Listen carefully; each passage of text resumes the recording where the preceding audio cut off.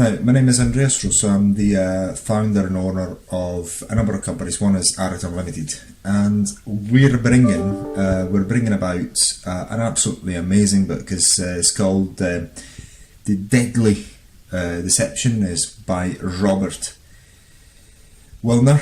An absolutely amazing book. It is very important that we put it outside there in the world, because there's no any audiobook version of it. There's no video book version of it either, and therefore is very good that we put it out there. And also is free to you if you've used or purchased any of our products. It's free for you to listen and to view in your spare time. So enjoy it. What we'll do at the end, we're going to put at the end of this book the original video that Dr. Wilner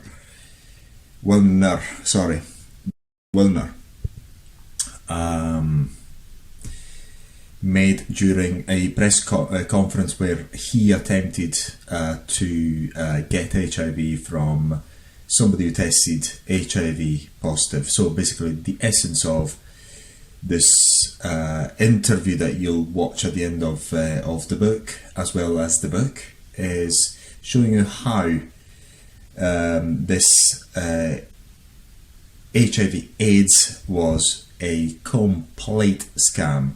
Basically, the scam is that HIV causes AIDS, and according to Robert Wilner, Dr. Robert Wilner, as well as many other independent physicians and doctors worldwide, there's not any evidence that HIV causes AIDS.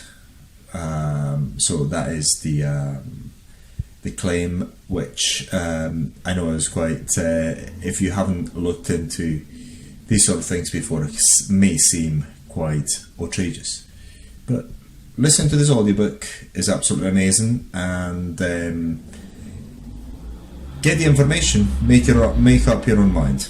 So again, Andreas Russo, enjoy. The shocking truth is at least revealed in Deadly Deception, the proof that sex and HIV absolutely do not cause AIDS. Robert E. Wilner, MD, PhD. In Deadly Deception, Dr. Wilner proves the AIDS hypothesis is totally fraudulent. Its perpetrators are guilty of criminal fraud and murder. The HIV virus does not and could not possibly cause AIDS or any serious disease. AIDS is not transmitted sexually, nor is it contagious by any method. In the United States, more people die each year overdosing on sleeping pills than die from AIDS. Each day, healthy individuals continue to be diagnosed positive by a totally inaccurate HIV test. They are then treated for an imaginary, non-existent disease with AZT, the drug that was shelved because it was too toxic to treat cancer. AZT actually causes acquired immune deficiency syndrome and thereby fulfills the prophecy of death by AIDS. Backed by scientific and factual proof, you learn the truth. What really causes AIDS, how it can be avoided and even cured. How the HIV test can be positive because of having a simple flu, vaccination, the measles or any other common infections. Why AIDS is not an epidemic but a total myth based on false projections and disproved by time and the statistics. Why the homosexual community erroneously became identified as AIDS carriers. Why AIDS is a syndrome and not a transmittable disease. Why 25 to 30 diseases were, for the first time in recorded history, lumped together under a new name in an attempt to give the appearance of an epidemic. Acquired immune deficiency is not new. It has been known and written about in medical books for almost 70 years. All of this and much more are revealed for the first time in Deadly Deception. Author Robert Wilner, medical doctor, PhD. When asked why he would put his life on the line to make a point, Dr. Wilner replied, "I do this to put a stop to the greatest murderous fraud in medical history.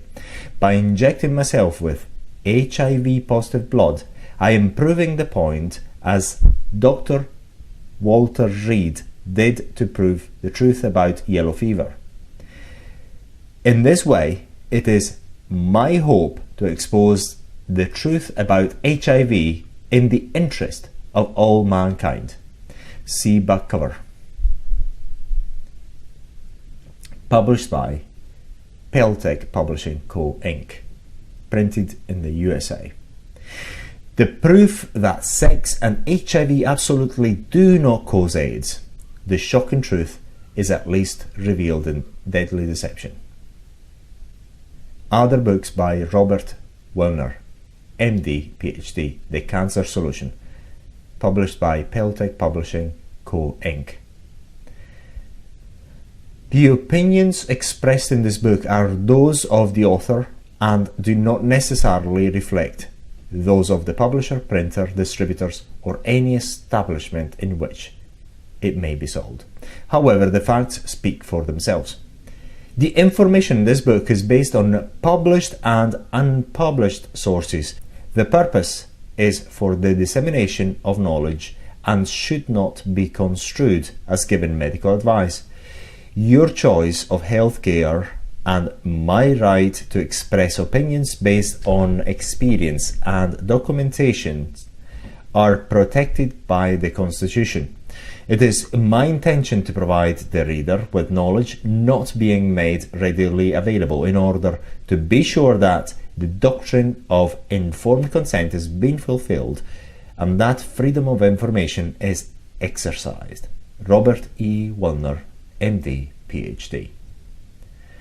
This is very important. This is a note from me. This is very important because what happened in this supposed pandemic, loads of censorship where was put in place in order to get away with informed consent. I was seeing in these injections, the COVID injections and whatnot. So, but now we're going to go back and talk about and just read the book. In memoriam to the victims of all drugs, especially AZT, who have died because they were not informed that drugs cause the diseases of immune deficiency. I dedicate my life to exposing the deadly deception that you will not have died in vain.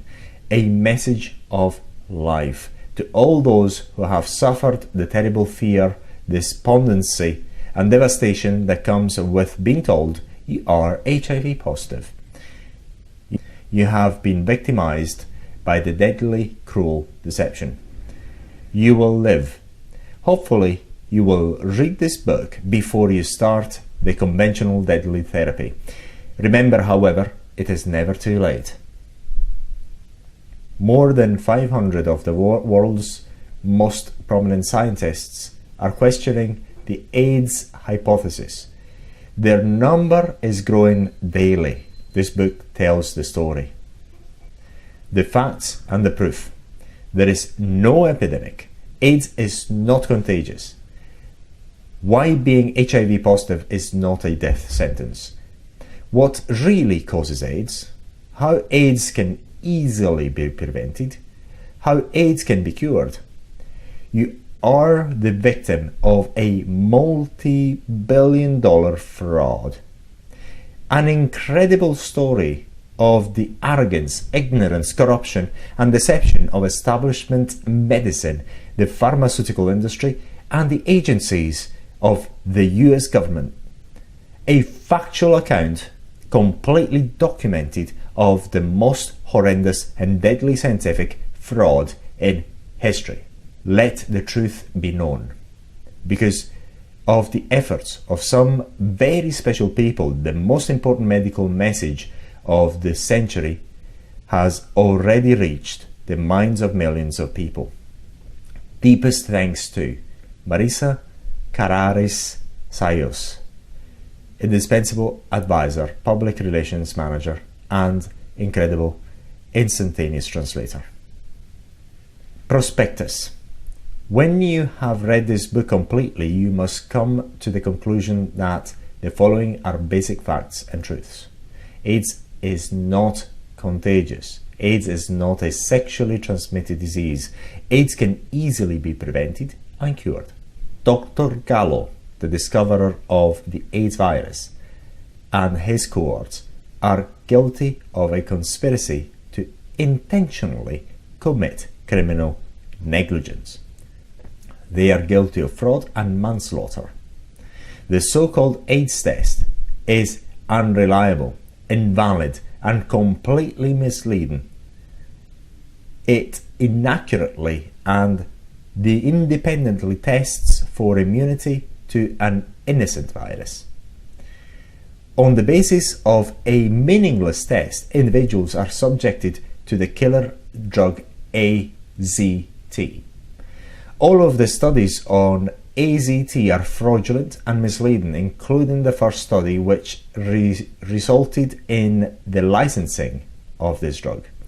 The Food and Drug Administration of the United States, which licensed AZT, is aware of this fact and has not recalled it.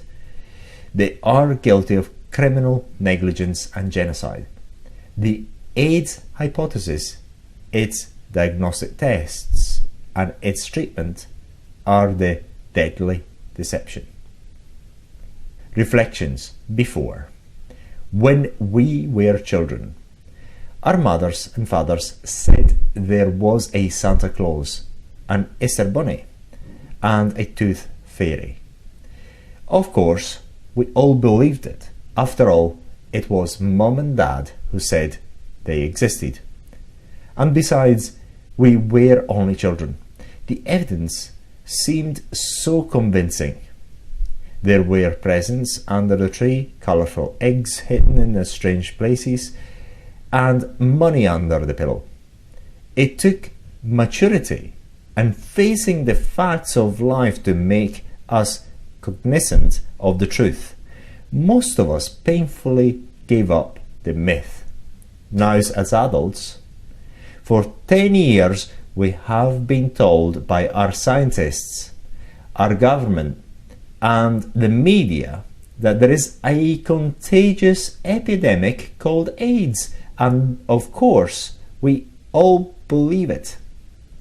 After all, it is the authorities that say so. Besides, now we are adults and we know better. It must be the truth. The evidence is so convincing. There are millions with the disease. They found the virus. They even have a test for it. But what if it is a myth? What if AIDS is 25 old diseases which are given a new name? What if the facts are against the viral theory and there is no proof the virus causes anything? What if the numbers are only predictions that have proven to be 91% wrong during the first 10 years? What if the test is completely unreliable?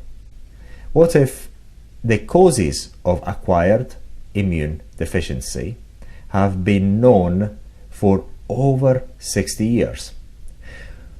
What if those causes are more prevalent now than ever before?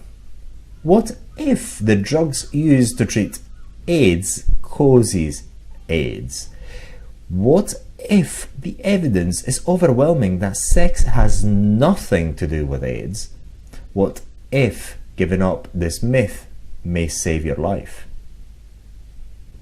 Preface. Please read. Science based on misinformed consensus and circumstantial evidence invites disaster. Rue. This is a book of facts. This is not based on fact. It is fact. This is not based on a hypothesis. It is fact. If after reading this book you are not convinced by the factual and incontrovertible evidence presented, then the title of this book was well chosen. You have been victimized by the deadly deception. The words you are reading now were written after the first draft of the manuscript was completed. I gave the manuscript to many individuals from all walks of life to determine what was left unanswered and where doubt still remained. The effort was well worth the investment in time and money. Their comments and questions were a revelation. It is imperative that you know the truth and that every question you could possibly ask is answered completely. The remaining doubts of some of the many who reviewed the manuscript persuaded me to return to my computer and stress the salient and vital facts which escaped the reader.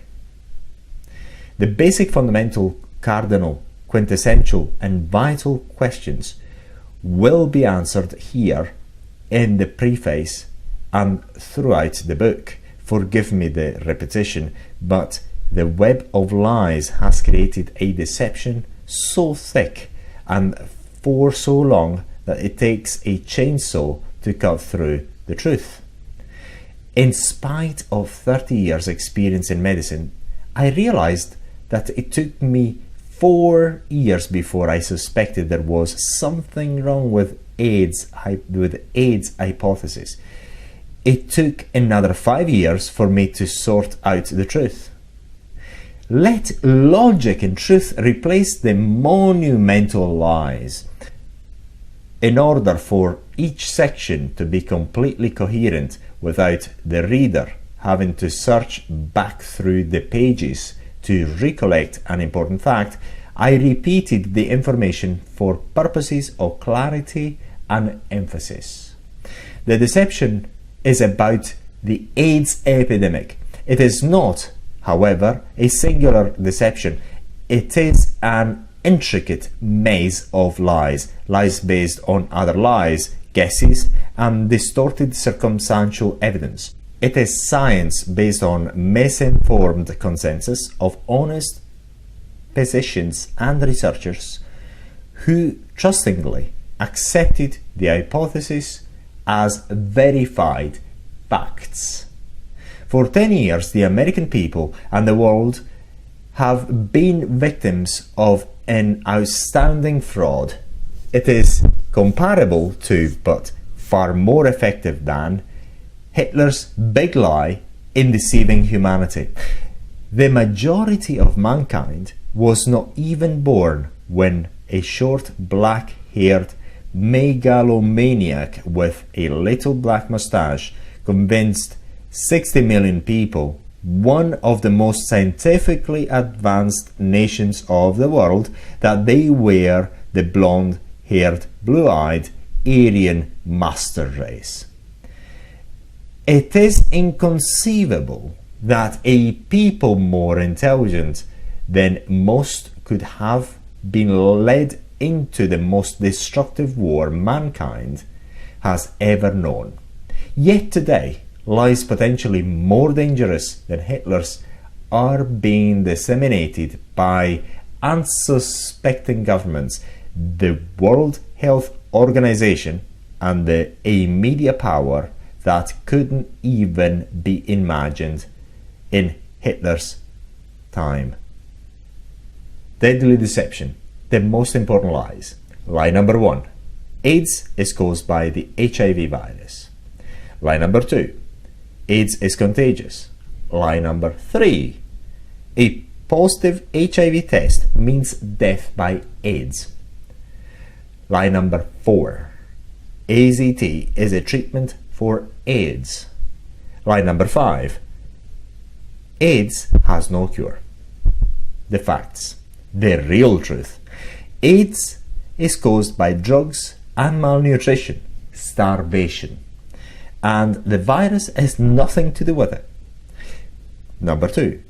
The test for HIV is completely inaccurate, predicts nothing, and can cause severe illness through intense fear.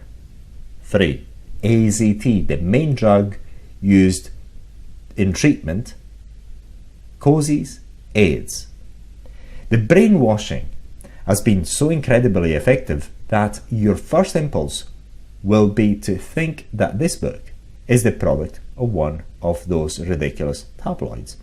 However, everything in this book is factually documented. Many of the best, brightest scientists now condemn the AIDS deception and its originators. The perpetrators of the AIDS fraud are named. They dare not sue their accusers and go to court because their crime could be exposed and their growing tens of millions of dollars in profit could dry up. They have cleverly involved thousands of individuals and corporations, most of whom are decently motivated in their despicable scheme. Worse, they have millions of scientists and physicians who, relatively ignorant in their arcane science, trustingly accept the deluge of fabricated, sophisticated, and wildly pseudo-scientific speculations as scientific fact. Then, with an army of duped and believing scientist followers, they back up their atrocious scam with the idiotic proposition that the proof of AIDS hypothesis lies in the fact that so many believe in it. Although 60,000 papers have been written with money obtained from AIDS grants, not one of those papers proves scientifically that the virus causes AIDS. The original papers upon which the AIDS hypothesis was based are a sorry pretense of scientific investigation based on the worst kind of circumstantial evidence and then presented to the scientific community as the world has proven facts. The major perpetrator of the scam, Dr. Robert Gallo, has been found guilty of scientific misconduct, an interesting euphemism for scheming, lying, thievery. When finally brought to trials for his real crime, his defense will undoubtedly be that the AIDS hypothesis has never been anything but an hypothesis, and thus he will try to escape responsibility. The facts of this sordid affair, if justice prevails, should convict him of criminal negligence, fraud and manslaughter. Those monies that have been wasted in misdirected research, criminally negligent double-blind studies, fraudulent deadly therapy, invalid testing and illegitimate profiteering could eradicate the real AIDS from our planet. After reading this book, some of you will, because of a 10-year media blitz of misinformation, will ask the question, then why are there so many people dying of a disease we never heard of before? The answer: AIDS is simply a new name for 25 diseases that have always existed. Number 2, the causes of acquired immune deficiency have been listed in medical texts for over 70 years. They are in order of importance: malnutrition, starvation, drugs, radiation, and chemotherapy. 3. It appeared to be an epidemic at first because the drug-addicted segment of the gay population began to suffer the effects from years of drug use. They became an identifiable group when they came out of the closet just prior to the epidemic. 4. AIDS in Africa is what it has always been: slow starvation and malnutrition. And it hasn't changed at all, except for the name.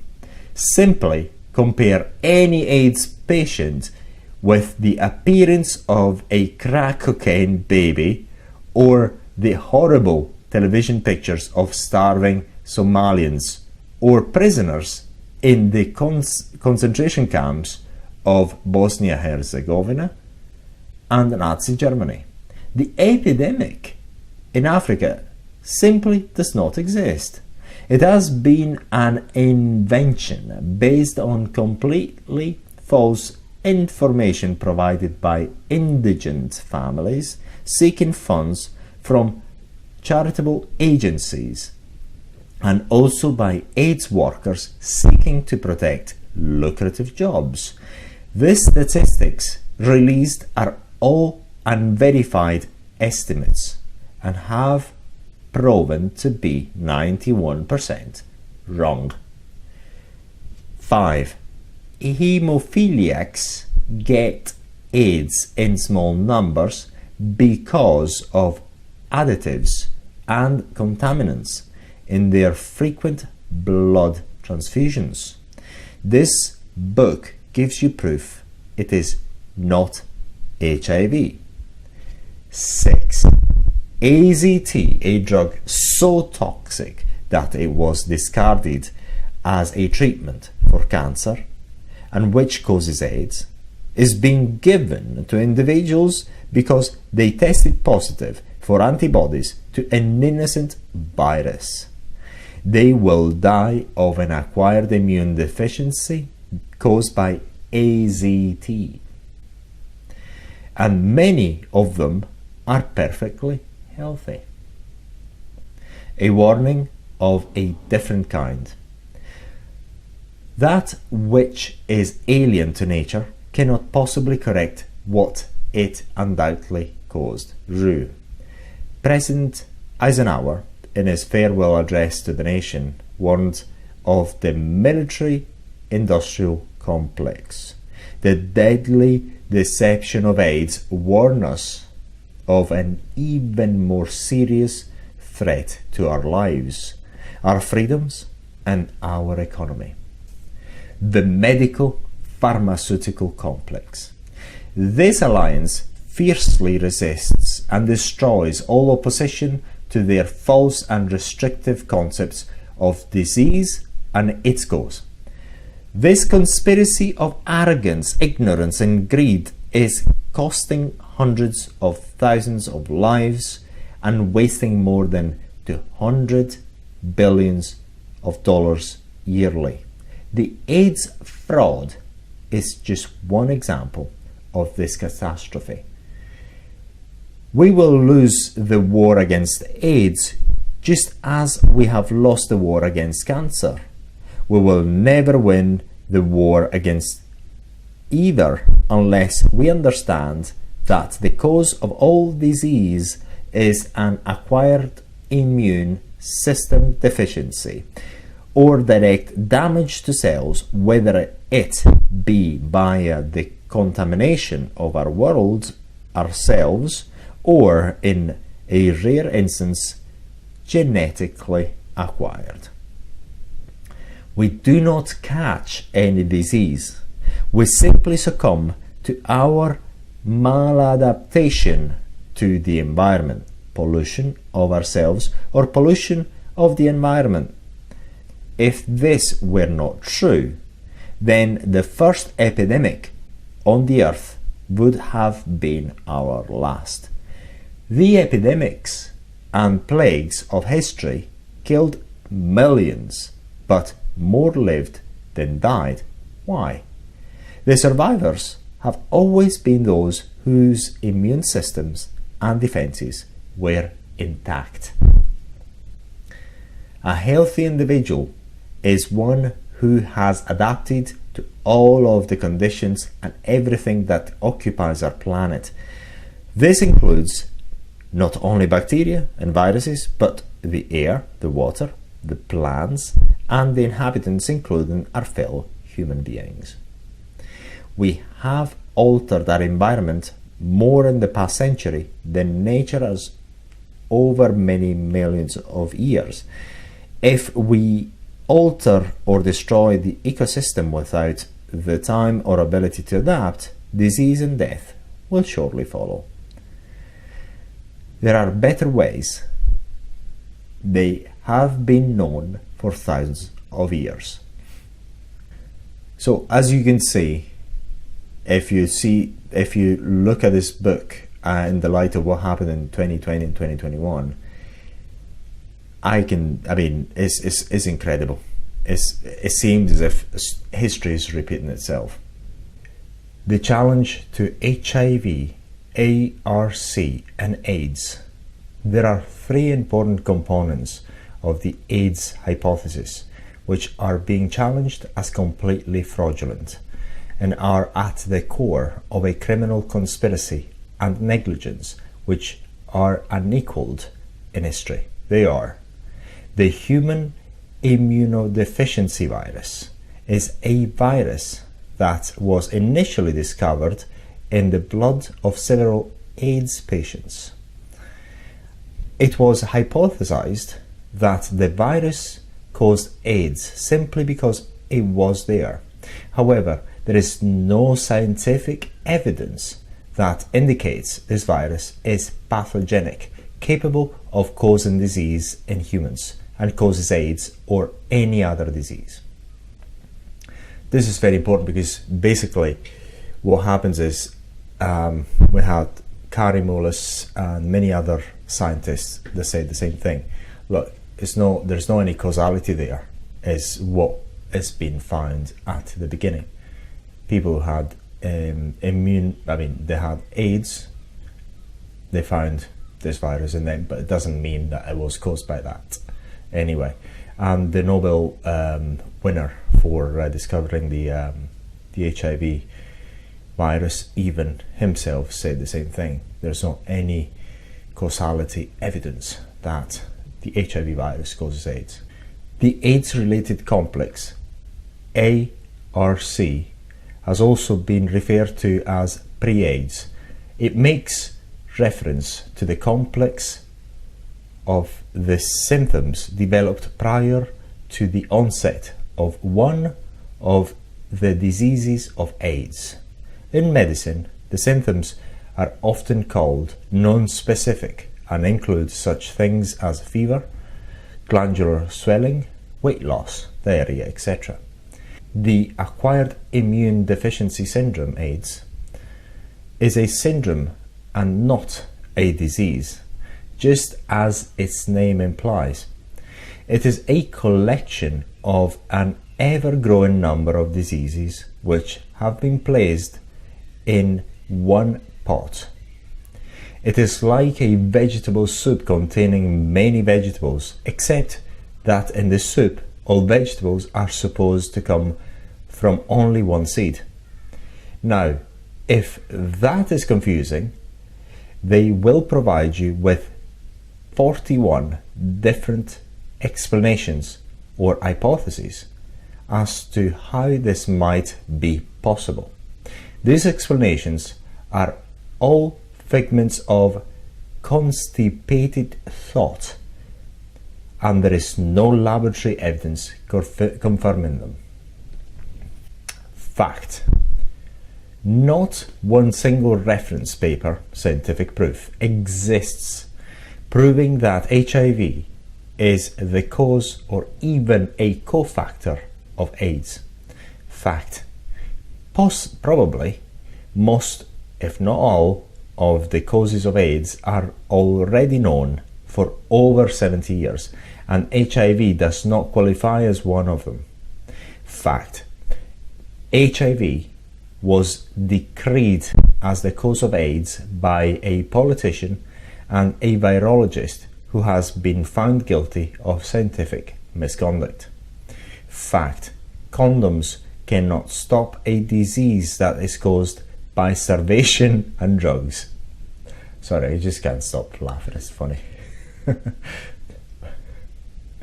Fact: as long as the deaths due to starvation are blamed on the AIDS virus, the responsibility of ineffectual and corrupt governments for the real cause will remain unchallenged.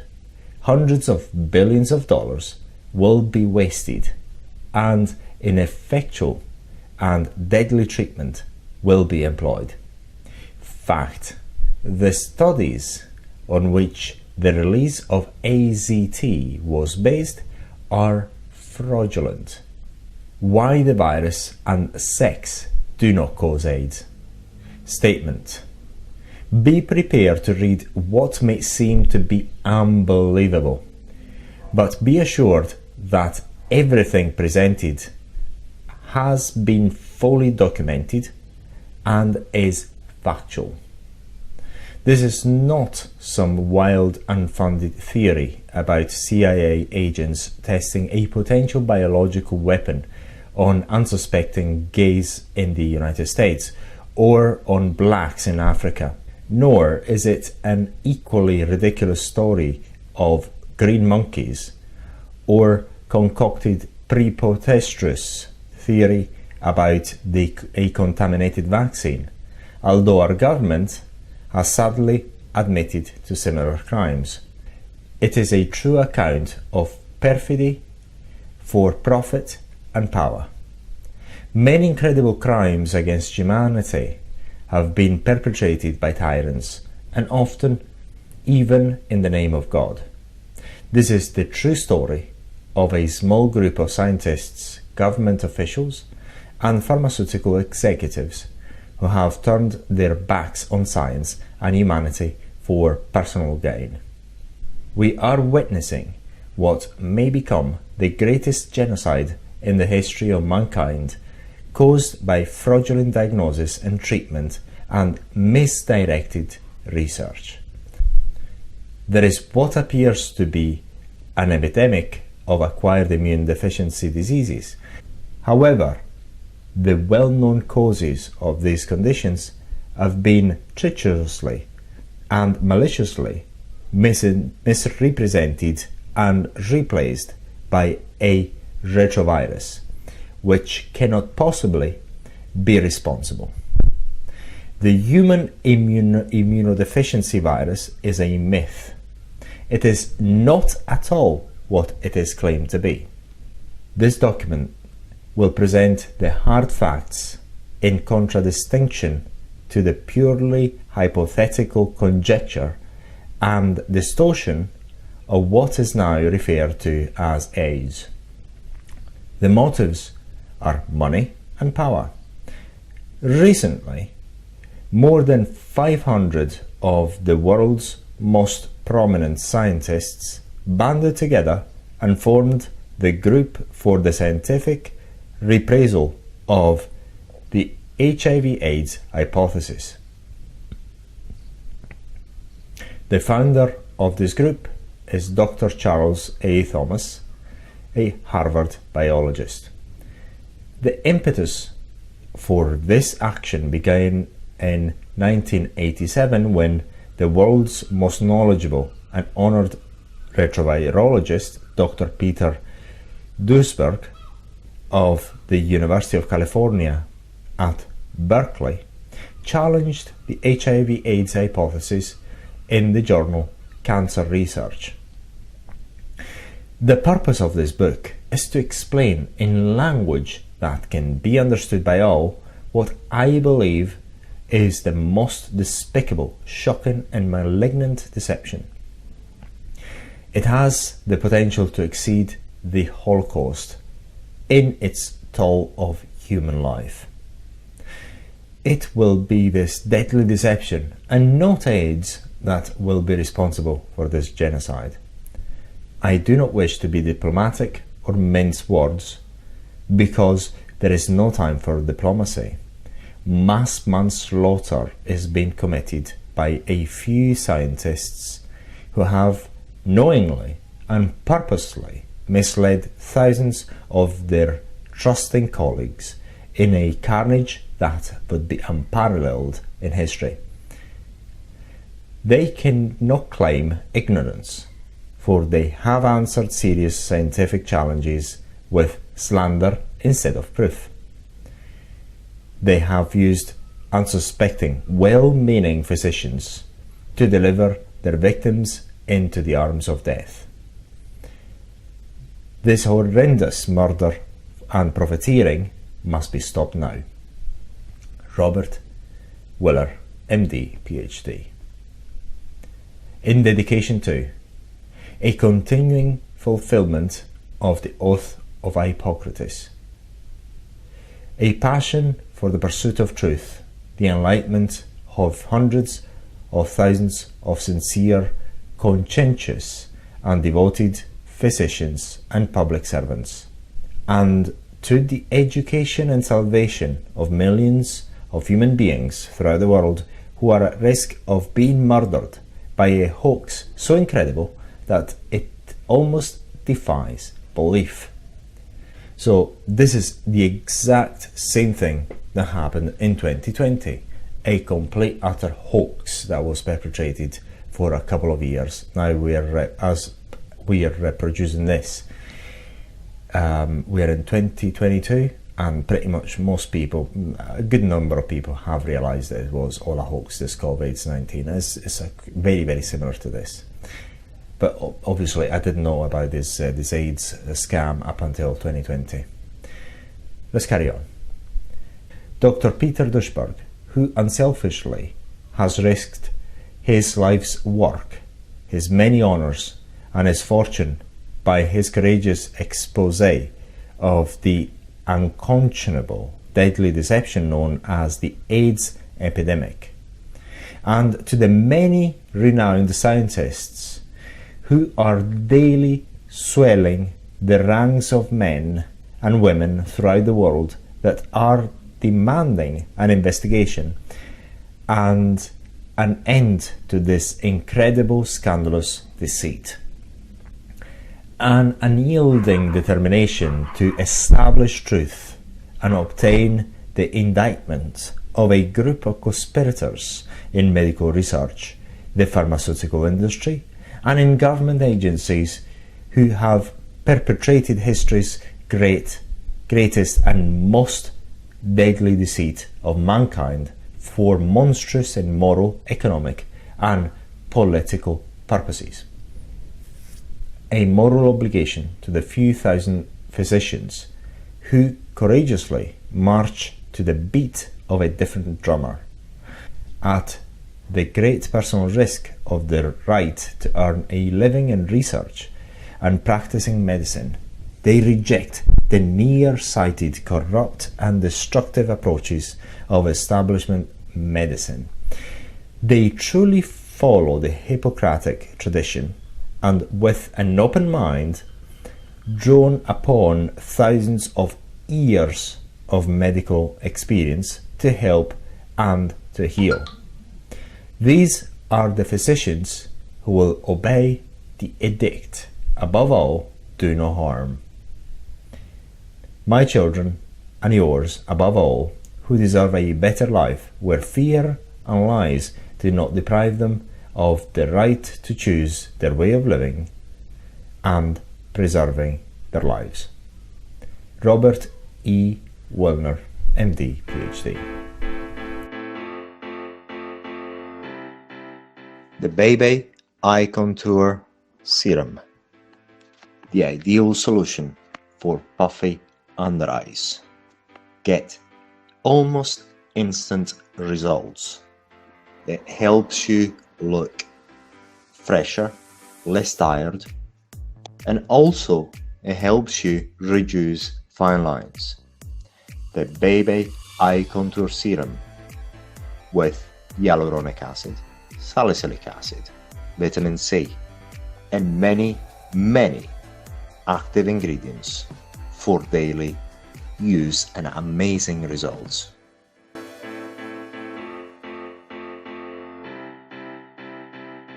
Chapter 1: The History of the AIDS Epidemic. HIV does not cause AIDS. The point that everyone is missing is that all of those original papers Gallo wrote on HIV have been fraudulent. The HIV hypothesis was based on those papers. Dr. Peter Dushberg, Professor of Molecular Biology, U of Cal, Berkeley National Academy of Sciences. How the lie began. In 1980, Dr. Robert Gallo, a retrovirologist with the National Cancer Institute, discovered the first human retrovirus, HTLV1. A retrovirus is disguised from an ordinary virus by virtue of the fact that their RNA is converted to DNA by an enzyme called reverse transcriptase. Its replication and survival is totally dependent on the viability of the host cell. If the host cell dies, the virus is finished. Dr. Gallo knew this basic fact. However, he would soon purposely ignore this fact in order to serve his own needs by claiming that the virus was very mysterious. Somehow, it would mysteriously survive while mysteriously slaughtering T cells by the millions. This has never been observed.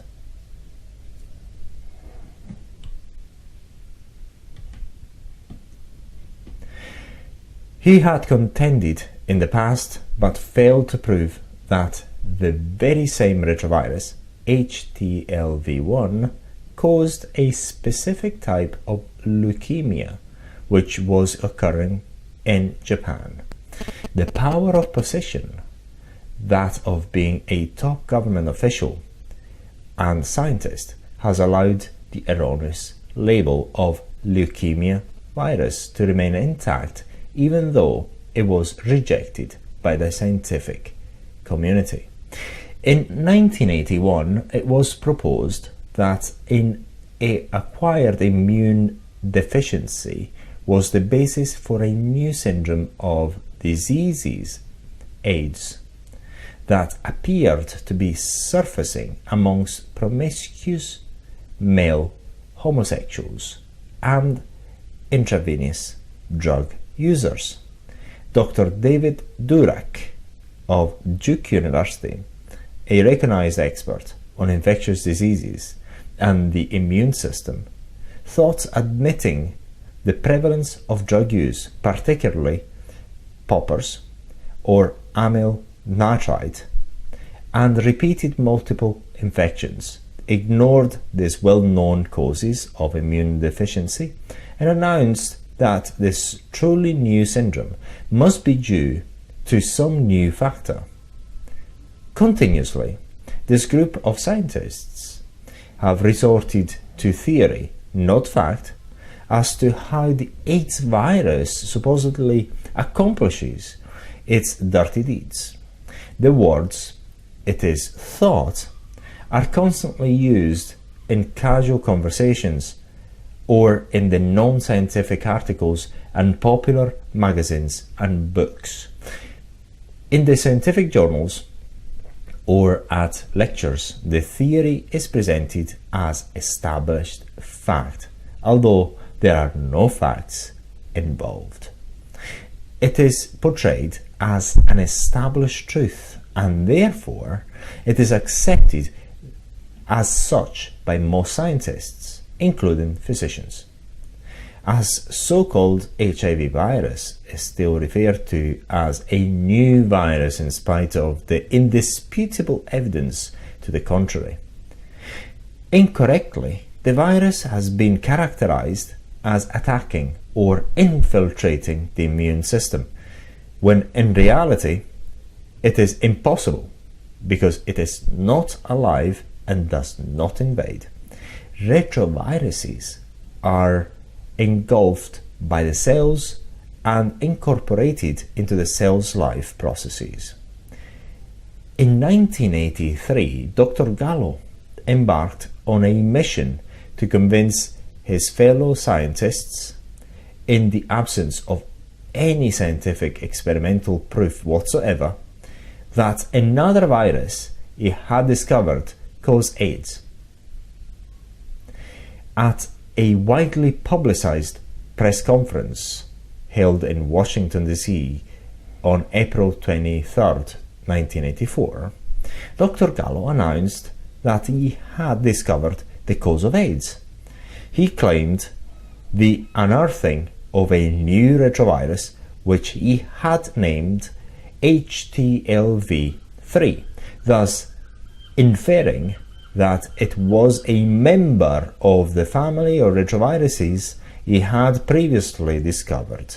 His claim was bolstered by Margaret Heckler, Secretary of the Department of Health and Human Services, who was under great pressure to come up with some answer to the looming epidemic.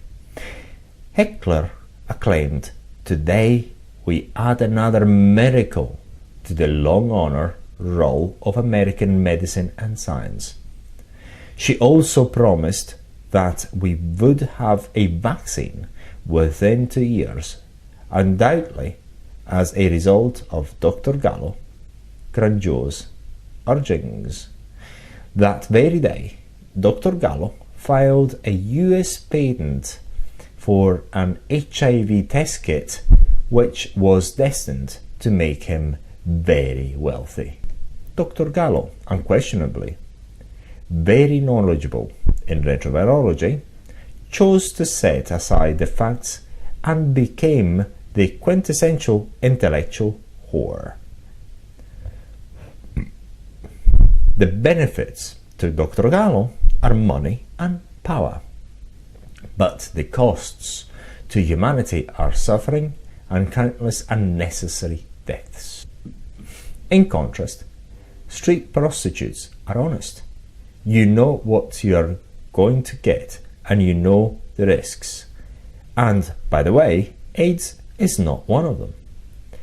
Margaret Heckler very quickly awarded the lucrative contract for AZT to Burroughs Wellcome Pharmaceutical Company before the first scientific paper ever appeared in any US journal.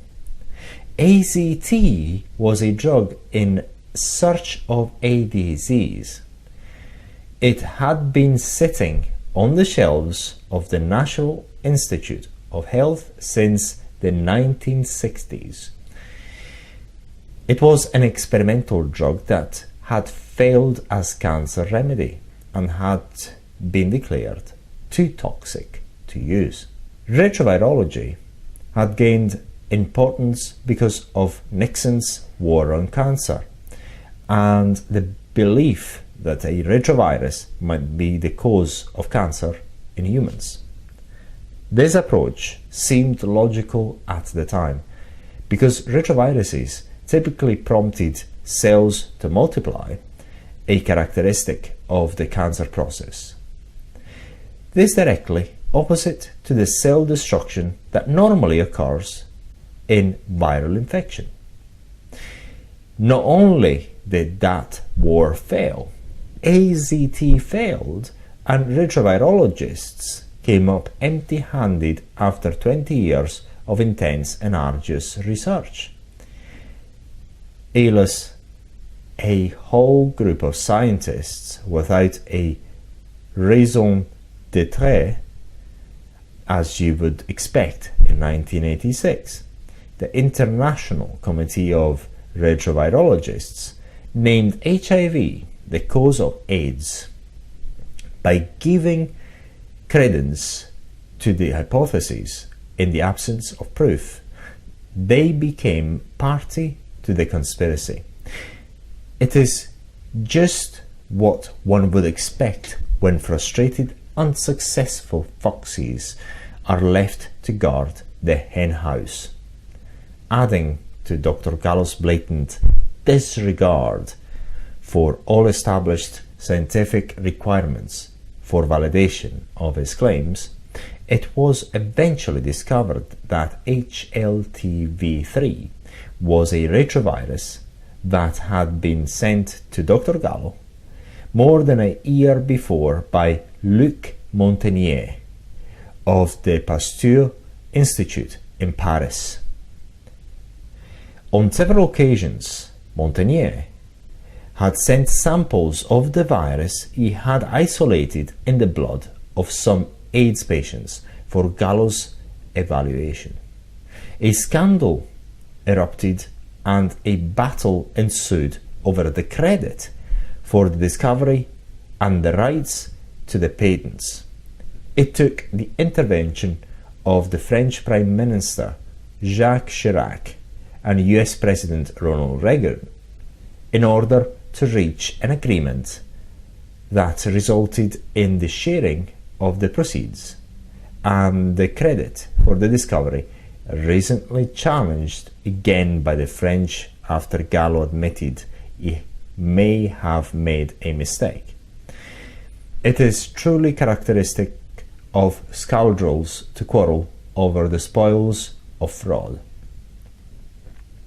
It is important to point out from the beginning that the acronym AIDS represents the official and scientific designation of the disease, acquired immune deficiency syndrome, which is discussed, examined, and critiqued in this book.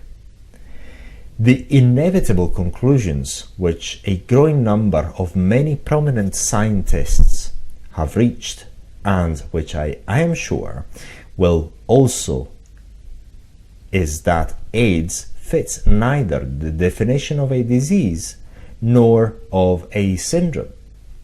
It is merely the lumping together of an ever-increasing number of diseases and symptoms, 25 at the last count, depending on the source, in order to fraudulently create the impression that an epidemic exists. Keep in mind that Gallo and his cohorts have been getting away with the most elementary unscientific ploy one could imagine. They have avoided performing scientific controlled studies that would be universally accepted as proof. Such studies would unmask their fraud. They have instead relied on fear, intimidation, sensationalism, greed, ambition, envy, and the need for recognition. In this way, they have coerced and stupefied an army of followers into believing what, in the past, would have been laughed at or dismissed as coincidence and or anecdotal. HIV has been made the scapegoat for incompetence and a getaway to the lifestyle of the rich, famous and powerful, for unscrupulous, immoral and incompetent scoundrels. The blitz of misinformation has obliterated from consideration even the most elementary knowledge, logic and evidence in research and disease. We have known for more than half a century that we coexist with many bacteria and viruses. We are well aware that potentially deadly organisms reside within us at all times, waiting only for the balance of health to be tipped in favor of disease. Streptococcus tuberculosis and pneumocystis carneae, the most common components of AIDS, are but a fraction of the infectious organisms that the majority of us live with constantly. Pneumocystis carniae are present in the lungs of virtually every individual on the surface of our planet. Yet, precious few of us ever get the disease they cause, pneumocystis pneumonia. This is just one of the most obvious examples of the basic and pervasive flaws in the guiding premises of modern medicine.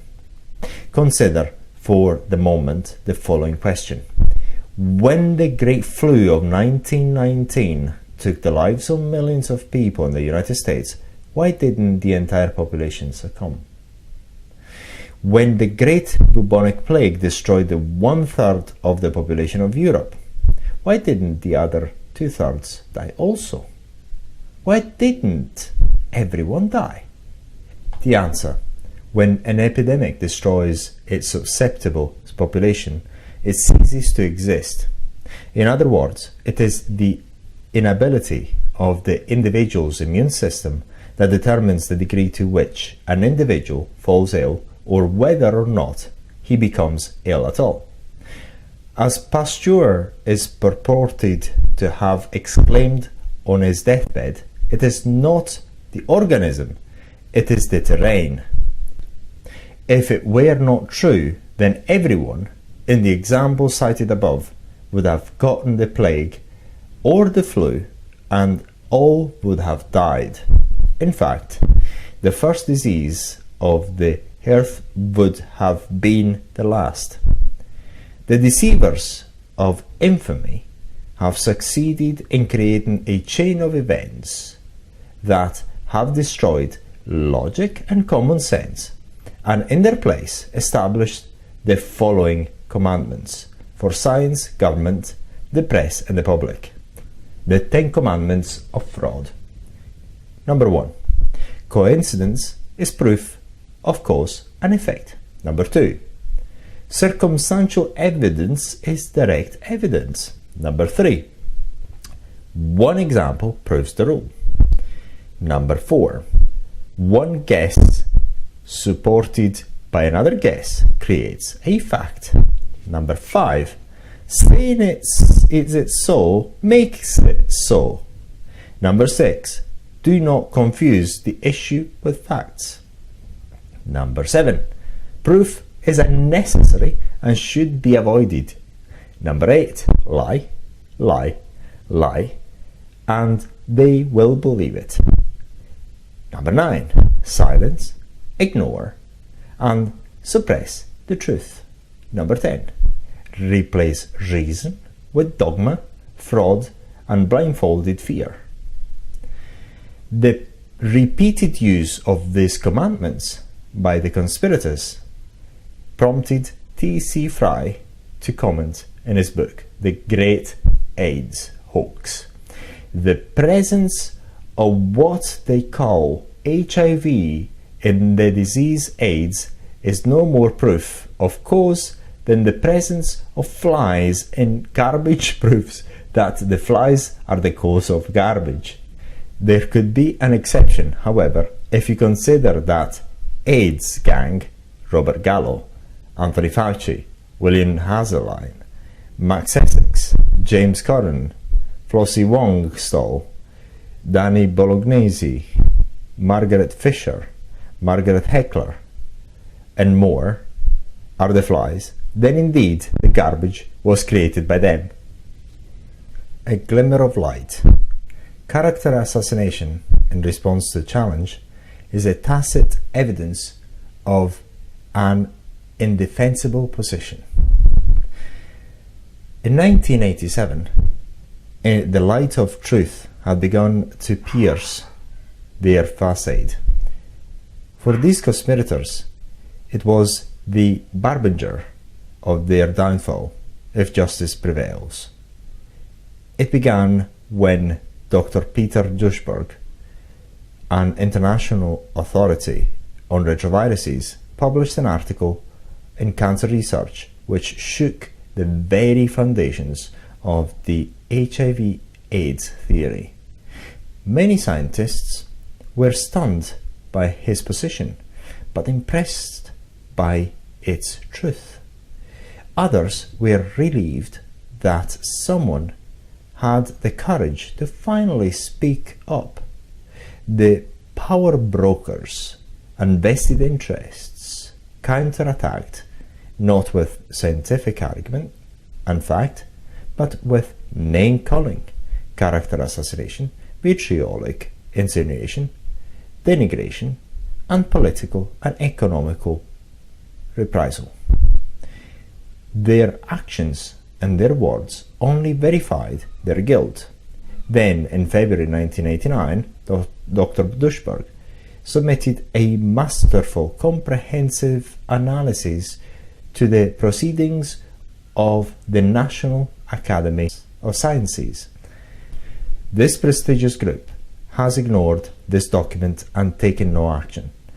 In the political and scientific worlds, this is usually the safest way of covering your assets.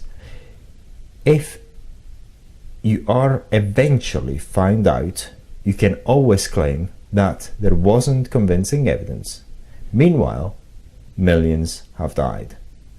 During the past 4 years, the classical AIDS combination of characteristic features has been reported in individuals who tested negative for HIV, and the number is growing steadily.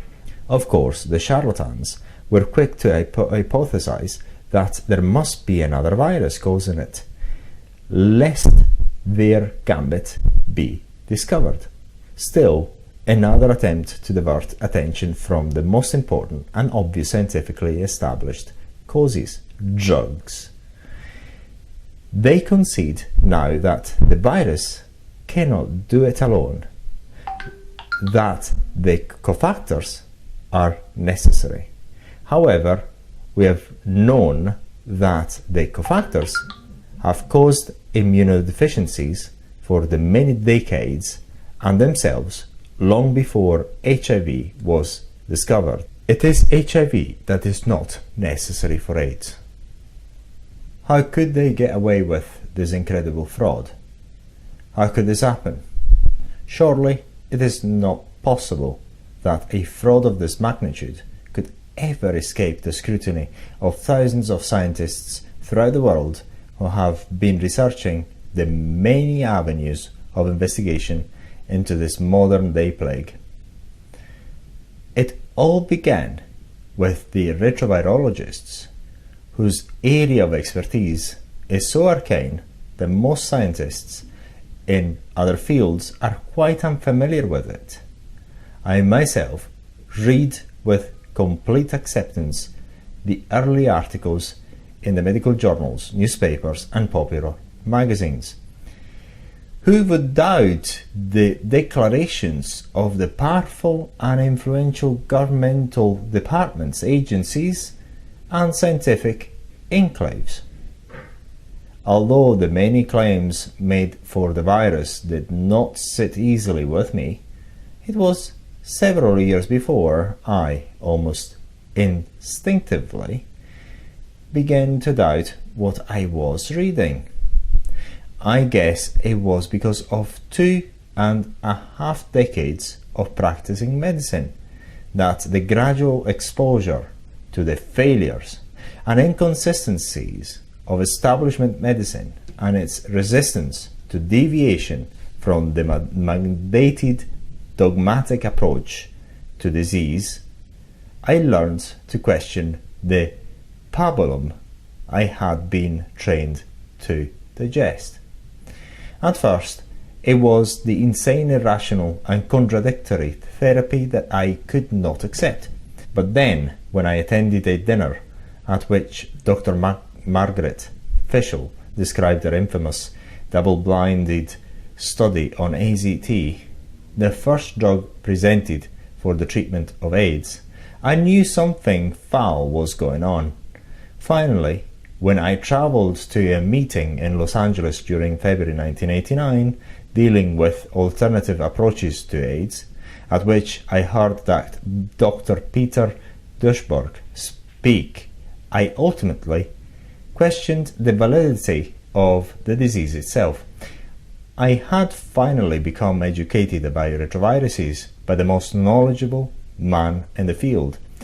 Until the time, I had been presented theory as fact. Like the rest of my colleagues, I assumed that what I had been taught was proven and therefore believed it to be true. The truth became apparent.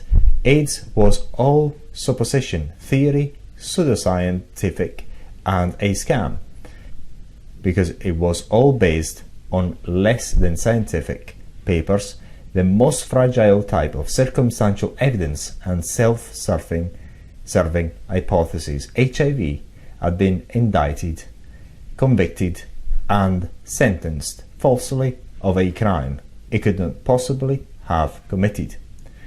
What about the retrovirologists themselves? How could they have been fooled?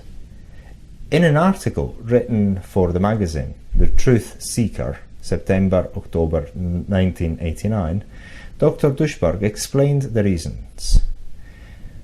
After a frustrating 20-year-long search for a human cancer virus, the club, the retrovirologists, was craving for some clinical relevance for the retrovirus and hence happily adopted HIV, the AIDS virus, as the cause of AIDS. He went on to explain the impact of the powerful promotion that made AIDS hypothesis instant national dogma, the billions of dollars in funding, the economic interests of the biotechnology and pharmaceutical companies, and the tremendous notoriety from the press which was too much to resist. In wondering why only a handful of scientists questioned the AIDS hypothesis, they cited the conformist pressures on scientists, particularly young, untenured scientists in the age of biotechnology. Their conceptual obedience to the establishment, maintained by controlled access to grants, journal, and positions, and rewarded by meeting engagements, personal prizes, consultationships, stocks, and co-ownership in companies. The National Institutes of Health, the National Cancer Institute, the Center for Disease Control, the National Academy of Sciences, and the Food and Drug Administration have all seriously jeopardized their credibility and motives by their active participation or silence in the face of such an obvious fraud.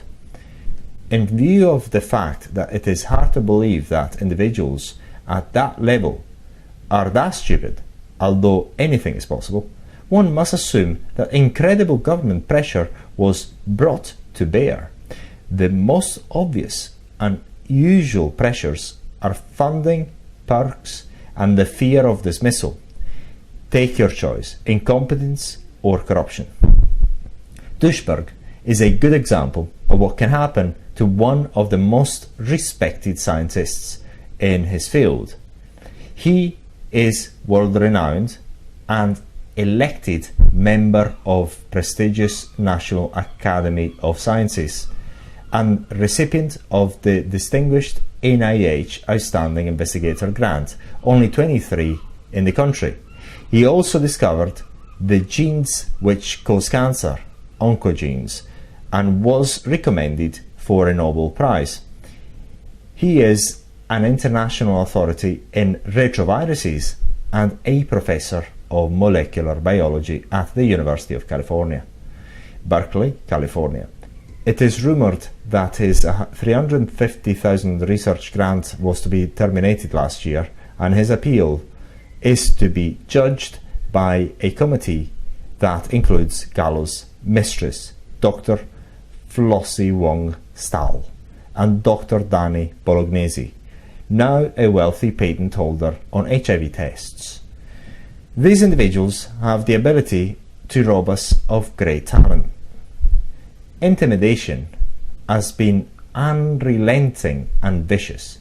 Dushberg wrote that he had been labelled a bigot for considering the daily administration of psychoactive and immunosuppressive chemicals more likely to be cause of AIDS than chronically dormant and almost chemically undetectable retrovirus. The nation's leading AIDS researcher accused me of being an advocate in promiscuity, to paraphrase it politely, for questioning the viral etiology of AIDS. Could it be that our scientists were more interested in fostering Puritan values than in presenting scientific truth? The facts will speak for themselves. Instead of answering the CEO questions that shook the very foundations of the AIDS hypothesis, the vested establishment insulted their opponents, barred debate, and even cancelled a White House meeting, refusing to participate in order to demonstrate the insanity of even questioning HIV and AIDS. Their criminal arrogance is an affront to all humanity. Initially, Gallo and his co-conspirators would have possibly been exonerated on the basis of ignorance and stupidity. However, to block open scientific discussion, to use political and economic power to silence opposing points of view, and to suppress or ignore basic scientific fact and logic is irrefutable evidence of their criminal intent. To be pious while blaspheming other is merely a reflection of one's own character.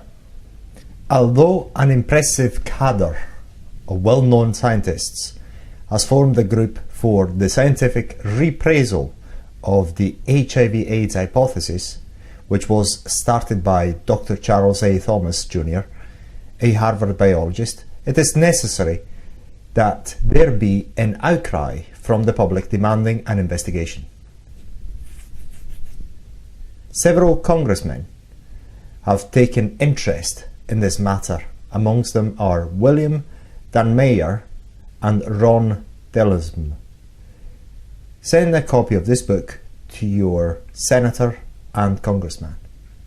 Their names and addresses are available at your local library or through your newspaper. These courageous, honourable and incorruptible scientists have earned and need your support. When you have finished reading the evidence, I am convinced that you will feel delivered in knowing that we are not all doomed to die from AIDS, unless, of course, we all start taking AZT based on Gallo's scam and his fraudulent followers. If you are HIV positive, there is one thing you can be sure of. Your body has successfully defended itself against an insignificant virus. So read on, and if you agree with the evidence, I ask you to pick up your pen and shout through the emails.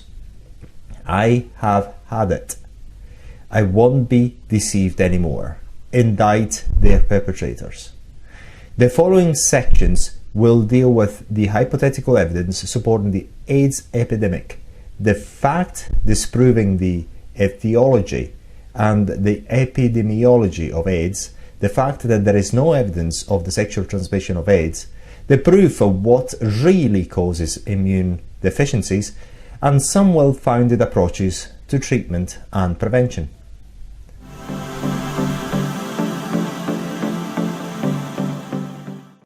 The Areton Sally Soap by Andreas Russo.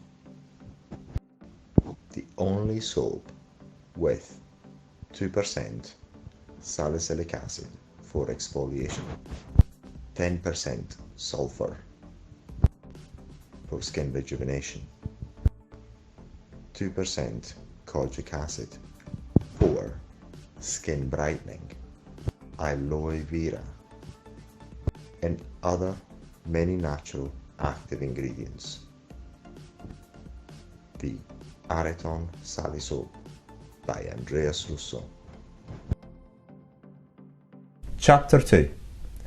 The supposed evidence supporting the hypothesis that HIV causes AIDS. I feel that for scientists to remain silent in the face of all this doubt is tantamount to criminal negligence. Dr. Charles A. Thomas Jr., Harvard molecular biologist.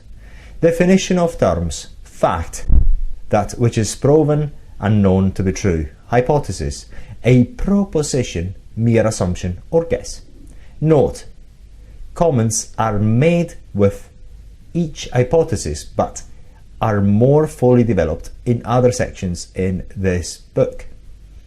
Fact, the only evidence used to establish the human immunodeficiency virus, HIV, as the cause of the acquired immunodeficiency syndrome, AIDS, is based on finding the virus in a small number of AIDS patients.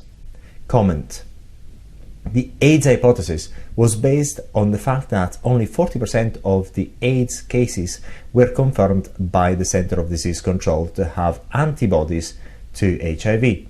This is not proof of anything other than the fact that we have been exposed to a virus and are immune to it.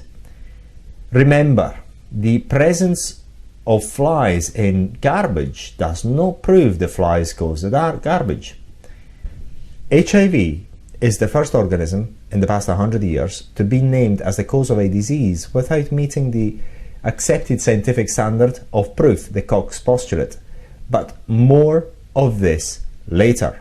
Now, this is very important because then in 2020 we had the same thing with the COVID-19 supposed SARS-CoV-2 supposed virus that caused the cold, coronavirus, cold. The same thing happened there. The Koch postulate was never satisfied. We have antibodies to many microorganisms which we know to exist in 70 to 90% of AIDS patients. Epstein-Barr virus and pneumocystis carni are just two of them. In fact, the pneumocystis carni organisms are present in the lungs of all human beings, including HIV victims. Yet no claim is made that they cause AIDS. It is possible, but relatively rare, of these diseases to become reactivated. This usually occurs only when an individual becomes debilitated or immunocompromised, and it has never required the assistance of HIV before. No one shred of scientific proof of cause and effects exists in the world's research and medical literature with reference to HIV. There are currently well over 40 theories, more hypotheses, to explain the hypothesis of HIV, AIDS, but not one single proven fact. Hypothesis: AIDS is a new disease. Comment: AIDS is not a new disease. It is 25 very old diseases that have been lumped together under a new name, AIDS. AIDS is described as an immunodeficiency which has as its main feature a marked loss of T cell, a special type of lymphocytes, white blood cells.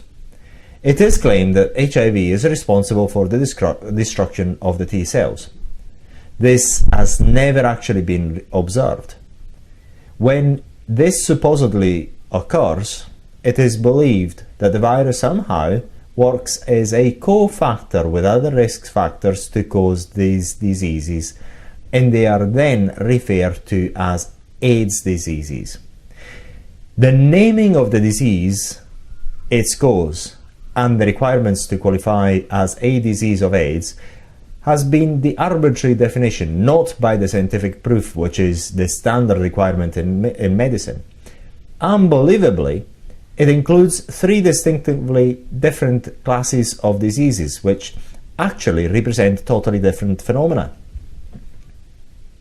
We are asked to believe that the virus causes degenerative disease, dementia, cellulotic disease, which kills cells, infections, and neoplastic disease, which causes cells to multiply faster, tumors. Nothing like this occurs anywhere else in medicine, and the 3 processes are actually unrelated. Not only do these diseases represent opposing processes, they all differ widely from each other, and most have their own recognized and established causes. There is no evidence that qualifies as scientific proof of cause and effect between the HIV virus and what is referred to as AIDS. The only evidence that has been presented as historically being referred to as anecdotal, coincidental, suspicious, or one or more similar cases until it is proven otherwise by scientific proof. Hypothesis: the human immunodeficiency virus causes AIDS.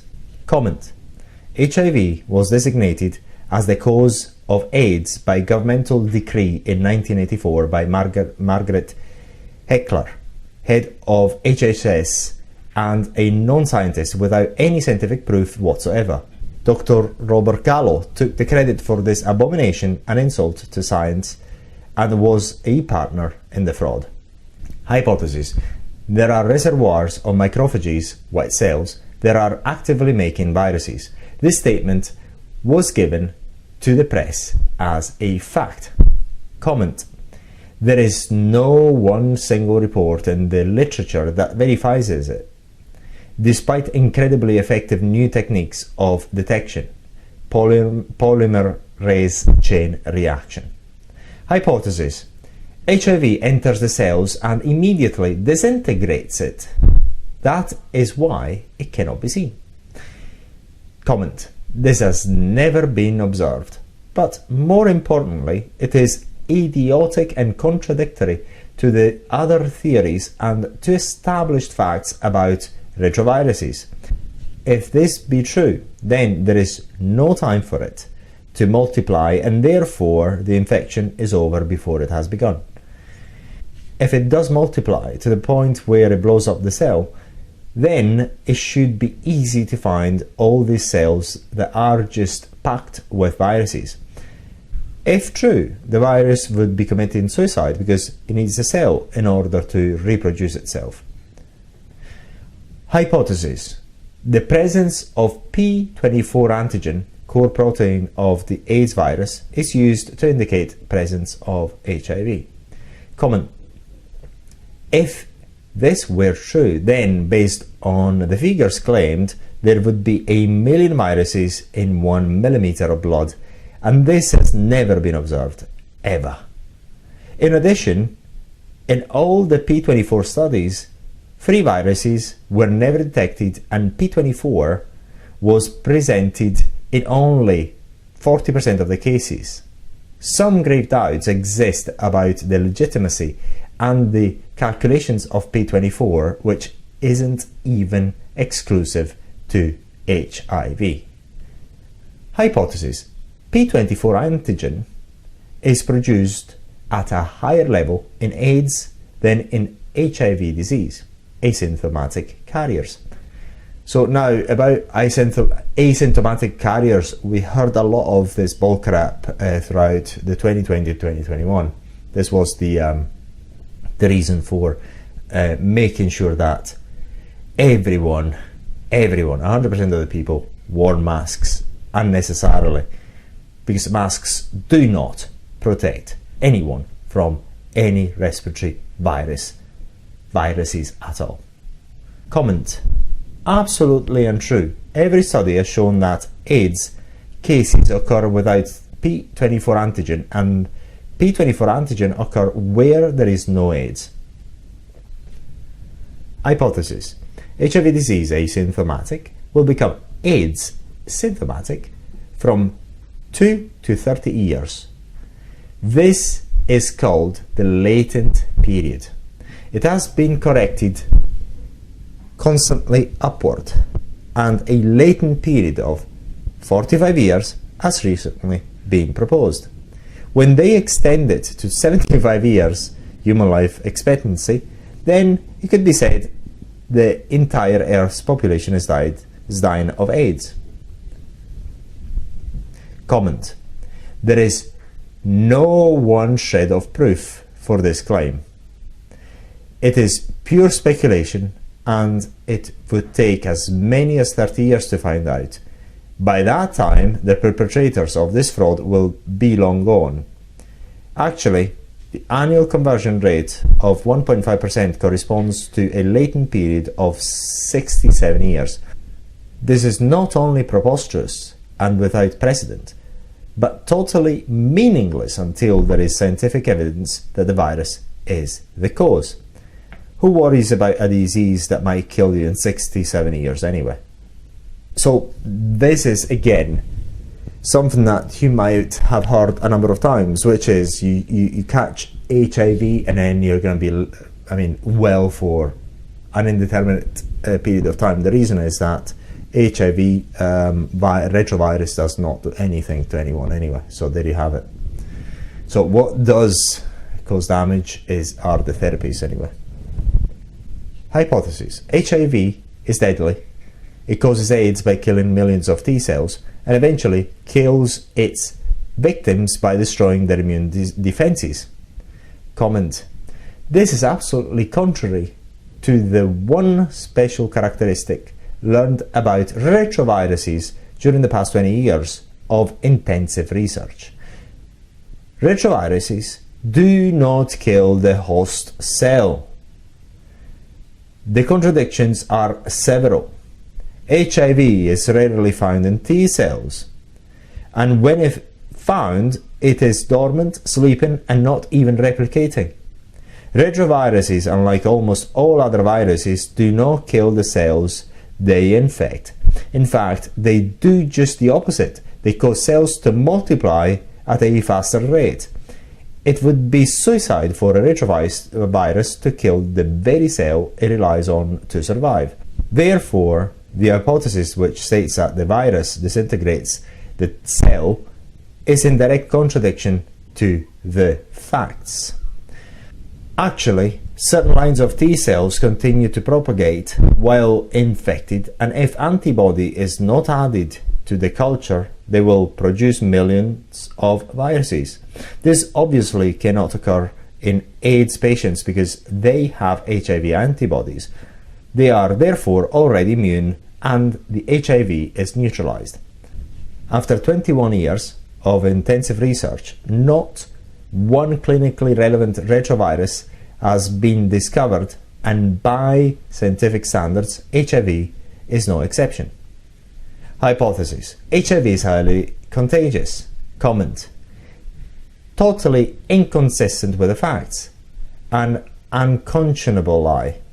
The statistics prove the opposite. See epidemiology in the next section. Hypothesis. HIV is the first virus to cause a disease after inducing very active antiviral immunity 2 to 65 years later. Comment. This would indeed be remarkable, but first you have to prove it causes the disease itself. Also, there is no proven precedent for the hypothesis that HIV causes AIDS only years after the onset of antiviral immunity, and yet remains as inactive as it is in asymptomatic infections. In the case of latent viruses, such as herpes, where the virus is reactivated by other infections or a debilitated state, the virus is found in sufficient numbers to be called infection. This is not the case with HIV. It has never been found in sufficient numbers to cause disease. Hypothesis. HIV is not neutralized by the antibodies it causes to be produced. Comment. There is no factual evidence to support this claim. It is pure fantasy. It is absolutely contradicted by experimental evidence. In the laboratory, in vitro, and in the human, in vivo, the presence of antibody makes it almost impossible to find the virus, and when you do, it's sleeping. In addition, if antibody is introduced into a culture, the virus will not reproduce. Obviously, the antibody is effective against the virus. Hypothesis. HIV mutation occurs in the interval between infection and AIDS and therefore escapes antiviral immunity. Comment. There does not exist even one report of a mutant virus at high tier in AIDS. There has never been a retroviral mutant that escaped existing antiviral immunity. If it did escape and was killing the victim, the mutant would be everywhere to be seen. It is not. Hypothesis. The reason HIV cannot be found in fulminating cases of AIDS is because it is hidden. Comment. Dr. Carrie Mullis, Nobel Prize Laureate 1993, invented the highly sensitive technology for measuring the presence of viruses, which is known as polymerase chain reaction, PCR. This technique makes it possible for a scientist to find virus particles that could not be detected before, and literally makes it impossible for viruses to hide. In spite of this, they still can only rarely find this mysterious, unknowledgeable, inexplicable, very slow, incredibly strange, all-powerful and singular retrovirus that is going to destroy mankind, HIV. Hypothesis. After infection, HIV becomes latent for many years, then it is activated by cofactors and AIDS appears. Comment. This does occur with viruses like herpes, infectious mononucleosis, the cytomegalovirus, and a few others. When they are activated, they are easily recovered in large numbers. However, this is not true when AIDS occurs, because the virus is almost impossible to find. If HIV is supposed to be destroying T cells, that is where it should be found, but it is not there. It is nowhere. In every infectious disease known, the causative organism is always found in significant numbers to account for disease, especially in the areas where disease is occurring. This is the first disease in which a virus, completely outnumbered by T cells, totally inadequate in number, almost non-existent, inactive, non-replicated, non-cell killing, and which induces immunity, is supposed to be annihilating the victim. Hypothesis. HIV is referred to as a slow or lent virus because it takes an average of 8 years for the disease to appear after the individual became infected. Actually, the latent period is now claimed to be as long as 40 or even 65 years. Comment. Slow or lent viruses do not exist. It is another hypothetical invention designed to explain what is obvious nonsense. It has no basis in fact, no precedent in science, and is contradictory to 20 years of research findings. Retroviruses can only be replicated by the host cell and are dependent on the life cycle of the cell. Therefore, the virus must replicate within hours or days in order to survive. For over 20 years, an exhaustive investigation of retroviruses reveals that there is no such thing as slow viruses. There is nothing biochemically or genetically different about HIV that could account for this. As Dr. Dushberg puts it, there are no slow viruses, only slow virologists. Once again, another hypothesis appears in order to explain yet another inconsistency. It is always speculation in place of proof. It is universally recognized that certain risk behaviors increase the likelihood of certain diseases to appear. Smoking with lung diseases, diet with cancer, chemicals and radiation with cancer, and now drugs with AIDS. Hypothesis. HIV is a mysterious, unorthodox retrovirus. Comment. Only the hypothesis is mysterious. HIV is a conventional retrovirus as proven by gene analysis, which compares it to all retroviruses, of which we carry approximately 100 in our germline. Hypothesis: HIV is sexually transmitted. Comment: nonsense. This is an intentional, bold-faced lie. There is absolutely no evidence to support that statement. Studies indicate that it would take 500 to 1,000 unprotected sexual intercourses to transmit the virus. However, remember that being HIV positive means that you are immune to an innocent virus, just like dozens of other viruses that humans carry. A study of 80 HIV carriers and their mates revealed that after hundreds of sexual relationships, only 12 of the mates became HIV positive. None of them have developed AIDS. The incidence of AIDS correlates very convincingly, 95%, with the use of drugs, not with sexual behavior or contacts. The incidence of AIDS indicates that it is very difficult to acquire. It occurs in very select groups, which is why it gained notice in the first place.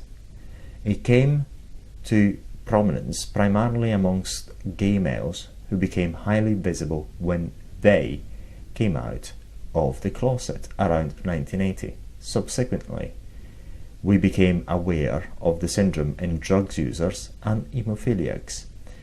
A careful examination of the statistics revealed that 10% of the gay population that got AIDS were almost exclusively drug users, more than 95%, and you must include AZT. The most common denominator in AIDS is drugs. See chapter. AIDS is not transmitted sexually. Hypotheses: 50% of individuals that are antibody positive and practice risk behavior will develop AIDS 8 years after neutralizing antibodies was made to the virus.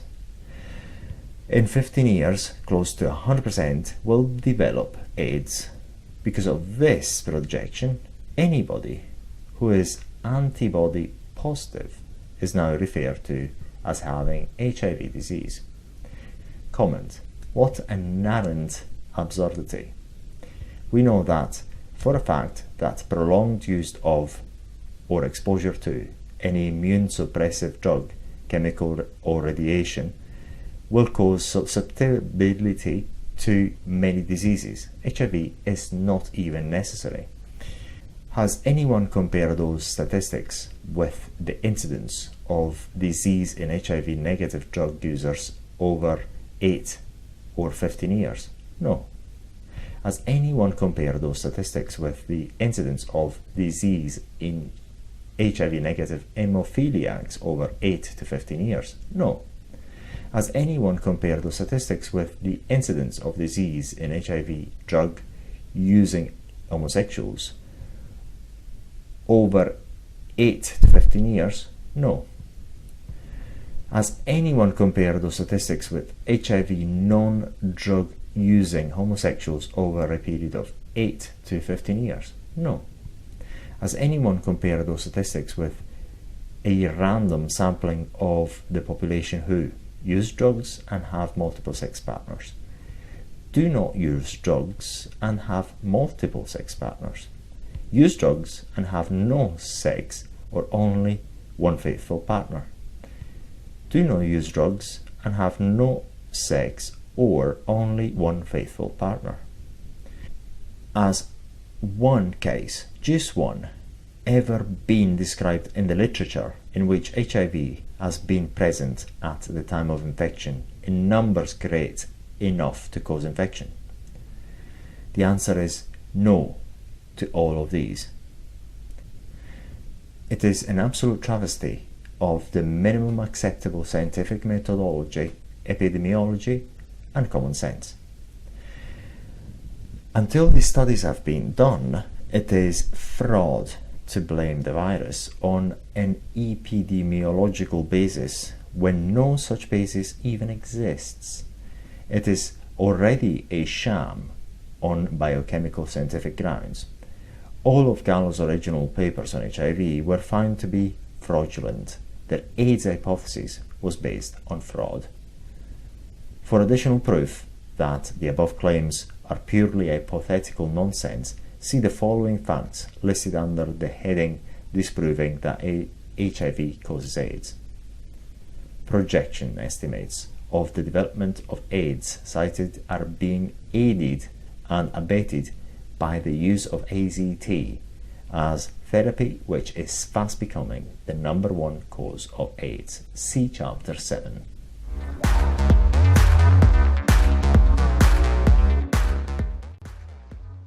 The Baby Vitamin C Serum for skin brightening, dark spot attenuation, age spot attenuation, sunspot attenuation, skin rejuvenation.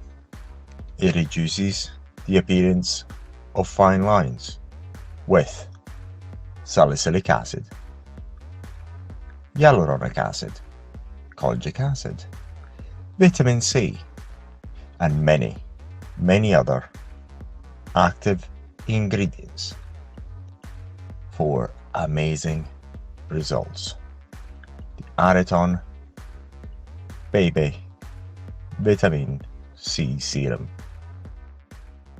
Chapter 3. The Evidence. Disproving that HIV causes AIDS. Scientists do not believe they have evidence. There is no such body of knowledge with reference to HIV as the cause of AIDS. Kary Mullis, Nobel Prize laureate, 1993. The presence of what they call HIV in the disease is no more proof of cause than the presence of flies in garbage proves flies as the cause of garbage. T.C. Fry, author and publisher, Healthful Living magazine. Definition of terms. All definitions cited are taken from Dorland's Illustrated Medical Dictionary. Fact. That which is proven and known to be true. Hypothesis. A proposition, mere assumption or guess. Etiology. The study of the causation of any disease, the sum of knowledge regarding causes. Syndrome. A set of symptoms which occur together, the sum of signs of any morbid state, a symptom complex. Disease. A definite morbid process having a characteristic train of symptoms. AIDS. Acquired immune deficiency syndrome. Etiology. Fact. It is more than 12 years after the discovery of AIDS, yet not one single reference paper exists in the peer-reviewed literature or in any literature proving that HIV causes AIDS. In other words, no experimental proof whatsoever has been offered to establish that the retrovirus, which cannot even be found in more than 50% of the individuals with AIDS, has anything at all to do with the phenomenon that came to our attention in 1980. All that has been offered is a far less than coincidental evidence. The only scientific evidence that exists with reference to HIV causing disease is that it induces mononucleosis-like disease within 2 to 8 weeks after infection, induces immunity, and then does nothing else, even in immune-suppressed individuals. With incredibly sensitive techniques that have been recently developed, a very minute amount of viral activity can be detected biochemically, which is 1,000,000 times less than what is necessary to cause disease. Still, the virus cannot be detected in more than 50% of the AIDS cases. To propose that so few viruses could be responsible for disease, let alone death, is an absurdity not even worthy of an idiot. It is the ridiculous equivalent of saying the presence of flies in garbage proves that flies cause garbage. This is the caliber of scientists supported by our tax dollars. Let's demand a refund.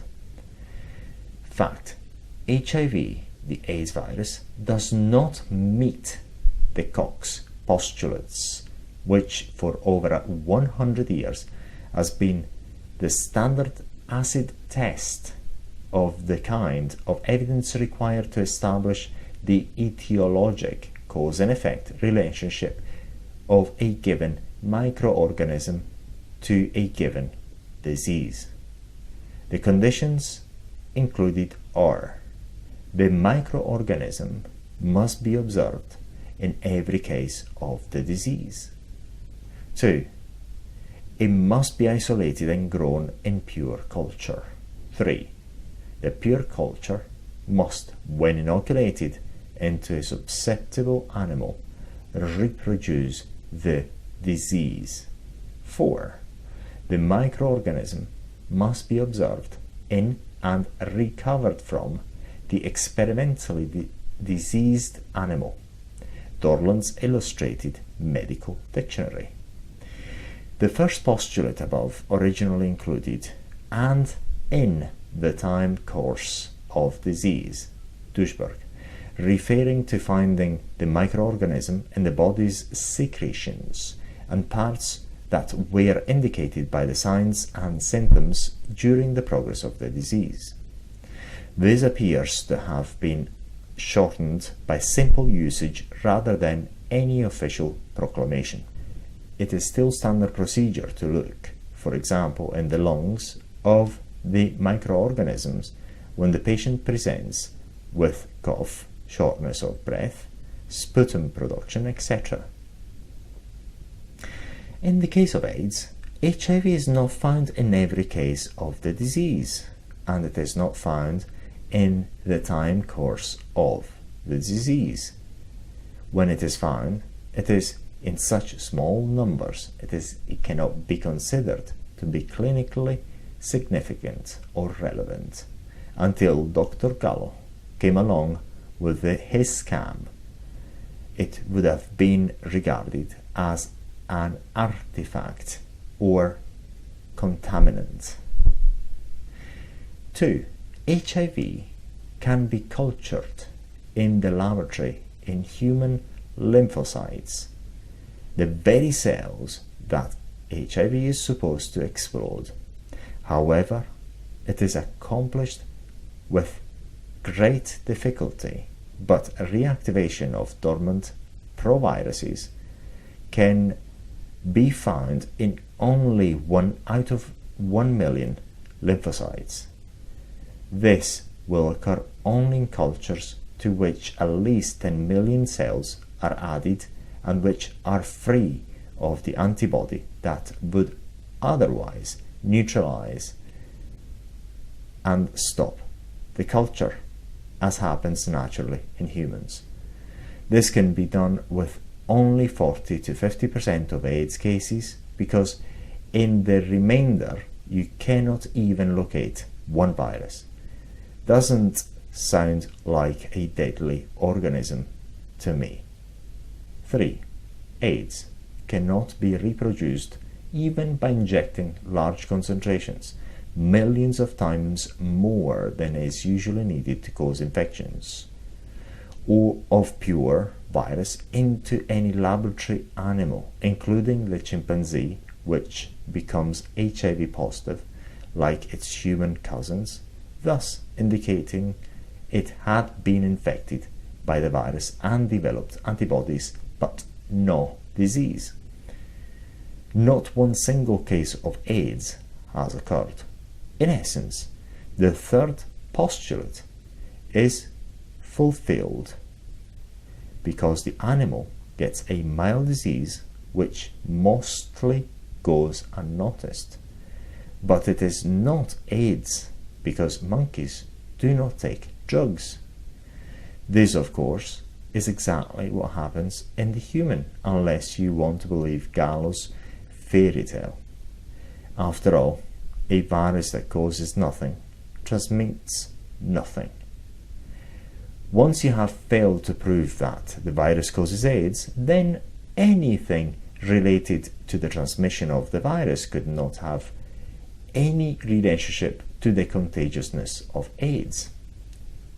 Fact: the cause of AIDS was discovered by government fiat. Dr. Michael Lange, specialist in infectious diseases. It was not decided by any scientific body or consensus of scientific research when it was originally named in 1984. Not one scientific paper had appeared in our scientific literature. The whole concept of scientific proof by consensus opinion is as valid as believing that elections give us the best candidate. Fact: AIDS is a syndrome, not a disease.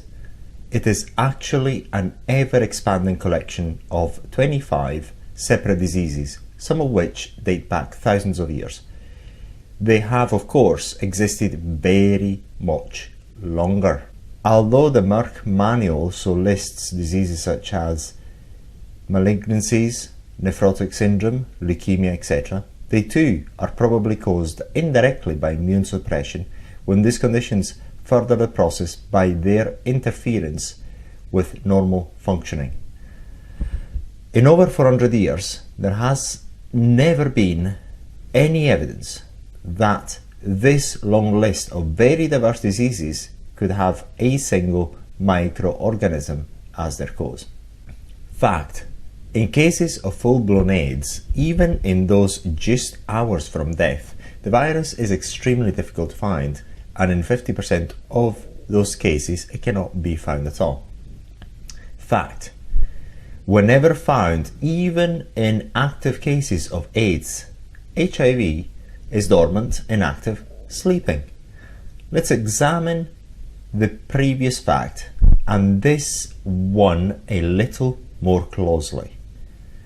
We are asked to believe, without any proof whatsoever, that HIV can do something that no other microbe has ever done.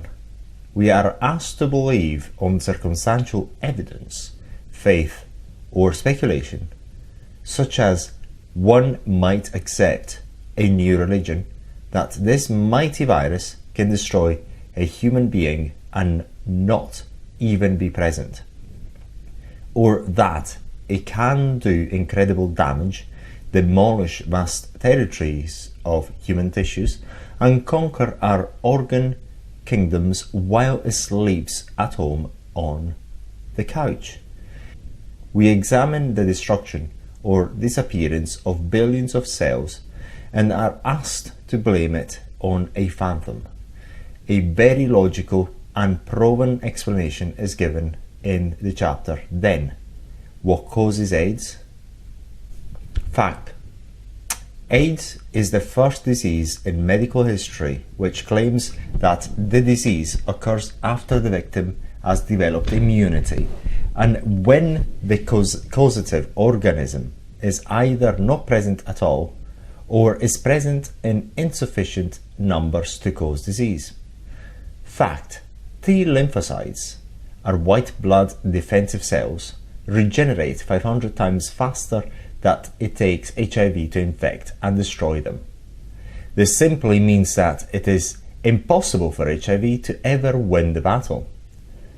It's like saying you are going to conquer China by shooting 3 soldiers a day, Duisburg, while their army increases by 1,500 troops daily by addition.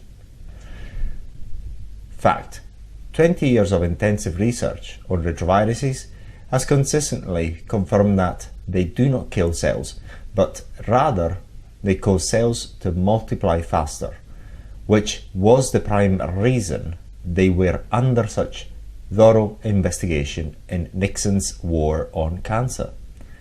Therefore, it is ludicrous to believe that it could cause diametrically opposite diseases which in one case destroy cells, pneumocystis pneumonia, and in another case causes cell proliferation, Kaposi sarcoma.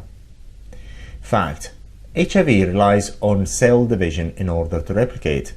Therefore, dementia cannot be explained on the basis of HIV because neurons, brain tissue, do not divide. The only things they found in the brains of autopsied AIDS victims were spirochetes, syphilis and parasites. No HIV. I studied that in school 35 years ago when HIV hadn't been invented. Fact: HIV is not prolific. Unlike all other retroviruses, it is minimally active. Cultivating it in the laboratory is difficult, long and expensive. Fact: retroviruses have probably been more thoroughly studied than any microorganism in history, and the knowledge that has been gathered is vast and comprehensive. There is nothing in all that thoroughly exhaustive information that supports any of the hypotheses put forward on AIDS. Fact: HIV can only be grown and replicated in the absence of antibody, and in the very same lymphocytes it is supposed to be destroying. If antibody is present in the culture, as it is in humans, then HIV cannot be replicated at all. Fact: HIV has never been caught in the act of destroying lymphocytes by blowing them up so fast that they can't be seen. If you calculate the amount of P24 antigen usually reported and reconstruct the virus, there would have to be 1 million viruses per milliliter of blood. Surely, if you looked under the microscope, they would have to be everywhere, and you would have to see just one of them before it exploded. Fact: infected T lymphocytes are easily observed in culture. They continue to divide and are not destroyed, and the cells are not blowing up. Fact: AIDS supposedly occurs after antiviral immunity, as many as 65 years after infection, yet HIV is isogenic, the same genetically with all other retroviruses, and thus not possesses a special latent AIDS-specific gene. In other words, there is no genetic evidence to support any of the claims being made. Fact: in the United States, Europe and Asia, AIDS is comprised of 25 diseases. In Zaire and most of Africa, AIDS has 3 symptoms, i.e. fever, wasting, and diarrhea. This is impossible if they are supposed to be caused by 1 or 2 similar viruses. All other known viral diseases, measles, mumps, chickenpox, etc., are the same in all countries. Every physician knows that there are 2 rampant problems that exist in Zaire, which are characterized by those 3 symptoms: starvation and parasitic disease. Dr. Anthony Fauci, the director of the National Institute of Allergies and Infectious Diseases, a cohort and supporter of Gallo, published a paper in 1985 in which he stated that the world's #1 cause of T-cell depletion was malnutrition. Fauci also knows that malnutrition is the #1 cause of immunodeficiency diseases. Fauci must be suffering from memory deficiency caused by those well-known corrupting organisms, power and money. Fact: HIV appears, according to official explanation, to adopt a country-specific pathology that changes according to the nation to which it travels. So, as you see here, there are very many parallels between the scamdemic of 2020-2021 and what has happened with HIV AIDS. The same Fauci is actually involved, and in China, where these lockdowns have been institutionalized, despite the lockdowns and the testing and the quarantining, forced quarantining, they're saying that the virus is still very potent over there. Yet here in 2022, when we're filming this in 2022, it's July, there's no masks, no quarantines, nothing, absolutely nothing. So that tells you a very interesting story. It is a very intelligent virus, to say. Amazing for a virus, 1/1000th of the size of a cell, that can't even move on its own and is actually a dead piece of tissue. Incredible for a microorganism that hasn't enough genetic coding to run anything more complex than an electronic watch. Duisburg. Yet, it can tell if you're gay or straight, male or female, white or black, whether you are from Zaire, Haiti and the United States, whether you were born in the United States or just visiting with a green card.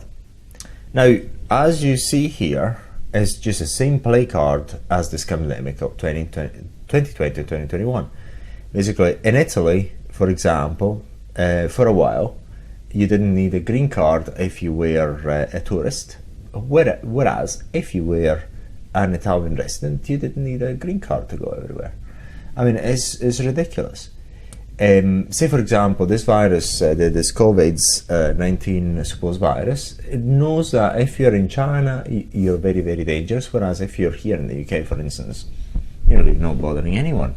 It's just incredible. It's so intelligent, it's incredible, and changes its behavior according to what nation, not mainly, because the people, when they come from China to here, to the UK, they just don't bother them anymore. But when people go to China, it really bothers everyone.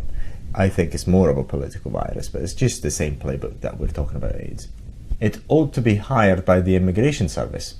Duisburg points out that the DNA of the virus is only 9 kilobytes of information stored within it, literally a minute fraction of the information needed to be that intelligent. In fact, in 1989, the New England Journal of Medicine reported that transfusion recipients who were HIV positive had a lower death rate than those who were HIV negative. They also concluded that the death rates were determined by the number of transfusions and other factors. Therefore, HIV obviously is not the cause. Fact: transfusion of HIV-infected blood was reduced tenfold in 1986 after the HIV test became available in 1985. The latent period, the time between the infection and the development of or appearance of the disease of AIDS in children, is said to be 2 years. This should have virtually eliminated the incidence of AIDS in transfused children. However, the incidence of AIDS in those children tripled. Please do not mind if I repeat that one. In spite of the fact that there was no virus in the blood, AIDS increased by 300%. The incontrovertible and indisputable conclusion: HIV does not cause AIDS, and it is not even necessary for AIDS. But repeated transfusions with immunosuppressives in factor 8 do. See the section of hemophilia. Fact: although claimed it is virtually impossible that two viruses, HIV-1 and HIV-2, that are 60% genetically different could cause the same syndrome. Fact, HIV activity is just as low, very, very low, and asymptomatic HIV positive carriers as it is symptomatic carriers AIDS. It is absolutely unheard of in any other disease known to medicine. Fact, no one virus, or even two, could likely cause over 25 diverse diseases. If the basic concept is that HIV destroys the immune system's defense of the body, for which there is no proof at all, then you can expect that hundreds of diseases will eventually be added to the list. In that way, the epidemic can be increased as needed in order to stay in the limelight, stir up more fear and hysteria, and up the profits. Fact, no virus could take so many years to cause a primary disease. None are known. This is not at all characteristic of a retrovirus. The longer the conspirators extend the latent period, the less likely the scam will be discovered and their chances of having to pay for their own crimes. Why not say that everybody eventually dies from the chickenpox? That it is mysterious in the way it does it. That it can take from 2 to 65 years. Go ahead, prove me wrong. Fact, HIV violates all conditions of classical viral pathology. If you believe any of the 41 or more hypotheses, there is no scientific evidence for any of them.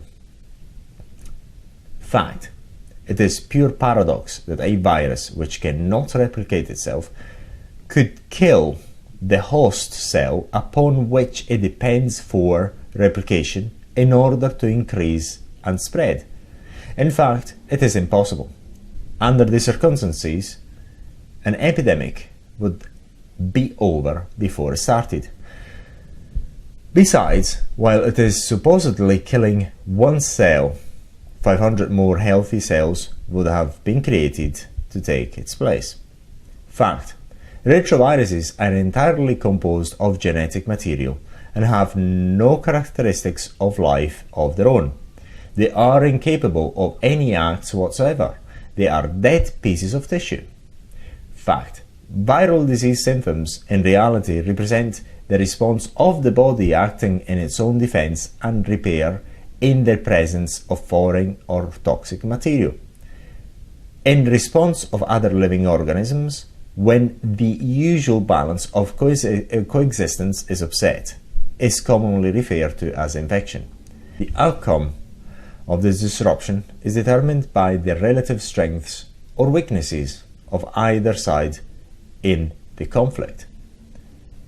Fact, it is unlikely that a single virus can cause both cell proliferative growth and multiplication diseases as in Kaposi sarcoma and cell destructive disease as in pneumocystis pneumonia. These are two completely opposite disease processes. Fact, it would be rational to conclude that an already immunocompromised individual could succumb to a virus infection. However, in the case of HIV, there is not one iota of evidence that HIV causes anything except possibly a mild flu. It is true of all retrovirus and proven by 20 years of intensive research. Fact, the photographs displayed by Dr. Robert Gallo purported to be HIV invading but not destroying a cell were actually photos of phagocytosis, which is exactly the opposite, the process by which the cell engulfs the virus. Fact, Dr. Gallo also discovered HTLV and claimed, but failed to gain acceptance, that it caused human leukemia. He likewise claimed that it was sexually transmitted and had a latent period of 40 years. But of course, no one has gotten it yet because the victims would have to reach an average age of 60 before they came down with it. By that time, Dr. Gallo and his theories will long be forgotten, but his reputation may live in infamy. That theory was rejected. His current theory is just as fallacious. Why was it accepted when there is no hard evidence to support it? Fact: Dr. Gallo also reported that AIDS came from Haiti, in spite of the fact that HIV antibodies were discovered in frozen blood samples in the United States 50 years ago.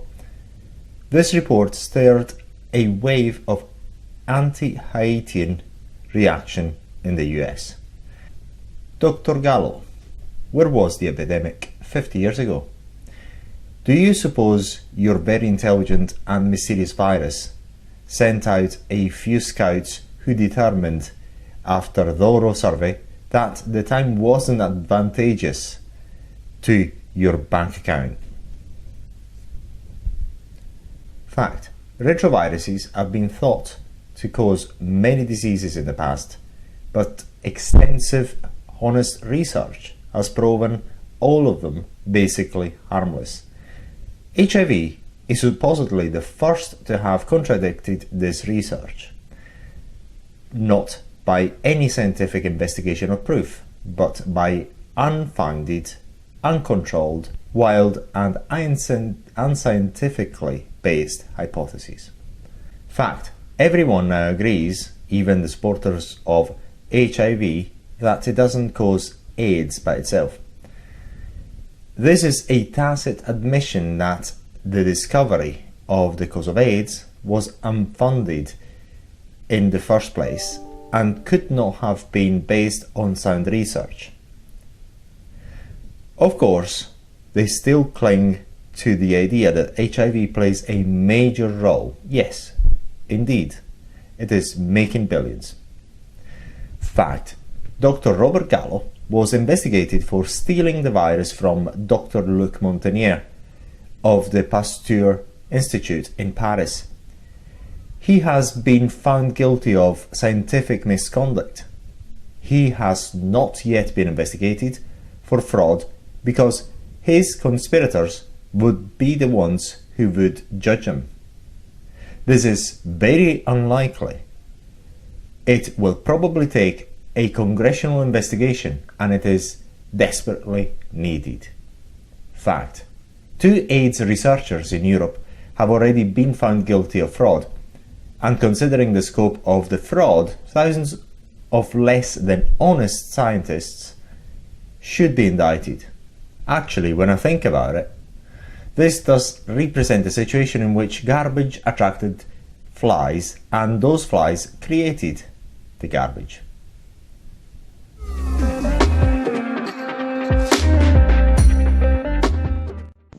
The sample remover, the 70% glycolic acid with kojic acid, vitamin A, an amazing gel that is used for deep cosmetic peels, acne scar attenuation, chicken pox scar attenuation, brown spot removal, age spot removal, skin rejuvenation, crow's feet attenuation, upper eyelid tightening, lower eyelid tightening, and many other applications.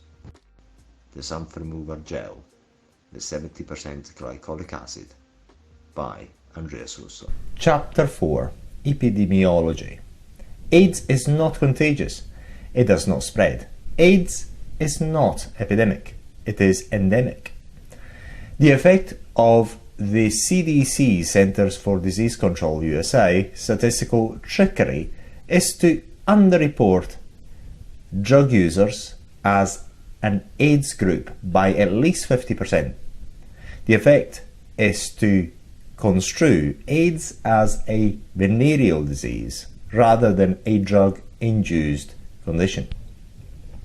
Definitions: epidemic, prevalent and spreading rapidly among many people in a community as a disease.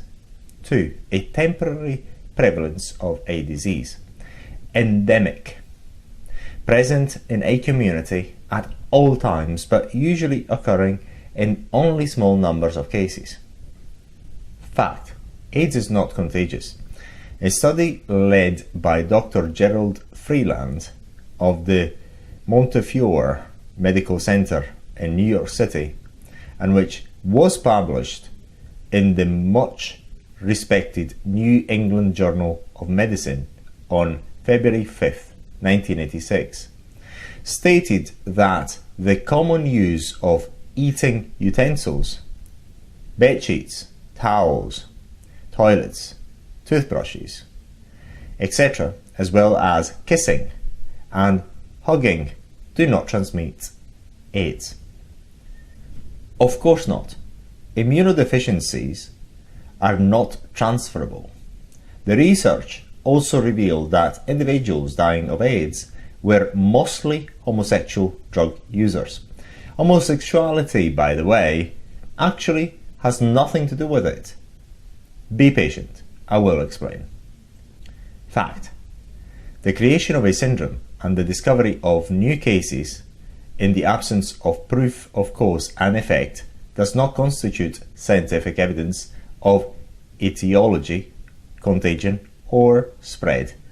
Traditionally in medicine, a syndrome is a set of symptoms which occur together, the sum of signs of any morbid state, a symptom complex. The word disease does not appear in the definition, and therefore AIDS should not be referred to as such. Fact. Standard basic epidemiological studies have not been done. This is unheard of, unbelievable, and ludicrous in light of the disastrous nature of this so-called epidemic. The Department of Health and Human Services is guilty of gross negligence, malfeasance, and conceivably may be involved in a conspiracy to defraud resulting in manslaughter. The extremely deficient epidemiological correlation between HIV and AIDS formed the primary basis for the AIDS hypothesis.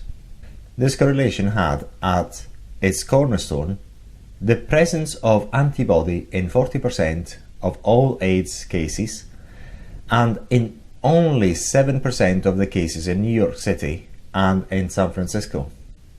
The hypothesis was also based on the occurrence of AIDS in 1 to 2% of hemophiliacs annually. See the discussion on hemophiliacs. All of the statistics, reports, and plain old common sense indicate that HIV is nothing more than one of the secondary diseases that may occur when there is already an immune deficiency. Yes, this is truly a situation in which a bunch of flies are creating garbage. It is incredulous that with this very questionable evidence, where 60 to 93%, according to various studies, of the victims showed no confirmation of HIV, that the virus could be designated as the cause of AIDS.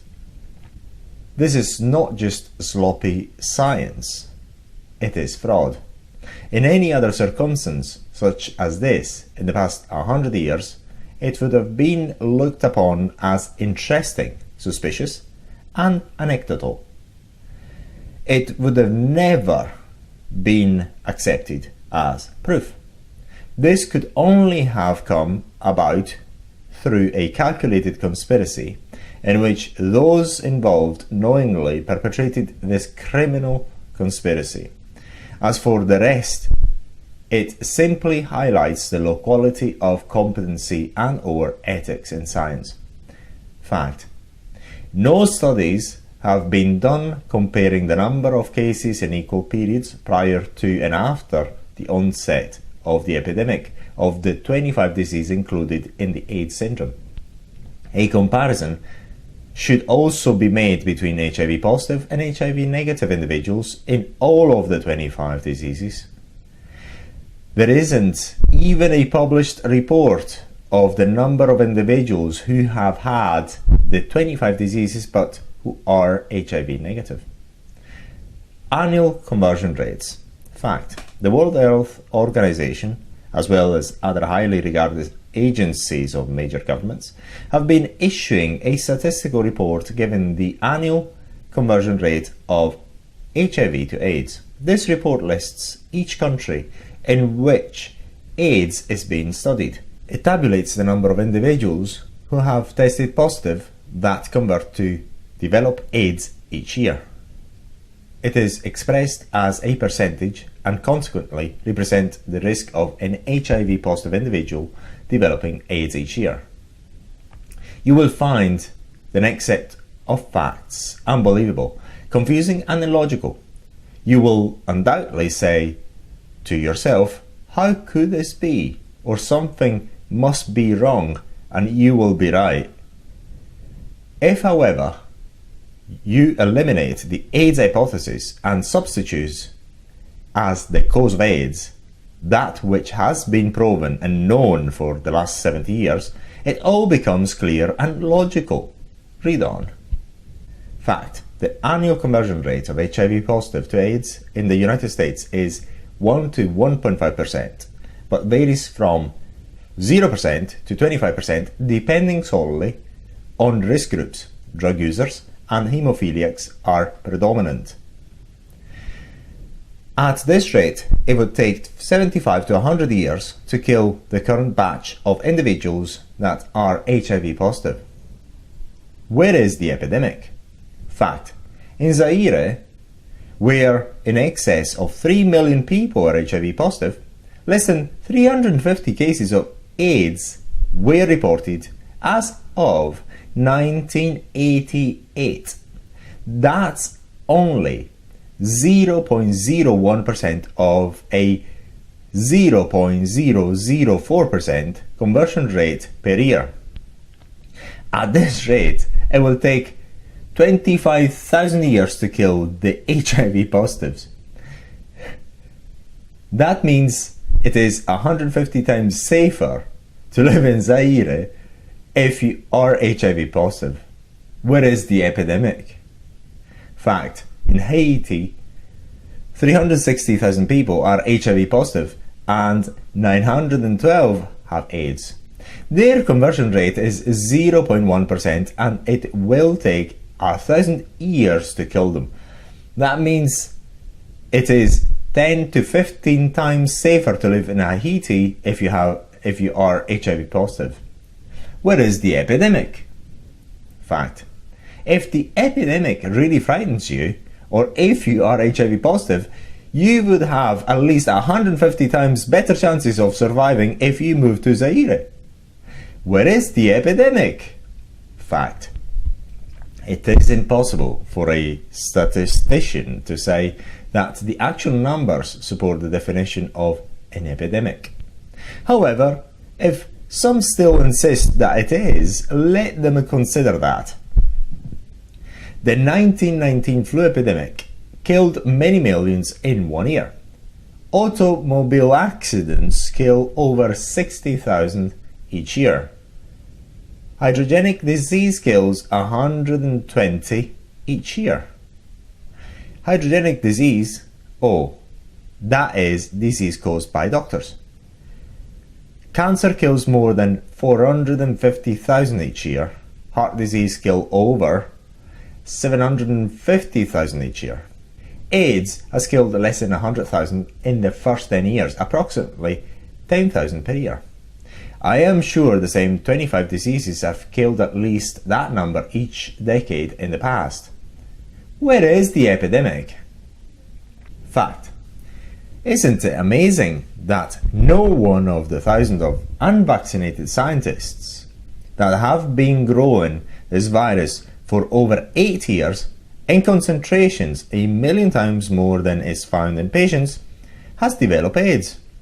In the past, virtually every disease organism cultured and investigated in the laboratory has resulted in a proportionately larger number of cases of the correspondence disease amongst the laboratory scientists. Fact: it is equally amazing that the number of HIV positive individuals has remained constant between 1 to 1.5 million since the epidemic began. Fact: it is astonishing and amazing that out of over 2,000 recorded needle sticks amongst health workers, only 20 became HIV positive, and not one case of AIDS has yet to occur. And this is with direct inoculation. If one dies, look for evidence of drug use, particularly drug therapy with AZT, the drug used to treat AIDS. Fact: from 1985 to 1992, there were 12,000 deaths each year from AIDS. In 1992, the number increased suddenly to 15,000. Why? Because they added 5 new diseases to the AIDS definition. The actual number of cases of AIDS was on the decline until they added more diseases to the list, and still the number of new cases grew very slowly. They had better add some new diseases soon. Where is the epidemic? Give them time. They are creating it. Note: the projections for the number of AIDS victims made 10 years ago for what would exist today was 9% correct or 91% wrong.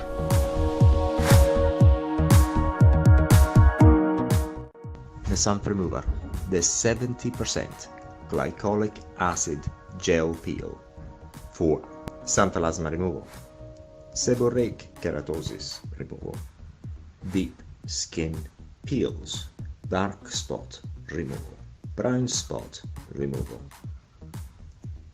age spot removal, acne scar attenuation and removal, chickenpox scar attenuation and removal, stretch marks removal, skin rejuvenation and skin brightening. The sump remover has been sold in tens of thousands the world over. Get this amazing cosmetic peel today. This program has been brought to you by Andreas Russo and Areton Ltd. Chapter 5. AIDS is not transmitted sexually. The fact is, the whole heterosexual AIDS thing is a hoax. Gordon Stewart, British epidemiologist, World Health Organization. The impossible scheme. The claims for the sexual transmission of AIDS have gained the most notoriety and have caused the greatest concern for the world.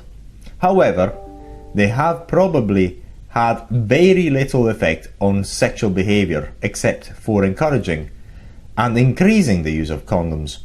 The use of condoms amongst those whose lifestyle includes multiple sexual contacts has been beneficial in curtailing the sexually transmitted diseases such as non-specific urethritis, trichomoniasis, chlamydial infections, genital candidiasis, genital and anorectal herpes, warts, scabies, etc., syphilis, gonorrhea, and more. However, it will not have any effect on the spread of AIDS. This will become obvious from the evidence presented. The claims made with reference to AIDS being contagious and spreading are not valid, inconsistent with the facts, without proof, prejudicial, and intentionally distorted. Therefore, this subject will be discussed, reviewed and analysed from several aspects in order to arrive to a rational, verifiable and truthful conclusion. The factual evidence supporting the sexual transmission of AIDS is non-existent. What evidence there is in the literature would normally lead any knowledgeable and by scientific investigator to the inevitable conclusion that HIV is extremely difficult to transmit sexually, and under those conditions an epidemic would be impossible. But it does not make any difference because HIV does not cause AIDS. Therefore, AIDS does not spread. Where is the virus? Fact. A study from Gallo himself, the usurper of the AIDS virus from France, and retrovirologist with the National Cancer Institute, claimed he found HIV in the semen of just 2 AIDS patients, but neglected to state how many patients' semen he had to search through in order to find those 2. He did not even document how many viruses he found per million sperm. This lack of information does not meet the standards for a scientific paper and, in fact, bespeaks of a rank amateur or a fraud. It is incredible that this kind of garbage was given any attention at all. In fact, a review of the literature is remarkable for the absence of supporting pertinent data, which is usually mandated in most scientific research articles. If Dr. Gallo had found any other organism in the sperm of an AIDS sufferer, would he have pronounced it as the cause of the disease? Not on your life. Those tests are either unpatentable or already owned by someone else. Fact. In one study, only 4 out of 25 HIV positive men had HIV in their semen. Fertility and Sterility, a scientific journal. This is hardly convincing evidence that there is anything other than the possibility that it may be a marker rather than the cause. In other words, the presence of the virus, which they call HIV, could indicate that someone who is already immune deficient could be vulnerable to it and therefore succumb to infection. However, because HIV is so harmless, even someone with immune deficiency can form antibodies to defeat it. Fact. Other studies have shown the presence of the virus in the semen to be as little as 8% and as high as 30%. This is not acceptable as evidence of the cause and effect from a scientific point of view. It is not impressive at all, especially since it has never been proven that the virus causes AIDS. In the study, which is indicated the incidence of 30%, there was only 1 virus per million sperm, which is absolutely non-sufficient to spread an infection. Extracted from an interview by Celia Farber with Dr. Robert Root, Professor of Physiology, Michigan State University, and presented in her outstanding article, Fatal Destruction, Spin Magazine, June 1992. Fact. The NIH lied when they claim that in one study reported in the Journal of Acquired Immunodeficiency Syndrome in 1992 that HIV was found in the semen in all of 28 subjects studied. What they found were antibodies, not viruses. Antibodies do not infect. The virus was found in only 7. Again, in numbers too small to cause infection. Our taxes reward liars and total incompetence. Fact. There are no studies published, reported, or rumored that have demonstrated the virus in the semen in quantities large enough to be infectious. Incredibly, most studies involved less than 30 patients. In fact, the Journal of Infectious Diseases, September 1991, reported a study of 50 semen specimens taken from only 21 asymptomatic or minimally symptomatic HIV antibody positive men. Although HIV was isolated from 15 to 30% of the specimens, there is no indication of how many patients that represented, because obviously one must assume that more than one specimen was obtained from each patient. The average number of specimens taken was 2.4 per patient. This could indicate that as little as 1 or as many as 3, 4 or more could have come from each patient. This kind of reporting is sloppy, misleading, and not atypical of the entire AIDS fraud and the caliber of research relied upon. In addition, while there were 3 specimens from 3 patients with AIDS, only 1 out of 3 was HIV positive. It is interesting that the incidence presence of HIV was the same in both asymptomatic and AIDS patients. Statistically, this renders the study as totally meaningless in support of the AIDS hypothesis. This report actually indicates that HIV is a coincidental worthless finding. This is unheard of in the history of disease. Certainly, one would expect that the active disease would demand an increase in the presence of greater numbers of the virus. It indicates total dishonesty and an insult to the intelligence of scientists, except for those growing numbers who are challenging this felonious tragedy. Fact: all sexually transmitted diseases spread indiscriminately and rapidly, except AIDS, and the organisms are found in the semen abundantly. Duisburg, and every medical text I have ever read. Isn't it strange and amazing that a virus can be accused of doing so much and not even be where it's needed, at the scene of the crime? It boggles the mind that, as we are near the 21st century, a handful of dishonest scientists can knowingly concoct and incredulous stories without even a minimum of scientific proof and have it believed. It challenges one's sanity that they can invent more than 140 preposterous speculations, all prefaced by "we believe" and unsupported by even one scientific study, and have them believed. Then it all becomes clear: a lie involving uncommon technical information, prompted by money and power, told in reference to a sensational and frightening phenomenon, abated by unscrupulous politicians, reported by an unfamiliar and uninformed press corps, printed and disseminated by newspapers and periodicals owned or influenced by advertising dollars from pharmaceutical industry, oil and chemicals, the truth censored, rejected from publication by the same forces. And yes, it all becomes clear. Even if the whole world believed a lie, it could not make it the truth.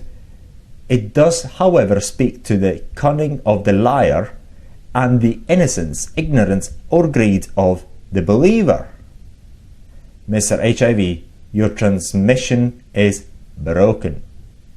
Fact: in 1984, 4 women who received infected donor semen developed HIV antibody. However, none have developed AIDS or transmitted the virus to their husbands, reported from Germany. Even though it involves a small number, this study is exceptionally important because it is very close to representing a direct injection of the virus. It highlights the great difficulty involved in transmitting the virus and why, even if the virus caused a mild flu, it would be impossible for it to cause an epidemic. More importantly, in this study, neither the women nor their husbands developed AIDS, and they won't unless they are given AZT or start taking other drugs. Fact: a study was done of 8 HIV antibody positive married men whose wives were tested after having had several hundred sexual acts with their husbands. The results showed that only 12 of those spouses became HIV positive. No cases of AIDS were reported. How many of these used drugs? I guess the review committee let this one slip by. It appears that the question is being avoided in spite of the fact that drug use is believed to be a significant cofactor. It is interesting that they did not comment that the study was strong evidence that the virus was not what it cracked up to be, and that sexual transmission is a very inefficient way of spreading this innocent virus. Fact: several studies have calculated that it takes from 500 to 1,000 acts of unprotected sexual encounters before an HIV negative partner seroconverts to HIV positive. Strong evidence of coincidence, but not of the transmission necessary for an epidemic. No mention was made of AIDS. Fact: AIDS is not spreading amongst female prostitutes, a group at incredible sexual risk, even though many do not use condoms. It would not make any difference because the virus has rarely been demonstrated in semen, and there are no reports of it spreading in sufficient numbers to cause an infection. Fact: AIDS in females is common only amongst those prostitutes who use drugs. Fact: in a period of over 10 years, there has been only 11 documented cases of female to male transmission in 30,943 men with AIDS. That's only 1 in 3,000. It is less dangerous than driving a car. Has anyone given up the family car? This virus should also be arrested for sexual discrimination. Was it transmitted, or did the mates take drugs also? Fact: the testing of 4,097 pregnant women in London yielded only one HIV positive who was not of high risk group, drug users, etc. No AIDS was reported. Fact: from 1981 to 1988, there were only 1,649 sex-linked but not proven AIDS cases out of more than 125 million women in the United States. This represents an incredible incidence of 0.0000013%, and would even be smaller if corrected for the antibody negative women who might ordinarily have developed one of the 25 diseases over the same period of time. As Dr. Gallo has claimed, HIV must be a very intelligent virus. It apparently can differentiate between the sexes. It either likes women and does not want to hurt them, or does not like women and wants nothing to do with them.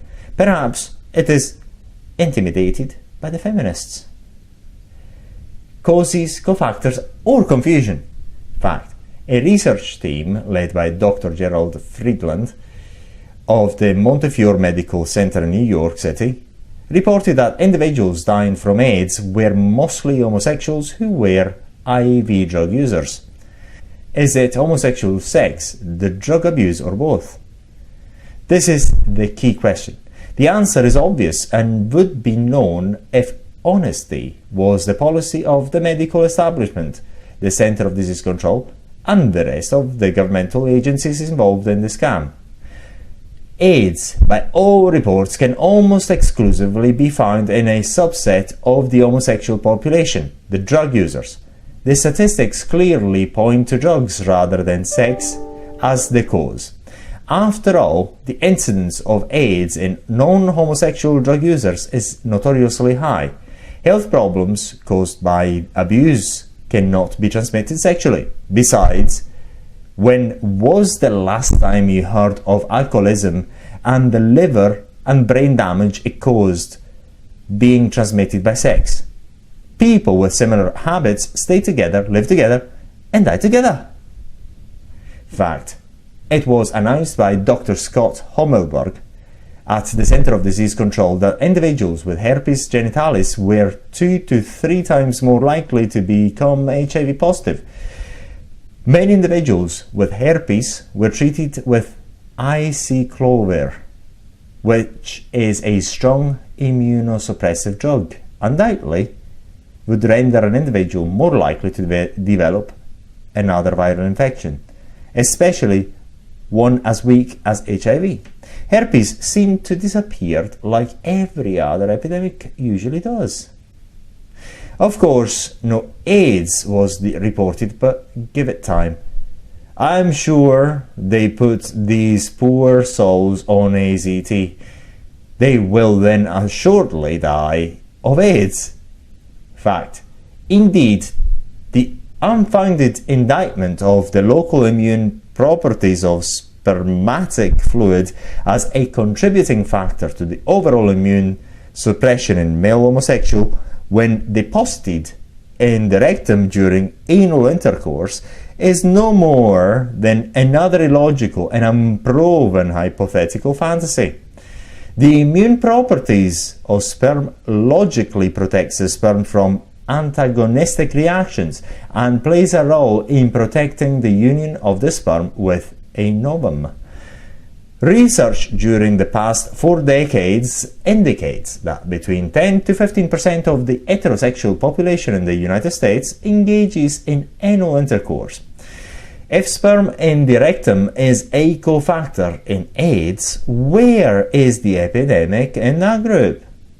Any conjecture about female resistance is pure speculation with no scientific evidence. Fact. Celia Farber, noted writer and investigator on AIDS, in her classic article Fatal Distraction, wrote that the media uses singular examples of unproven heterosexual transmission, instances designed to favour the dramatic terror-ridden Russian roulette models using cases in which people swear they have gotten AIDS from a single sexual act. This is typical of the idiotic scientific supporting evidence of nonsense that is quoted. She then points to the episode of Alison Gertz, who claimed that she got AIDS from a man she slept with in one occasion. Alison made the statement, and without proof or evidence, it is accepted as true.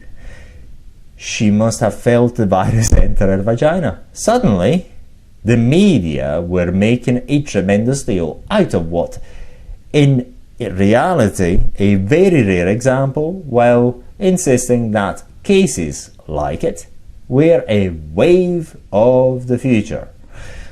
A vitally important fact to remember is that when you hear or read of one case out of the millions who are supposedly HIV positive, who claimed they had gotten AIDS from a man they slept with once, that is less than circumstantial evidence of transmission.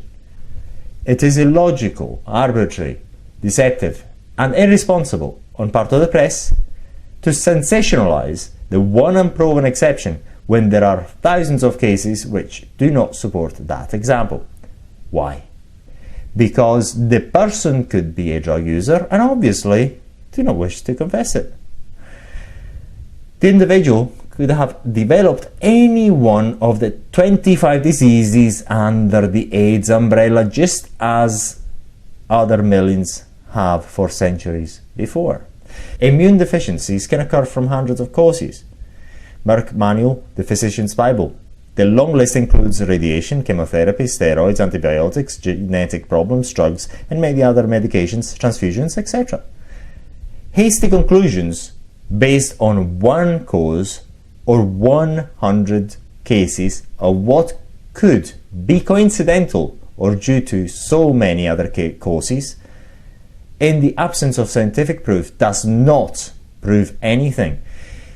We only have to look at recent medical political history to realize the cost in human life and money when we are panicked into leaping before we look.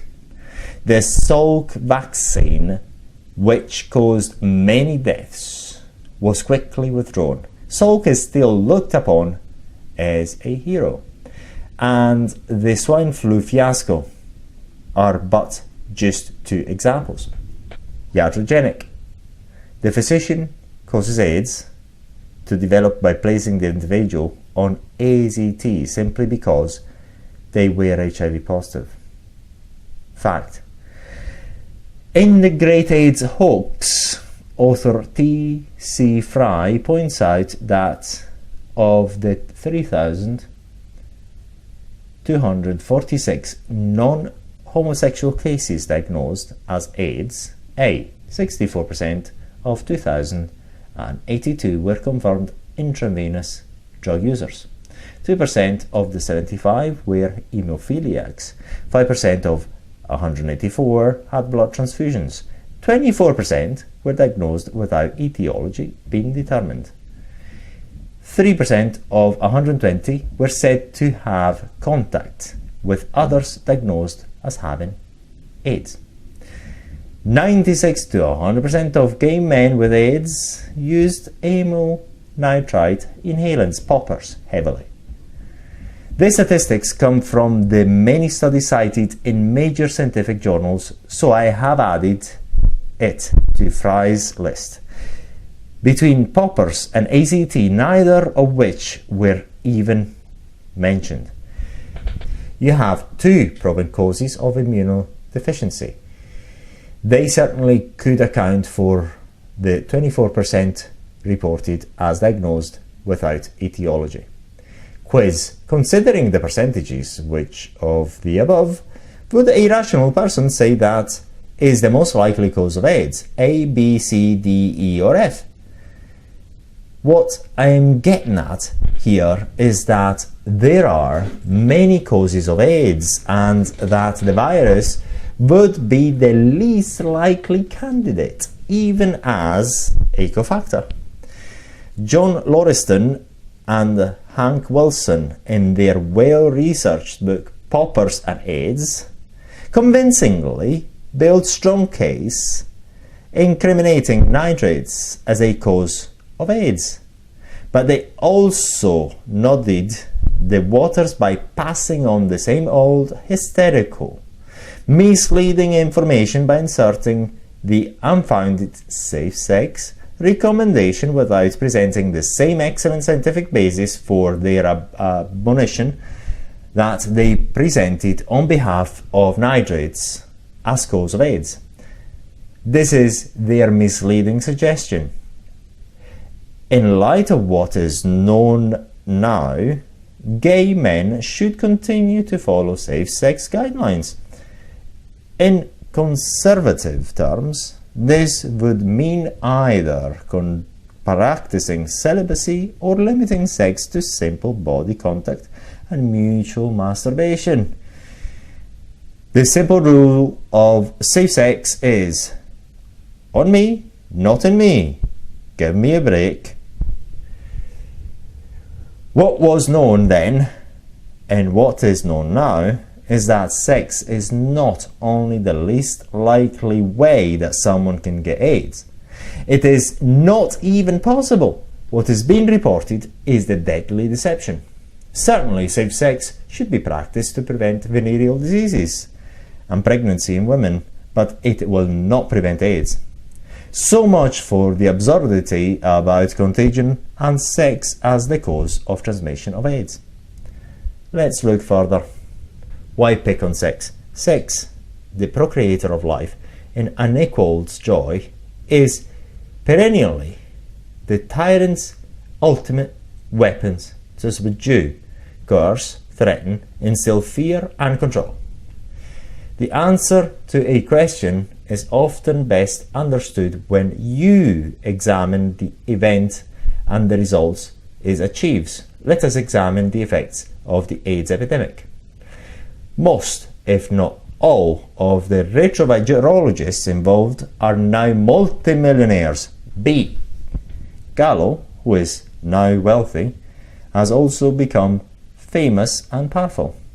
He has finally gained the recognition he had tried so hard to attain, but which he had failed to achieve for so many years through other bogus scientific claims that were rejected in the past.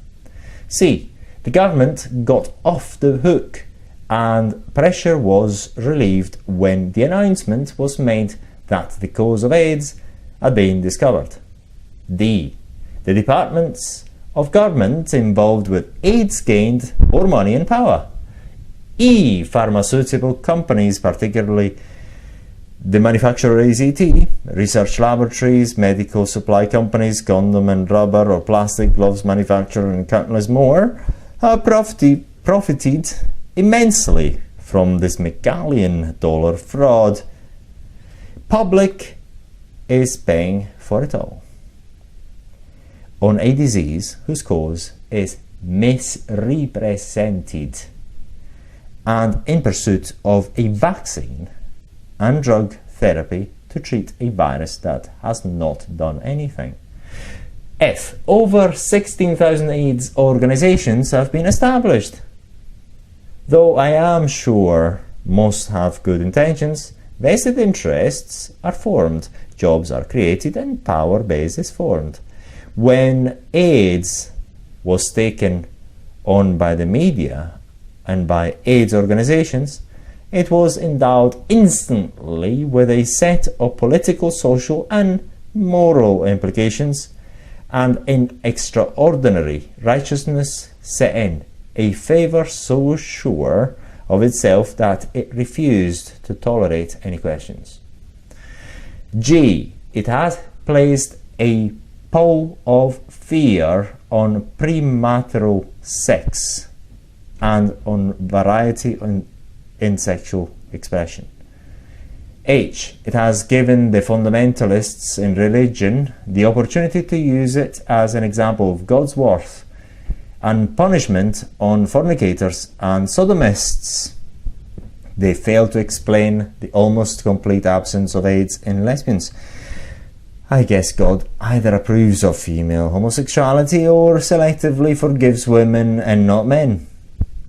Lesbians do not seem to be affected by AIDS unless they use drugs, of course. I. It stated an upsurge in gay bashing and took steam out of the gay rights movement. J. Haitian and African immigration was curtailed, and even political refugees have been turned away.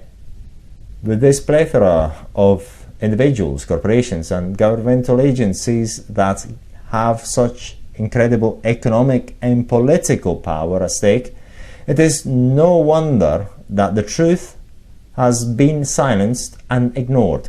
Many courageous scientists and physicians who have dared to speak up have lost jobs, grants, and licenses, while the perpetrators have prospered.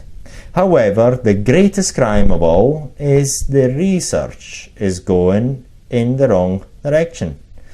We are ignoring over 20 years of expensive time and effort that proved that retroviruses were harmless to humans and are leaving hundreds of thousands of suffering and dying human beings at the mercy of a killing drug, AZT, with no hope of salvation.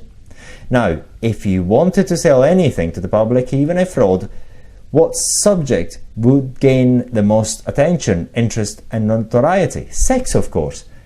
How a diabolically cruel, calloused, and insensitive it is for the medical profession and the government to perpetuate unfounded lies that attempt to, number one, impress homosexuals that their sexual preference and behavior is the reason that they become victims of a deadly disease, and therefore homosexuality is wrong and unnatural.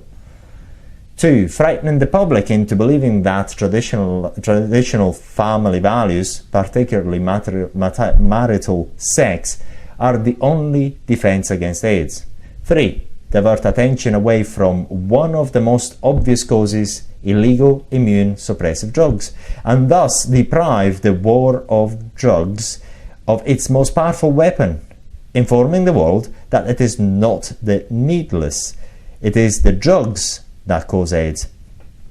4. Hide from the world the fact that many medicines, particularly AZT, chemotherapy, radiation, our usual diet, and their chemical biological pollution of our food, air, and water are the true causes of almost all immune deficiencies, chronic illness and cancer.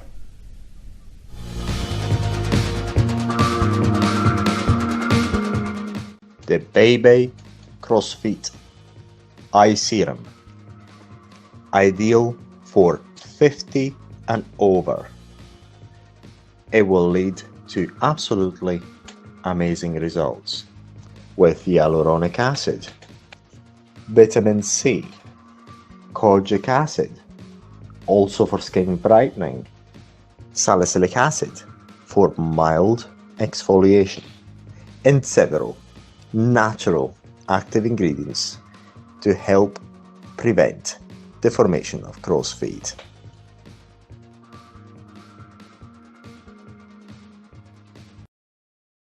Chapter 6. Then, what causes AIDS? I tried to show that HTLV1 was not involved in AIDS. All the journals refused to publish it. Dr. Joseph, founder of AIDS Medical Foundation. In this section, we will explore the known causes of the major diseases of AIDS, especially those that make obvious the reasons why they have occurred, mainly in the male homosexual drug user and hemophiliacs subgroup of the world. Fact: there is no scientific evidence that HIV, the so-called AIDS virus, causes AIDS. There are a large number of reference papers which already have established the many causes of immune deficiency and specifically many of the individual diseases that have been lumped under the AIDS label. In fact, all diseases occur almost exclusively in individuals who are immunocompromised to one degree or another. If this were not true, any deadly epidemic would have put an end to the human race long ago. It is ironic that the blind sheep of the medical profession in the matter of AIDS have accepted the presence of immunity as the cause of disease. It is more than ironic, it is frightening.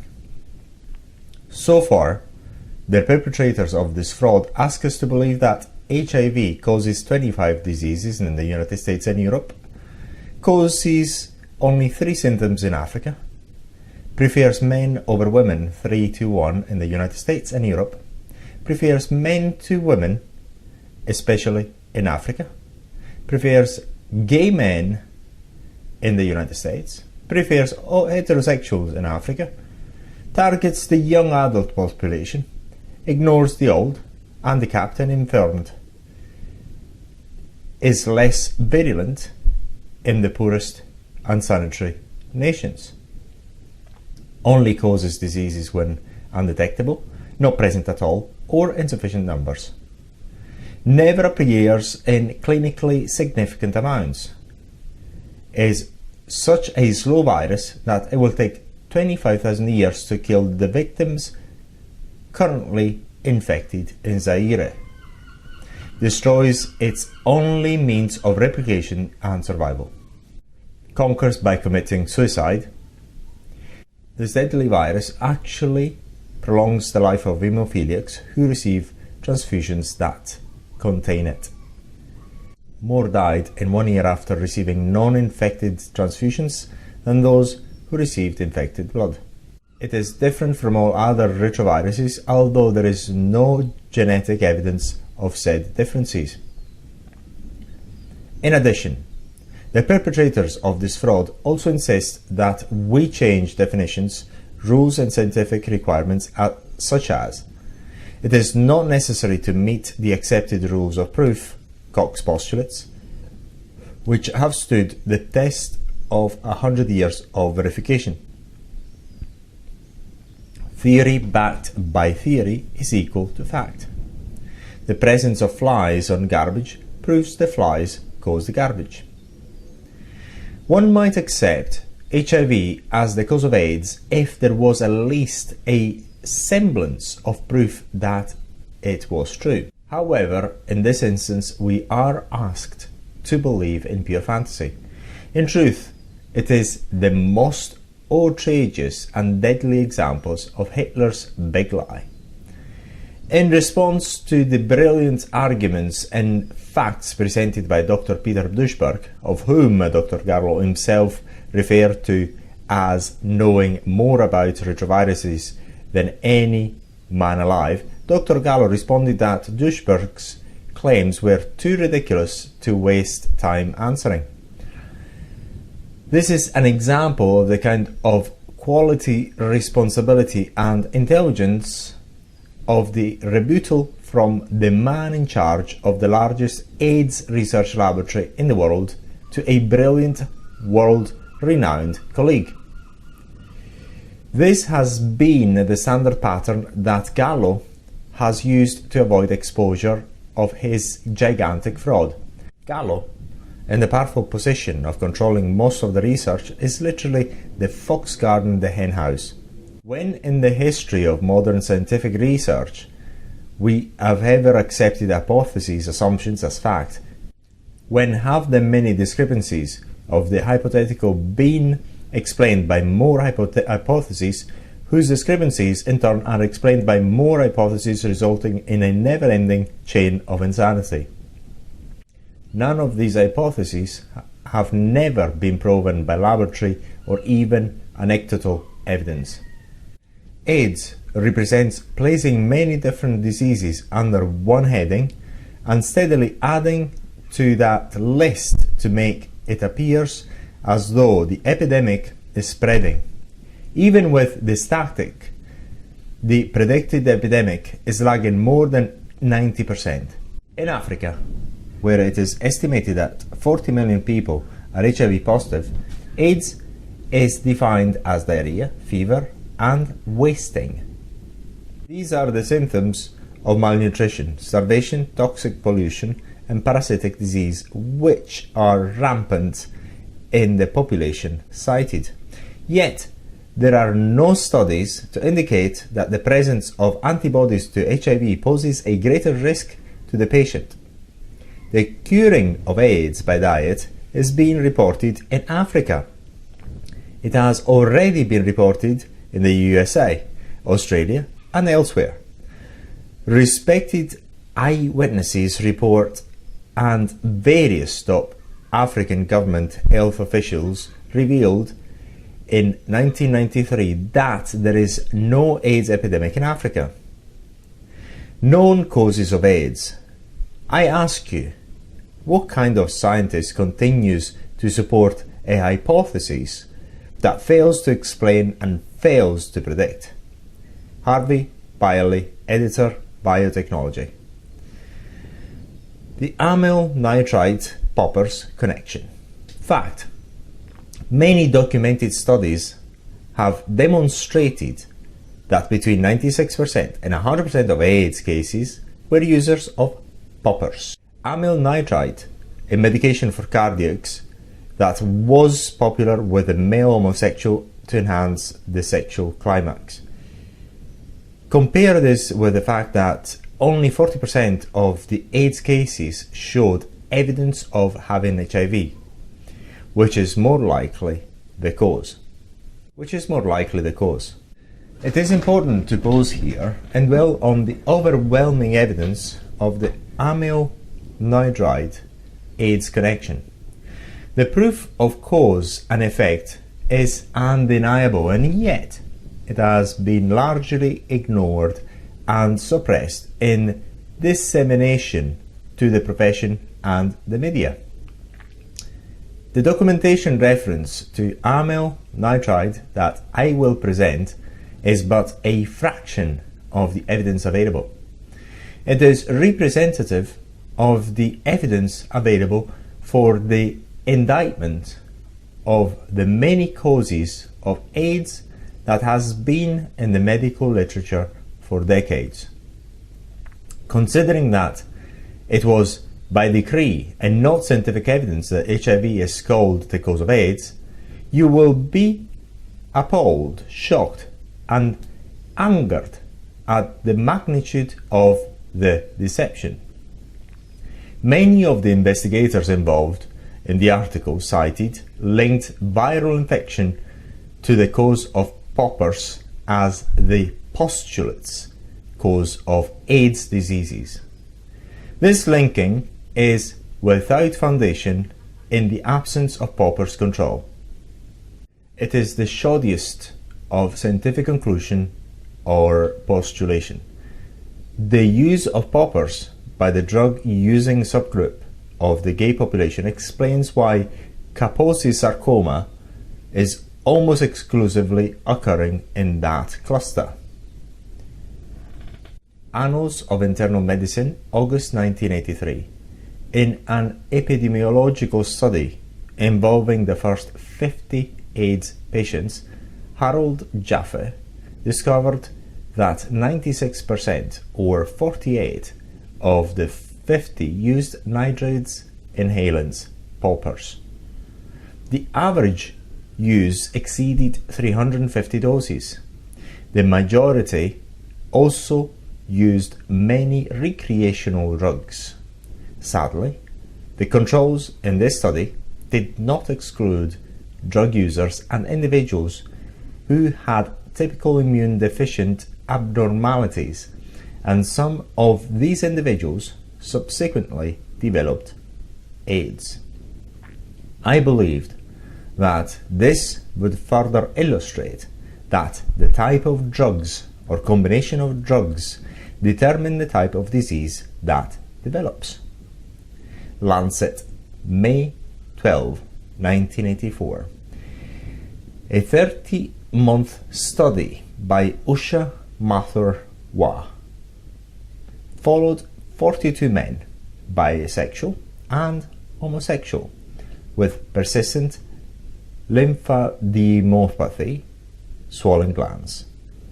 All of the subjects had inhaled nitrates, and many had used recreational drugs. None had used drugs intravenously.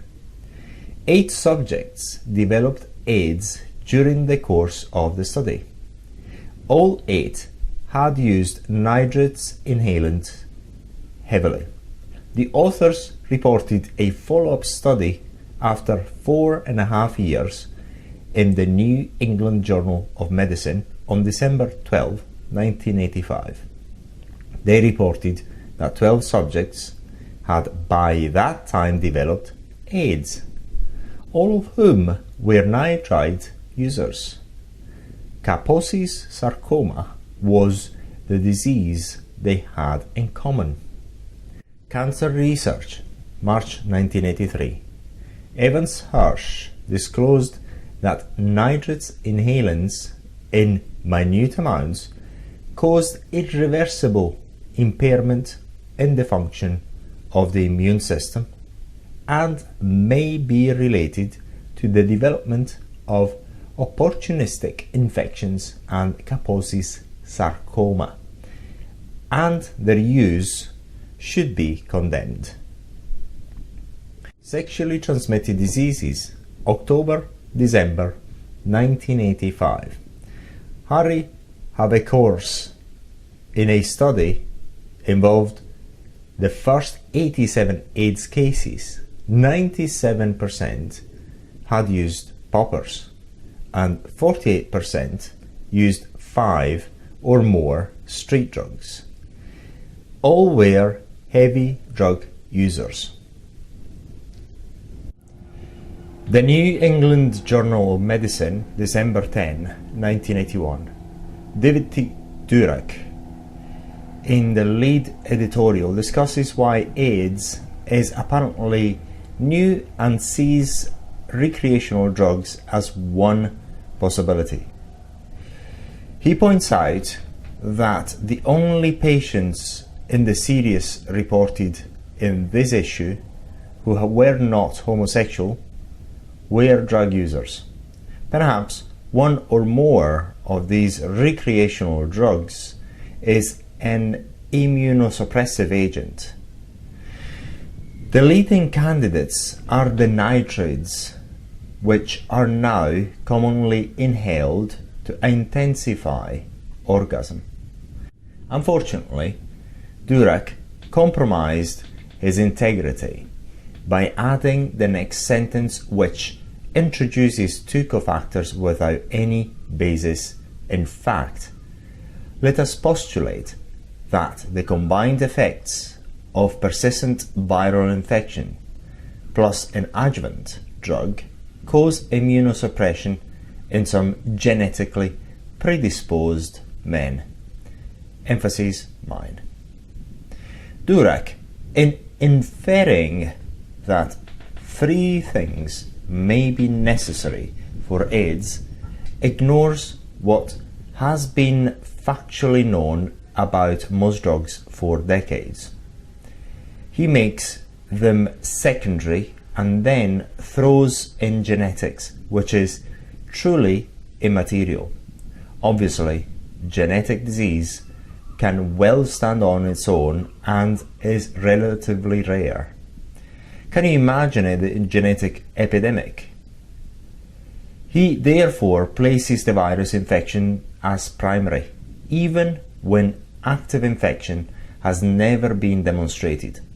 It must have come to him in a vision, because he certainly grabbed it out of the thin and very thin hot air. I suspect that if he did not respond in this manner, he would not receive any more grants. I would prefer the company and honesty of street prostitutes over Durack. At least they admit what they are, and they certainly do not mislead their colleagues or their clients. Perhaps Dr. Durack and the rest of the non-thinking members of the scientific community can explain the existence of the following documented realities presented in major journals at major seminars in 1992. A growing number of AIDS cases are being reported in which 1. The presence of HIV or even the antibodies to HIV has not been demonstrated. 2.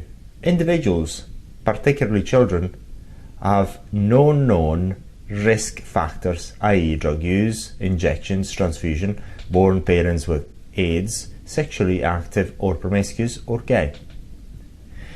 3. 5% of the population of the USA, or approximately 12,500,000 Americans, are purported to be HIV positive, and yet the number of AIDS cases is proportionately dropping. 4. All estimates by the major health organizations of the world indicate that the overwhelming majority of HIV-infected people are not developing AIDS. Of course, we may have to wait 45 to 65 years to find out. 5. There are the extremely important and crucial studies analyzing and correlating the number of individuals who died from the AIDS diseases in the many decades prior to this new epidemic. There is no epidemic. In the Journal of Toxicology Clinical Toxicology, 1983, Richard Jacobs commit the same serious commission of unwarranted, unfounded, and misleading statements when in their article they wrote, functional deficits in lymphocyte interaction following occasional or chronic exposure to inhaled nitrates may be a potential contributing but not the primary factor in the acquired immunodeficiency syndrome AIDS. The article Cellular Immunotoxicology of Amyl Anhydride described some effect on all cellular functions was demonstrated in as little as 5 minutes exposure of amyl anhydride vapors. The effects noted were significant, extensive, and numerous, prompting them to comment. These effects may be a potential factor in the alteration of phenotypic markers on T lymphocytes populations, as well as a potential contributing factor in the functional deficit of mononuclear cells in patients with AIDS. I have no problem with the frequent use of the word potential because it is good caution terminology. However, the definite statement that it is not the primary cause of AIDS is irresponsible and not supported by any evidence. Oh well, he's probably gotten his next grant. Michael Marmer in The Lancet, May 15, 1982, published the kind of objective research article that is rare when it comes to AIDS. He and his co-workers were candid and straightforward, with one exception highlighted in the hypothesis. Use of amyl anhydride may have caused Kaposi's sarcoma either by directly causing immunosuppression, thereby allowing expression of a sexually transmitted oncogenic virus, or by allowing an unknown carcinogenic agent, otherwise controlled by the immune system, to operate, or by acting as a direct or metabolically activated carcinogen. I would suspect that Marmer replied on the integrity of his colleagues and went with the flow, rather than look for evidence of the sexual transmission himself, or even conducting a research for at least one reference paper incriminating a virus. But again, throwing in the little men from outer space enables scientists to get their papers financed and published. You can do honest research, but unless you link it to HIV and AIDS with the equivalent of a perhaps, it is not dice, no money that is. Reversal of the T-cell ratio, a signature characteristic of the immune defect in AIDS, has been cited in many respected research papers as a common, if not a constant, finding in individuals who use nitride inhalants. This has been reported in some of the most renowned medical journals such as The Lancet and the New England Journal of Medicine. Many studies on cells in the laboratory in vitro, in mice and in humans, have clearly demonstrated this in the absence of genetic or viral cofactors. It has been likewise demonstrated in humans in the absence of any other cofactors. There are no such comparable studies available with reference to the so-called HIV. No one. HIV has never been demonstrated to cause AIDS or any of the pathological changes seen in AIDS. It is all unsubstantiated fantasy, but stated as though it were fact. The evidence. 1. The toxicity of the inhalant anhydrides is so well documented that many states have outlawed them altogether. 2. The nitrate immune defect relationship of cause and effect is undeniable. 3. 96 to 100% nitrate AIDS connection is astonishing direct evidence. The laboratory and clinical evidence is overwhelming. Conclusion. Nitrates, particularly inhalants, should be listed as the #1 cause of AIDS in the gay population, especially those with Kaposi's sarcoma. It has already been proven it is not a cofactor and it does not need one. It is fitting to ask why powerful government agency did not have taken note of the obvious nitrates Kaposi's sarcoma AIDS connection. The common corrupt tactic of these agencies is to focus on a single misleading article, usually conducted by a government-sponsored or self-serving industrial research group that is contrary to the wealth of articles by independent researchers which clearly implicate nitrates as extremely deadly.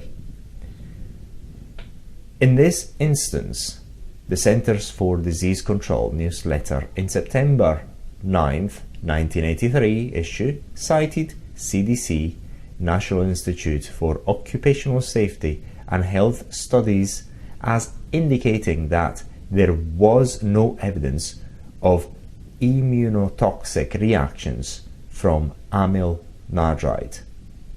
Incredibly, the study evaluated very low levels of nitrate vapors approximating those found in a factory manufacturing poppers. This is in sharp contradiction to direct inhalation from an ampule or bottle, which is significantly higher in concentration, in spite of the fact that the researchers themselves wrote, this study did not attempt to model the recreational use of these drugs. Exposures were selected to mimic an occupational exposure in order to fill this gap in the existing literature, rather than to conduct brief acute high-level exposures to intimate exposure by nitrate abusers. The CDC purposefully misled the scientific community. Worse, the CDC became criminally negligent by not warning the public of the mortal danger inherent in inhaling poppers. Incredible. Naturally, the industry used this article to indicate that poppers had been exonerated of deadly accusations. The shameful lack of action on the part of James Curran, MD, Chief of the AIDS Branch Division of Viral Diseases, Center for Infectious Diseases, is easily understood when one realizes that as long as the myth of AIDS virus is kept viable, Curran remains very powerful. He receives tremendous attention from the media, who unsuspectingly repeat his lies and distortions. One can only guess what incredible benefits are derived. In this ignorance, incompetence, criminal negligence, or criminal conspiracy to commit genocide? Is this obscene corruption? If so, it must not go unpunished. Drug use. Fact: 95% of AIDS victims, excluding hemophiliacs, are drug users. It must be recognized, however, that many individuals are reluctant to admit they are on drugs. It is socially and legally unacceptable and holds potentially severe condemnation. It is very common to exclude poppers and AZT from the definition of drugs. In view of the fact that only 40% to 50% of AIDS victims test positive for having had an HIV infection, it would seem far more logical that drugs cause AIDS. This, of course, would not sit well with the illegal drug cartels, pharmaceutical companies, and all the other vested interests involved: funds raisers, field workers, researchers, etc. Fact: approximately 70% to 80% of intravenous drug users develop AIDS, compared to the percentage of AIDS sufferers, 50%, who demonstrate the virus HIV. Even a child would conclude that drugs are certainly more likely to be the cause of the disease called AIDS. If anything, HIV would be called the cofactor, even though there is very little to support the concept. Fact: marijuana impairs the functioning of monocytes, and users are suffering the symptoms of AIDS. Fact: the Merck manual since 1952 has described the symptoms and disease designations of what is now called AIDS as immunodeficiency diseases. Fact: the medical literature is replete with references to the causes of acquired immunodeficiencies. They are all narcotics, sedatives, tranquilizers, alcohol, cardiac drugs, amyl nitrites, steroids, chemotherapy, non-steroidal anti-inflammatory drugs, aspirin, Tylenol, antivirals, antibiotics, radiation, malnutrition, immunosuppressive drugs used in transfusion of blood, tissue transplant, and with chemotherapy, and even stress. Notice that the majority of the items listed are drugs. Although many would argue that the way in which pollutants in our air, water, and food cause disease is not via immune suppression, I believe that it is purely technical and the results are ultimately the same.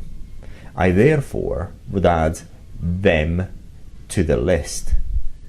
All foreign substances introduced into the natural world to which we are adapted over a period of 60 million years must have some adverse impact on our ability to cope with even the most subtle natural changes in our environment. Fact: tertiary syphilis, which appeared in the 16th century at a time when mercury, a virulent poison and immunosuppressant, was used for treatment, is identical to the description of AIDS, and indeed is now called AIDS. Those who would advance the argument that individuals who develop AIDS are responsible for their own problems because they brought it on themselves ignore the fact that the pharmaceutical medical governmental complex failed to reveal that immune deficiency has long been known to be the result, side effect, of narcotics and most medications, particularly amyl nitrite and AZT. The public and even the average physician have been denied the truth. The heinous history of immorality, criminal attitudes, and behavior of the Center for Disease Control continues today. Their abounding ignorance, stifling bureaucracy, and cold disregard for the human cost of their actions, and in many cases inaction, can be exemplified historically by the infamous Tuskegee experiment.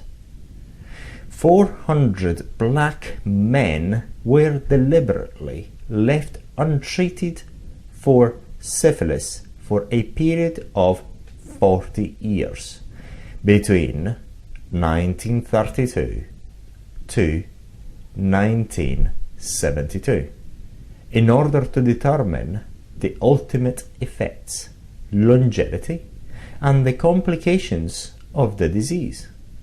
In spite of the fact that this information was already known, the CDC defended the experiment as a clinical matter where the decision may not have been correct. The world #1 retrovirologist blows the whistle. Dr. Peter Duisberg on AIDS. Truth is not verified by popular vote. It avoids no question and answers without emotion. The conclusion to Dr. Peter Duisberg's brilliant paper presented for publication to the Proceedings of the National Academy of Sciences, USA, Volume 80, February 1989, serves to answer the question of causation better than any I have seen. All emphasis is mine.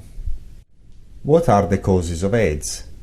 I propose that AIDS is not a contagious disease caused by one conventional virus or microbe, because no such virus or microbe would average 8 years to cause a primary disease, or would selectively affect only those who habitually practice risk behavior, or would be able to cause the diverse collection of over 20 degenerative and neoplastic diseases.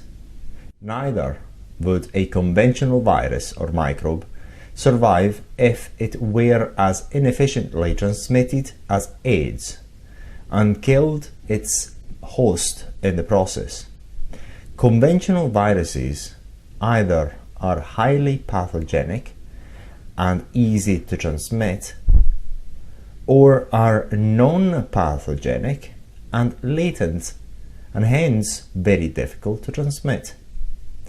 Conventional viruses or microbes also exist that cause secondary or even primary diseases long after infection, but only when they are activated from dormancy by rare acquired deficiencies of the immune system.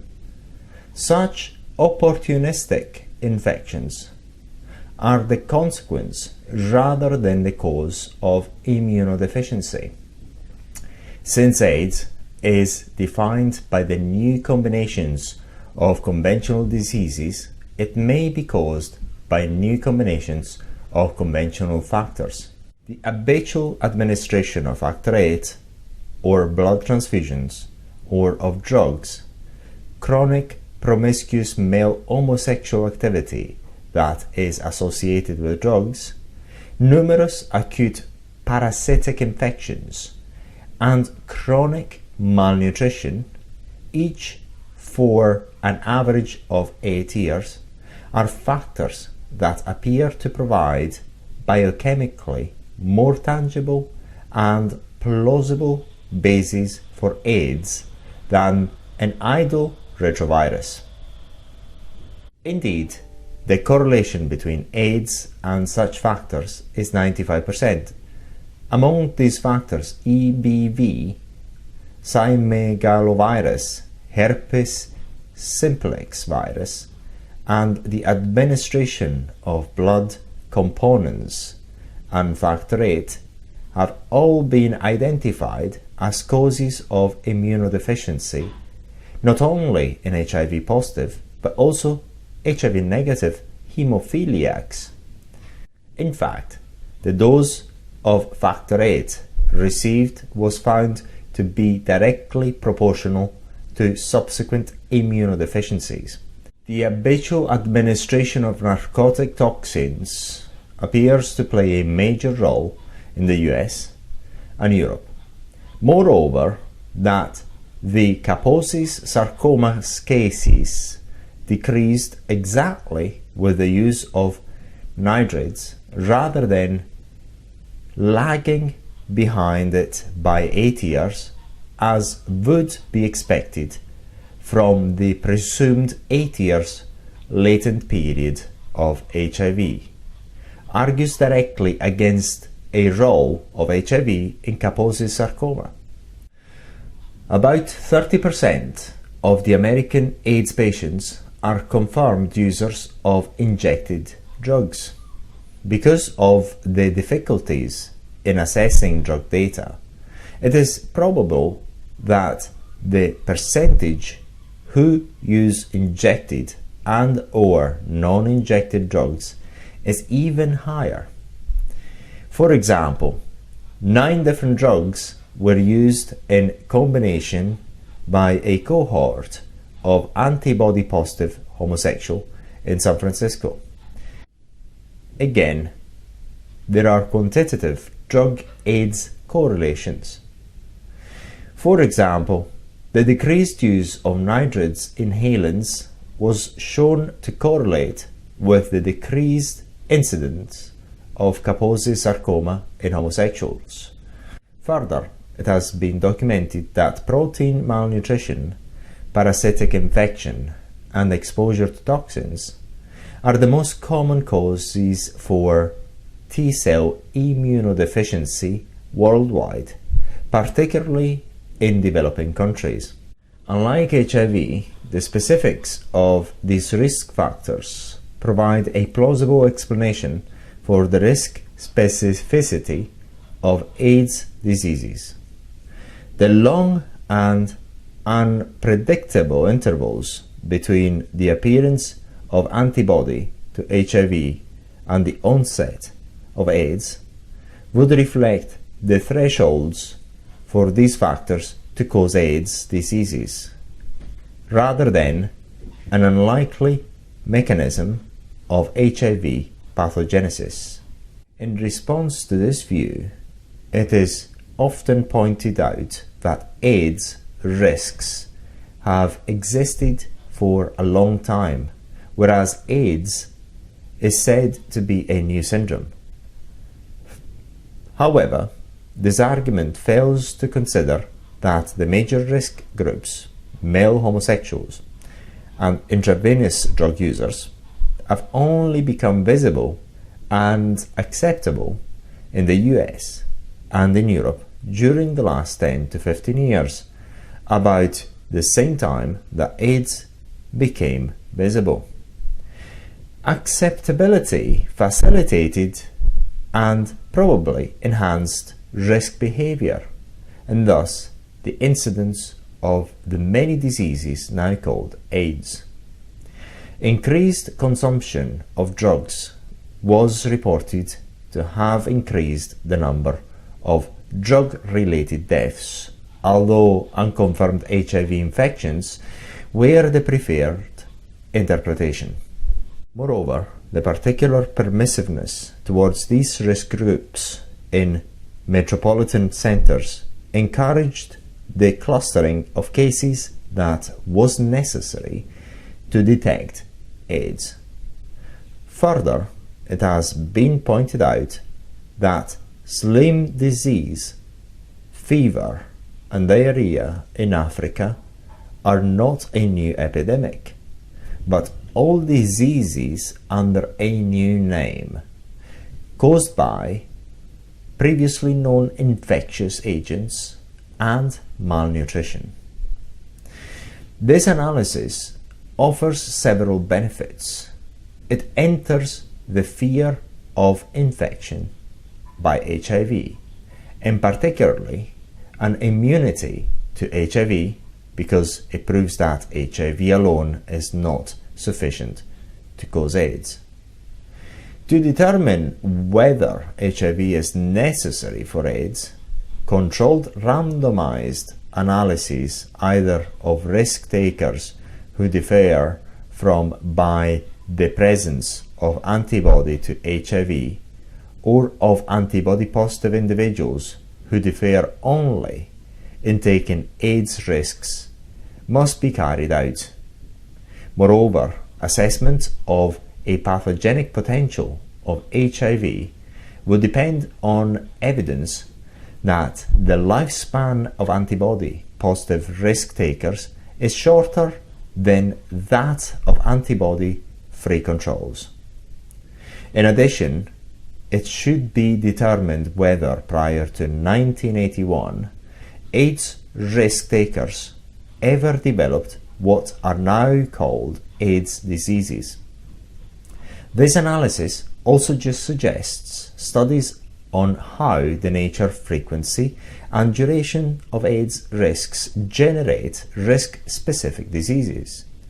Such studies should include persons treated with AZT, before and after AIDS symptoms to assess the AIDS risks of AZT. To this end, diseases should be reported by their original names rather than AIDS because of their association with antibody to HIV. Finally, this analysis suggests that AIDS prevention efforts be concentrated on AIDS risks rather than on transmission of HIV. I took the liberty of highlighting several key sentences as well as separating the last paragraph because of its singular importance. The studies that Dr. Duisberg suggests are so basic and elementary that any individual or agency that would make scientific claims without them is inexcusable. When Margaret Heckler adopted HIV as the cause of AIDS, basically all institutions which rely on HHS for funding, grants, etc., had to go along and cooperate or face extinction. HHS is the paymaster for all health departments and agencies. This includes the National Institute of Health. Bureaucracy suppresses freedom of thought and expression. So, if you want to keep your job, you should keep quiet and go along with the flow. Politics not only enters science through this route, but it controls it. There is obviously no conflict of interest ruling involved, so profit and power supersedes truth, and therefore integrity is compromised. In scientific circles and in law, it is considered blatant fraud, and the perpetrators should be criminally prosecuted for that fraud as well as for all of its consequences. Risk groups represent 95% of the AIDS cases in the United States. Rather than waste incredible sums and absurd unscientific hypotheses, we should be asking what it is that they are doing that the rest of us are not. Then, if we include all individuals who have the same 25 diseases, but who are HIV negative, the answer will be very clear. Just as clear as it was when it was first printed in the Merck Journal over 40 years ago, and which is even more self-evident today. Intermission, a time to reflect again. As I promised at the beginning, now it is the time for you to pause and to ask the first set of questions. The brainwashing for years by the press leave most people with an element of confusion and doubt. It would not be unusual for you to wonder and ask, then why are so many people dying of AIDS? If one person dies of any disease, it is too many. I have prefaced my answer with that honest statement so that you will not think that my answer is a casual one. Firstly, that many people are not dying of AIDS. It represents a very small percentage of deaths, except in third world countries where starvation is rampant. The predictions for the future are exaggerated to the extreme and have fallen short by significant amounts.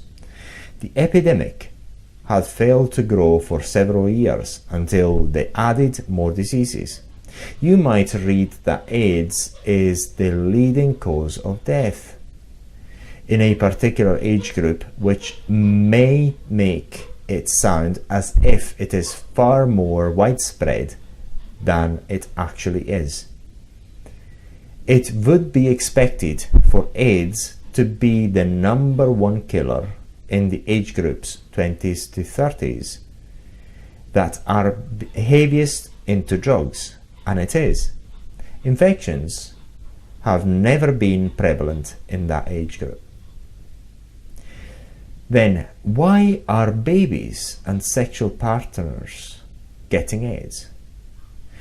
The baby born of an addicted mother will be immune deficient, and have all the symptoms of drug addiction, which are identical with ARC, AIDS-related complex patients. When you look at a crack cocaine baby, it is identical to the babies of Somalia and the AIDS babies of America. What about Arthur Ashe? The famous tennis star received blood transfusions with surgery. The claim was that the virus was transmitted through the blood. This might be true, but the virus has never been shown to cause any disease in humans. Therefore, the most likely causes would be those which have been proven, i.e., immune suppressives in the blood, or even likely the use of AZT. Will Magic Johnson, the basketball superstar, die of AIDS? We now know the answer after over 20 years. If he is on drugs, including AZT, yes. If he is not, no. How did he become HIV positive? I, of course, do not know for sure. It could have been from measles or a flu, but who cares? It does not mean a thing. It could be a marker for immune suppression.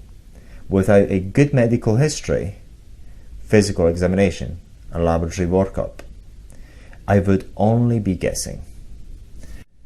What about the cases I read about in the newspapers in which somebody got it from the dentist or from having sex with an infected person one time?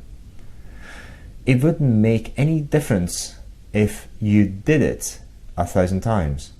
You cannot get AIDS from anyone. Either drugs were involved or AZT killed them and fulfilled the prophecy. A friendly reminder: immunodeficiency disease is caused by malnutrition, environmental toxins, radiations, chemotherapy, transfusions, usually multiple, which contain immunosuppressives, excessive emotional and physical stress, recreational drugs, and a great variety and a number of prescription drugs. HIV does not cause AIDS.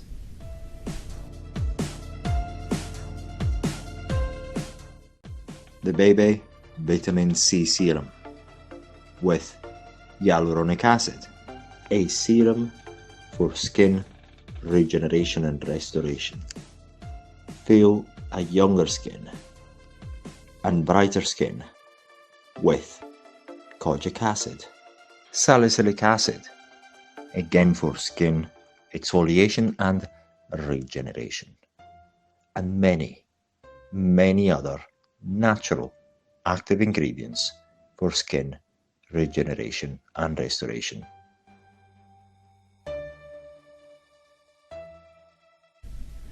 Chapter 7: Prevention and the Treatment. What is and what should be?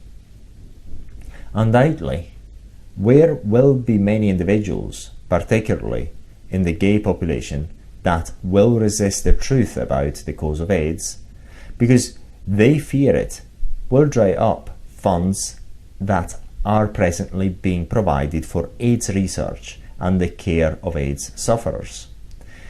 A large segment of the medical industry will also denounce, oppose, twist and distort the facts in order to protect their pet goose and keep the production of golden eggs as bountiful as ever. The billions of dollars harvested by government agencies, administrators and promoters of funds for the 16,000 AIDS organizations, pharmaceutical companies, technological instrument companies, laboratories, physicians, and the thousands of healthcare workers and researchers will be desperately missed. It is no wonder that this fraud persists. However, the current research will be as fruitful as fishing for sharks in the desert.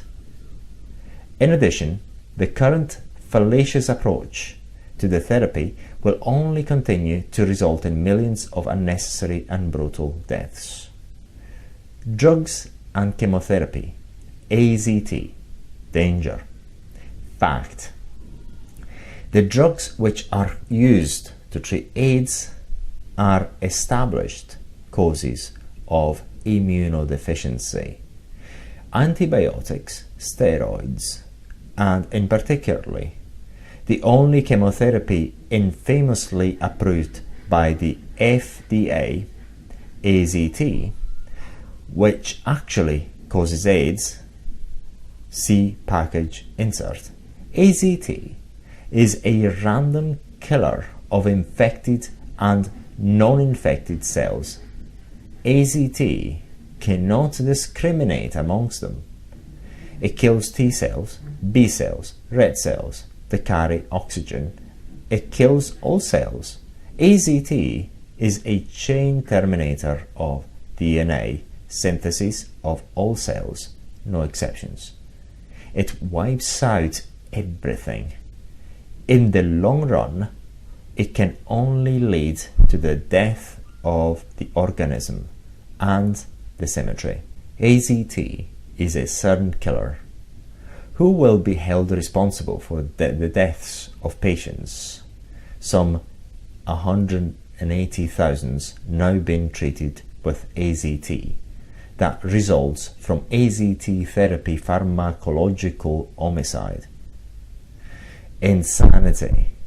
This, in fact, makes up a major part of your deadly epidemic. Can you fully comprehend the horrendous meaning of the AZT treatment?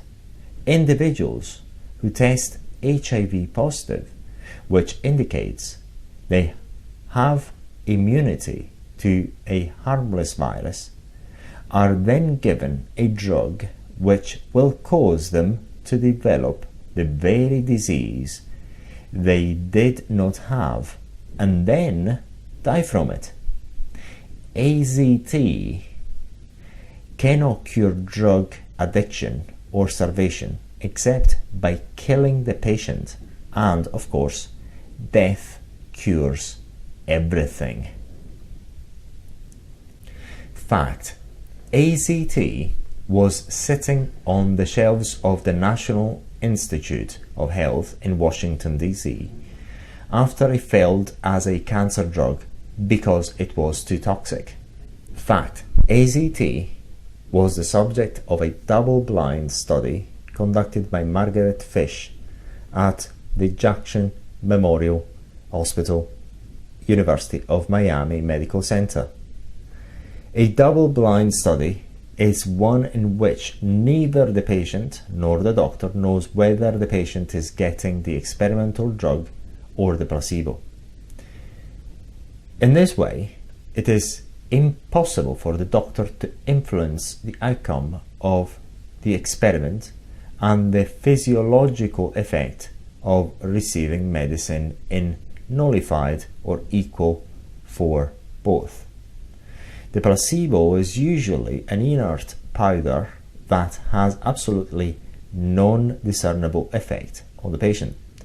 The study by Dr. Fischler was prematurely discontinued after 16 weeks for ethical reasons because of the greater death rate in the control group. This study, which resulted in AZT being released for use in treating AIDS, was heavily flawed and fraudulent because 1. AZT is highly toxic and rapidly produces 56 side effects. It is virtually impossible to do a double-blind study under those circumstances. 2. The participants were all from the homosexual population in Miami, which is very clannish and highly communicative amongst themselves. This is supported by the fact that the placebo patients had an unprecedented 31 side effects. This incredible statistic could only occur with close communication and comparison by the participants, and therefore is tacit evidence that the double-blind code was broken and the study useless. Further on, I proved the code was broken. 3. All the AIDS patients at the AIDS clinic were told that they were going to die and that AZT was the only treatment available, although experimental. Under those conditions, any patient suspecting that they were on placebo would become devastated, lose all hope, and die more quickly, a phenomena not unfamiliar in medicine. It also explains why the placebo group had 31 side effects from a substance that should not produce any.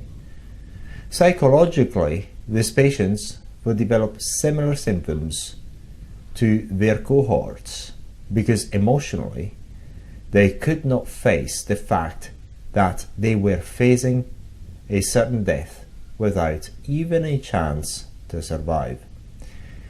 There is proof the drug was shared. 4.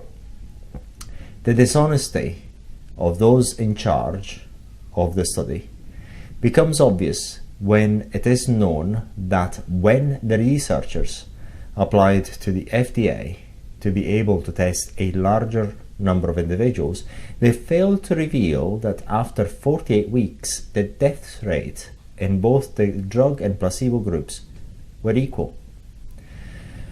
But now comes the kicker.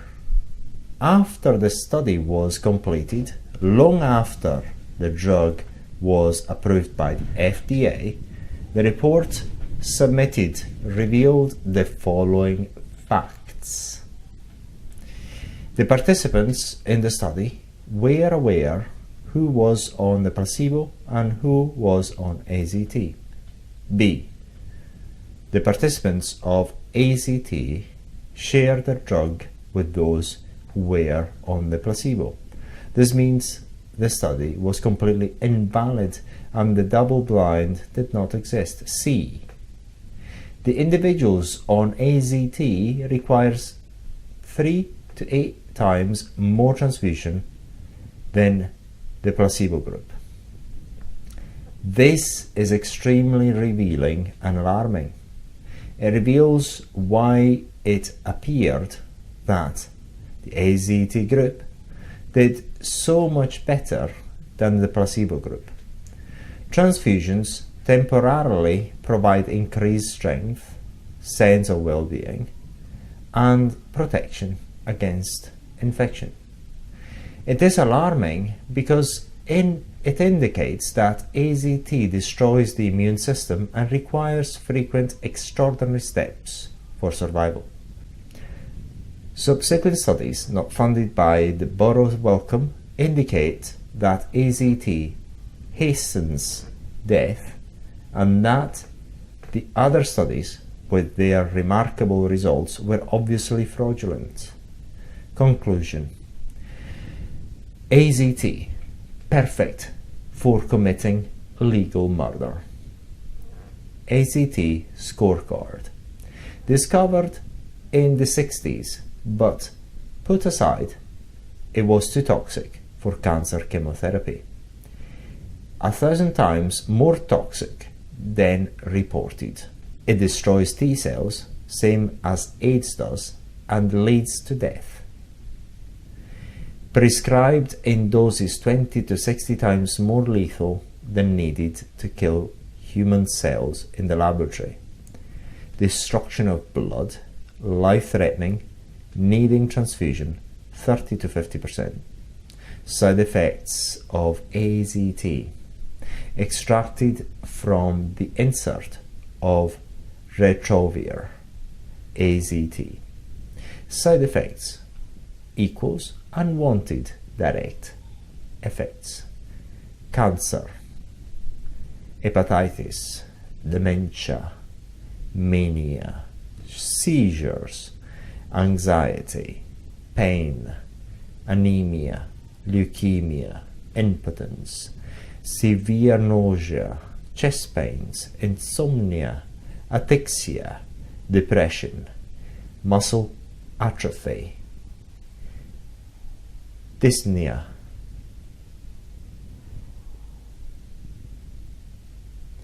neutropenia, fever, rash, urinary frequency, vertigo, sick feeling, weakness, diarrhea, itching, sweating, alteration of taste, vaginal cancer in laboratory animals. Serious interactions with all pain medicines from aspirin to morphine. Fact: no studies have been done to determine the AIDS risk in individuals who took AZT after the symptoms of AIDS disappeared, as compared with those who took AZT before the symptoms of AIDS appeared. Fact: physicians who have been successful in treating AIDS by eliminating recreational drug use and not using drug therapies have been ignored. Their articles are not printed in mainstream journals. Many have lost their licenses to practice medicine because they refuse to use orthodox methods such as killing their patients with AZT. In a disease that has no successful therapy, the suppression of innovative and creative thought is rampant, and the lethal process goes on. This is one of the reasons why the epidemic persists, and we continue to add to the loss of lives and the loss of honest scientists and the loss of progress. The treatment of the 25 diseases when they occur should involve the appropriate antibiotics and antifungals if truly necessary, along with abstinence from drugs, change in diet, and the addition of supplements and the safe therapy available. However, chemotherapy is absolutely contraindicated, and immunosupportive therapy, which is available throughout the world, should be tried, especially in the immune-compromised individual. Will a vaccine be developed, and do we really want one? I ask you, what kind of scientist continues to support an hypothesis that fails to explain and fails to predict? It is with great trepidation that I contemplate the appearance of an AIDS vaccine. This pronouncement must shock you, so let me explain. First of all, vaccines are used to produce antibodies to fight a disease. However, the test for AIDS is a test indicating you have antibodies and therefore you are immune to the disease. Why then do we want to produce what we already have, and for a virus that is harmless?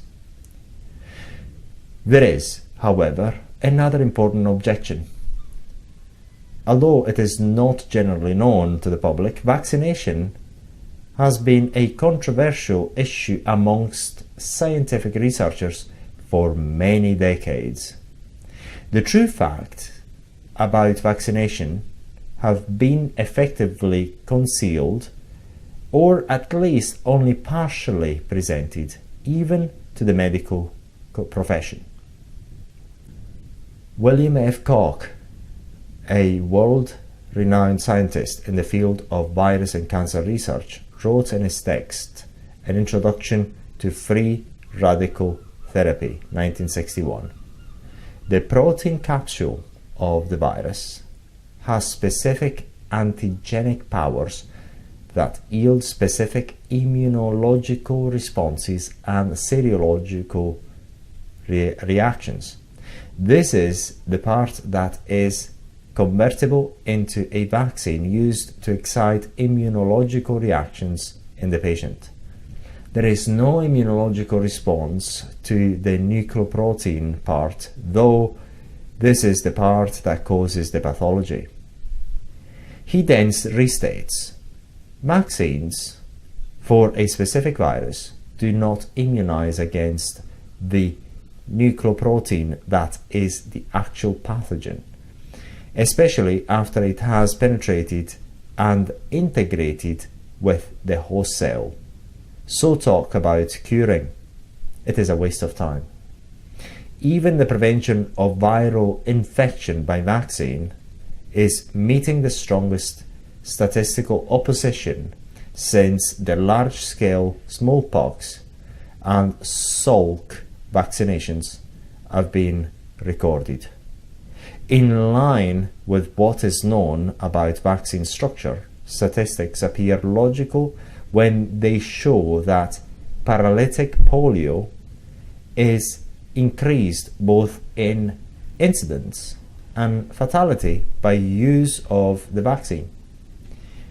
He then presents the number of cases of polio reported in major diverse areas of the US and Canada before and after the use of Salk vaccine.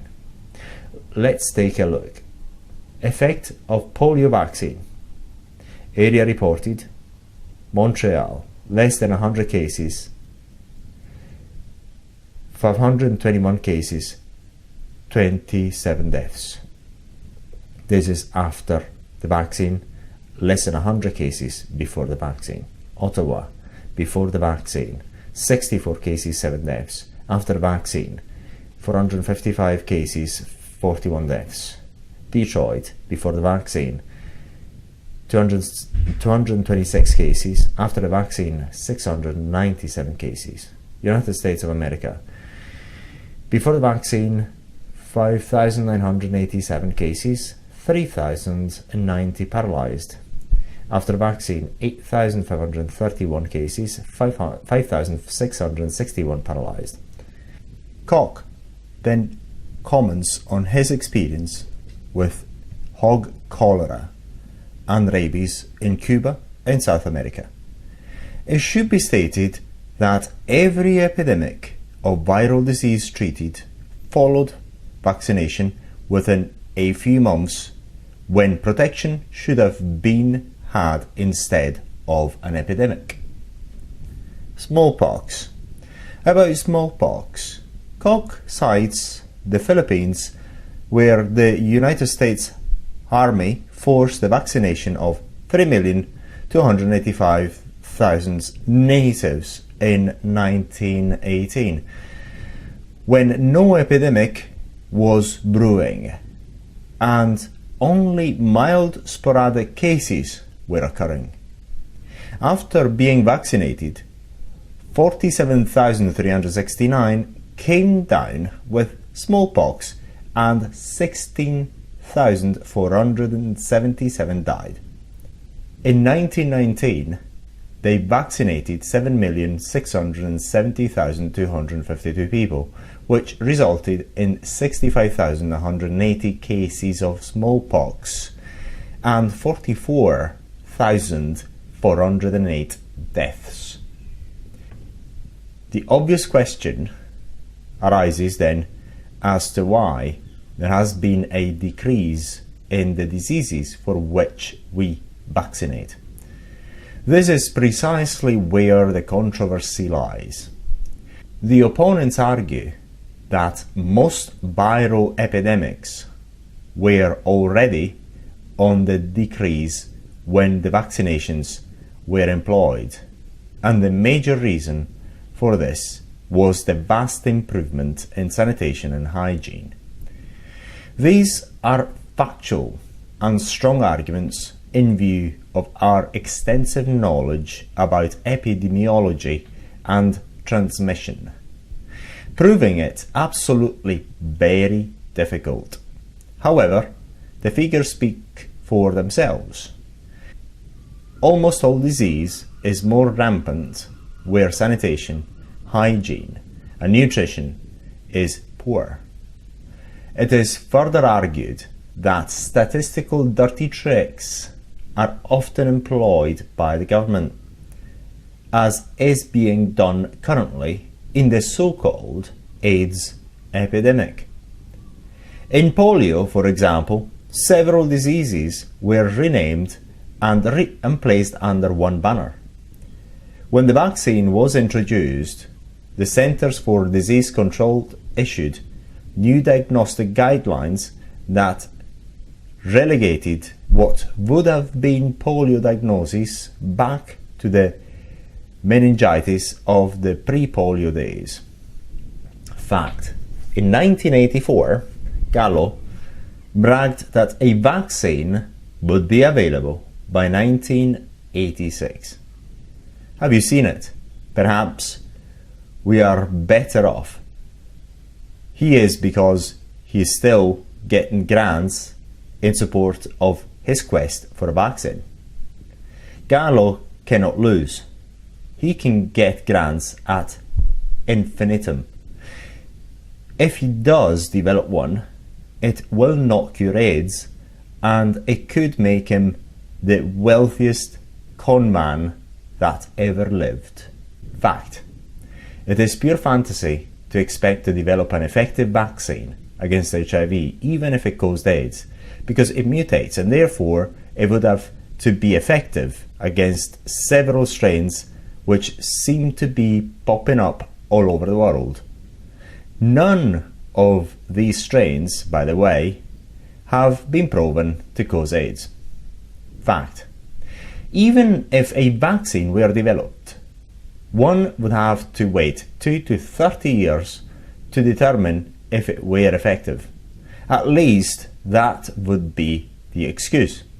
Besides, with the shoddy epidemiological knowledge that we have, it would be impossible to arrive at any conclusion. New cases would continue to appear, and because HIV is not the cause, it would be assumed that the vaccine was not effective, or that a new strain had appeared. Nothing would change, and the farcical search would continue. Fact: the purpose of a vaccine is to stimulate the production of protective antibodies in order to prevent a disease. But we already have antibodies, which is why we do not get any disease from HIV, and why you cannot culture HIV if antibodies are present. However, we are told that the antibodies that humans have already produced do not protect us from getting AIDS. They happen to be right in this instance. How would they protect us if HIV does not cause AIDS? The testing of a vaccine would be a total farce and bring in billions more to the charlatans for a vaccine that will do nothing except possibly kill or maim the recipients because of allergic reactions or contamination, like other vaccines have already done. A vaccine for an epidemic that never existed will undoubtedly be successful because it has nothing to accomplish. As long as people use drugs or have the need for many transfusions, there will be the same percentage of deaths from the same 25 diseases. They will simply reinstitute the old names and stop calling them AIDS. Presto digitum, the vaccine works. Fact: a vaccination treatment for a virus that has never been proven to cause anything can be a dangerous and very costly game. Remember the sadly Salk vaccine. To recapitulate, HIV does not cause AIDS. Even individuals with suppressed immune systems can make antibodies to HIV. Vaccines are used to stimulate antibodies, therefore we do not need a vaccine. We are wasting lives and billions looking for sharks in the desert.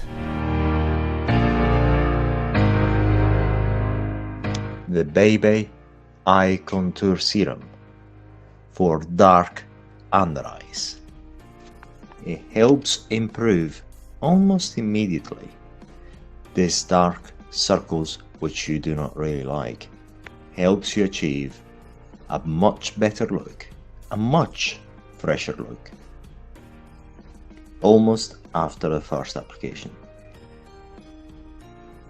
The Baby Eye Serum with hyaluronic acid, salicylic acid, kojic acid, vitamin C, and many, many more natural active ingredients for amazing results to combat your dark eye circles.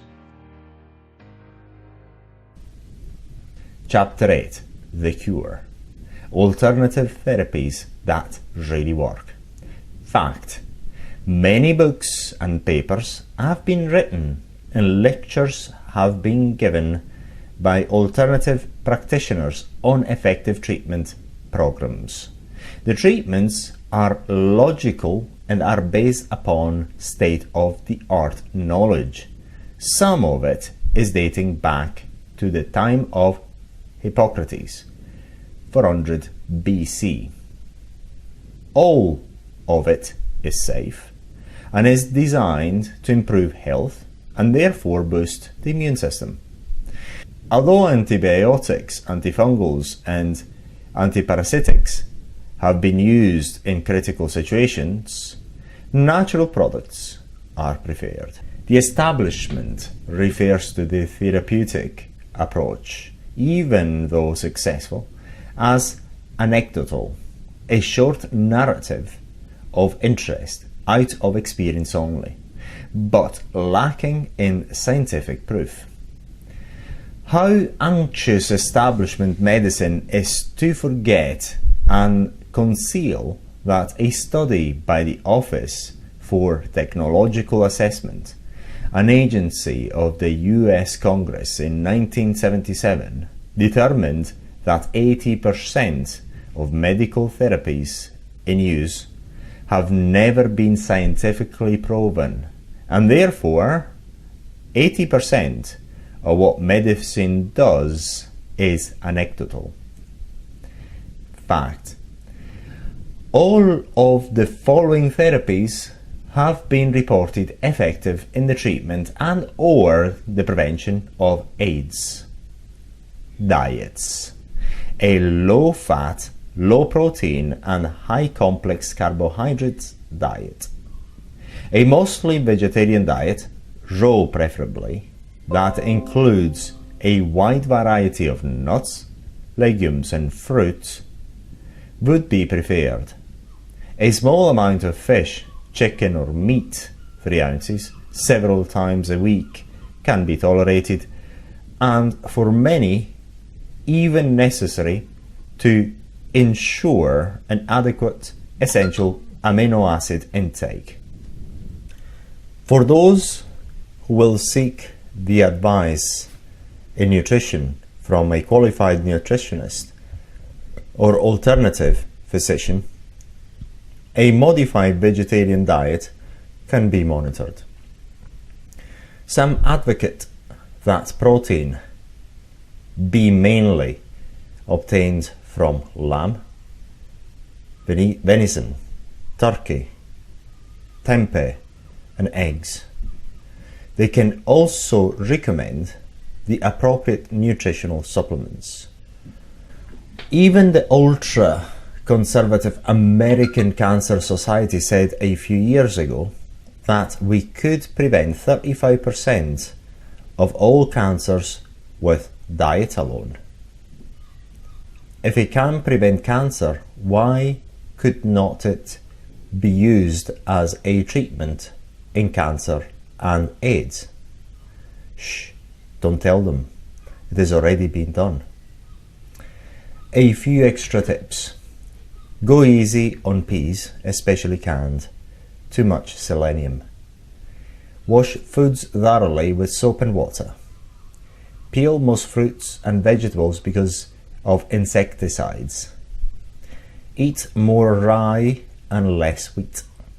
Nuts should be eaten raw when possible. Chew food well and eat small amounts frequently. Drink lots of water, but not at meal times. Avoid milk and artificial drinks. Keep your bowels moving, and occasional enema is helpful when the bowels get sluggish or even as a routine, but use more frequently for gas and fullness. Avoid fried or processed foods, chemical additives and refined carbohydrates. Remember the old adage, if you cannot pronounce it, do not eat it. In using oils, linseed, olive, almond and sunflowers are fine if cold pressed and unprocessed, but be on the lookout for and avoid hydrogenated and partially hydrogenated oils. Avoid foods baked with fat. Peppers and garlic are natural antibiotics. Fresh, raw and lightly cooked foods are best. Drink several quarts of pure water each day. Avoid caffeine, salt and sugar. The budget diet. I'm borrowing the following from my book, The Cancer Solution, because it is one of the best immune supportive diets available. The diet is presented in two parts. The first section, 1. Preventive AIDS, is for individuals who do not have AIDS, but who do understand that their lifestyle, drug use, self-abuse, etc., is obvious risk behavior and therefore places them at great risk of developing AIDS. This diet is designed to correct much of the damage which has undoubtedly occurred. The second section, 2, if you have AIDS, is for individuals diagnosed with AIDS and are in need of a more aggressive approach. Follow it to the letter. 1. Preventing AIDS. Pure virgin cold pressed unprocessed linseed oil, 1 tablespoon. Low fat cottage cheese, 1.5 to 1 cup. This basic combination of fatty acid and sulfur rich protein can be taken alone or in combination as a mixture. However, there are many ways that it can be varied by adding flavoring or other food ingredients to suit your own taste. See below. The recommended diet. The diet, which is slowly being recognized by all medical authorities as cancer preventative and immune boosting, stresses the intake of fresh fruits, 3 to 4 medium-sized portions daily, fresh vegetables, 4 to 6 cups, several tablespoons of linseed and or 1 to 2 tablespoons of the oil can be used in the salad dressing or on the vegetables. Be sure to include cabbage, broccoli and may intake mushrooms. Unprocessed whole grain breads and cereals, 3 to 4 cups of portions. Fresh fish, preferably cold water variety, 3 to 8 ounce, an excellent source of the omega-3 fatty acids in rainbow trout. Fresh meat, bred without hormones, fat producing diets or feed that has been grown with pesticides or antibiotics, 1 to 2 times a week. Liquids, bottled water, if possible, it should be purified by reverse osmosis distillation and ozonation. There are many individuals who have difficulty with drinking the 8 glasses a day that are recommended. Suggestion: place 1 glass of your favorite juice in a liter of quart bottle and fill the remainder with water. It is refreshing. Herbal teas. Fresh fruit juices. Citrus fruit should not be taken within several hours of the linseed oil cottage cheese portions. Caution: remember that eating any processed oils will counteract everything you're trying to do. They are poison, as are all fried foods. Eliminate as much sugar as possible from the diet. Remember that honey, not royal jelly, is primarily sugar. Prepared foods must be devoid of all artificial preservatives or chemical additives. Artificial sweeteners are absolutely forbidden. If God did not make it, or you cannot pronounce it, do not eat it. Helpful hints. The first time I tried linseed oil on a salad, I was pleasantly surprised. I had expected it to taste strange or unusual. It did not. It tasted great. The mixture with the low-fat cottage cheese was even more exciting than I anticipated.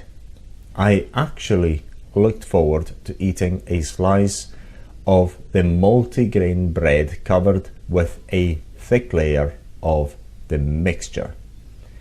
I do realize that you cannot argue taste, and that taste varies tremendously. With that in mind, I'm providing a whole list of ingredients and suggestions for making the Baldwin formula a delight for your palate. For breakfast: fruit juice, cereal, ground linseeds, whole grains and nuts, raisins, chopped fresh fruit, linseed oil and low-fat cottage cheese, 1/3 to 1/2 cup low-fat milk and honey mixed well in a blender. Eggs. Blend to egg with 1 teaspoon of linseed oil and 1 tablespoon low-fat cottage cheese. Add chopped tomato, onions and green pepper, herbs and spices. Slowly bake or broil. Coffee, made from roasted cereals.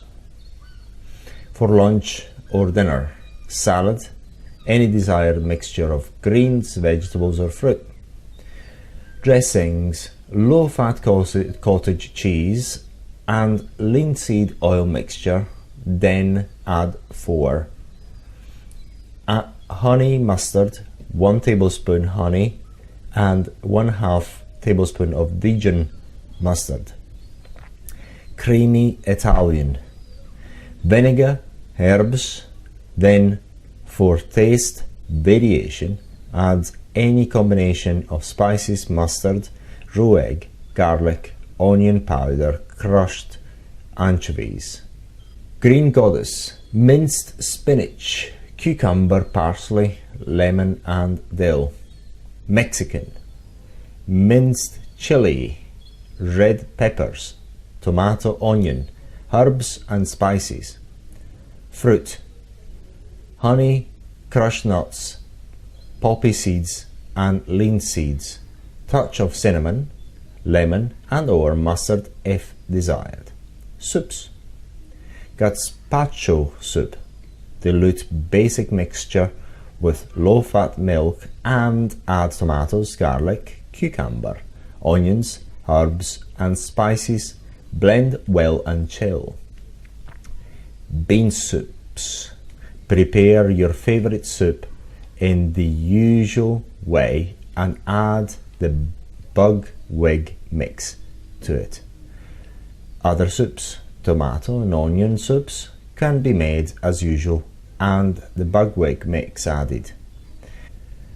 Cooked vegetables: steam cook and coat with oil and spices. Honey and oil is great for corn and sweet potato. Baked potato goes well with mixed oil alone with onions, parsley, etc. Dessert, the basic mixture plus cut up peaches, berries, flavorings, nuts, cinnamon, cloves, nutmeg, honey, and your personal creativeness. 2. If you do have AIDS, it is imperative that you follow the diet exactly. No cheating is allowed. Dr. Buckwig placed great stress on following the diet exactly.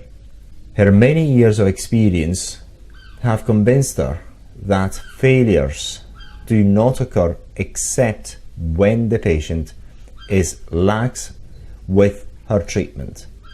Use the linseed oil more frequently during and for in between meals, snacks. Wrapping the body in linseed oil soaked clothes, the part that is affected by the AIDS, is very helpful. For example, if you have a liver involvement, wrap the waist. If it is the lungs, wrap the chest. If it is the brain, wrap the head and neck, and so on. This is best accomplished during the night and whenever the opportunity allows. The oil can be mixed with rose water to add an aesthetic touch. Cold pressed and unprocessed walnut, pumpkin, and soybean oil can be used in addition to linseed oil for variety. I strongly recommend, in addition to the vitamins and minerals already suggested, that particular emphasis be placed on making sure you take the recommended doses of vitamin C, E, selenium, and beta-carotene. Exercise. Daily exercise that is enjoyable and not too strenuous. Walking, dancing, swimming, playing, and sex are great. Do not overexert yourself. Diet supplements. Research has indicated that the following are wise and safe. Vitamins. Vitamin A, 35,000 units daily. Vitamin C, 2,000 mgm, 3 times a day. Vitamin E, 800 units daily. B complex, thiamine B1, 100 milligrams. Riboflavin B2, 100 milligrams. Niacin B3, 40 to 100 milligrams. Pantothenic acid, 200 milligrams. Pyridoxine B6, 100 milligrams. Cyanocobalamin B12, 100 mcg. Pangamic acid B15, 50 milligrams. Choline, 100 milligrams. Inositol, 75 milligrams. Folic acid, 8 milligrams. PABA, 50 milligrams. Antioxidants. Beta-carotene, 50,000 to 100 units daily. Catalase, 100,000 units. Superoxide dismutase, 100,000 units. Glutathione complex, 120 milligram. Methionine, 50 milligram. N-N-dithiglycine, 100 milligrams. N-acetyl-cysteine, 100 milligrams. L-cysteine, 100 milligrams. Ubiquinone, 500 mcg. Lipoic acid, 200 milligram. Minerals, preferably chelated. Magnesium, 1000 milligrams. Manganese, 50 milligrams. Selenium, 200 mcg. Potassium, 20 milligrams, chromium 400 mcg, zinc 15 milligrams, iodine 2 milligrams, maxipa fish oils 2 caps a day. Digestive enzymes with meals and between meals for cancer. Foods and food supplements. Algae, spirulina. There are basically 2 forms of algae. One is from the sea and the other comes from freshwater lakes and brackish water. Approximately 15 years ago, spirulina became popular as an agent to losing weight when included in a diet. In 1982, I did the world's first double-blind study on the use of spirulina in a diet program. It proved to be effective. In the course of preparing for this study, I reviewed a large volume of literature that had been printed about spirulina. Most notable was a World Health Organization report, which outlined the composition of this algae and stated that it was the world's richest source of plant protein. Its very unusual amino acid composition is exceptional, not only amongst plants, but animal tissue also. It has been recommended by WHO as the most likely solution as a source of protein for the world's hungry.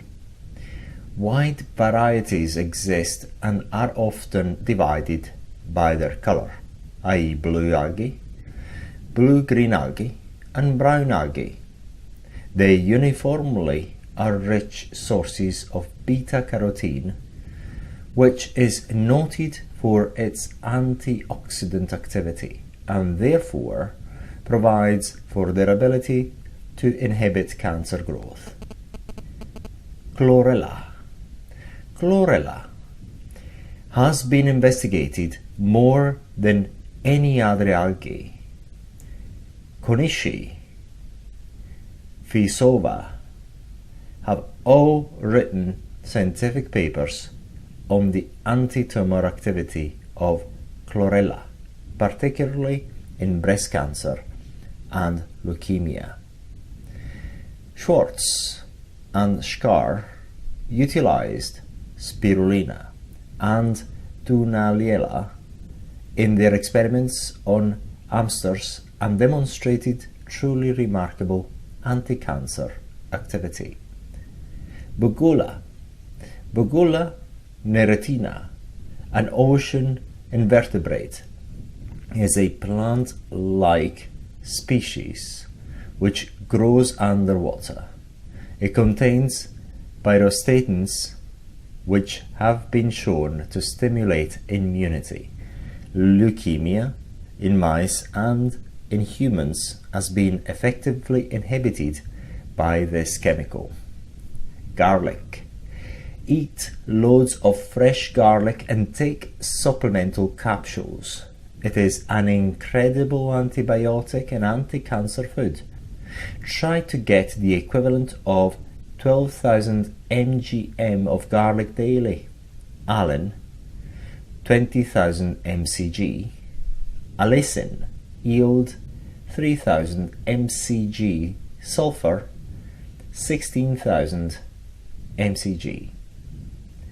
Bee pollen. It has been demonstrated that bee pollen is a complete source of nutrition for humans. One of the reasons you have not heard much about it is because it cannot be synthesized and therefore does not get the usual publicity that is given to food substances, supplements, and drugs that can be manufactured.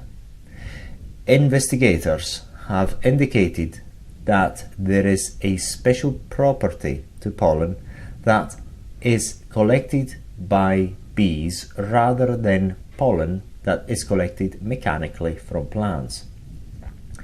N-V-cyssin of Russia, in studying the life habits of individuals of the Caucasus region that lived 125 years or more, found that they ate pure bee pollen from the beehives as one of their food staples. The effect on longevity was confirmed by N.P. Yorich of the Soviet Academy. Other scientists in the former Soviet Union, Yugoslavia and France support these findings. If you decide to add bee pollen to your diet, make sure that you are using bee pollen of royal jelly and not flower pollen. Robinson reported that bee pollen contained an anticarcinogenic substance which slowed the growth of breast tumors. Journal of the National Cancer Institute, 1948. P. Herntzus of the University of Indiana advocates the use of bee pollen during radiation therapy for cancer, as it decreased many of the severe side effects. The source of bee pollen is very important for the pollen to be fully enzymatically active. There are very few places in the world where the flowers are free of fertilizers and insecticides. It is also important that the pollen has not been processed or treated with dangerous chemicals. Excessive heating destroys many of the active ingredients. Bioflavonoids. Bioflavonoids are a complex of substances such as hesperidin and rutin. The primary source is in the white pulp of citrus fruit and is also found in apricots, plums, grapes, blackberries, etc. In medicine, it has been recognized for many decades that bioflavonoids are responsible for maintaining the integrity of small blood vessels. When an individual develops black and blue marks easily, the use of bioflavonoids quickly remedies the problem. Toxic copper is also removed from the body by bioflavonoids. Quercetin, which is another bioflavonoid, was shown by M. Yoshida to inhibit the growth of human cancer cells. Cabbage. Indolence.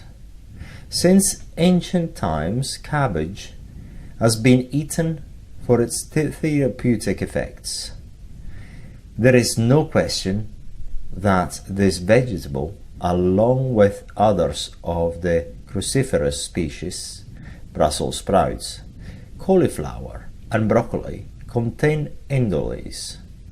Indolase have been shown experimentally to be effective in the prevention of breast, stomach and colon cancer.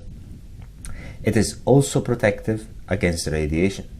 Broccoli, kale, cauliflower and Brussels sprouts contain another substance, sulforaphane, which exhibits very strong anti-cancer effect.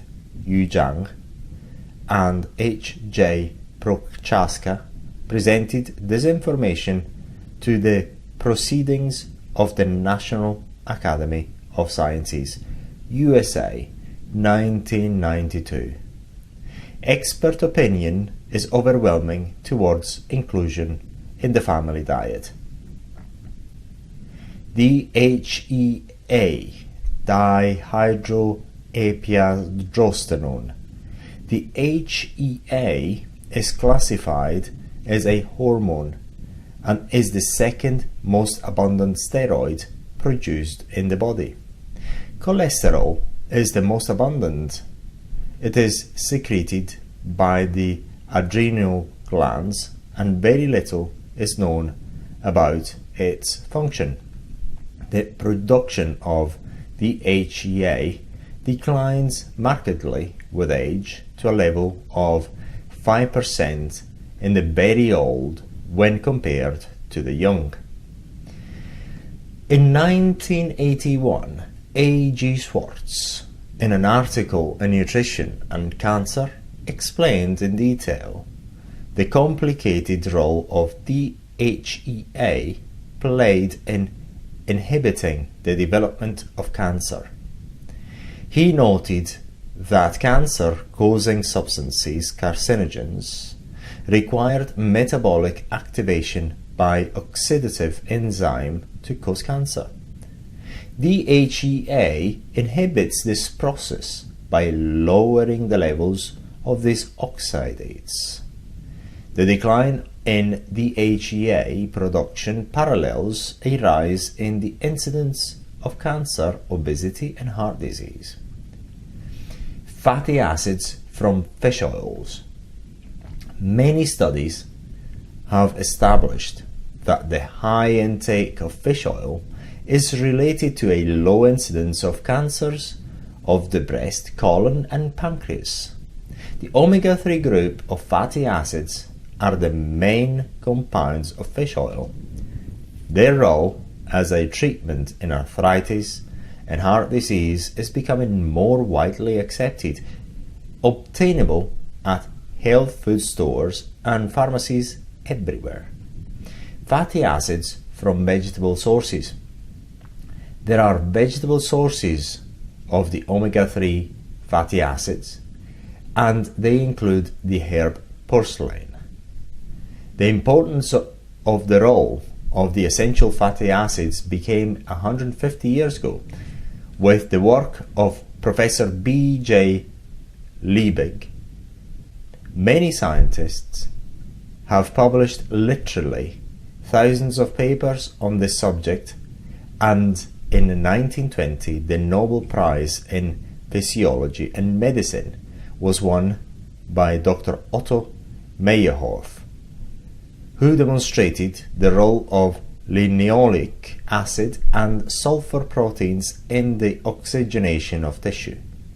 In the 11 years that followed, 2 more Nobel Prizes were won by Albert Strenz-George and Dr. Otto Warburg in 1931, both related to the role of fatty acids, oxygenation of tissue, and the development of cancer. Butter and cream contain trace amounts of fatty acids. Linseed oil and cottage cheese, however, contain far greater amounts and are certainly a more beneficial way of securing these important food substances. Evening primrose oil. Evening primrose oil is an excellent source of camelinophenolic acid, GLA.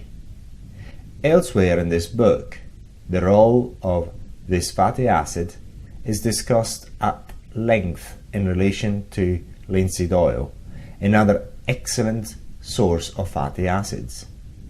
Evidence exists that GLA can normalize malignant cells and even reverse their growth. The work of David Heroben, Medical Hypotheses, 1980, is supported by researchers C. van der Werf, Ahishi, Leary, Botha, Duncan. The papers produced by these various investigators show that GLA is effective against bladder cancer, melanomas, breast, lung, prostate, and nerve tissue cancers. Fiber.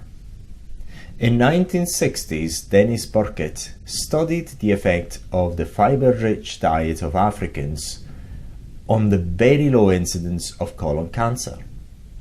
In 1978, he published a landmark article in the American Journal of Clinical Nutrition, which indicated the important role of fiber in the prevention of colon cancer. With the increase of commercially produced low-fiber foods, the incidence of colon cancer has increased from rare to common. The advice given by physicians who advocated dietary measures in the prevention and treatment of disease was for many years looked upon as quackery. Dr. Burkitt, who was extremely famous, could not be ignored. Fiber works through the following pathways. 1. Absorption and elimination of carcinogenic substances. 2. Facilitation and elimination of excess estrogen. 3. Conversion of bile acids that can damage DNA. Different sources of fiber have different effects. Rice bran was found to stimulate the immune system, and in mice was effective against carcinomas. Additional herbs for Monilea, thrush, candida. Berberis vulgaris made into a tea. Echinacea. Golden seal, Hydrastis canadensis, is a tea or capsules. Other supplements. Dimethylglycine enhances cellular and humoral mediated immune responses. 50 mg 3 times a day. Caprylic acid, useful in the treatment of Monilea infections, candida, thrush, 1 mg with meals. Lactobacillus acidophilus, effective in candida. Pudarco tea for all infections. There were several other supplements I would usually recommend. However, the FDA found out that they were effective in treating disease, so they took them off the market. Amino acids and vitamins are next. Now, you will have to pay a doctor in order to get a prescription for them. The problem is that most doctors are not even aware of them, and in spite of their ignorance, their arrogance will take over and they will proclaim anything other than their dangerous drugs as useless. Find a holistic or alternative physician. The American College of Advanced Medicine has a listing of hundreds of well-informed doctors. They include in their practices therapies that are an effective alternative to the dangerous and often ineffective techniques and drugs of the establishment. They are very knowledgeable and use many standard therapies that are truly safe and effective. Their enlightenment provides them with an armamentarium far more extensive, varied, and effective than that provided by the clones of the establishment. A very important word about ozone. In the very next section, under medical therapies, I discuss ozone therapy and make mention of it here because the FDA is currently using their Gestapo tactics to remove ozone equipment from doctors' offices. This is in direct violation to the mandates of the US Congress and the Grandfather Clause. Therefore, ozone can only be obtained from a few physicians whose dedication and bravery are exemplary. However, This exceptionally safe therapy can be accomplished with a little ingenuity and a little help from a friend. After you have read the next section, return and read the paragraphs that follow. Home ozone administration. If you obtain a quality ozone water purification unit that is capable of putting 30 to 50 mcg of ozone per milliliter, 70 gm productive capacity, you can obtain an excellent therapeutic effect. See resource section at the end of this book. Practical techniques: vaginal and rectal insufflation.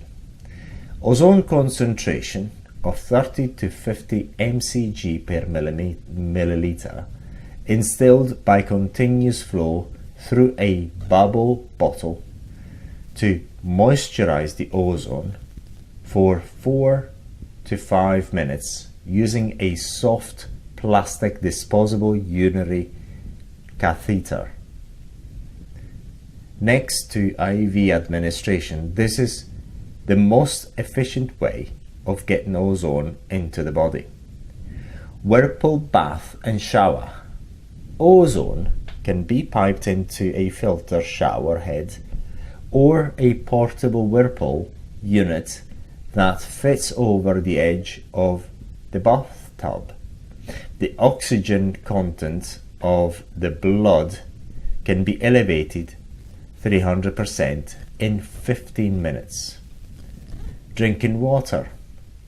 Bubbling ozone into your reverse osmosis water for 10 seconds just prior to drinking it is one other way of boosting the body's ability to achieve optimal health. Important don'ts. Do not take drugs. Keep medications to a minimum.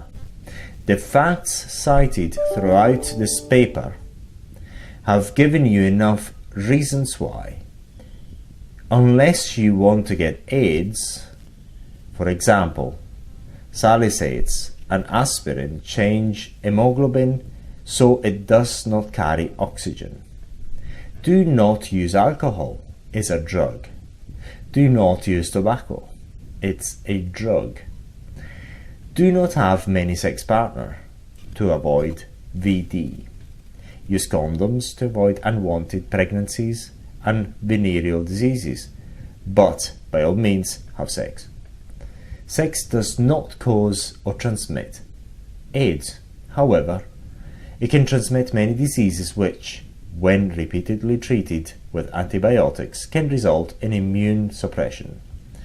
Multiple sex partners increases the odds of contracting sexually related diseases. If you do get syphilis, make sure you're treated with an appropriate antibiotic that crosses the blood-brain barrier. Avoid benzathine penicillin, it doesn't. Sex with love is a great combination, and it is nature's finest tranquilizer. It beats Valium every time. Most people prefer an exclusive relationship. Besides, it is safer, but that is your own business. Do not get involved in any stress that you can avoid. Seek emotional support from friends, group, professionally and religiously. Learn a relaxing technique and find one that works for you. Do not hibernate, get out and live, love and have fun. There is no scientific evidence that sex transmits AIDS. Avoid radiations of all types as much as possible. This includes X-rays, high-tension wires, microwave, any high-frequency device, even portable cellular phones are suspect. Avoid inhaling anything other than clean air. Avoid insecticides, aromatic sprays, volatile oils, gases, cleaning fluids, and any artificial additive or colouring. Effective and safe medical therapies. But first, remember, beware of AZT. It causes AIDS. But first, remember, beware of AZT. It is becoming the number one cause of AIDS. But do not take my word for it. Read the package insert. Then ask, how long do I have if I do not take it? How long do I have if I take it? What are all the side effects, unwanted direct effects? And get them in writing. And then, if you still want to treat an innocent virus and die, take it. These are therapies that physicians around the world report as clinically advantageous. Chelation therapy. What is chelation? Chelation therapy is probably the most significant medical discovery of the century. The benefits derived exceed that of any other single modality and extend to almost every disease known to medicine. The word chelate, pronounced chelate, is derived from the Greek chele, meaning claw. Crabs and lobsters are chelates. In biochemistry, a chelating agent is one that grasps metals such as calcium, magnesium, potassium, deadly mercury, and lead, and carries them out of the body without entering the body chemistry. The chemical ethylene diamine tetraacetic acid, EDTA, was first synthesized in Germany in the late 1930s for use in industry and reported in 1952 as a treatment for lead poisoning. It remains the treatment of choice for heavy metal poisoning throughout the world. Chelation is one of the most important natural processes in nature. It makes possible the utilization of inorganic minerals by plants and animals that includes humans. Everyone is familiar with at least two chelating agents, chlorophyll and hemoglobin, but they were probably never identified as such when you learned about them in school. How does chelation work? Chelation promotes health by correcting the underlying cause of arterial blockage. Oxygen-free radicals are increased by the presence of metallic elements in the body. They are damaging to tissue because they act as a chronic irritant to blood vessels, walls, and cell membranes. EDTA removes those metallic irritants, allowing leaking and damaged cells walls to heal. This markedly improves oxygen delivery to the cell and the elimination of the waste products of the metabolism from the cell. The plaques lining the walls of the arteries shrink and smooth over, thus allowing more blood to circulate. The blood vessel walls regain their elasticity and respond to changes in pressure more readily. Thousands of studies bear witness to the ability of EDTA to increase blood flow significantly. Thus, chelation is of great benefit in several ways. 1. Improves circulation, which 2. Delivers oxygen to the cells, which 3. Removes poisonous compounds, which 4. Improves cell membrane transfer of nutrients and waste, which 5. Allows for better mobilization and implementation of all defensive protective mechanisms, offensive weapons against disease, and reparative processes necessary for healing to take place. What is chelation used for? The most important use of chelation has been in the treatment of arteriosclerosis and arteriosclerosis. By chelating out the calcium cholesterol plaques, that occlude arterial walls, EDTA, administered intravenously, markedly improves circulation to every part of the body, including the heart and the brain. We have all been exposed to metallic poisoning. Mercury, lead, and cadmium are the most deadly. All metals can be toxic if present in excessive amounts, or if they have been deposited where they do not belong. Compounds are formed that interfere with the normal metabolism and promote the formation of destructive tissue changes. It immediately becomes apparent that chelation has to be beneficial in any disease in which improved circulation and the elimination of toxic substances aid in the body's abilities to heal itself. Virtually every disease is in that category, without exception. Chelation has improved heart disease, stroke, high blood pressure, arthritis, Parkinson's, and Alzheimer's disease. Studies indicate a 50% reduction in the occurrence of cancer in individuals who have received EDTA. Chelation has been reported to improve asthma, emphysema, brain function, muscular coordination, multiple sclerosis, and impotence.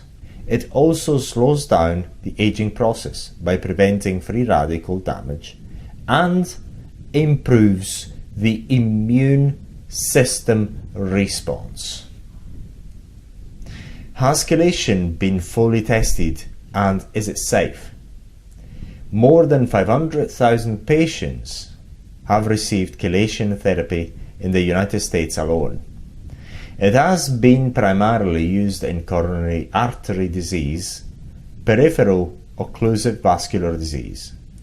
The ability of chelation to safely improve serious heart and circulatory problems has consistently been reported in 90% range. The safety record for its use has been exceptional. More than 300 million treatments have been administered without a single serious complication, except in rare instances where the standard rules of procedures are not followed and the patient is not promptly evaluated. Not one single death has been directly caused by chelation therapy when administered by a properly trained physician. Compare that with a 5 to 6% death rate from bypass surgery, which does not even extend life expectancy. Today, there are over 1,000 scientific papers that support the many biochemical actions of EDTA, and over 24 clinical papers, including double-blind studies, which support the incredible medical benefits to patients in a wide variety of conditions. There have been only 2 papers which have criticized the use of EDTA. These papers are based on opinion or apply to techniques which have been obsolete for decades. They come from physicians who have a vested interest in catheterization and surgery. Is chelation just EDTA? In addition to EDTA, the intravenous infusions contain from 5 to 20 other ingredients designed to replace the good minerals which may be removed with the bad. Substantial amounts of vitamin C and other vitamins are included, as well as blood thinners and other substances which safely enhance EDTA. Any intelligent therapy involves change in lifestyle and diet. Chelation is no exception. EDTA can be used in combination with almost any other therapy. It is always important for the physician to know everything the patient is taking. Chelation often eliminates the need or reduces the dosage of the medicines a patient may be taking. Can anybody take chelation? The only major contraindication to chelation therapy is kidney failure. Even then, it may be possible to use it if administered in reduced dosage with careful monitoring. How do I know if I need chelation? If you are from this planet, you probably need it. However, chelation is most likely imperative if you are short of breath, have chest pain, leg pain while walking, transient or progressive loss of vision or memory paralysis, poor circulation, gangrene, diabetes, or any disease for that matter. For all of these symptoms or conditions, and even if you have had bypass surgery and would like to avoid 1, 2, or 3 more death-defying leaps into the operation room, see a physician that does chelation immediately. It is legal in many states in the United States for use in cardiovascular disease and even cancer. Although chelation therapy is recognized worldwide for mercury and lead poisoning, its use in cancer and other degenerative diseases places the administering physician under great risk of harassment and loss of license. Is chelation useful in cancer? Many clinics in Europe, Mexico, South America use chelation in the treatment of cancer. Simple logic dictates that any therapy that improves the general circulation is likely to be useful in the treatment of any disease, particularly in cancer. It is not to imply that it has a direct effect on cancer cells. Walter Bloomer, MD, and Elmer M. Cranton, MD, in the Journal of Advancement in Medicine, Volume 2, 1989, presented an 18-year-old follow-up study on 59 patients that had been treated with calcium EDTA, chelation. The study evaluated the incidence of mortality from cancer. They reported that only 1 of the 59 patients died of cancer during this period. This represented only 1.7%. A control group of 172 individuals from the same area was evaluated, and the incidence of cancer was 17.6%. 30 out of 172 people died of cancer. This is a 90% reduction in cancer mortality for the chelation-treated group. A careful statistical analysis failed to reveal any other factors which were different between the two groups. Chelation was the only difference. I think it is safe to say that anything that prevents is likely to help improvement. Remember that the incidence of the cancers that occur in immune deficiencies can actually be predicted on the basis of the type of drugs used or the exposure to other chemicals, radiation, and malnutrition. What is the cost? Chelation usually costs $2,000 to $6,000 for 20 to 40 treatments. Every cell and every artery in the body is safely benefited, while in bypass surgery, less than 1 inch of an artery is removed at mortal risk. Bypass surgery is usually more than $40,000, does nothing for the rest of your body, and does not extend your life. I think we are all worth the price of a U-score. Chelation protocol. The first protocol outlined is the basic protocol recommended by American College of Advanced Medicine. 1.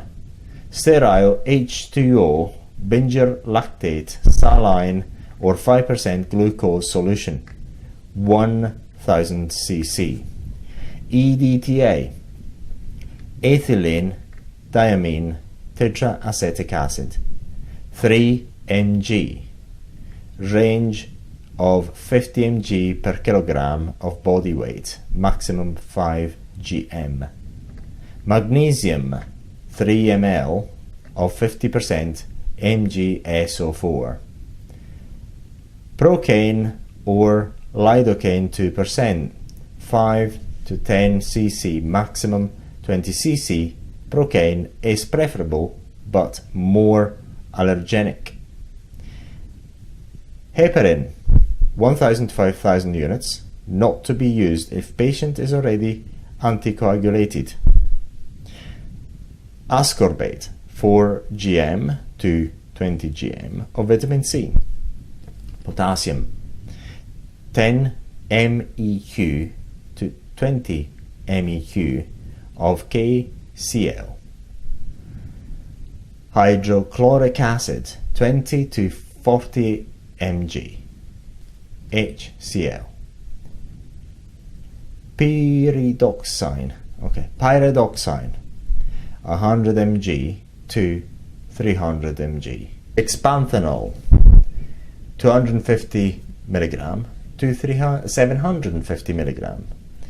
Supplementary IV, given as piggyback drip during the last 20 cc of the standard infusion. Ascorbate, 5 cc. Dexpanthenol, 1 to 3 cc. Peroxide, 1 cc. Vitamin B12, 1 cc. Niacinamide, 1 cc. B-complex, 1 to 5 cc. Trace minerals, 1 cc. Note: variations of the ingredients other than EDTA are used depending upon the condition being treated and the coexisting diseases of the patient. This is why special training is required, and a physician who is a member of the American College of Advanced Medicine, open to physicians of all countries, is recommended. 30 intravenous infusions are strongly recommended to accomplish detoxification and improve circulatory function and cell respiration. Intravenous vitamin C in very large doses, 30 to 100 gm, as tolerated with multivitamins added. B-complex, 106 cc. Cyanocobalamin, 10 mgm. Folic acid, 25 mgm. Pantothenic acid, 1.5 gm. Pyridoxine, 1 gm. In 250 cc of sterile water. Intravenous mineral drip containing calcium ethanolanophosphate, 400 mgm. Magnesium sulfate, 15 mgs.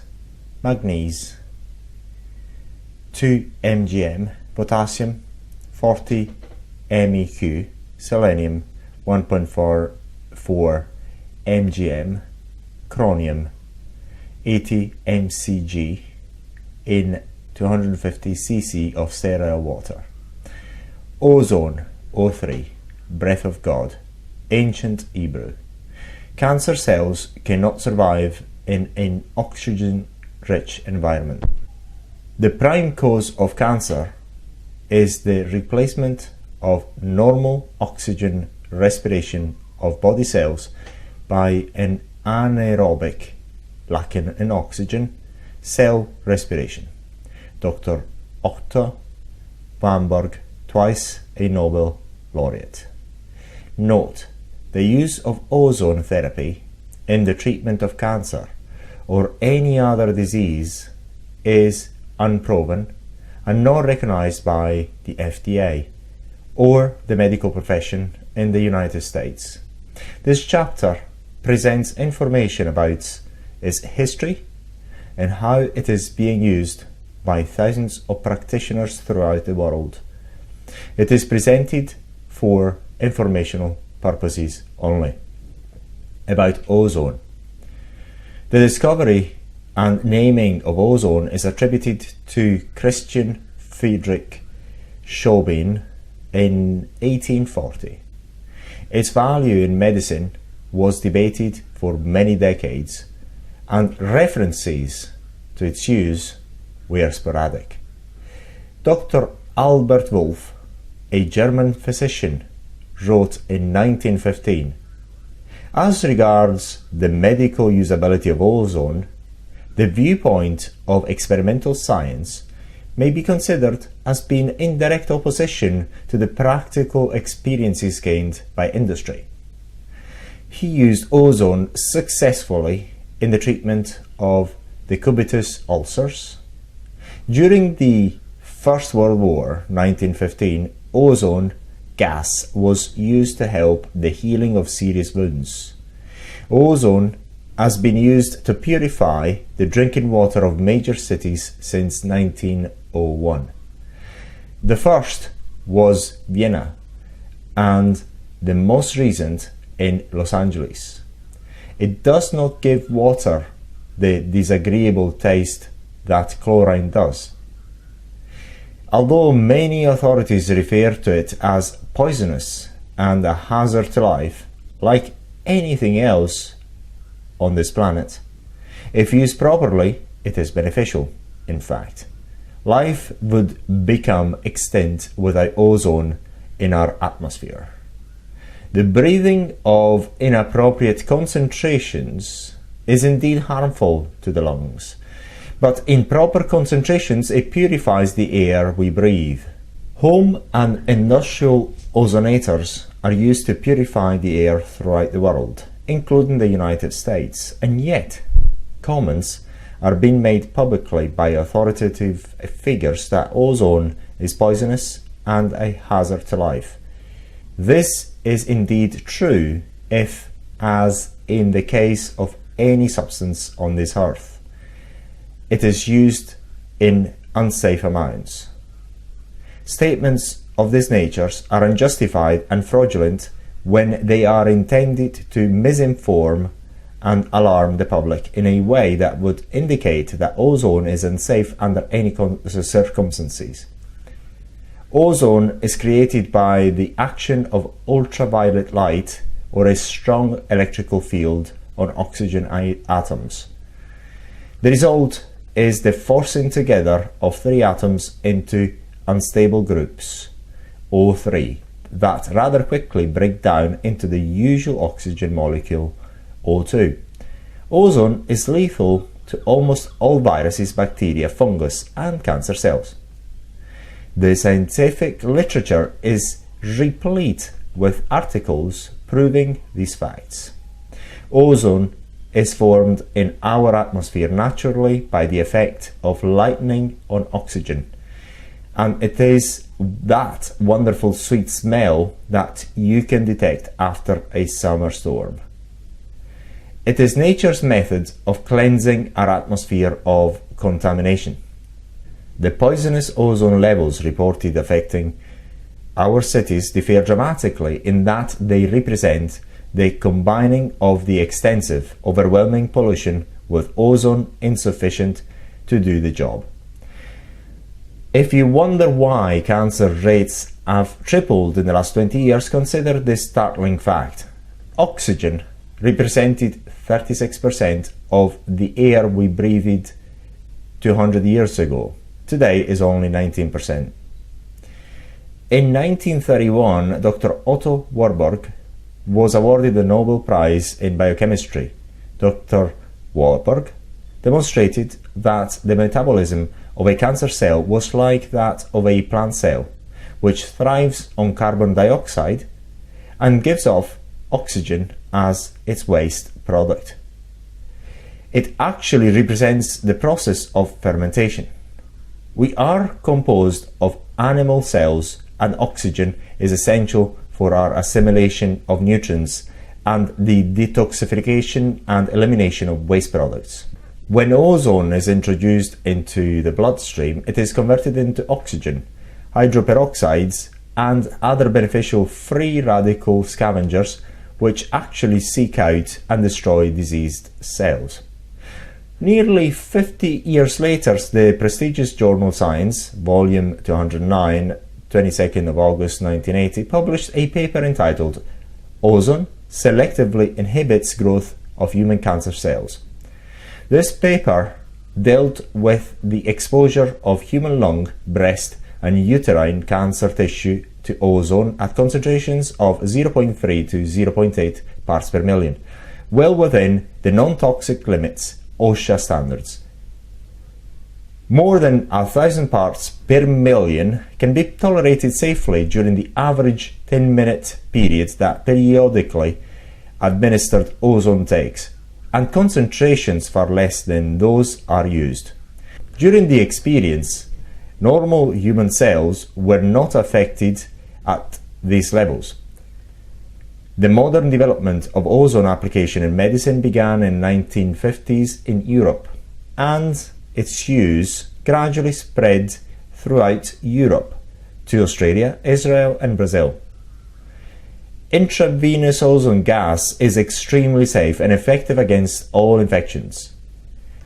The earliest evidence that I could locate of its recommendation as therapy in the United States appeared in 1885 issue of the Journal of the Dade County Medical Association. In spite of this and many other references prior to 1920, the FDA has illegally raided and confiscated ozone generators from the offices of advanced physicians. Ozone is classified as a toxic gas if inhaled in large quantities. However, it is not toxic when injected into the body by intraarterial injections, IV, intramuscularly, subcutaneously, or by vaginal or rectal insufflation. Ozone has no side effects when administered using these methods in the proper quantities and concentrations. It does not adversely affect healthy cells of any type under those conditions. It is obvious why it is lethal to cancer cells. The cancer plant cell is being given its toxic waste product, while our normal cells are being given their essentials for life. Individuals receiving ozones for the first time are usually apprehensive. It is scary to have air injected into their veins. They have images of dying from an air embolus. Almost everyone seems to recollect a murder mystery in which the villain killed his victim that way in the hopes of committing the perfect crime. It will never happen in real life because, number one, nitrogen would have to be present in order to cause a toxic reaction, and therapeutically, only pure medical grade oxygen is used. Number two, it would take at least 50 cc of gas given within 2 to 3 seconds.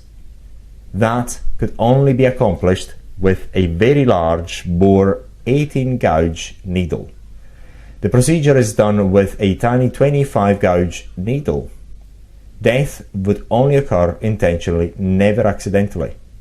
Specific therapeutic applications of ozone include the treatment of circulatory problems, the cubitus ulcer, some forms of cancer, still under investigation as to how many, AIDS, viral diseases, wounds, scars, burns, gangrene, and liver disease, including hepatitis. Ozone is the only substance known which acts as a virucide, bactericide, fungicide, proctozoocidal, and cancericidal. Over 1,000 medical papers exist in the world medical literature attesting to its efficacy in the treatment of disease in many tens of thousands of patients. Typically, it has been ignored in America because it cannot be patented.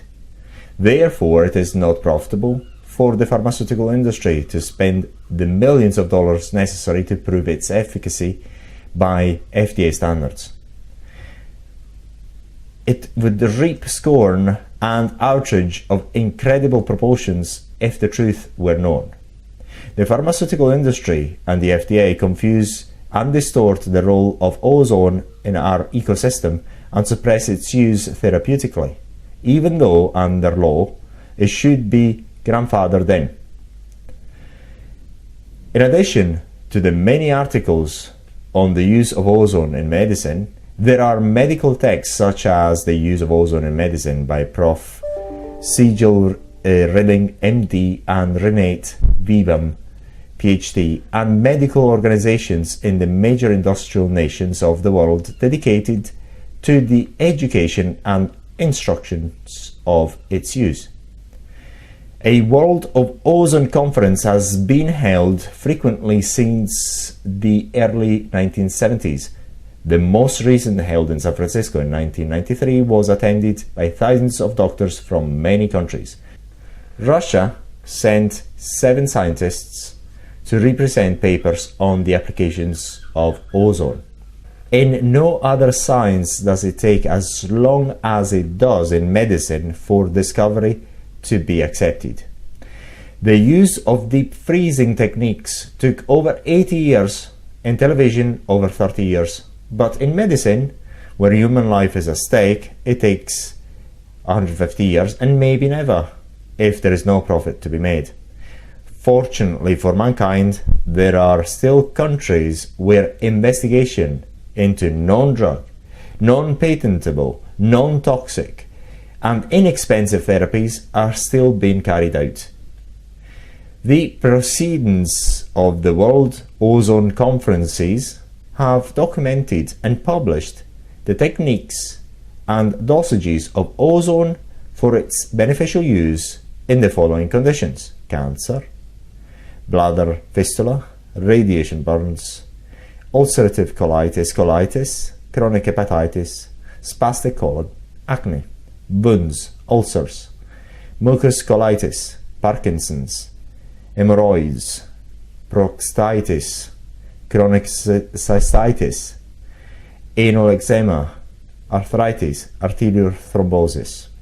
Intrarectal insufflation is excellent for diarrhea and candidiasis in women. Intravaginal insufflation is also effective, and it is applied in this manner when intravenous administration is impractical or unavailable. As long as the lobbyists and influence peddlers from the pharmaceutical industry and the AMA are able to convince our representatives that anything outside of the mainstream of medicine is either useless, fraudulent, or dangerous, many safe, non-toxic, and effective therapies will be denied to the public.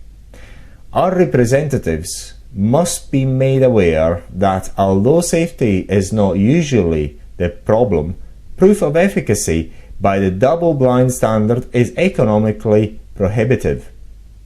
In those instances where such proof has been offered, fraudulent tactics by opposition have resulted in blocking the use of some incredible therapies. See chapters on chelation, for example. If you want to know what benefits ozone bestows in disease, ask the doctors and patients who have used it. But, of course, that is anecdotal. The importance of oxygen. Virtually every patient's room in a modern hospital is equipped for the administration of oxygen. Certainly, an emergency room cannot be without one because it is required by law. Deep breathing exercises are prescribed for patients with lung problems and for individuals recovering from surgery. The narrow use of these techniques are indeed unfortunate. They should be routine for all patients. The local gymnasiums and health spas routinely employ the proper use of deep breathing exercises. The average person takes their respiration for granted. There are large religious cults who incorporate consciousness of breathing as an important ritual of their beliefs. Indians refer to prana as a wonderful substance that God has provided for a healthy life. Certainly, prana is oxygen, or possibly even ozone. Both aptly fit their description. Obviously, the breathing exercises carry greater importance today because of the lowered concentration in our atmosphere than ever before. The effect of gradual oxygen deprivation on metabolism is devastating and leads to an inadequate processing of toxic wastes that our bodies are constantly producing. One of the consequences of lowered oxygen concentration is the elevation in uric acid in the body. This one compound alone is implicated in a wide variety of metabolic problems. The most common disease associated with a uric acid disorder is gout, and it is primarily due to an inability to process meat protein. However, the far-reaching effects on almost every system of the body gives us an indication of the widespread effect that a low-grade increase can have. The formation of stones in the kidneys and gallbladder, the blocking of circulation, and the destruction of joints by the formation of crystals are just few of the problems that arise. There are literally hundreds of known biochemical reactions in the body that utilize oxygen. There are probably many thousands more waiting to be discovered. Acute deprivation of oxygen leads to a rapid death. We are simply getting there more slowly. The importance of oxidative processes is discussed more fully elsewhere, but the relationship with the development and progress of cancer is no longer in doubt. The use of ozone appears to go beyond the benefit of oxygen in the treatment of disease. The production of electromagnetic energy at the molecular level, as the ozone molecule dissociates into oxygen, undoubtedly plays a role in its usefulness in therapy. I will list just a few of the proven effects of ozone. Ozone actions. Number 1. Ozone activates the enzymes involved in peroxide and oxygen free radicals destruction, glutathione catalase SOD. 2. Accelerates glycolysis, breakdown of glycogen in RBCs, resulting in A. Increasing the release of oxygen from the hemoglobin in the blood to the tissues. B. Enhancing formation of acetyl enzyme, which is vital in metabolic detoxification. C. Influencing the mitochondrial transport system, which enhances the metabolism of a cell and safeguards against mutagenic changes. D. Increasing red blood cell pliability, blood fluidity, and arterial PO2 oxygen content, and a decrease in rouleau formation, clumping, which interferes with the normal functioning of red blood cells metabolism. 3. Increases leukocytosis, production of white blood cells, and phagocytosis, the manner in which certain white blood cells destroy foreign matter. Both processes are part of the immune defense system. 4. Stimulates the reticular endothelial system, the rebuilding of tissue. 5. Strong germicide, inactivates enteroviruses, coliform bacteria, Staphylococcus aureus, Aeromanoma hydrophilia. 6. Disrupts the cell envelope of many pathogenic organisms which are composed of phospholipids, peptidoglycans, and polysaccharides. 7. Opens the circular plasmid DNA, which lessens bacterial proliferation. 8. Fungicidal, inhibits candida cell growth. 9. Low doses stimulate the immune system. 10. High doses inhibit the immune system. 11. Limit dose to 3000 UG. References. The information for this chapter is culled from the hundreds of papers presented at the World Conference on Ozone.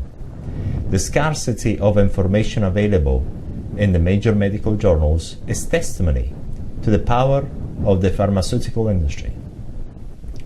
With good reason, they have established a wall of silence and the dissemination of falsehoods around the use of ozone. They have an entire market of antibiotics at stake. There is no evidence that anyone has died from ozone therapy, and my conversations with practitioners in several countries, including the United States, confirms the remarkable results that I observed firsthand in my own practice. Dinitrochlorobenzene, DNBC. This photochemical has been used for HIV disease for 8 years. R.B. Stricker and B.F. Ellswood reported on the successful use of DNCB in the Journal of the American Academy of Dermatology, 1993. Weekly topical application costing approximately $1 per month appears significantly effective in modulating the immune system, increase the CD8 T cells, antiviral and anti-cancer activity. It is notably lacking in side effects, cannot be patented, and therefore testing on a large scale is unlikely. It is available from the NCB hotline 415-954-8896. The NCB Treatments Issues 2261 Market Street, number 449, San Francisco, California, 94114. Enderline formulas, very effective, very safe. These remarkable formulas of biological and homeopathic preparations are used in Europe and are the product of the work of one of the truly great unrecognized medical geniuses of this century. It is a therapy based on the theory of pleomorphism of bacteria. This position is held by thousands of our best scientists, and thousands of papers have been written about it. They have been systematically ignored because they shake the foundations of the current allopathic approach of modern medicine and would render the stranglehold of the pharmaceutical industry impotent.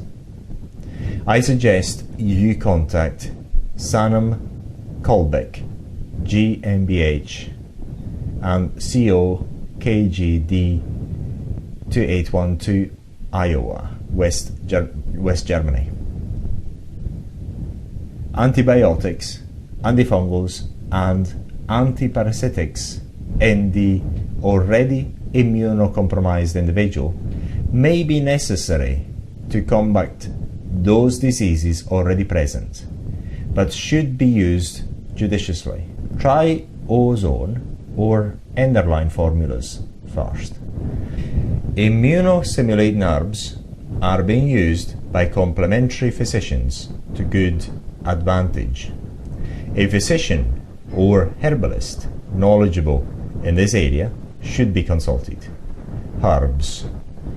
Note, the use of herbs is not recognized by the FDA or the medical establishment.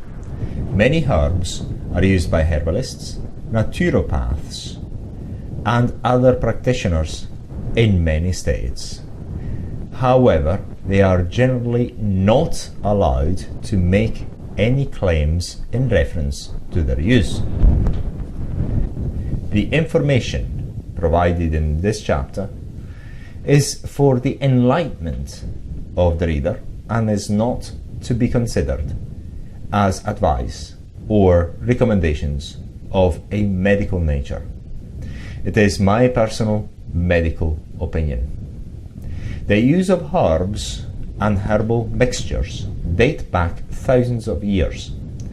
Their use is well documented in the hundreds of books published in the last century alone.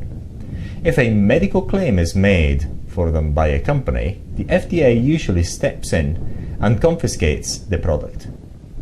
The First Amendment, free speech, allows a book or a periodical to write about their use, but a company cannot provide the same information on the label or in literature in any way associated with the company.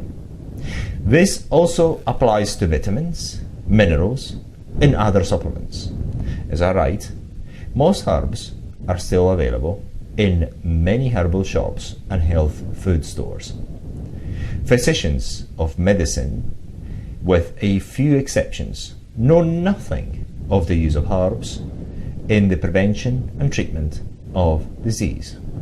Many are not even aware that digitalis is an herb. Its use in modern medicine exists only because of the curiosity and diligence of a young physician centuries ago. Pharmaceutical companies produced it and then extracted its active ingredients in order to obtain a patent. The reason given, of course, is that they wanted to provide a more potent product, and one in which the dosage could be more accurately controlled. This is true only in part. The power and toxicity of digitoxin, digoxin, etc. are well known to every physician. Past physicians, dead or no longer in practice, felt more comfortable in the safety of the original digitalis leaf. Younger physicians coming into practice in the 50s had no means for comparison and were being taught pharmacology with emphasis on the newer preparations in medical school. In practice, the influence of pharmaceutical detail persons, salespeople, from most companies have a significant impact on the busy physician who often foolishly believes that they are truly knowledgeable enough to provide a quick educational summary on the product. This is rarely true.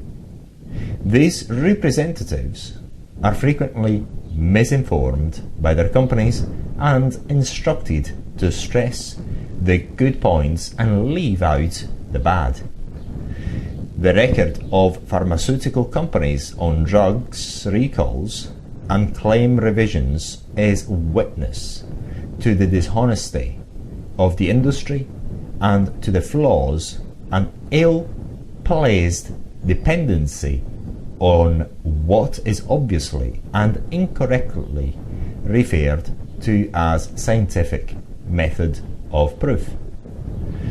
A basic error in the current scientific approach to therapeutics is the belief that the individual parts of biological phenomenon can explain the whole phenomena itself.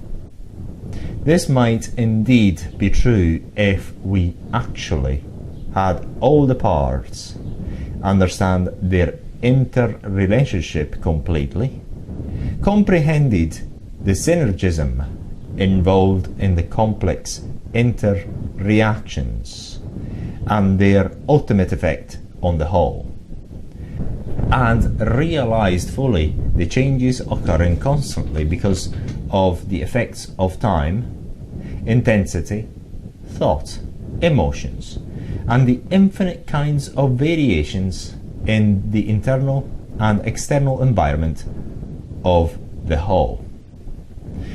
Put simply, science today arrogantly and ignorantly formulates an indelible, immovable position which it calls scientific fact and proof, and then is forced to explain failure on the basis of side effects, complications, or the patient failed to respond.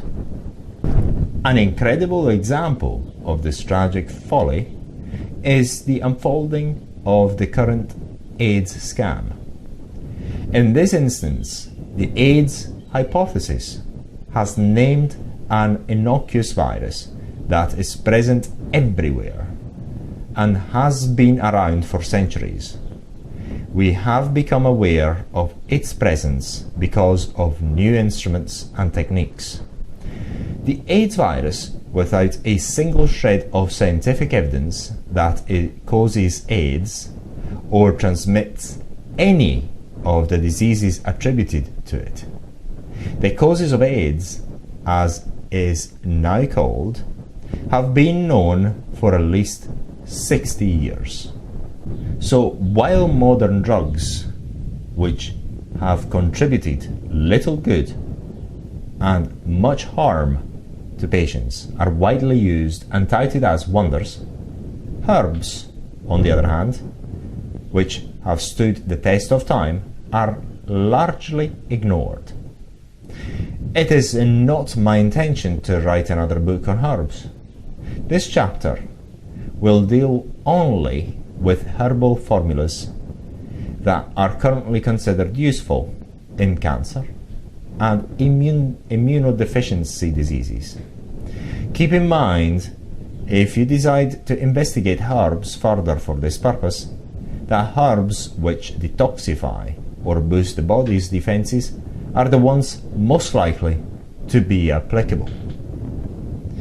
There is a concern that imported herbs are exposed to irradiation and gassing by government agencies of some countries, which can alter their properties and even render them potentially harmful.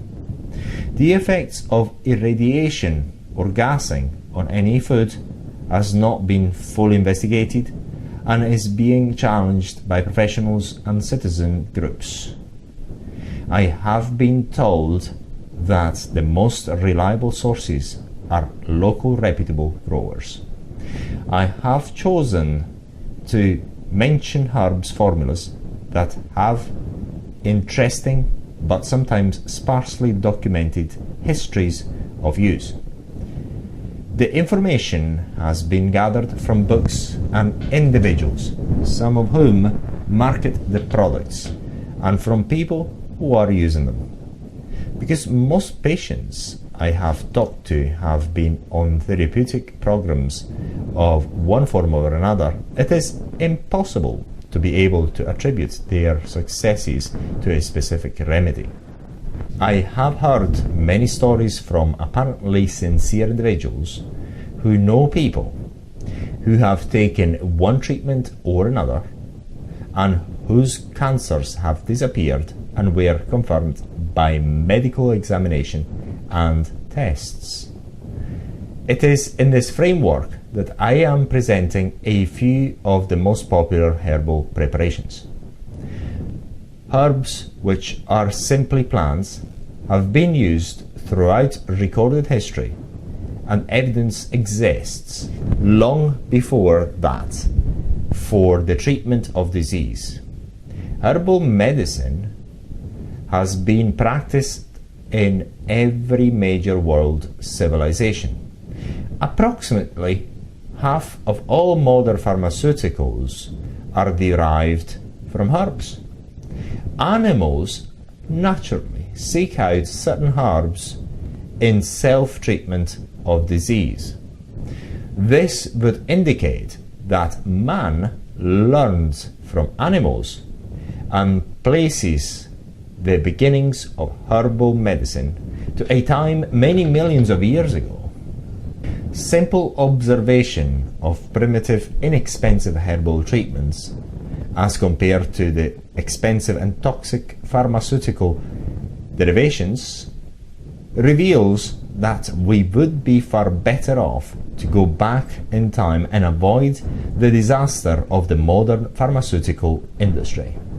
It is a classic example of pain through the nose in order to get shafted. Aloe. The aloe plant has become the source of an incredible number of commercial preparations in the form of creams, lotions, gels, and shampoos. The juice of the aloe is being used for cleansing of the colon and intestinal problems. Toxicity and side effects are relatively rare and not usually severe. Almost every conceivable benefit has been claimed for aloe over the centuries.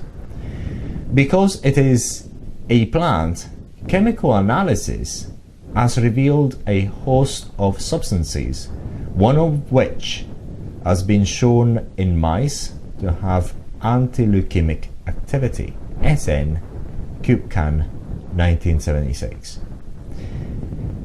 Its anti-cancer activity has been shown to indicate its action through stimulation of scavenging white blood cells of the immune system.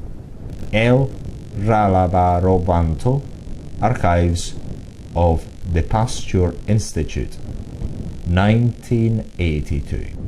The many studies done by Russian scientists have done more to establish a respectable place in modern medicine than any other group of investigators.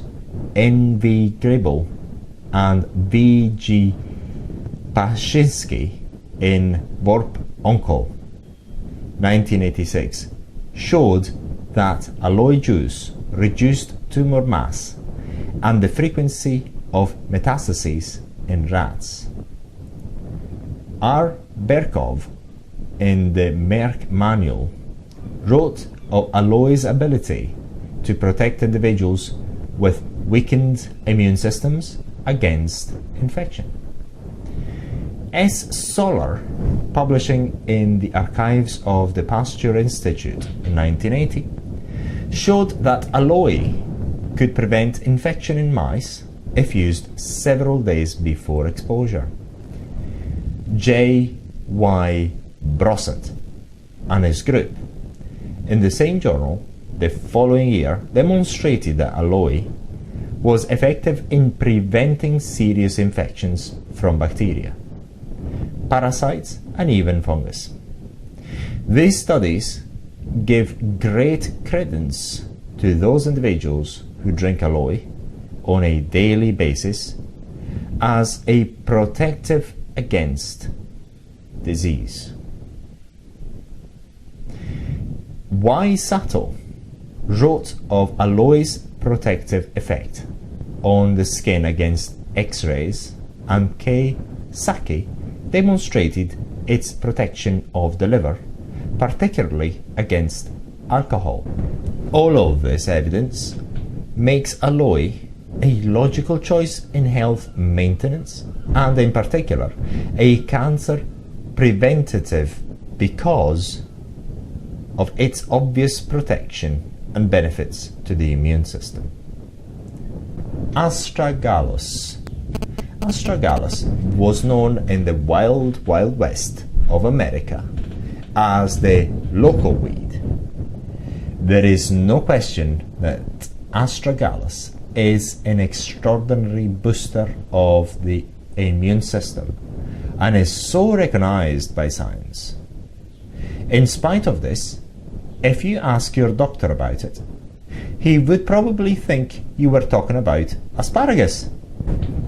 D.T. Chu in the Journal of Clinical Laboratory Immunology, 1988, demonstrated its use in cancer, and in 1986, J. Jang showed that astragalus protected the liver of animals against the toxic effects of the common cleaning fluid carbon tetrachloride. It has also been used to protect the liver in patients receiving chemotherapy. Z. L. Jang, Journal of Ethnopharmacology, 1990. Naturally, as one might expect, chemicals derived from this inexpensive weed have been tested successfully in preventing the spread of metastases of melanoma to the lungs in mice. M. J. Humphreys reported the effect of this chemical, swansonine, in cancer research in 1988, and J. W. Dennis confirmed its action in cancer research in 1990. S. A. Newton reported on the protective effects of swansonine on the bone marrow during chemotherapy. My suggestion is to get local weed and use it until scientists prove that they can do a safer, better job than nature. That means you will see it when hell freezes over. Mestetoi. A commercial preparation of fermented mestetoi, known as Iscador, is widely marketed in Europe, and its use has extended to some degree throughout the world. Most research has been conducted in Germany. Mestetoi is a folk remedy that has been advocated since the 1920s as a therapy for cancer. It has been rejected by the American Cancer Society, of course. It is believed that a lectin labeled ML1, which is a plant protein, stimulates the immune system by increasing white blood cells, particularly the macrophages and natural killer cells. It also increases thymus activity, thus resulting in an increased immune response. T. Hokito, Cancer Research 1989, and R. Rentea, Lab Investigations 1981. Iscador has been found effective against lymphoma in mice and in a large study involving more than 160 patients with advanced lung cancer. These studies not only showed that Iscador stimulated the immune system, it directly destroyed cancer cells and prolonged survival time. G. Salzer, Oncology, 1986. Ovarian cancer responded 3 times better to Iscador than to standard chemotherapy involving cytobal. W. Hassur, Oncology, 1979. No wonder the American Cancer Society condemned it. Other studies indicate that Iscador is not effective in kidney cancer and carcinosarcoma. It is important to note that viscobalbum, the European mestetoi, and Foradermodrom flavescens, the American mestetoi, are both potentially poisonous. Therefore, commercially prepared compounds are strongly advised over homemade concoctions. Glandular and nerve tonic improves ability to detoxify It is used as a general tonic and acts as a pain reliever, anti-spasmodic, anti-inflammatory, and wound healer with antibiotic properties. Formula: blue vernaine, verbena hastata, cayenne, caspicum annum, chamomile flowers, Matricaria camomilla, Dantelonion root, Teraxacum officinale, Gentian root, Gentiana lutea, Goldenseal root, Hydrastis canadensis, kelp, Laminaria macrocystis ascophyllum, So palmetto beris, Serenoa repens sabal, Skullcap, Sculpellaria laterifora, Wood betony, Stachys officinalis, Pedicularis canadensis, Yellow dock root, Rumex crispus. Preparation: 450 mg blend per capsule. Dosage: 3 to 2 capsules per day. Take with meals.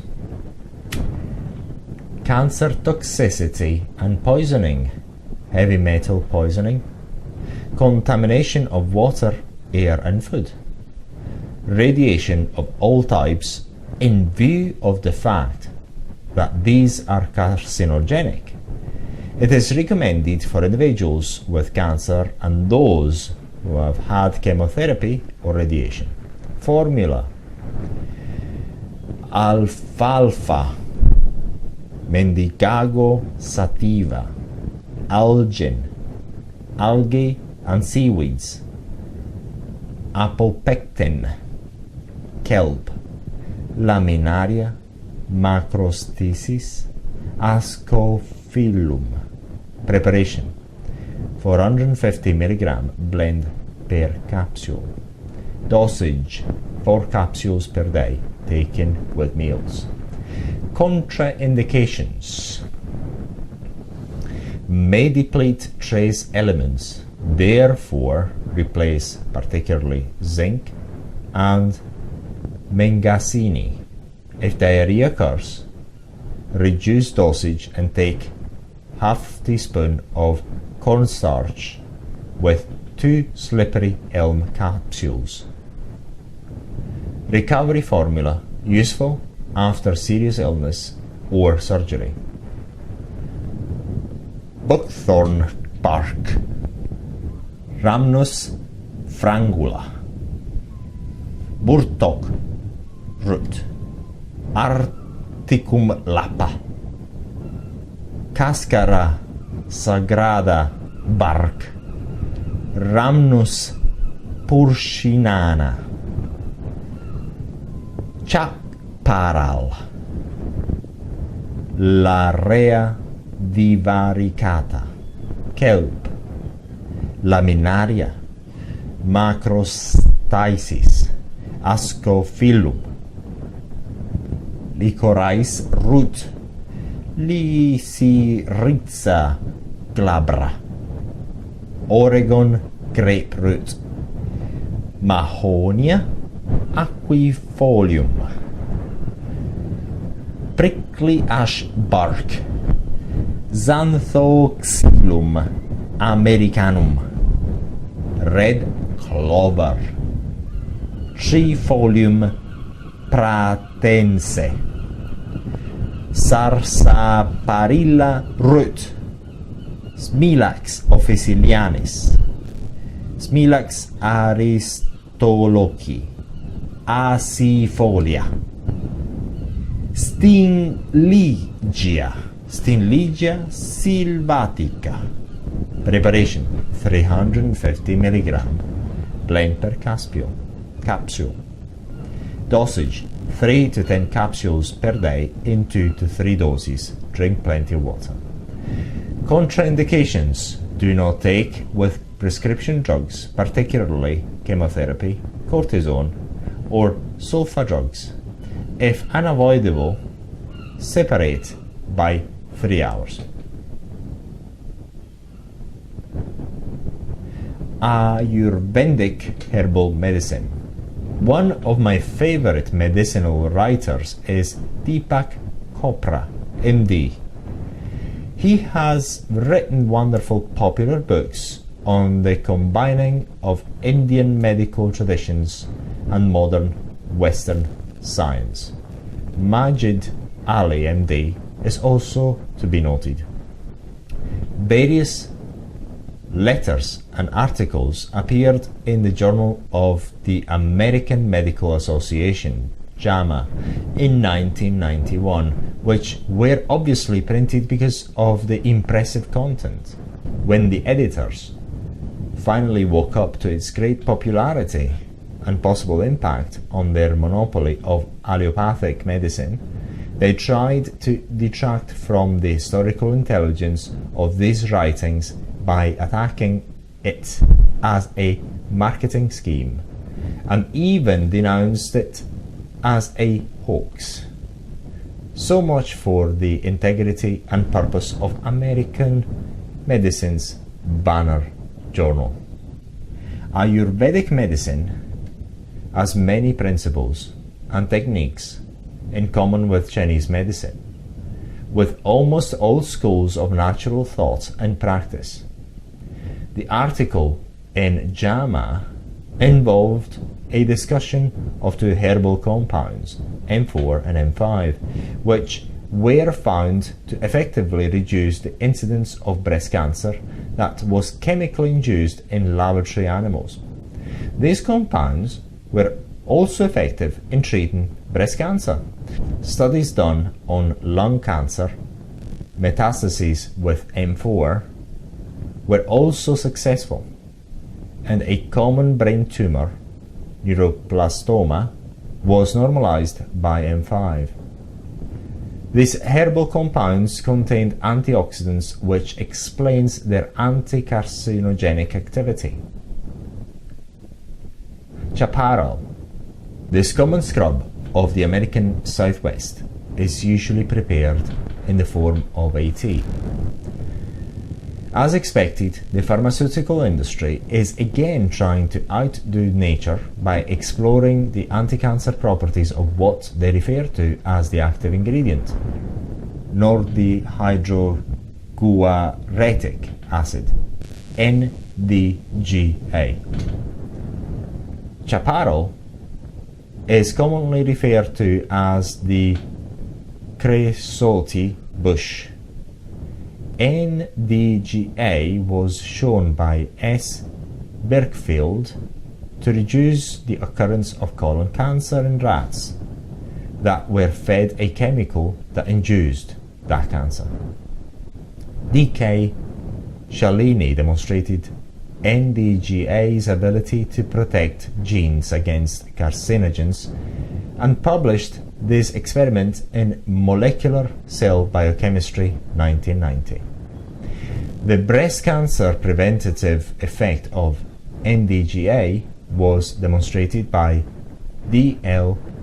McCormick and A.M. Spicer, Cancer Let, 1987. Leukemia cell cultures were inhibited by NDGA. A.M. Miller, Journal of Laboratory Clinical Medicine, 1989. And human brain cancer cell growth were likewise inhibited by NDGA. D.E. Wilson, Journal of Neurosurgery, 1989. Cancer cell inhibition was intensely explored in the doctoral thesis of J. Zamora, Auburn University, 1984. Regression of this deadly melanoma and treatment of carcinoma and lymphosarcoma have been cited by C.R. Smart in Cancer Chemotherapy Reports 1969 and American Cancer Society 1971. D. Vandenberg demonstrated the anti-cancer and antiviral activity of other chaparral extract, and P. Train wrote of its use as antibacterial. Naturally, NDGA is toxic to the kidney and can be deadly when combined with some biologicals. D.R. Shasky, Journal of the American Academy of Dermatology 1986, and V.J. Gardner, Kidney International 1987. Because of a rare case in which signs of liver damage showed up after several months of taking chaparral leaf, M. Katz in the Journal of Clinical Gastroenterology in 1990 warned that the public and the medical profession must be wary of all harmless, non-prescription medications, whether purchased in pharmacies or elsewhere. M. Katz, of course, did not cite all the horrendous problems with the synthetic NDGA, of which I am sure he approves. Echinacea, the most popularized herb recommended for infections and for weakened immune systems. It is easily tolerated and can be taken on a maintenance program for acquired immune deficiencies. Chinese herbal medicine. Chinese medicine is based upon intensive and patient observation that has been carried out through more than 4,000 years. From those observations came philosophical concepts that have stood the test of time and are constantly verified by modern scientific discovery. The Western physician, unaware of the depth of meaning in the Chinese traditional philosophy, looks with disdain at their therapies and perceives them as primitive. The World Health Organization has called for a re-examination of ancient medical traditions and their assimilation into the health system of each country. This has occurred mostly in Asian countries and in Mexico and Africa. The Chinese traditional physicians use a root called actinidia. Its use in inhibiting liver cancer growth and other tumors was discussed in Planta Med 1989 by G. France. Chemotherapy has been combined with Rhapsodicia rubenscens and has proven to be excellent. Wang 1986. DNA synthesis is inhibited by Bahoside-1, a natural plant extract, and was therefore tested against various cancers by S.Y. Lee, Cancer Literature 1990. The Chinese have investigated synthetic compounds similar to extracts from the dried body of the Chinese blister beetle, Milabris. These compounds were demonstrated to be effective against liver cancer. G.S. Wang, Journal of Ethnopharmacology, 1989. The Chinese have been noted for their traditional teas that are used as tonics. Golden Book tea and 6-flavor tea have proved useful in conjunction with chemotherapy and radiation against lung cancer. X. Y. Liu and N. Q. Ang, 1990. YBG tested the use of Bu Zhong Qi Wang, a pill used to stimulate body energy, along with cyclophosphamide, a chemotherapeutic agent, and found that it decreased toxicity and enhanced its anti-cancer activity. Herbal formulas. Herbal mixtures have been formulated to assist the body in situations of stress caused by disease. The following formulas can be used as indicated. Anti-anxiety, calming effect formula. When confronted by a serious illness such as cancer, it is completely normal to experience the following emotions: anxiety, fear, despondency, and isolation.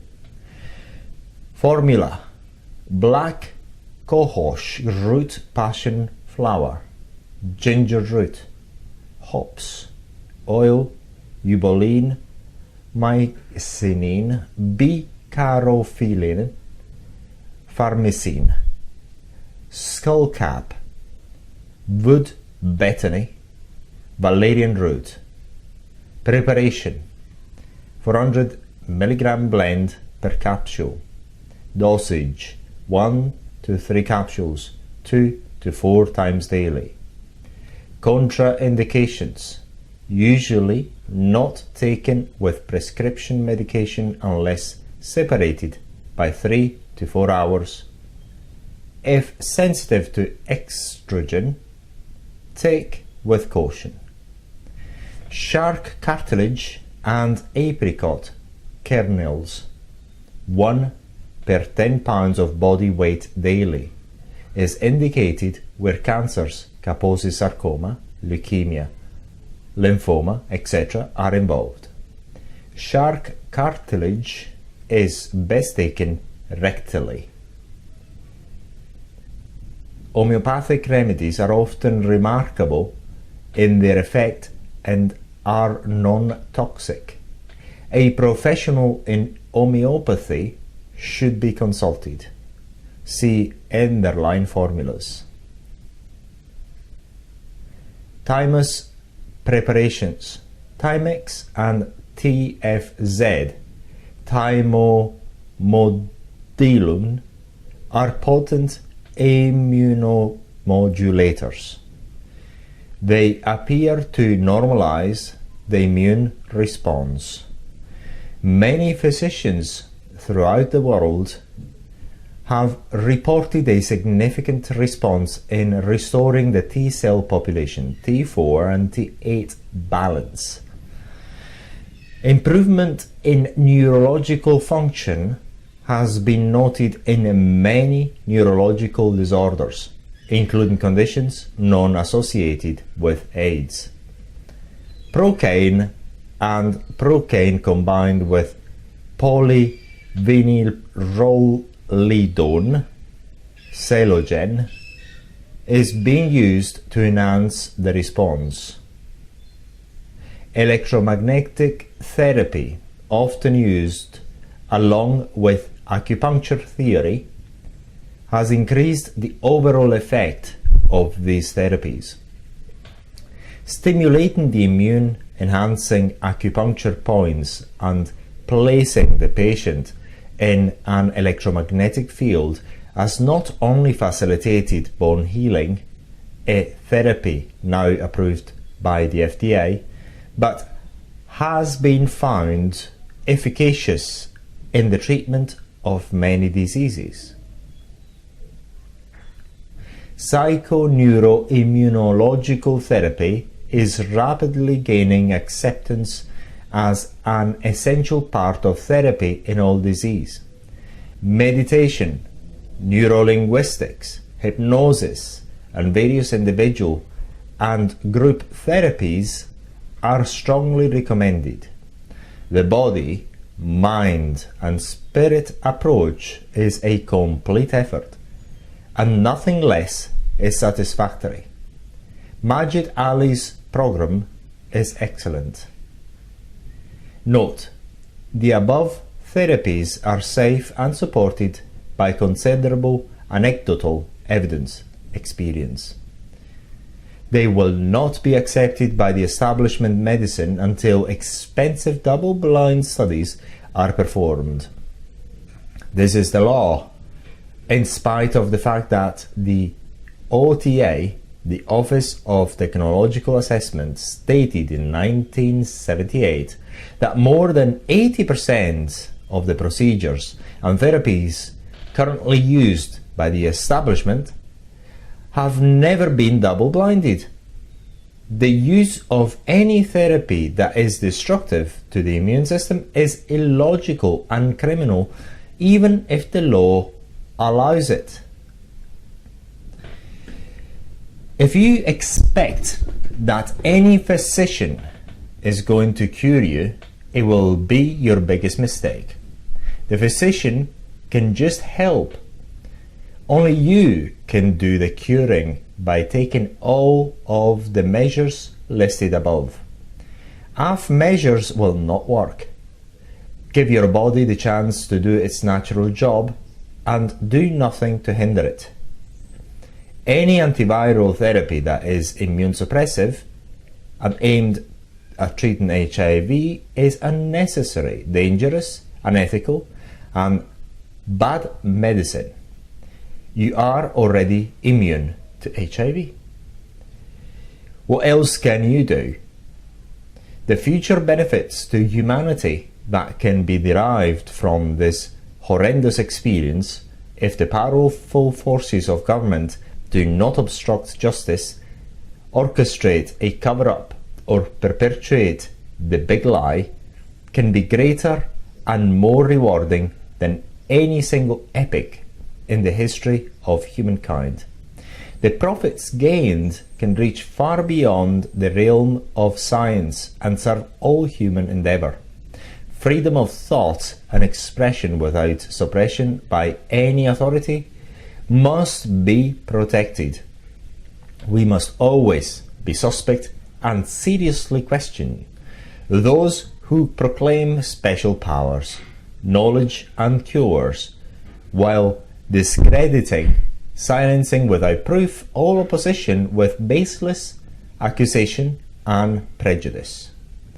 Establishment medicine has promised cures for 7 decades, and in spite of 95% failures and admission of defeat, it continues its false promises and claims of superiority over all other healing arts and therapies. Because of its arrogance and ignorance, it has followed a path that defied the rules of nature, and except for crisis situations, it offers temporary relief at great sacrifice to the maintenance of health. In AIDS, because of the same arrogance and ignorance, it has become an accomplice to murder.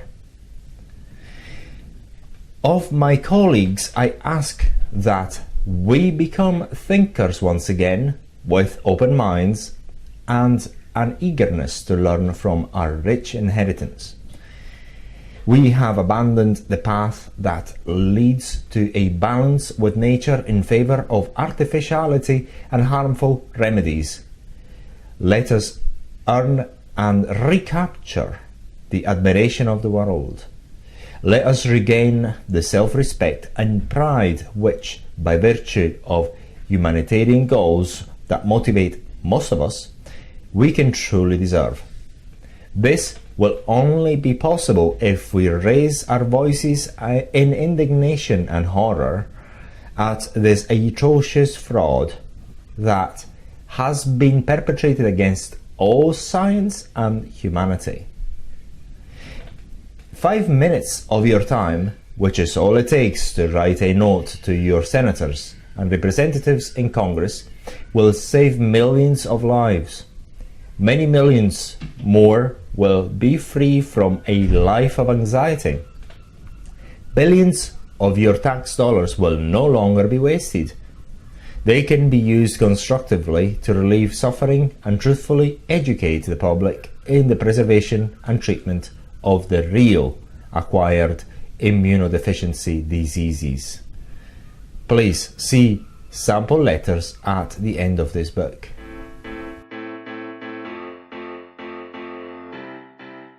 The Baby Eye Contour Serum, the ideal solution for puffy under eyes.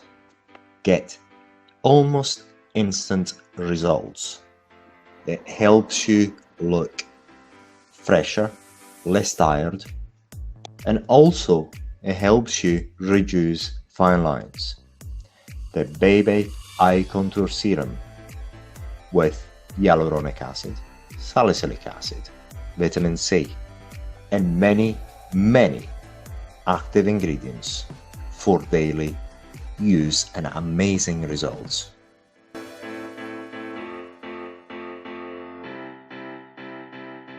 Chapter 9. Important Addendum. The corruption gets worse, but there is hope on the horizon. The degree to which corruption is being perpetrated and the types of individuals it attracts boggles the imagination. The level of incompetence and fraud rises at an astounding pace. Like they say, you ain't heard nothing yet. Better still, in scientific circles they say, what some scientists won't do for a grant. And as you now know, one does not get a grant unless you agree with the AIDS hypothesis. The next expose illustrates this point very well. It comes in a close second to Gallo's original papers. A medical article was published in Nature, volume 362, March 11, 1993. The article was entitled, "Does Drug Use Cause AIDS?" by M.S. Asher, H.W. Shepard, et al.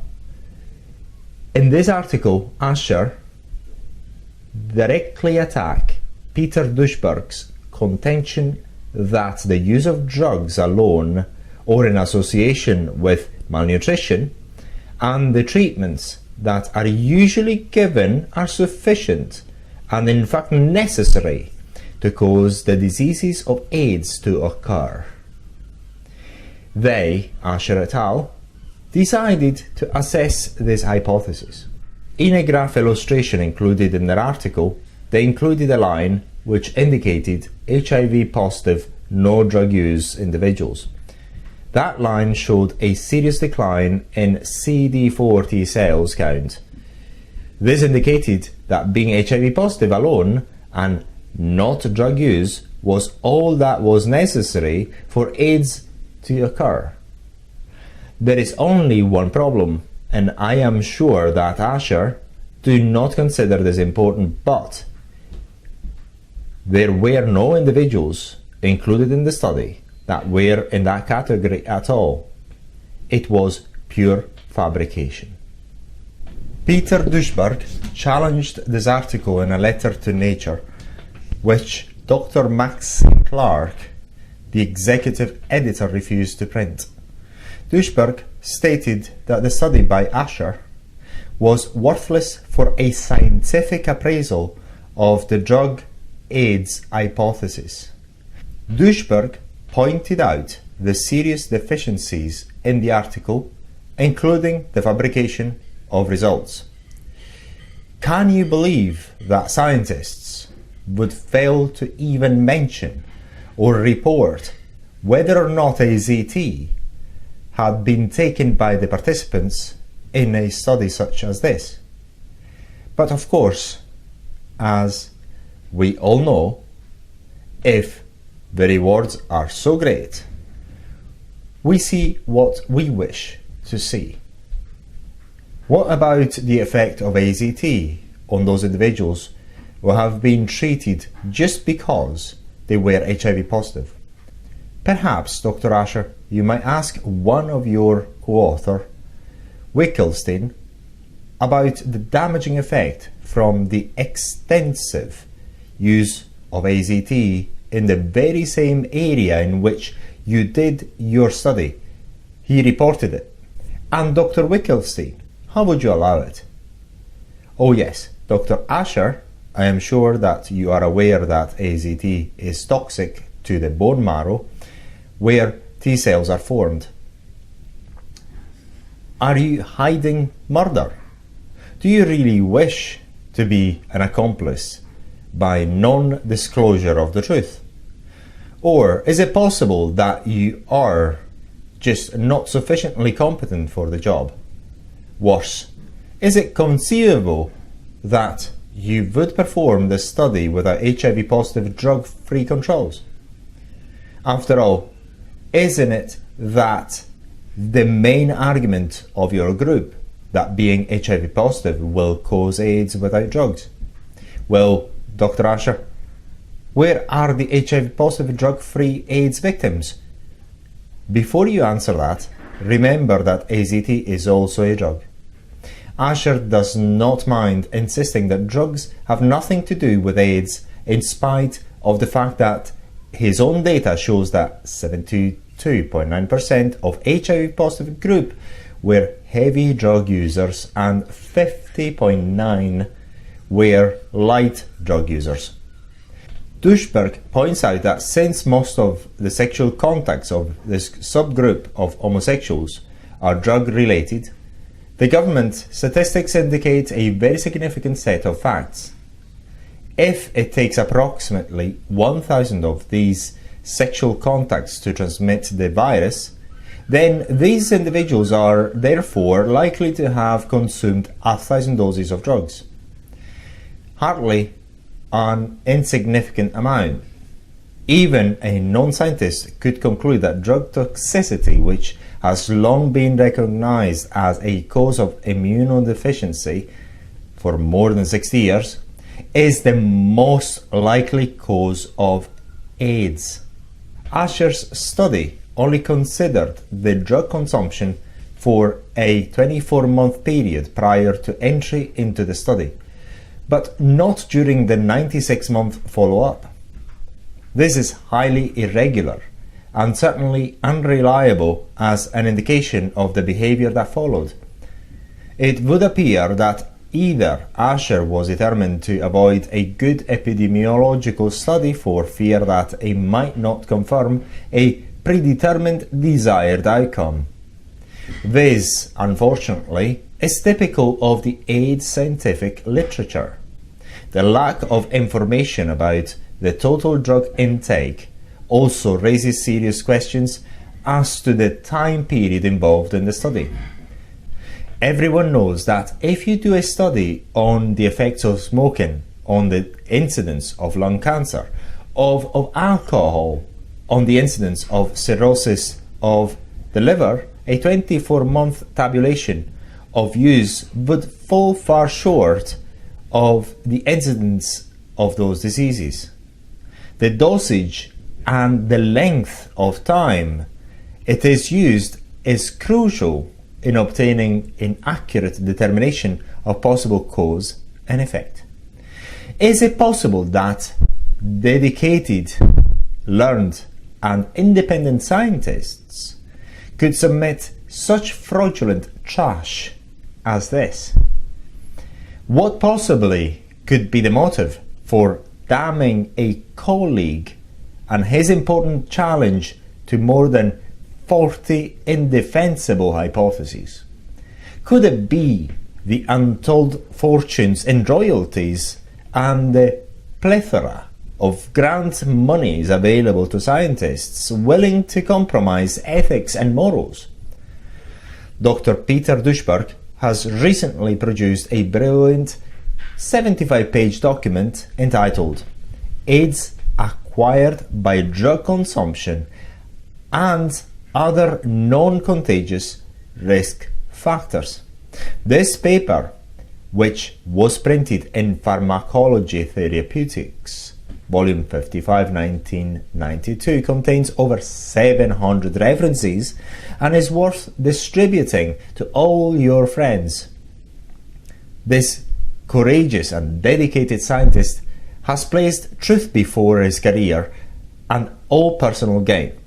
I strongly urge that you order a copy of this reprint along with his reply to Asher.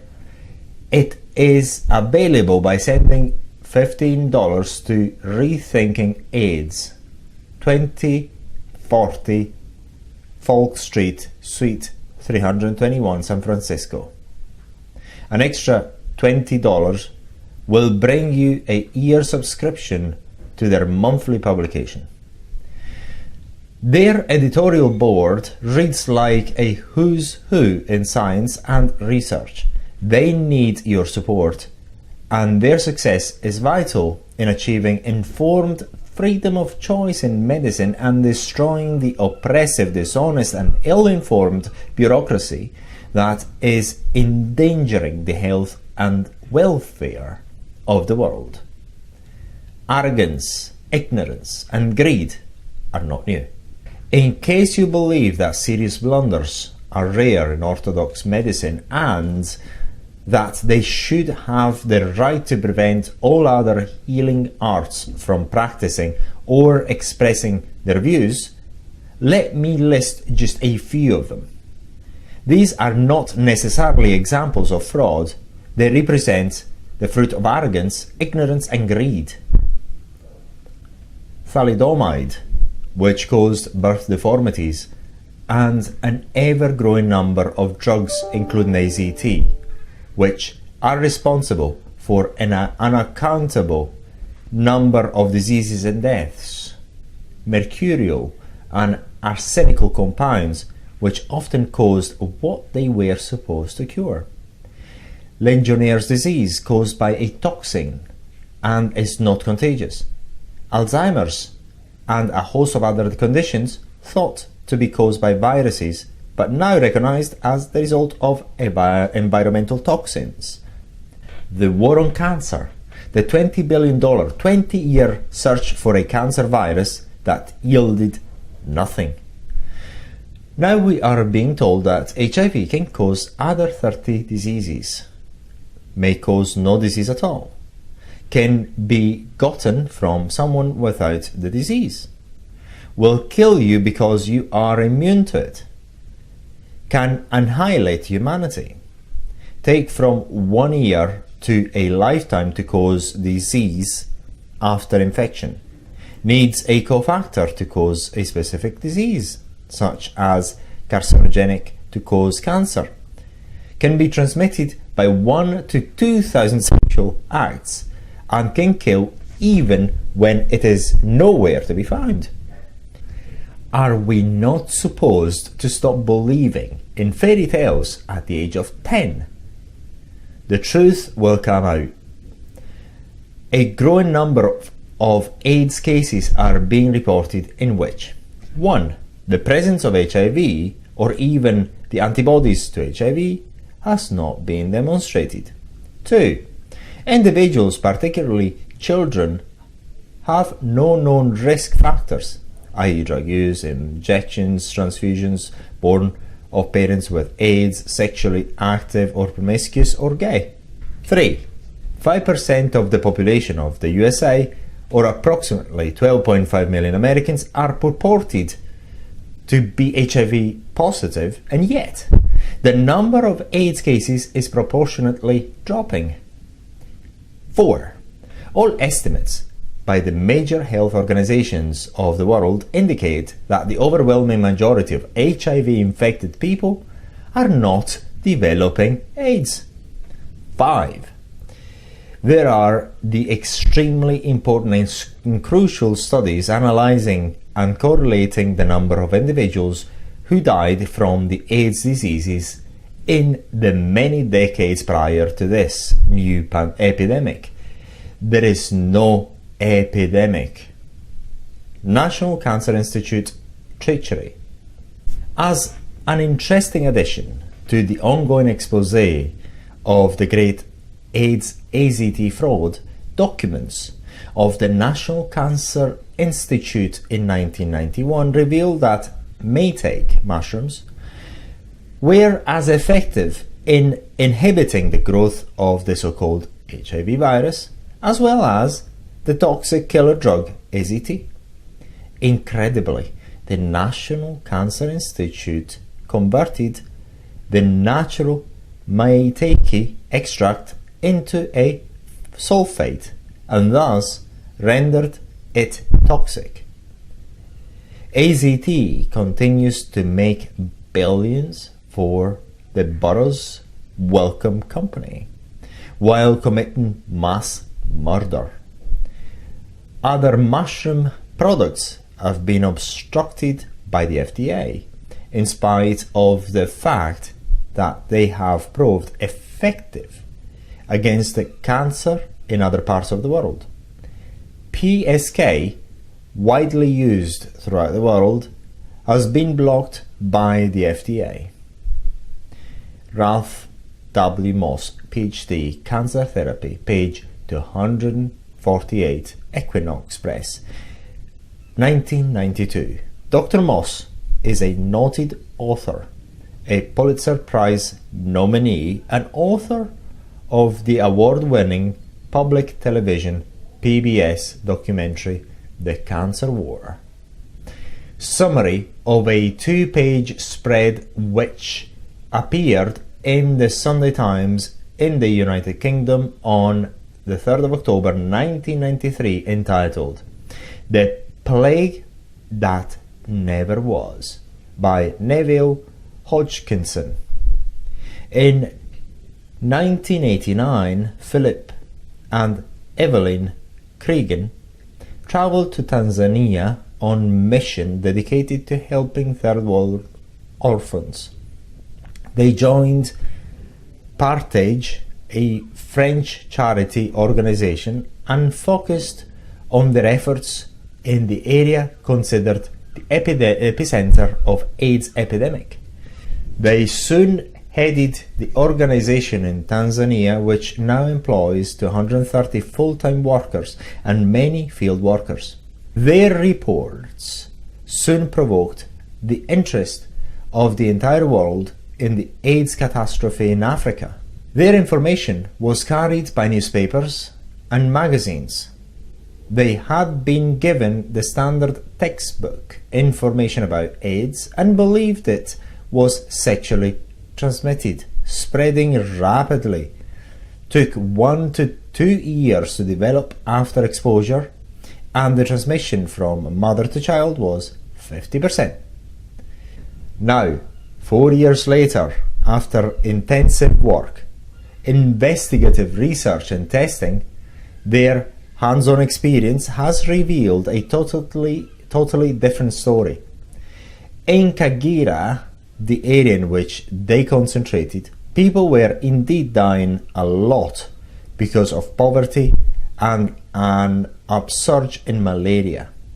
They decided to test everyone for AIDS and at least attempt to save the purported 50% who were not infected. Instead of finding 50% incidence of HIV positives, only 13.7% showed up positive, and some of those were falsely positive because of parasites and other infections. They also discovered that repeated tests turned up negative and that there was no relationship between HIV positivity and risk of illness. If simply fed and treated for the real illness they had, they recovered. In all the children we have lost, there was a very well designated reason. An illness we could not cope with because we hadn't the means to do it. Heart failure, TB treated too late, cerebral malaria, acute hepatitis, probably caused by a drug taken for the wrong reasons. You have no right to call any of these deaths AIDS. I cannot tell you of a single child I have followed who has died of the so-called AIDS-related illness. The occurrence of HIV positives could be because being more in contact with doctors and hospitals and taking more drugs or just giving birth causes you to accumulate reactivity to the test. It may not have anything to do with the virus.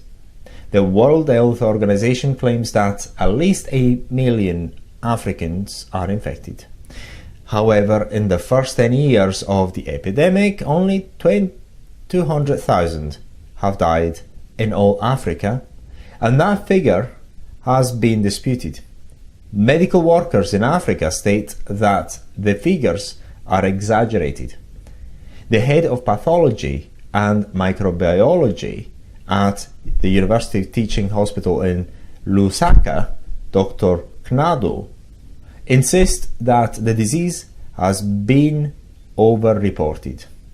The Crinans stated because funds are available for orphans of AIDS victims, most children who have been left with their grandparents while their parents are elsewhere trying to earn a living are presented as orphans.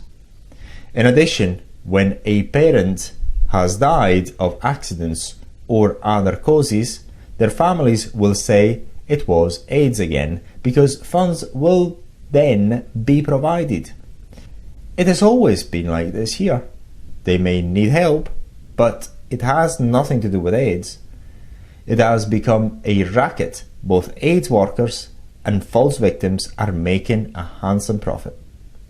Crinan points out that the epidemic started in drug dealers and whatever killed them was not sexually transmitted because it has not killed their partners. We have fewer casualties proportionately in those who test positive than in those who test negative. The literature they now hand out states, it is not known whether HIV causes AIDS.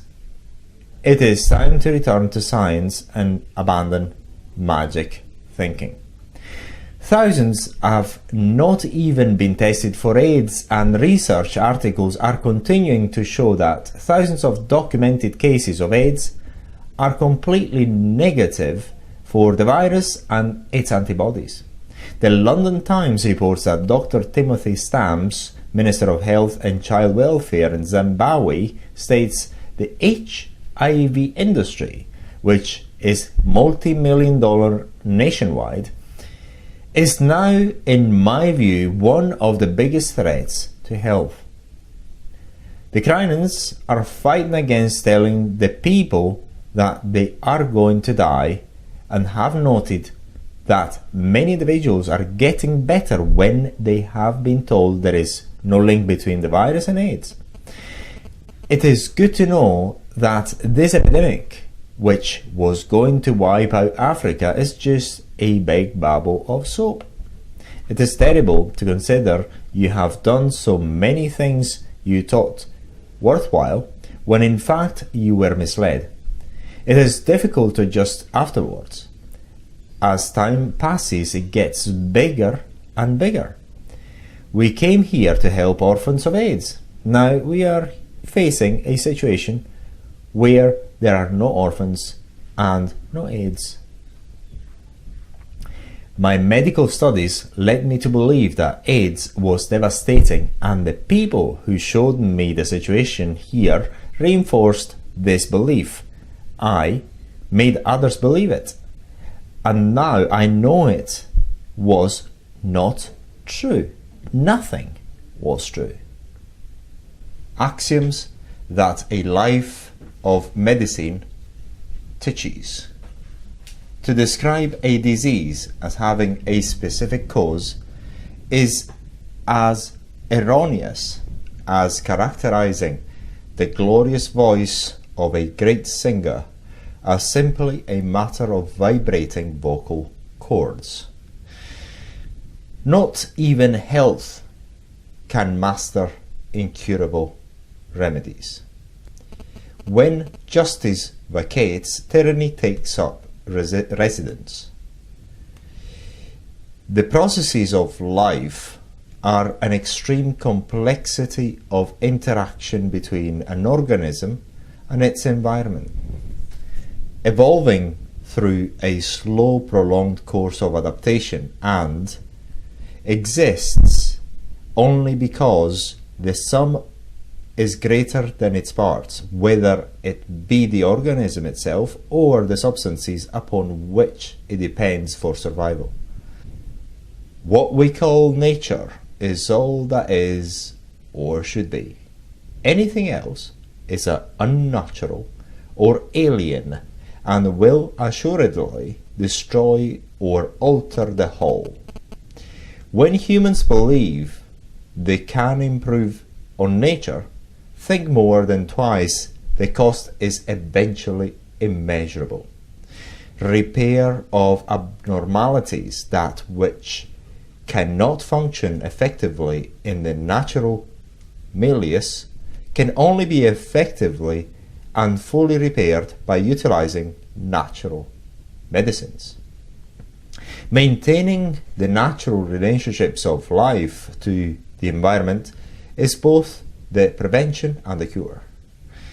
That which is alien to nature cannot possibly correct what is undoubtedly caused.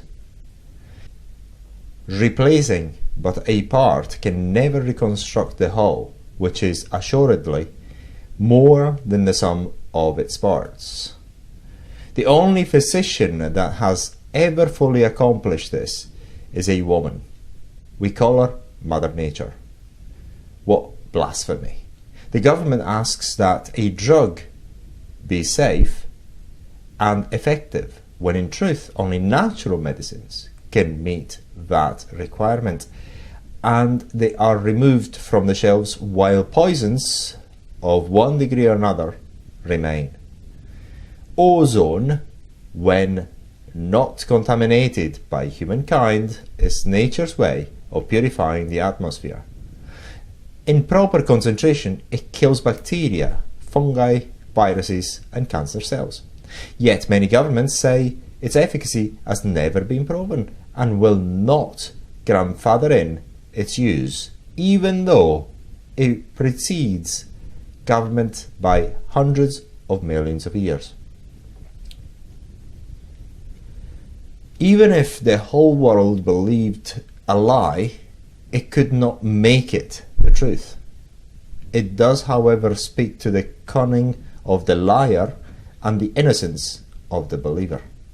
Truth is not verified by popular vote. It avoids no question and answer without emotion. The FDA in the United States of America is the supreme authority on healing. God is still waiting for his remedies to receive approval. The problem? They have never been subject to a double-blind study. No one else in research has been able to duplicate them, and the Bible is not considered a peer-reviewed journal. God offered the FDA an incentive in the form of a good job in heaven, but withdrew the offer when he realized that they were all destined to go to hell. If we alter or destroy the ecosystem without the time or ability to adapt, disease and death will surely follow. Character assassination in response to another scientist's challenge is tacit evidence of an indefensible position. To be pious while blaspheming another is merely a reflection of one's own character. The prime requisite of a scientist is an open mind. The ignorance of physicians could be forgivable. Most really do not know and better. However, to be intolerant of another schools of thought is inexcusable. Perhaps we should be reminded that 80% of what is done in medicine has never been double-blinded. Is it science to be cavalier about the thousands of drugs and therapies we have discarded in the past century, and perhaps as recent as yesterday, that we confidently prescribed the day before, and then in the next breath condemn centuries-old therapies which members of the establishment have never used, though they have stood the test of time? I wrote the following article on AIDS. It has been submitted to some British medical journals for publication, as it would be almost impossible to find one in the United States that would print it. You have the publisher permissions to make as many copies as you wish. Please send one to your physician, newspaper representative, and senator. Better still, send the book. A call for the truth. a white paper on the viral AIDS hypothesis, Robert E. Wilner, MD, PhD. The history of medicine contains a plethora of instances in which physicians have acted tragically under consensus of opinion rather than relying on substantial scientific evidence.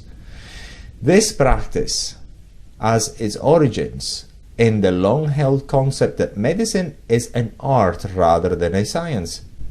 In recent decades, the major advances in technology have allowed us to emerge from the dark ages of diagnostic and therapeutic doctrines that were often based on personal prejudice and medical politics.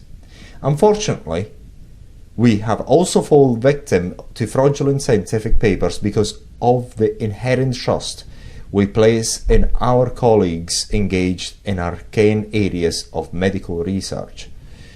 In the early 1980s, physicians became aware of what appeared to be an emerging epidemic which is now known throughout the world as AIDS. Along with all of my colleagues, I eagerly followed the releases from the authorities about the progress of the disease and the involved explanation related to the behavior of the new retrovirus, which was given the designation HIV. In spite of my relative ignorance about retroviruses, I became suspicious that something was quite not right when retrovirologists, who had spent 20 years and in excess of $20 billion in research on viruses, become involved in extensive apologetics with reference to HIV. They began to use terms such as mysterious and intelligent in the ever-growing number of additional hypothetical explanations needed in the attempt to clear up the contradictions arising with reference to the original virus, AIDS hypothesis. I underscore the word hypothesis to remind my colleagues that the so-called AIDS virus has never been proven scientifically to cause any disease, let alone AIDS.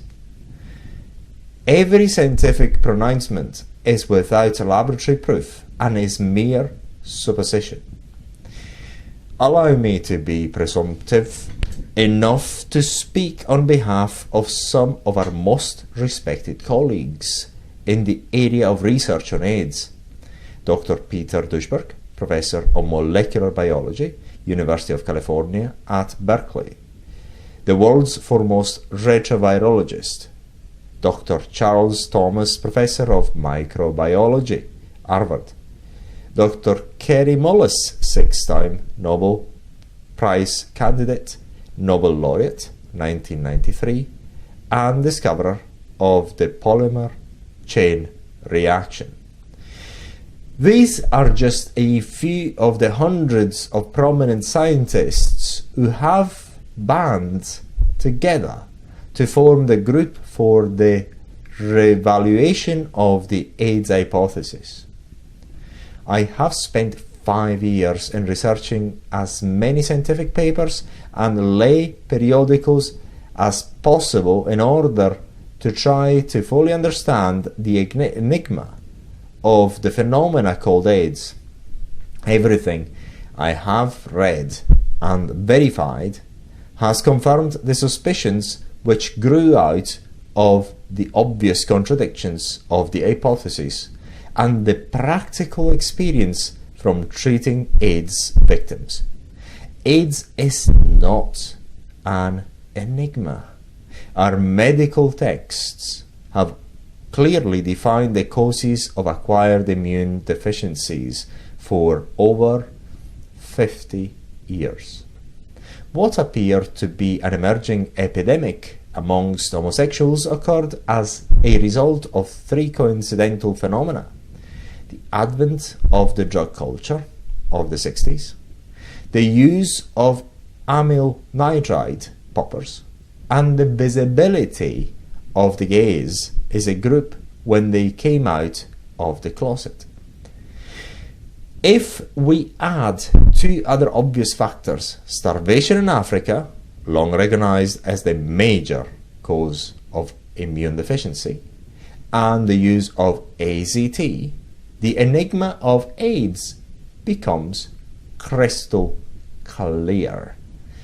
The mysterious and intelligent virus suddenly becomes the uneventful, ordinary, inanimate piece of dead tissue that it is.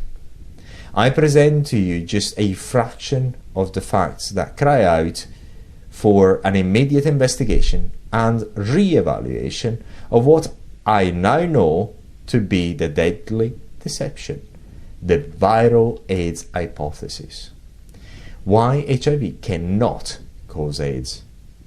None of the proposed explanations, of which there are more than 40 as the modus operandi of HIV, nor the virus AIDS hypothesis itself are based on scientifically acceptable evidence or proof. The available laboratory evidence speaks against the hypothesis. The remainder of the evidence is epidemiological, and even that, when scrutinized and truthfully presented without first being selectively screened, proves that HIV is innocent of any involvement in AIDS. Epidemiology. We are asked to believe that a single virus is the cause of both cell-destructive diseases like pneumocystitis pneumonia and cell-proliferative diseases like Kaposi's sarcoma. Worse, we are asked to believe that a single virus can cause two distinctly different disease complexes, and do so on the basis of geographical distribution, sexual preferences, and gender. In Africa, AIDS is virtually 100% fever, diarrhea, and wasting. In the United States and Europe, AIDS is 25 to 35 distinct diseases, depending on how they are classified. There are no uniform or significant genetic differences between the isolated HIV or any of its mutants found in the USA, Europe, or Africa to account for the wide discrepancies in disease occurrences. The incidence of HIV in Africa differs from one country to another and correlates only with malnutrition and starvation. Elsewhere, it correlates with drugs, the male gender, sexual preference, and crosses all national boundaries. In Europe and the United States, 86% to 90% of AIDS cases are males. In Africa, AIDS occurs evenly between the sexes. The predicted epidemic has not occurred. In the past 10 years, since 1984, 204,000 individuals in the United States have developed AIDS. 602,000 were predicted. In Africa, 129,000 have developed AIDS. 3,063,000 were predicted. If these figures were corrected for the normal incidence of all of the acquired immune deficiency diseases, as well as starvation and drugs, AZT included, none would be left to blame on HIV. The predicted AIDS epidemic in Thailand produced only 123 AIDS cases in 8 years. Laboratory rats treated with antibiotics and cortisone, both immunosuppressive, developed pneumocystitis, pneumonia, which is the most common disease of AIDS. In Europe and America, approximately 1/3 of the AIDS cases are diseases which are not truly immune deficient, like Kaposi sarcoma, lymphoma, wasting disease, and dementia. 83% of American AIDS babies are crack babies born to drug-addicted mothers, or hemophiliac congenital. In Africa, the virus has little or no affinity to sexual or behavioral risk groups. In spite of the ubiquitous presence of pneumocystitis and candida, these diseases do not occur in AIDS in Africa. 50% of African AIDS patients are presumptively diagnosed without a positive test.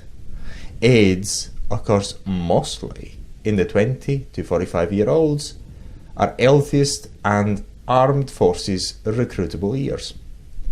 The virus prefers males, 90%, but the diseases it supposedly causes are not male-specific. The virus called HIV. HIV has never been present in AIDS cases in amounts large enough to cause disease, and yet it supposedly kills the victim. Only one virus per 100,000 lymphocytes can be found in only 20% of AIDS cases, even when death is imminent. The presence of the virus is often 40 times greater in healthy HIV-positive individuals than in fatal AIDS cases, where many times it cannot be found at all. The virus cannot be found in the lesions of Kaposi sarcoma. The virus cannot be found in the brain in dementia. In order to isolate the virus from the blood of an AIDS victim, you have to culture at least 5 million leukocytes, and it may take 15 separate attempts to do so. The incidence of AIDS is 1/3 lower in health care workers caring for AIDS patients than in the general population. AIDS hypothesis supporters claim incredulously, without any proof, that the failure of the unproven HIV to meet Koch's postulates invalidates that 100-year-old standard for etiological proof. The HIV test is for the presence of antibodies, not the virus. AIDS is the first disease in the history of medicine in which immunity indicates the patient will die of the disease. Of course, there are latent viruses which, under opportune situation of debilitation, replicate in sufficient numbers to cause clinical infection and even death. This has never occurred with HIV and has only been postulated and proclaimed a fact without any proof whatsoever. The Centers for Disease Control in the United States never report the incidence of HIV in its HIV/AIDS surveillance report. To do so would expose the fraud. HIV correlates only 50% with AIDS. Cytomegalovirus correlates 100% with AIDS, as do drugs and the Epstein-Barr virus. There are also significantly higher correlations with hepatitis A, hepatitis B, HSV, the number of blood transfusions, malnutrition, and starvation. Discrepancies abound. Since HIV came onto the scene, the median age of hemophiliacs has increased by 5 years. The risk of AIDS in HIV positive non-hemophiliacs is twice that of HIV positive hemophiliacs. The incidence of AIDS in the wives of HIV positive hemophiliacs is 1/5 of the number predicted by the AIDS hypothesis. The incidence of AIDS hemophiliac children tripled 2 years after the virus was filtered out of blood transfusions. According to official statistics, AIDS had not spread for 7 years until they added 5 more diseases, 1985 to 1992. We are constantly being warned of the coming catastrophic epidemic. Yet, there is undeniable evidence that HIV has existed for at least 50 years and probably millions of years. HIV in non-drug using prostitutes is virtually non-existent. Venereal disease and unwanted pregnancies have increased in the past 8 to 10 years, but not HIV. Only one provirus, not the virus, was found out of 1 million cells in only 1 out of 25 HIV positive males. Statistics indicate that if you want to get AIDS from an HIV positive male, you have to be on drugs for a long time. In the USA and Africa, the evidence is conclusive that there is no difference in the incidence of AIDS diseases between HIV positive and HIV negative babies. If AIDS was sexually transmitted, the perinatal transmission would make it a pediatric disease. The incubation period is supposedly 2 years. It is not a pediatric disease. A report released by the US Job Corps and the US Army, which was based on millions of tests, indicated that HIV was evenly distributed between males and females in the age group from 17 to 24. However, the Center for Disease Control in the USA reports that 85% of the AIDS cases in the same age group are males. A proportionality exists between HIV and AIDS only if starvation, transfusions, and drugs, including AZT, are involved. Otherwise, being HIV positive is meaningless. 10% of male and female heterosexuals prefer anal intercourse. The incidence of HIV and AIDS in those women is the same as compared to women who prefer vaginal intercourse. Yet, the incidence of AIDS is 90% male. The AIDS virus has been demonstrated in blood samples from 50 years ago, at the same time that Masters and Johnson confirmed a high incidence of anal intercourse amongst heterosexuals. Statistics show that in Africa, it has to take an average of 10,000 acts of intercourse to transmit AIDS as compared to the USA and Europe's 1,000. That is 20 times a week. HIV in vivo, when present, is rare and neutralized by antibodies, HIV positive, and therefore non-infectious. In vitro, in the laboratory, they are infectious because there are no antibodies present. AIDS amongst laboratory workers is the same as the general population, even though their exposure is many millions of times greater. More than a dozen cofactors have been proposed as necessary to cause AIDS along with HIV. HIV is usually not even present 80% of the time, and it is always dormant.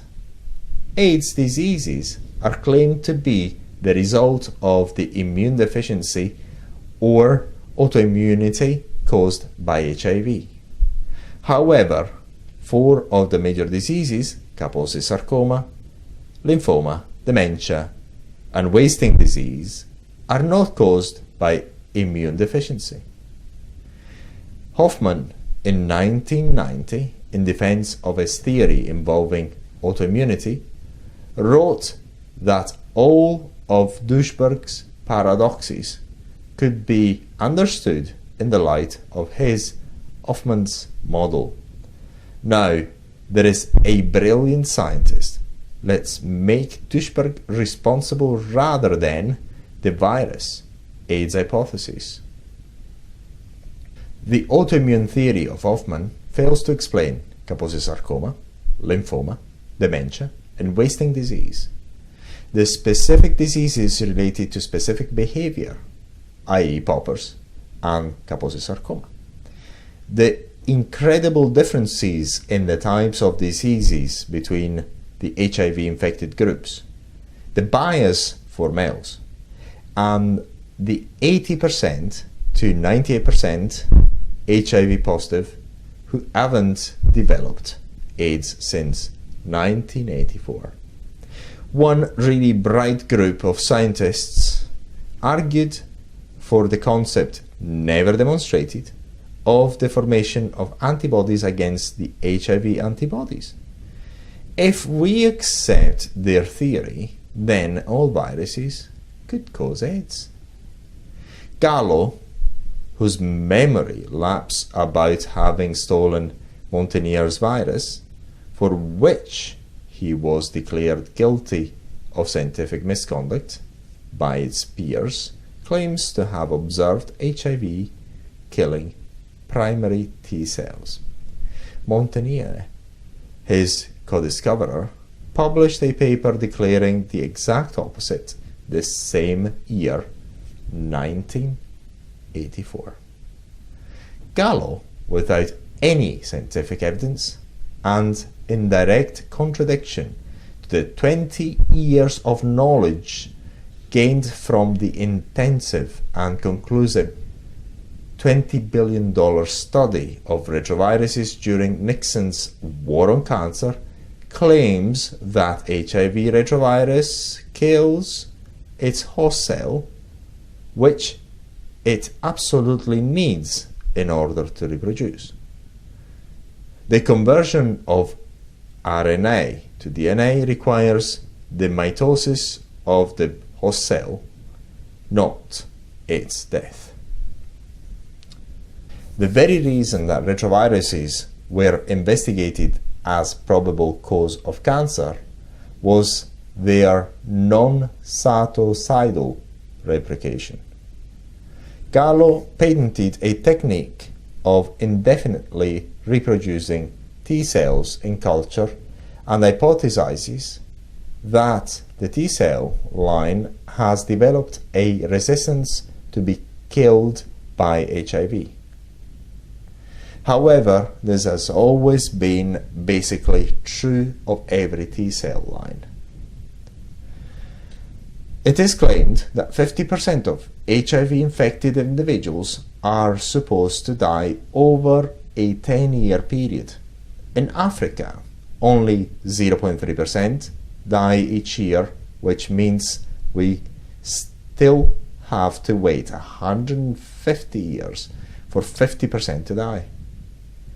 In the first 10 years of AIDS, the prediction for the United States and Europe was overestimated 300%. After 4 years of on-site intensive study, investigators in Tanzania state that there is no AIDS epidemic. The annual conversion rate from HIV positive to AIDS is published each year by the World Health Organization. The figures indicate that if you are HIV positive, your chances for survival are up to 300 times better if you live in Zaire than in Europe or the United States of America. All claims for pathogenicity of HIV by virtue of mutation have never been observed or demonstrated and are contrary to all established facts. HIV is claimed to have unique genes and toxins that destroy nerve tissue. Again, none of these claims are substantiated or demonstrated.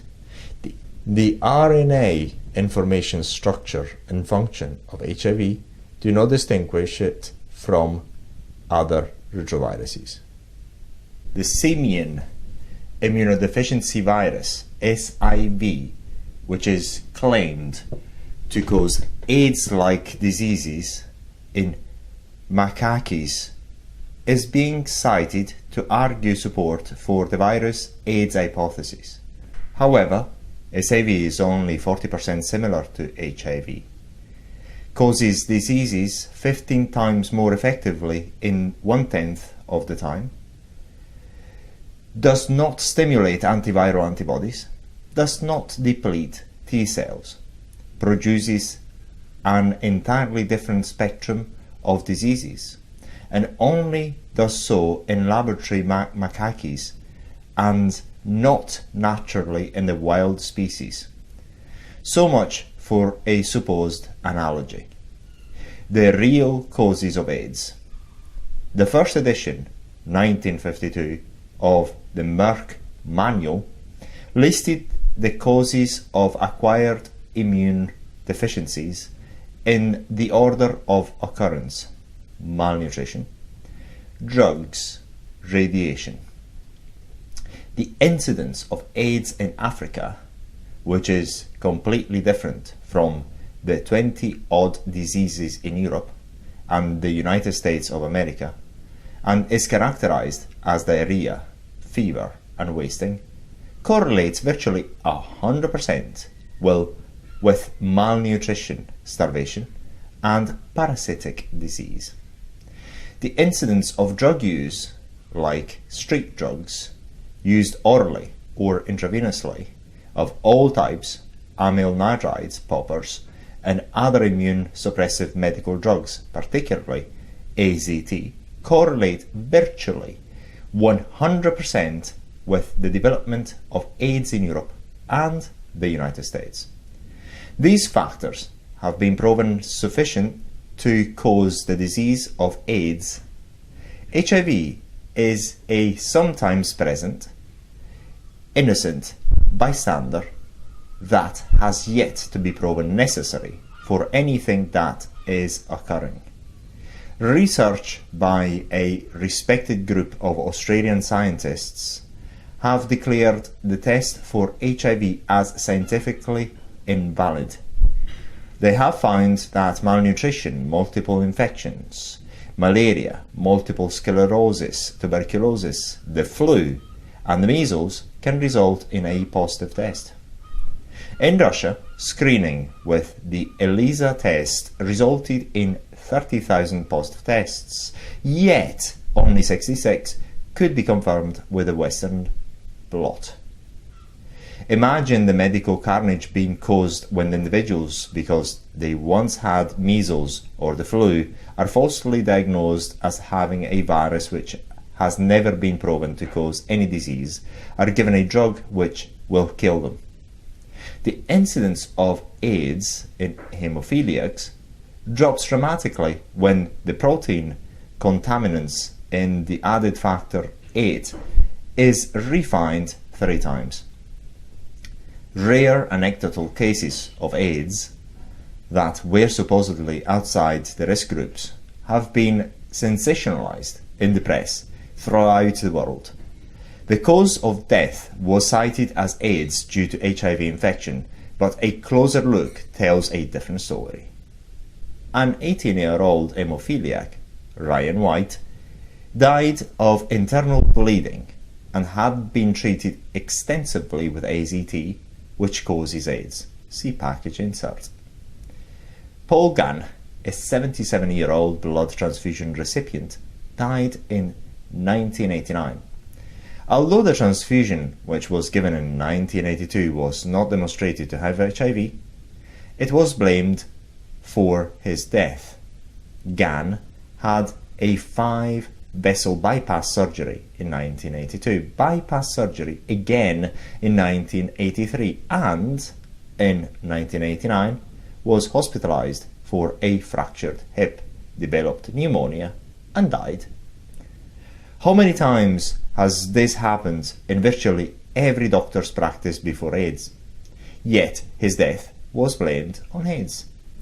Kimberly Bergalis, who supposedly contracted AIDS from her dentist during a tooth extraction, the mode of transmission was never established, was tested for HIV after the dentist disclosed that was homosexual. Kimberly was given AZT. The incidence of HIV positives amongst the dentist's patients was 0.4%, the same as it is for all Americans. The disease in the annual death rate of American males between the ages of 25 and 44 rose by 10,000 during the 1980s. They were assumed to be due to AIDS. During the same period, however, the deaths from intravenous drug use rose 400%. Male homosexual comprised 60% of American AIDS patients. One study involving 170 of them produced the following breakdown of drug use, usually in multiple combinations. Nitride inhalants 96%, lincernic acid 50%, amothietamis 60%, methaqualone 50%, barbiturates 25%, prescription drugs 50%, cocaine 55%, marijuana 90%, heroin 10%. Many other studies involving thousands confirm these figures. HIV victims had twice the lifetime drug dose than HIV carriers. When amyl nitride poppers was outlawed in the state of Massachusetts, the incidence of Kaposi's sarcoma dropped sevenfold, 700% difference. Wherever its use has been charted, the incidence of the disease parallels the use of the drug. This is also true of all other AIDS diseases. The incidence of multiple diseases, which usually results in the frequent use of antibiotics, was as follows: gonorrhea 80%, mononucleosis 15%, hepatitis B 50%, parasitic diarrhea 30%, syphilis 55%. AZT, a cause of AIDS. AZT is toxic to all cells. It is a DNA chain terminator.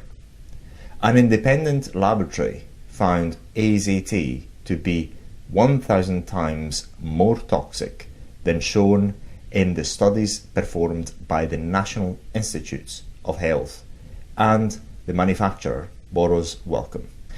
180,000 HIV carriers worldwide are currently taking AZT. The drug insert clearly states that AZT causes acquired immune deficiency. Studies indicate that AZT does not affect the downward progression of CD4+ cells.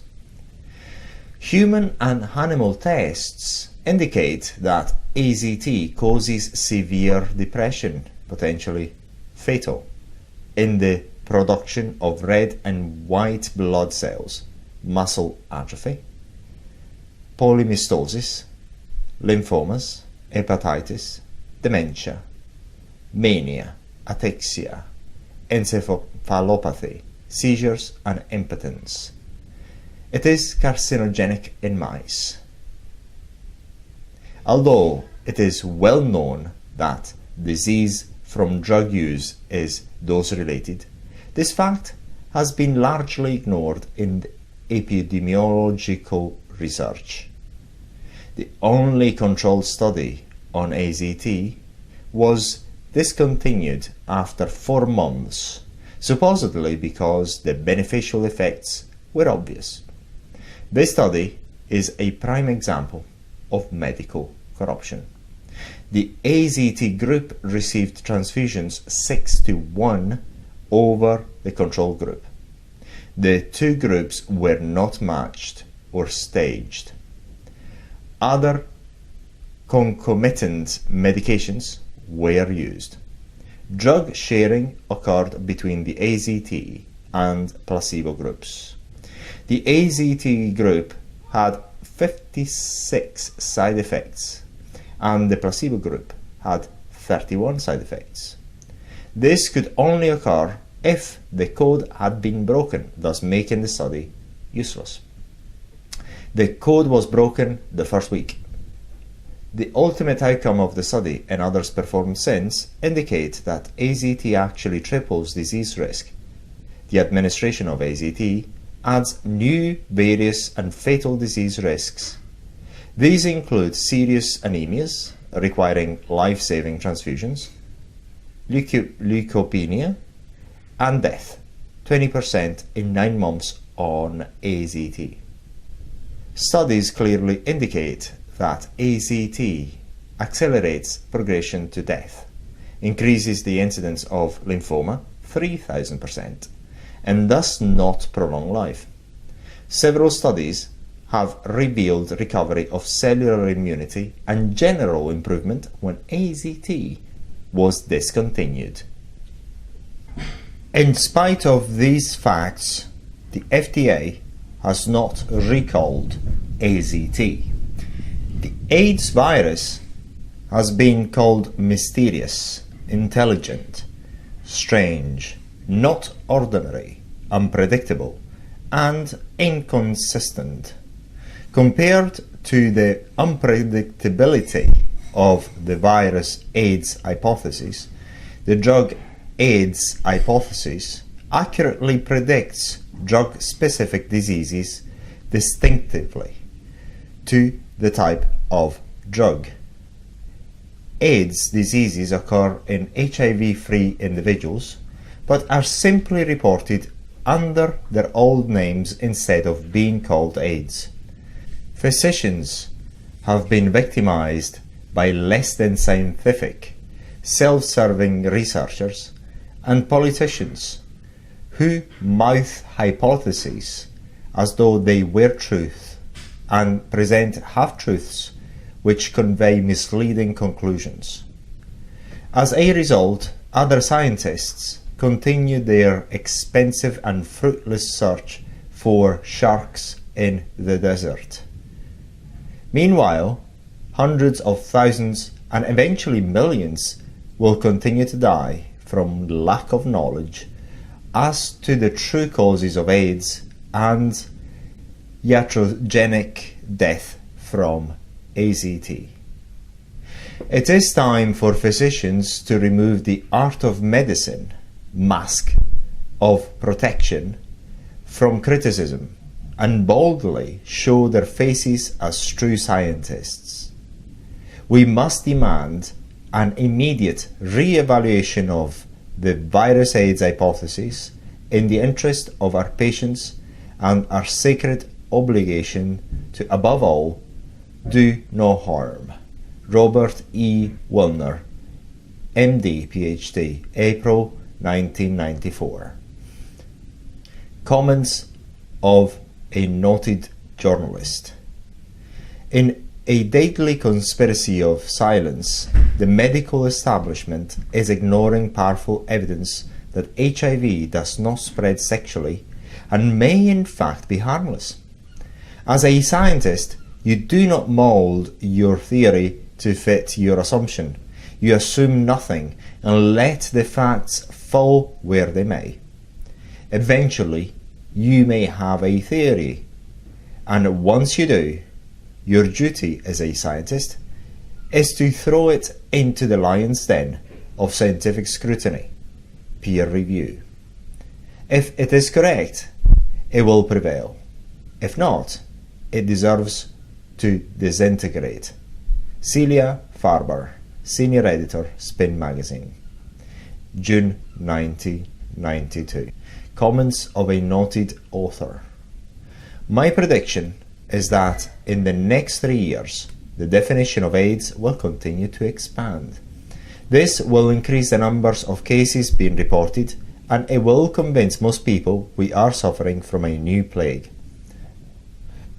John Rappaport, investigative reporter and author of AIDS Inc. Scandal of the Century.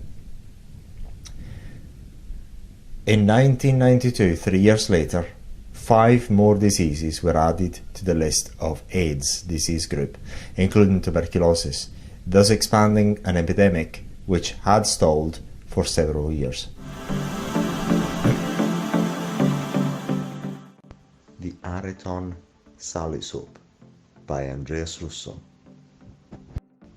The only soap with 2% salicylic acid for exfoliation, 10% sulfur for skin rejuvenation, 2% kojic acid for skin brightening, aloe vera, and other many natural active ingredients. The Areton Soap by Andreas Russo. Chapter 10. The Beginning of the End. The Needle Stick. In mid-July 1993, I was invited to stay at a friend's home in Costa Teguise, on the enchanting island of Lanzarote in the Canaries. Located just 16 miles off the coast of Morocco, Lanzarote is caressed continuously by gentle, refreshing winds that cool the ever-present tropical sun. It seemed almost destined that this volcanic paradise would provide not only the perfect motivational setting for completing several books I had been writing, but the blending of wonderful, sincere, and talented people who, together, would initiate the beginning of the end of the AIDS scam. Through an unusual circumstance, I met a brilliant woman whose ethics, organizational talents, and analytical abilities led to a claim of events that shook all of Spain. Marisa Carceres read the nearly completed manuscript of this book and arranged for me to meet Andreas Palaris, the author of Lancelot, the weekly news magazine of Lanzarote. Andres was reluctant to talk with a doctor who said that AIDS didn't exist. But when Marissa challenged him with, "Are you at least willing to be convinced?" he agreed. We had lunch at Playa de Farmara, a magnificent beach nestled below soaring majestic cliffs. In 2 hours, I convinced Andres and found a special friend and an advocate of humanity. On September 25th, 1993, the first of 4 articles appeared in Lancelot. Marisa suggested a conference for the public, which she agreed to make possible by doing a simultaneous translation, at which she truly excellent. She also spoke to an HIV positive hemophiliac, Pedro Tocino, whom she had seen on a Spanish television program. Pedro, who had been fighting the government health establishment because of their laxity in allowing contaminated blood to be used in transfusions, and who had been on AZT for 2 years, decided to come to Arrecife, the capital of Lanzarote, for the lecture. Pedro arrived on Sunday, October 10th, with a manuscript of a book he had written, government papers, and his medical records. The dedicated, unassuming gentleman seemed to study me with his eyes incredulously. He found it difficult to believe, after years of fighting a hard and lonely battle, there was a doctor on his side, except for the fact that he had the mild form of hemophilia, a meaningless positive test for HIV, and had been slowly poisoned by AZT. There was nothing wrong with him. On the morning of October 13th, 1993, while pondering how I could effectively create a doubt in the minds of an audience that had been brainwashed by lies for 10 years, I recalled a remark made by Peter Duisberg, the world-renowned microbiologist. At a lecture he gave in 1989, he mentioned that he would take an injection of the HIV virus if he could trust that it did not contain some other ingredient. I conferred with Pedro and obtained his consent to help me with a dramatic act of truth. That evening, at the end of the lecture, in front of cameras, I struck a hypodermic needle with Pedro's finger, coated it thoroughly with his blood, and then stuck it deeply into mine. The pictures and the story appeared in every major newspaper in Spain. I prompted condemnation by government officials and threats of legal action. I knew that the government could not risk exposure in a court of law, but I did have concern for my life from two other sources: the pharmaceutical industry and the drug lords. If the fraudulent studies of the Barrow Wellcome Company came to light, the company could be bankrupted by lawsuits, and its officials could be subjected to criminal charges.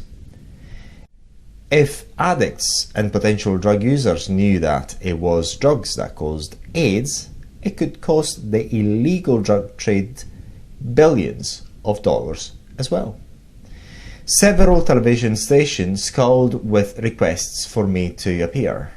Marisa wisely cancelled me to refuse the government-run stations, as they were controlled and would not be unbiased.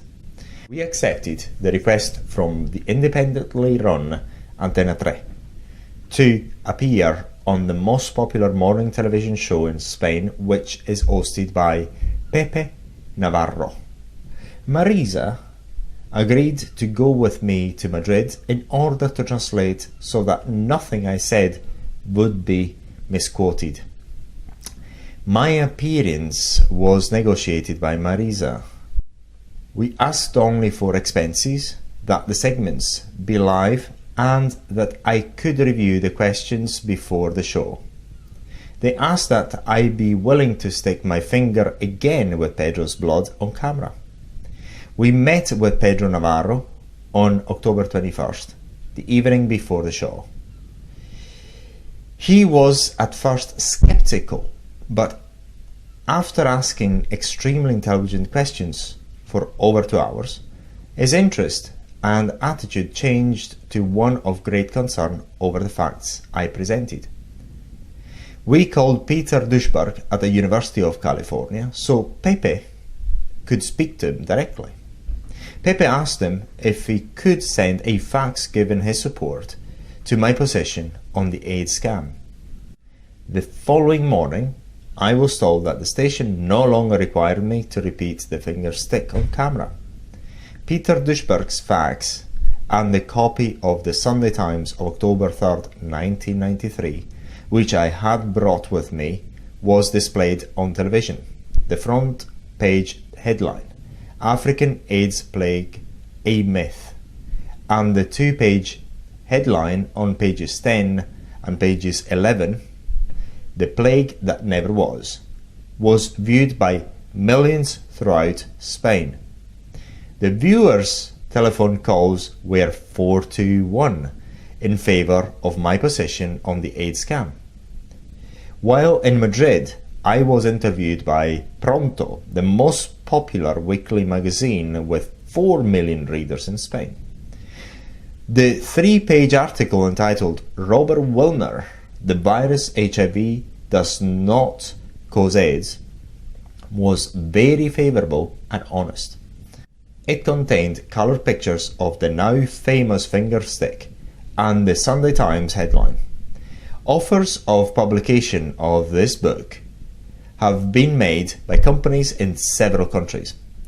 Conferences, which will include Peter Duisberg and others, are being negotiated. The story went out through F, the world's 4th largest news service. I am hoping this is the beginning of the end of the wholesale slaughter of thousands of unsuspecting victims of fraud and the plague that never was. If necessary, I will stick my finger with HIV contaminated blood 1,000 times until this deadly scam and its perpetrators are stopped. I will continue until I completely expose the deadly deception. The stakes. All of us are familiar with the parable, the Emperor's New Clothes.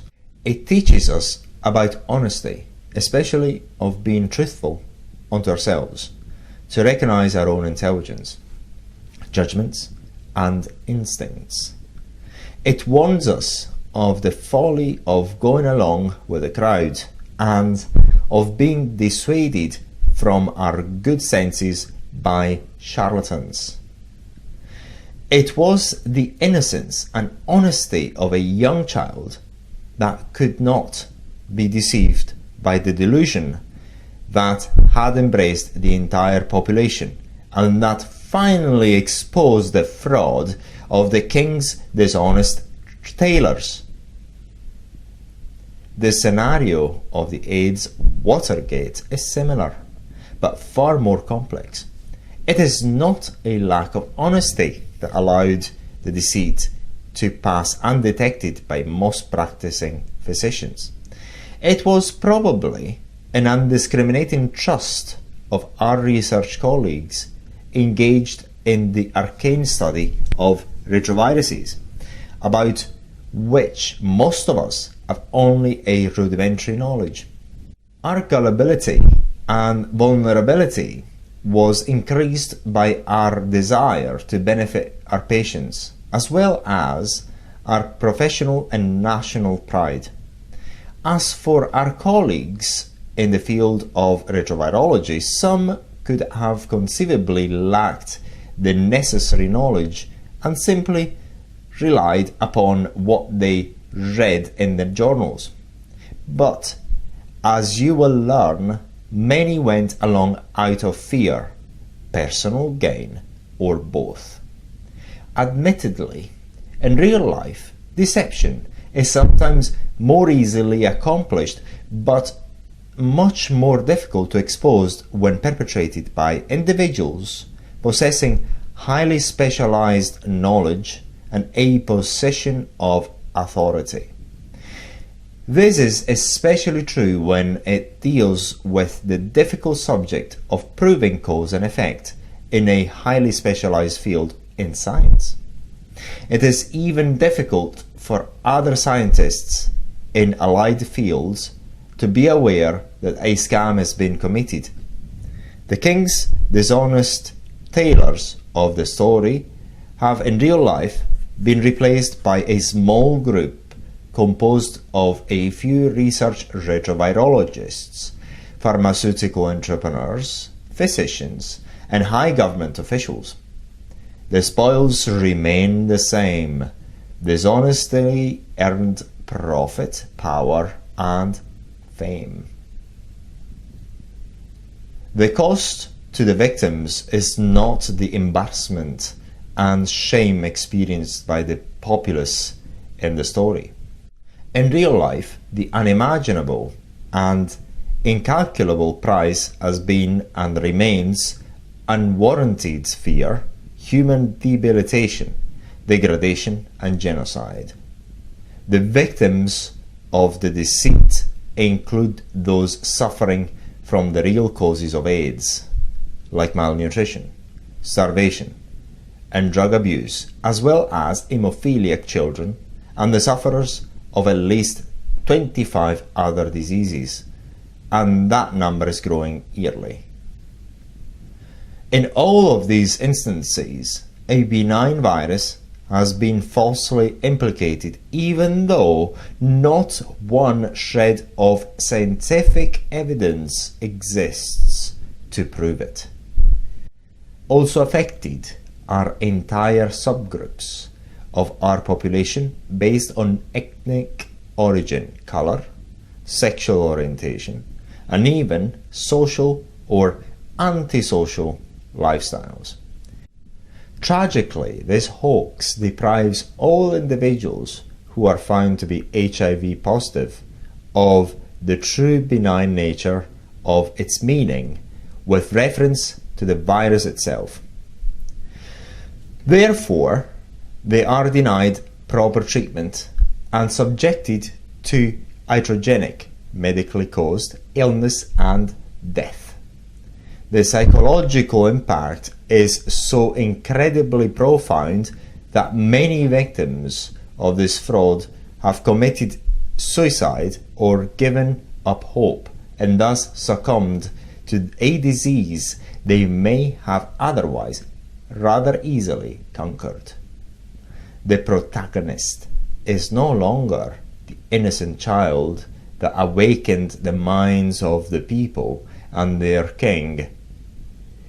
He has been replaced by the world's most respected and knowledgeable retrovirologist, armed with reason, irrefutable facts, and unswerving, selfless dedication to truth and humanity.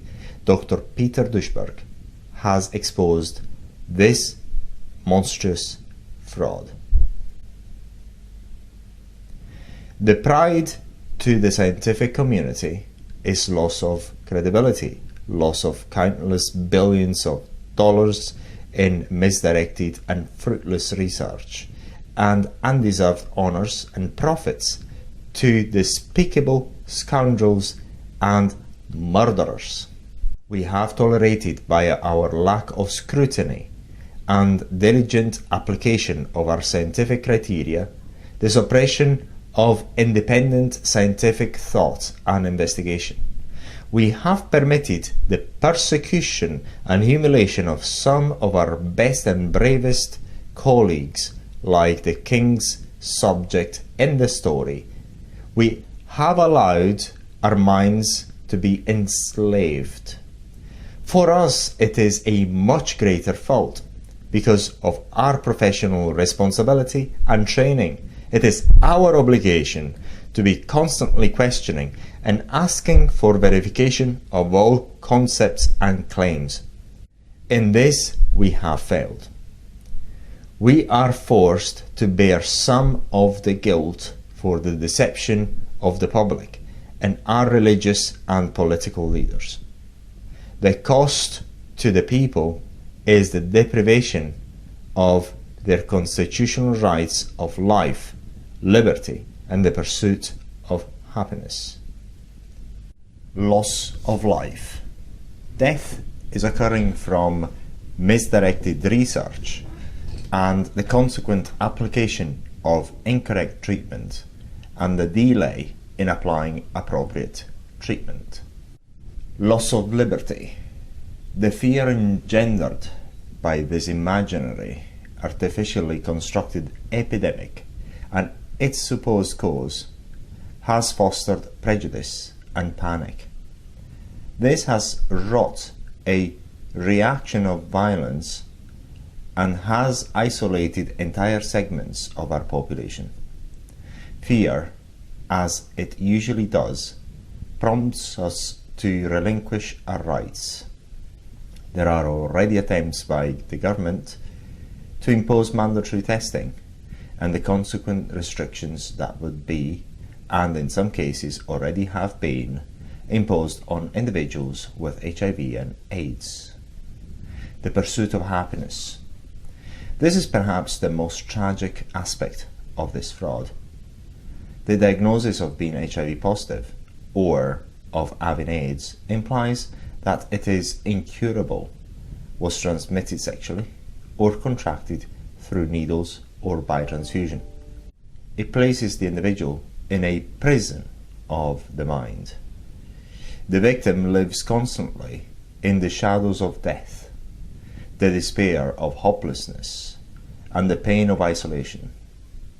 It is the ultimate paralyzer and impediment to the pursuit of happiness.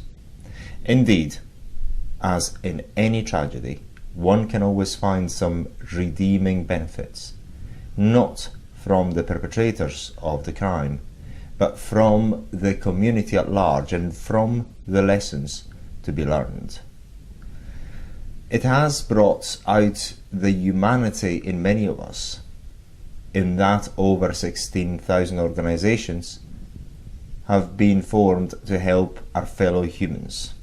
Most of these people are honest and altruistically motivated. It has served to educate us and open a dialogue on issues of morals, health, religious compassion, sexual orientation, and the role that governments should or should not play in all of this. Perhaps it has also made us aware of our prejudices and our impulsive willingness to cast blame and the first stone at the innocent. It has also exposed the intolerance of those depraved individuals who, masquerading under the guise of godliness, denigrate the love and compassion of God by attributing the horrors of AIDS to his vengeance. We hopefully will learn to be more vigilant, so that we never again fall victim to ignorance, prejudice, perverted political and religious agendas, and unscientific scams. The AIDS scorecard. Although the AIDS fraud is nothing to laugh about, sarcastic humour sometimes gets the point across. Indulge me for a few moments as I present a different perspective on science. A summary with comments on Dr. Peter Duisberg's completely substantiated 75-page scientific document proving that AIDS hypothesis is a fraud. The first group of comments demonstrate that Robert Gallo's profitable virus is not only intelligent, but it has a mind of its own. In Europe and the United States, 86% to 90% of AIDS cases are males. Therefore, the virus is chauvinistic. Studies in Africa and England indicate that prostitutes do not get AIDS. The virus has high moral standards. In Africa, AIDS occurs evenly between the sexes. The virus believes in equal rights for women.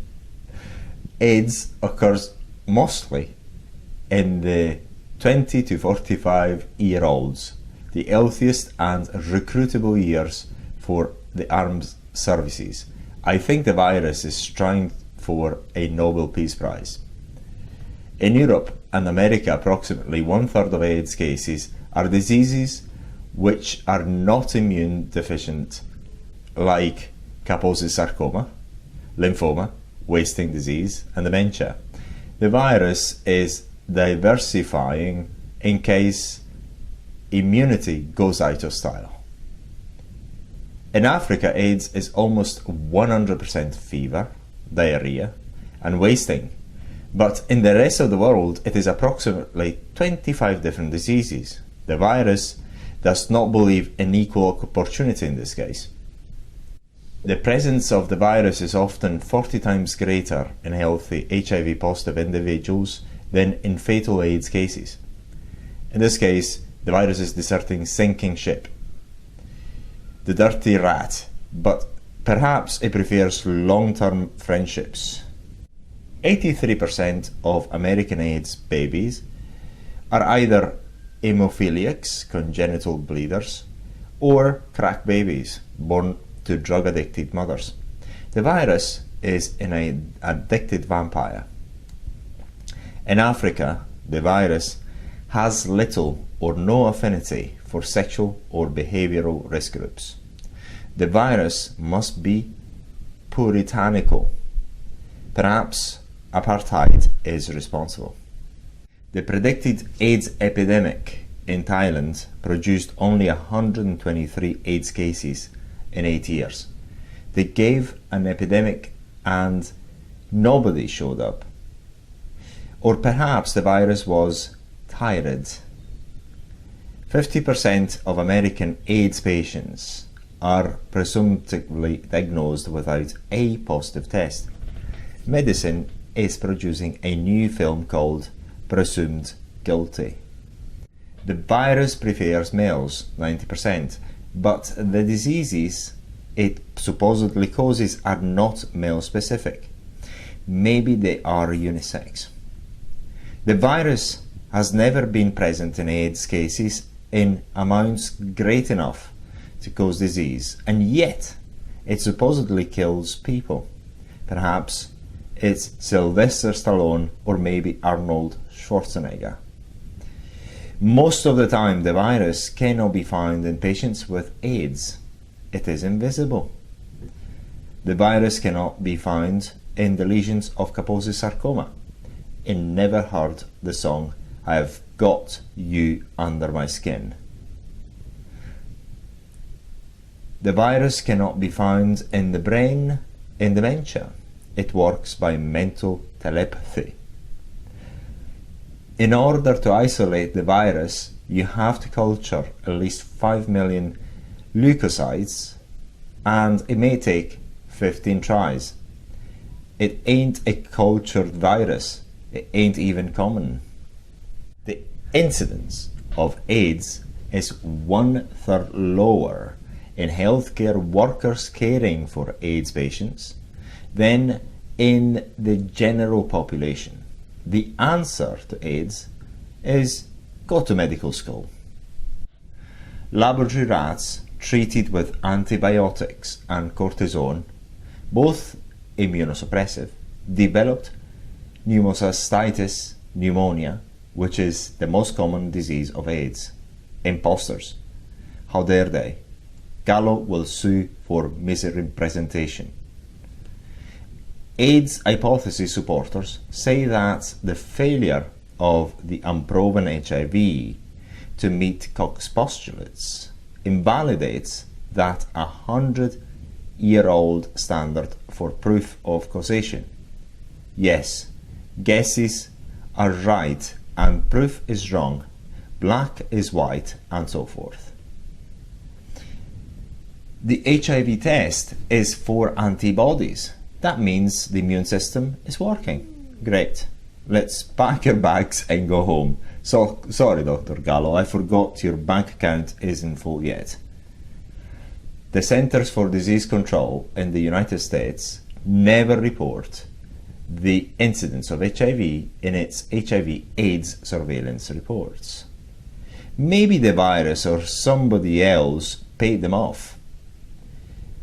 The correlations between HIV and AIDS deals mainly with antibodies and not the virus, and is detected by a worthless test. Let's just flip a coin. HIV correlates 50% with AIDS. Cytomegalovirus correlates 100% with AIDS, and so do drugs and the Epstein-Barr virus. There are also significantly higher correlations with hepatitis A, hepatitis B, HSV, the number of blood transfusions, malnutrition, and starvation. I know, the butler did it. Since HIV came onto the scene, the median age of hemophiliacs has increased by 5 years. Hemophilia is a cure for AIDS. The risk of AIDS in HIV positive non-hemophiliacs is twice that of HIV positive hemophiliacs. Let's find a way to give everybody hemophilia. The incidence of AIDS in the wives of HIV positive hemophiliacs is 1/5 of the number predicted by the AIDS hypothesis. Marrying a hemophiliac gives you 80% protection from AIDS. Perhaps we should consider breeding hemophiliacs. According to official statistics, AIDS has not spread for 7 years. Will somebody let it know there is supposed to be an epidemic? We are constantly being warned of the coming catastrophe, yet there is evidence that HIV has existed for millions of years. Do not worry, it's coming, it's coming. HIV in non-drug using prostitutes is almost non-existent. Now there is an interesting alternative to condoms. Venereal disease and unwanted pregnancies have increased in the past 8 to 10 years, but not HIV. Get with it, HIV, or you will ruin your reputation. Only one provirus, not the virus, was found out of 1 million cells in only 1 out of 25 HIV positive males. Call out the army. We are being invaded by the lone bunny rabbit. Statistics indicate that if you want to get AIDS from an HIV positive male, you have to be on drugs for a long time. Start immediately, girls. There is no time to waste. In the USA and Africa, the evidence is conclusive that there is no difference in the incidence of AIDS diseases between HIV positive and HIV negative babies. What do babies know anyway? If AIDS were sexually transmitted, the perinatal related to pregnancy transmission would make it a pediatric disease. It is not. Children these days simply won't listen. A report released by the US Job Corps and the US Army, which was based on millions of tests, indicated that HIV was evenly distributed between males and females in the age group from 17 to 24. The Center for Disease Control reports that 80% of the AIDS cases in the same age group are males. Maybe it has something to do with hormones. Sex change operation, anyone? A proportionality exists between HIV and AIDS only if starvation transfusions and drugs, including AZT, are involved. Otherwise, HIV is meaningless. There I go again, confusing the issue with facts. 10% of male and female heterosexual prefer anal intercourse. The incidence of HIV and AIDS in those women is the same as compared to women who prefer vaginal intercourse. Yet the incidence of AIDS is 90% male. Maybe HIV does not know which end is up, or perhaps it is the virus that is gay. The incidence of HIV in Africa differs from one country to another and correlates with malnutrition and starvation, not gender or sexual preference. Now, there is food for thought. Statistics show that in Africa, it has to take an average of 10,000 acts of intercourse to transmit AIDS as compared to the USA and Europe's 1,000. This is an average of 22 times a week. Some must be doing it all at least 100 times a week. Maybe it is all propaganda. HIV in vivo in humans, when present, are rare, neutralized by antibodies, HIV positive, and therefore non-infectious.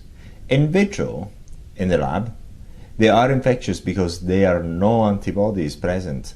AIDS amongst laboratory workers is the same as the general population, even though their exposure is 1,000,000 times greater. They must wear condoms in the laboratory. Now, that is what I call respect for science. More than a dozen cofactors have been proposed as necessary to cause AIDS along with HIV, which is either not there or sleeping. Typical of a government agent, even if it is a virus. AIDS diseases are claimed to be the result of the immune deficiency or autoimmunity caused by HIV. However, 4 of the major diseases, Kaposi sarcoma, lymphoma, dementia, and wasting disease, are not caused by immune deficiency. Well, if Koch's postulates are old-fashioned, maybe the rest of our science should be scrapped too. After all, there is big money to be made from AIDS. Hoffman, in 1990, in defense of his theory involving autoimmunity, wrote that all of Duisberg's paradoxes could be understood in the light of his Hoffman's model. Now, there is a brilliant scientist make Duisberg's responsible rather than the paradoxes of AIDS virus hypotheses. The autoimmune theory of Hoffman fails to explain the 4 diseases above, the scientific diseases related to specific behavior, i.e. poppers and Kaposi sarcoma, the incredible differences between the HIV-infected groups, the bias for males, the 80% in the USA to 98% Africa HIV positives who haven't developed AIDS since 1984. Technicalities, always technicalities. One really bright or bot group of scientists argued for the formation of antibodies against HIV antibodies. If we accept their theory, then all viruses should cause AIDS. Would somebody please check what they have been smoking lately? Gallo, whose memory lapse about having stolen Montanier's virus was declared guilty of scientific misconduct by his peers, claims to having observed HIV killing primary T cells. Montagnier, his discoverer, wrote a paper declaring the exact opposite the same year, 1984. Quiz: who do you think is lying? Gallo, without any evidence and in direct contradiction to the 20 years of knowledge gained from the intensive and conclusive study of retroviruses by many scientists, claims that HIV kills its host cell, upon which it depends for reproduction. Hark, husbands of childless women, there is yet hope. Kill thy mate, and offspring shall abound. The AIDS virus has been called mysterious, intelligent, strange, not ordinary, unpredictable, and inconsistent. How about fraud? Chapter 11, A Helping Hand. Professional resources. The following is a list of comprehensive practitioners of complementary and alternative therapies and chelation. Hopefully, they will treat AIDS. If not, give them a copy of my book, ask them to call me, and call them back in 1 week. United States, Birmingham, Alabama, Dr. P.J. Prosh, MD. Alaska, another 3 doctors. Arizona, Arkansas, California, and so on and so on. From page 177 to 196, there's a complete list of several doctors in all the states of the United States of America, with phone numbers and names of doctors who you can refer to. International. There are many more practitioners than those listed here who can provide the services you require.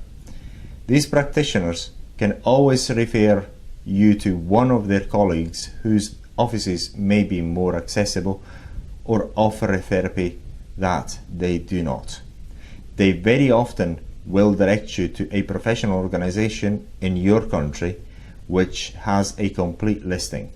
I am listing individuals that I have personally met and whose credentials speak well for them. From page 197 to page 224, there's a complete list of international doctors, international organizations, doctors who practice this type of medicine, the one that is independent from the establishment, and the number of companies that provide all different types of Chinese herbal medicines and other products. So you can consult them there. But I think this is all quite, has been wrote many years ago. So, appendix. Sample letters, telegram to the Congress, Senate, Parliament, or appropriate officials and representatives of your government. You should write it in your own words if possible. Dear, I strongly support an investigation of the possibility of a major fraud in relation to the entire so-called AIDS crisis. Many of the world's most prominent researchers have raised serious questions as to its cause, treatment, and research difficulties. It appears that the epidemic may have nothing to do with a virus, but it is in reality an expression of excessive drug use, both medically and illegally, in the streets.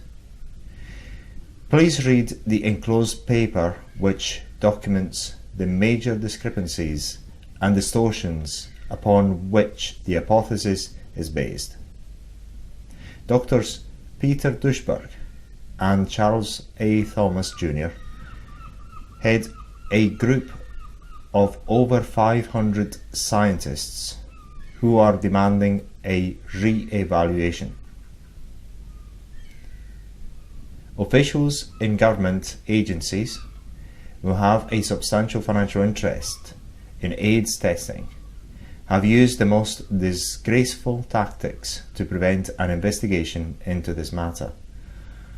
If the suspicions are true, and the evidence is overwhelming, many billions of dollars are being wasted and many individuals will die from inappropriate treatment. Sincerely.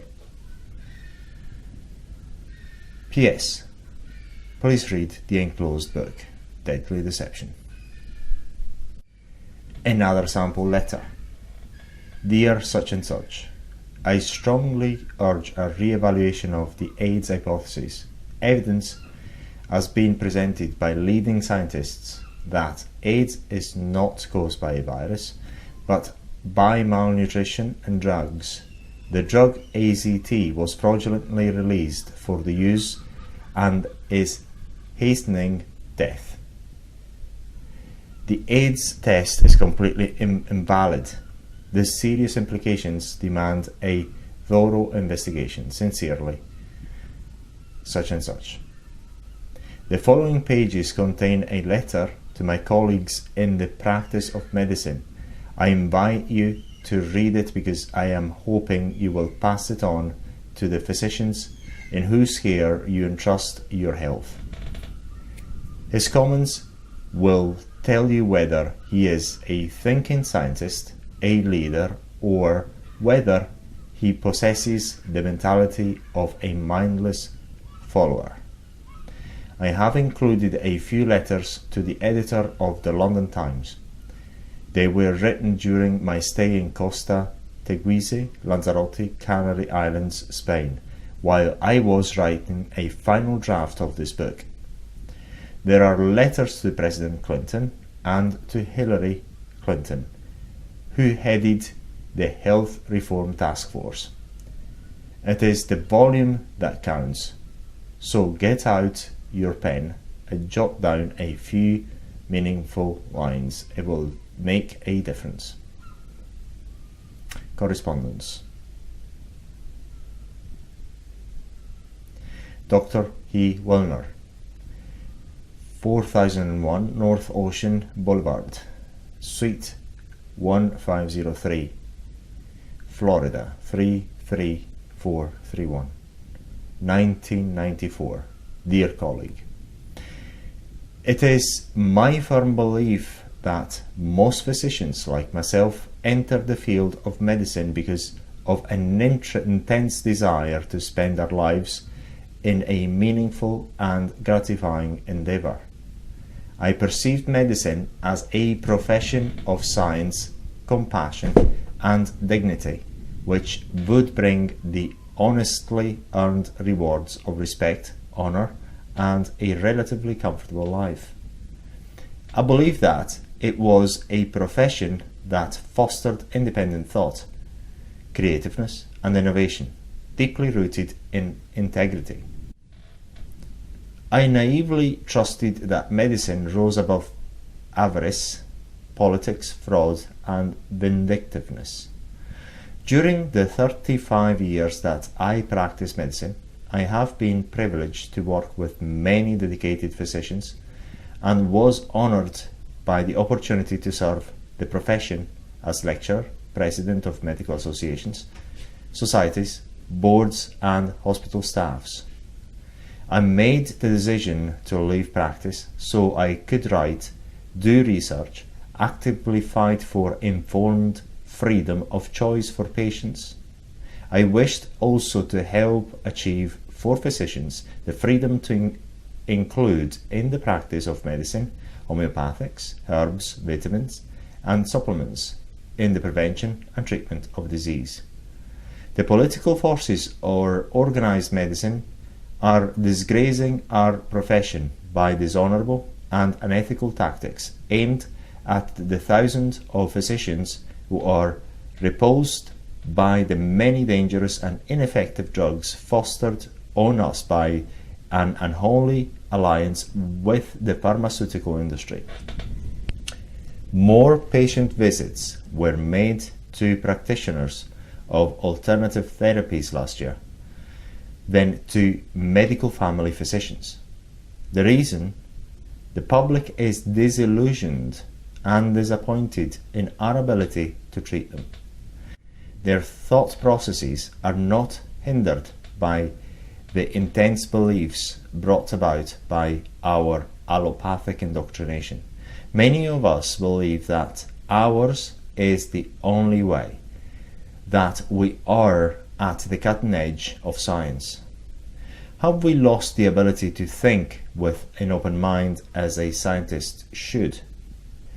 Have we become so arrogant that we denounce even those things about which we have little or no knowledge? I, like many of you, have seen incredible advances in technology. The medical profession excels in its genius in dealing with emergency and surgical problems. It may astound you to know that when dealing with the remaining 90% of medical problems, we are largely ineffective. In claiming sole rights to so-called state-of-the-art science, we conveniently ignore the fact that more than 90% of our therapies have never been double-blinded. Yet, we deny to our colleagues the right to practice treatments that were used by Hippocrates and physicians of the East, which have persisted for thousands of years. We have been denied access and exposure to these therapies because they have not been proven. Because of this hypocrisy and self-imposed imprisonment of the mind, our patients suffer and we are denied the gratification of providing successful care. For many of us, this was the main reason we became doctors. Unfortunately, we have seen the growth of stifling bureaucracy and control, often from within our own ranks or imposed by government. The inevitable consequences of such circumstances are the loss of freedom of thought and creativity, the suppression of innovation, or the tyranny of a few whose beliefs seeks to hold us hostage. This in turn reaps even greater evils. the opportunity by the establishment to perpetrate fraud with impunity, resist inspection, defy challenge, and reverse progress. A travesty of science and medicine has occurred in the past decade of such dimension and incredulity that your first impulse will be to dismiss any and all criticism. This indeed was the belief of its perpetrators, and thus far they have succeeded. Because of the inherent trust that we place in our fellow scientists, we were easily led down a deceptive path because it was decorated with the primrose flowers of arcane scientific jargon with which many of us may not have been adequately familiar. Such is the case with AIDS, the so-called epidemic of the century. Please read Deadly Deception, Why Sex and the Virus Absolutely Do Not Cause AIDS. It is fully referenced, factual, and will astonish you. I implore you, do not dismiss this as something that will not be changed by your input. The names of the individuals who seriously question the HIV/AIDS theories read like who's who in science. They include Dr. Peter Duisberg, Professor of Molecular Biology, University of California, Berkeley, California, International Authority on Retroviruses, member of the National Academies of Sciences, and recipient of its highest honor. Dr. Charles Thomas Jr., Harvard biologist, founder of the Group for the Scientific Reappraisal of the HIV/AIDS Hypotheses. Dr. Kary Mullis, biochemist, 1993 Nobel laureate, inventor of PCR, the polymerase chain reaction, which is the most accurate measure of the presence of viruses. Dr. Robert Root Bernstein, Professor of Physiology, Michigan State University, leading authority on AIDS. Dr. Gordon Stewart, Emeritus Professor of Public Health, University of Glasgow, World Health Organization consultant and communicable diseases. Dr. Joseph Sonben, pioneer AIDS researcher, founder of the AIDS Medical Foundation, and many more. At this writing, the number of prominent scientists exceed 500. The reputation of American medicine has been placed in great jeopardy by dishonest and greedy scientists who wield astonishing power because they have linked very influential government agencies into their fraud. We in medicine have been deprived of an unbiased forum because the detractors have been denied access to medical meetings. It is now up to physicians and their patients to demand a complete and open investigation by the Congress of the United States so that the opposition can be heard. This action will serve to exonerate medicine from complicity in this affair. Your respectable colleague, Robert E. Wilner, MD, PhD. Robert E. Wilner, MD, PhD, the editor, The Times, 1 Pennington Street, London, E19XN, United Kingdom, 20th of August 1993. Dear Sir, on August 10, an interview with Dr. Michael Merson, Executive Director of the World Health Organization's Program on AIDS, made many statements attributed to him which are misleading and false. Without repeating all of Mr. Merson's comments, my remarks of fact will make obvious the issues which I am contradicting. 1. In spite of the 60,000 papers that have been written about the 25 diseases which have been lumped under the AIDS umbrella, not one is a reference paper, one which proves the hypothesis that HIV causes AIDS. 2.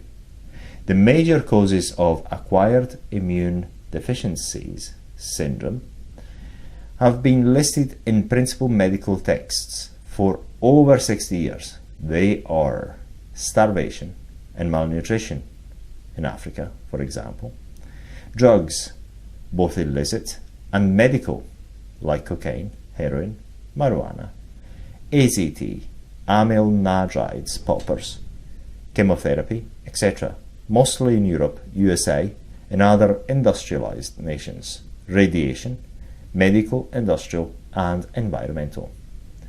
These causes correspond at 100% with the differences and etiological circumstances present in each country on the globe. HIV, the virus that supposedly causes AIDS, is found in only 20% of the cases of AIDS and never, even in patients on the brink of death, in amounts sufficient to cause disease. 5. The epidemic had failed to materialize and did not increase until 5 more diseases were added. Still, it has never met the predictions that have been made. With worldwide recession, the numbers will likely expand due to the increases of malnutrition and starvation in Africa, and drug use everywhere else as a response to despair, and the medical administration of AZT, which causes AIDS, see drug insert. 6. In view of the fact that it takes an average of 1,000 acts of intercourse to transmit the virus, if one still insists in believing an unproven hypothesis, it is etiologically impossible to have an epidemic with those statistics. Dr. Merson states that the debate about whether HIV causes AIDS was pointless and unhelpful, and then is quoted as saying, "There is no question that people with AIDS are people who are infected with HIV." Not only are these facts a blatant lie, but he is ignoring the truth that some of the most prominent scientists in the world, including Dr. Peter Duisberg, the world's #1 virologist, who not only question that HIV causes AIDS, but emphatically state that it cannot. Dr. Merson continues, continuing to doubt that HIV is the cause of AIDS or that it is spread through sexual intercourse, homosexual and heterosexual, feeds the denial and complacency that have hampered our global efforts. I would suggest and emphasize that the worst scientists are those who A. accept an hypothesis that has not been proven and practice science by popular vote. B.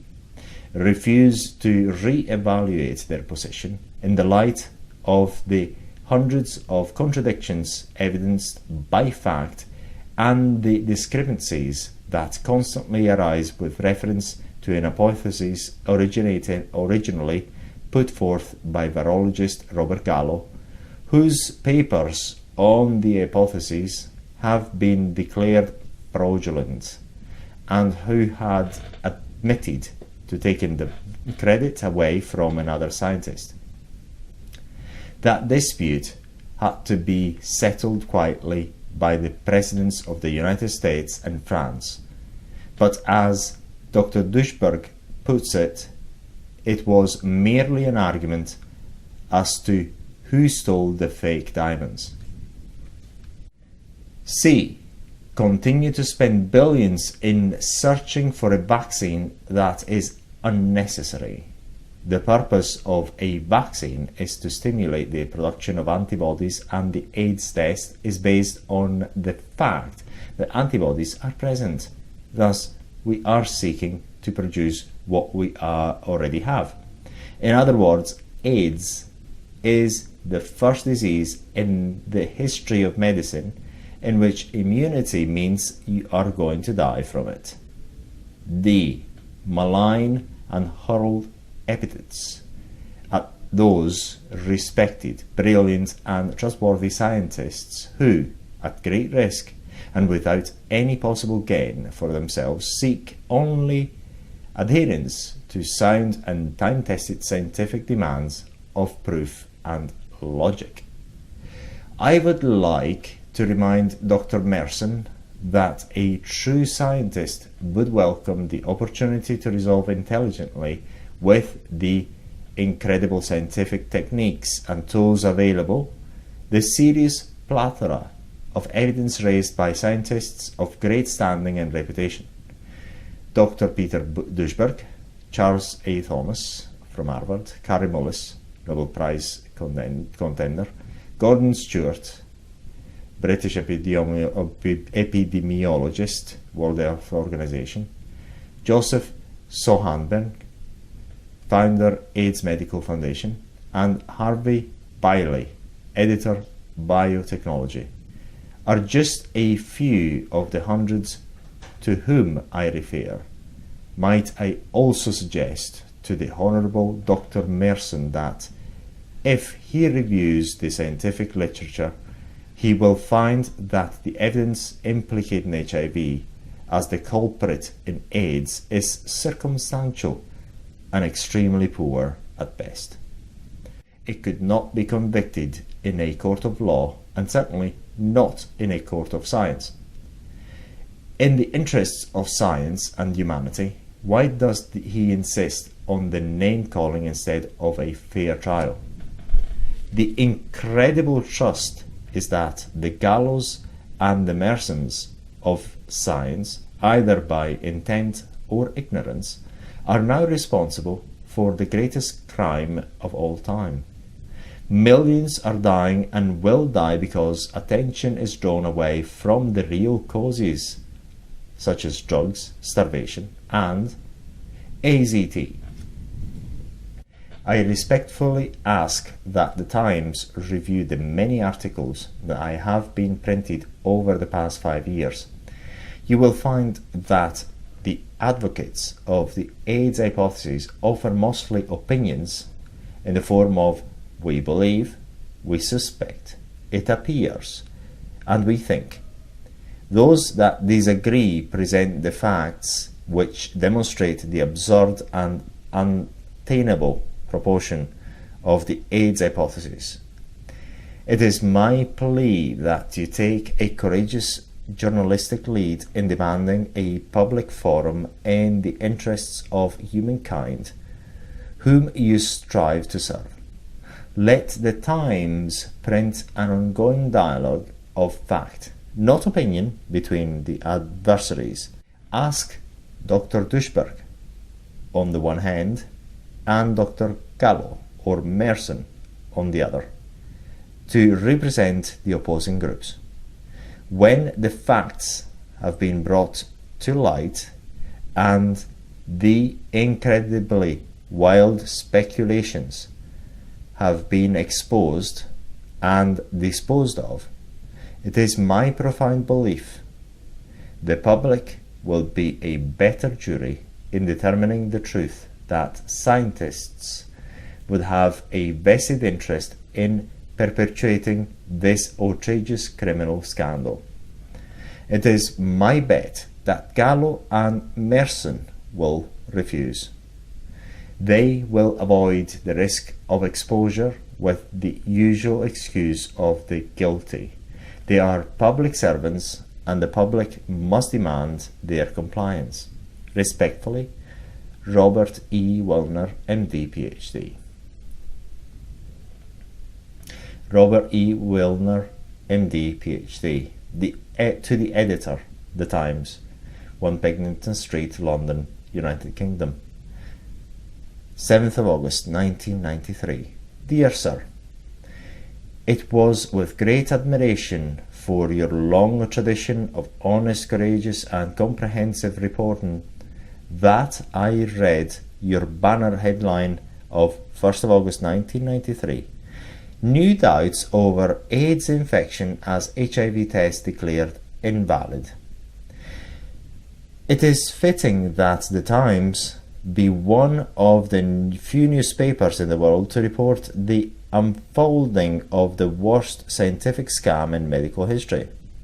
The so-called AIDS epidemic has never materialized because it is nothing more than what was originally 20 diseases that has now been expanded to 25 diseases. If it is intended to continue to dupe the public, they will soon include all known diseases, and it can then be said that everyone is dying of AIDS. In fact, for the past 6 decades, the causes of acquired immune deficiency diseases has appeared in most authoritative medical texts. If I may paraphrase the ubiquitous and respected Merck Manual 1952 edition, the causes cited are malnutrition, drugs, either medical or illicit, radiation, chemotherapy, and toxic chemicals. This clearly explains why AIDS is so many diseases in Europe and the United States and only 3 symptoms in the third world countries of Africa, Haiti, etc. The primary cause of AIDS is the abuse of illicit drugs in the affluent countries and malnutrition in those that are poor. This is the only logical and sane explanation for the apparent contradiction of the statistics confirmed by every authoritative agency in the world, including the UK, United States, and the World Health Organization. I refer to the annual conversion rate, which tallies the risk of developing AIDS if one is HIV positive. According to the figures, an individual who is HIV positive and lives in the United States or Europe stands a 10 times better chance of survival if they move to Haiti and a 20 times better chance of survival if they move to Zaire. The reason for this is, of course, that people in Haiti and Zaire cannot afford drugs. Malnutrition takes a longer time to destroy the immune system than do drugs. A reference paper that which establishes an hypothesis as proven does not exist for the AIDS hypothesis. I will gladly pay $1 million to anyone who can produce just one. I have spent more than a year in diligent research in writing Deadly Deception, which is completely backed by scientific articles. Of the more than 60,000 AIDS-related papers that have been produced in the past 8 years, there is a lot of grant money available. Not one establishes HIV as the cause of AIDS. The original hypothesis is so unattainable that at least 40 more have been formulated in an attempt to explain all its discrepancies and contradictions. One brilliant comment by Dr. Robert Gallo, the man who admittedly usurped credit for the discovery of HIV and whose original papers on which the hypothesis is based and have been declared fraudulent, was to claim that HIV was an intelligent and mysterious virus. It would have to be. How else could it know whether you were white or black, living at home in Zaire, or working in the United States with a permit? It is virtually impossible to have an epidemic from sexual transmission of a disease when it takes from between 500 to 1,000 acts of intercourse to supposedly pass on. This could be considered an extremely remote possibility if you first proved that the virus caused anything at all. I could go on with scores of contradictions and fantasies on which the AIDS hypothesis is based, but you would have to reprint my manuscript, which will be published shortly. Meanwhile, your excellent journalism will help focus attention on the real causes of AIDS, and thus save millions of lives by alerting the world of the true causes and the obvious solutions for the AIDS problem. In deep gratitude, I remain your sincerely indebted Robert E. Wilner, MD, PhD. Letter to the President of the United States, Bill Clinton. The White House, 1600 Pennsylvania Avenue, Washington, D.C., 205500.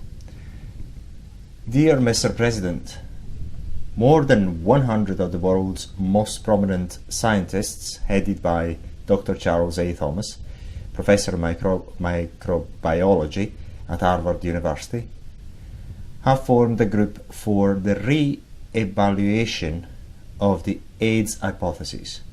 This group of respected scientists have been denied access to advertising in the press, and some of its members, highly honoured in the field of research, have not had their grants renewed.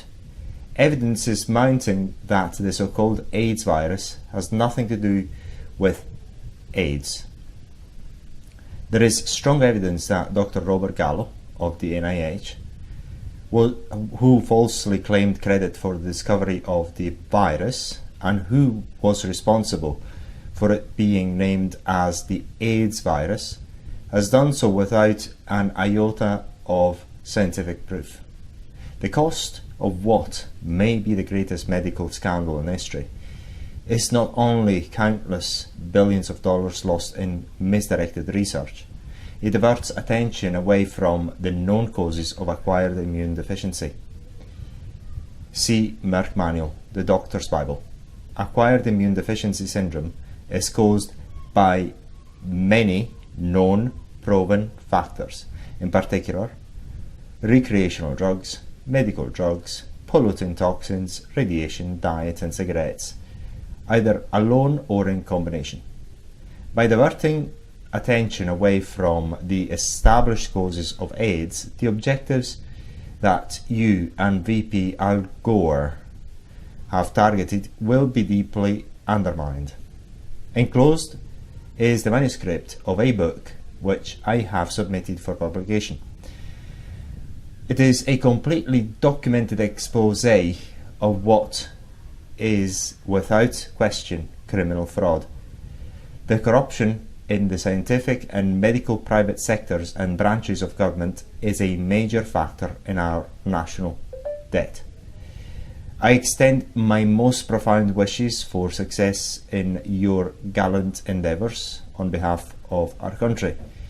I would be honoured to help and serve in any way I can. Respectfully, Robert E. Wilner, MD, PhD. This is my commentary to that. Is basically, you know that the Clintons are so corrupt, it's incredible, so it's completely a waste of time. So the heads of governments are the most corrupt there are. So, and now we know how corrupt the Clintons were. So it's complete a waste of. It was completely a waste of time. These letters. Anyway, let's go to the next one. To Hillary Rodham Clinton, Chairperson, Healthcare Reform, the White House, Washington, D.C. Dear Madam Chairperson, there are extremely important and necessary steps to reduce the exorbitant costs, ineffectiveness and inefficiency of our health care system, which is the single greatest contributing factor to our economic problems and the rising budget deficit. Very little benefit is derived from the incredible amount spent as compared to most countries in the world, and the quality is appreciably lower. I wish to bring to your attention factors which are being ignored because of the influence of the medical establishment. The following are key steps that must be taken. Number 1. Stress preventative medicine is particular the natural means of preventing disease, minimal cost. 2. Eliminate the establishment medical monopoly, which by its ignorance, arrogance, and political influence holds a stranglehold on scientific thought, theory, and practice. When we say political influence, there you have it, the most corrupt politicians on earth, the Clintons. Homeopathics, herbs, vitamins, and supplements are being unfairly removed from public use by the unprincipled actions of the FDA, which clearly favors the largest pharmaceutical companies. The requirements of the FDA and allopathic doctrines are so absurd that they cannot be financially met by most companies of lesser size, and certainly not by the individual practitioner. 3. Put an end to the harassment of medical physicians and others who advocate non-drug therapies and have long educated the patients in wellness.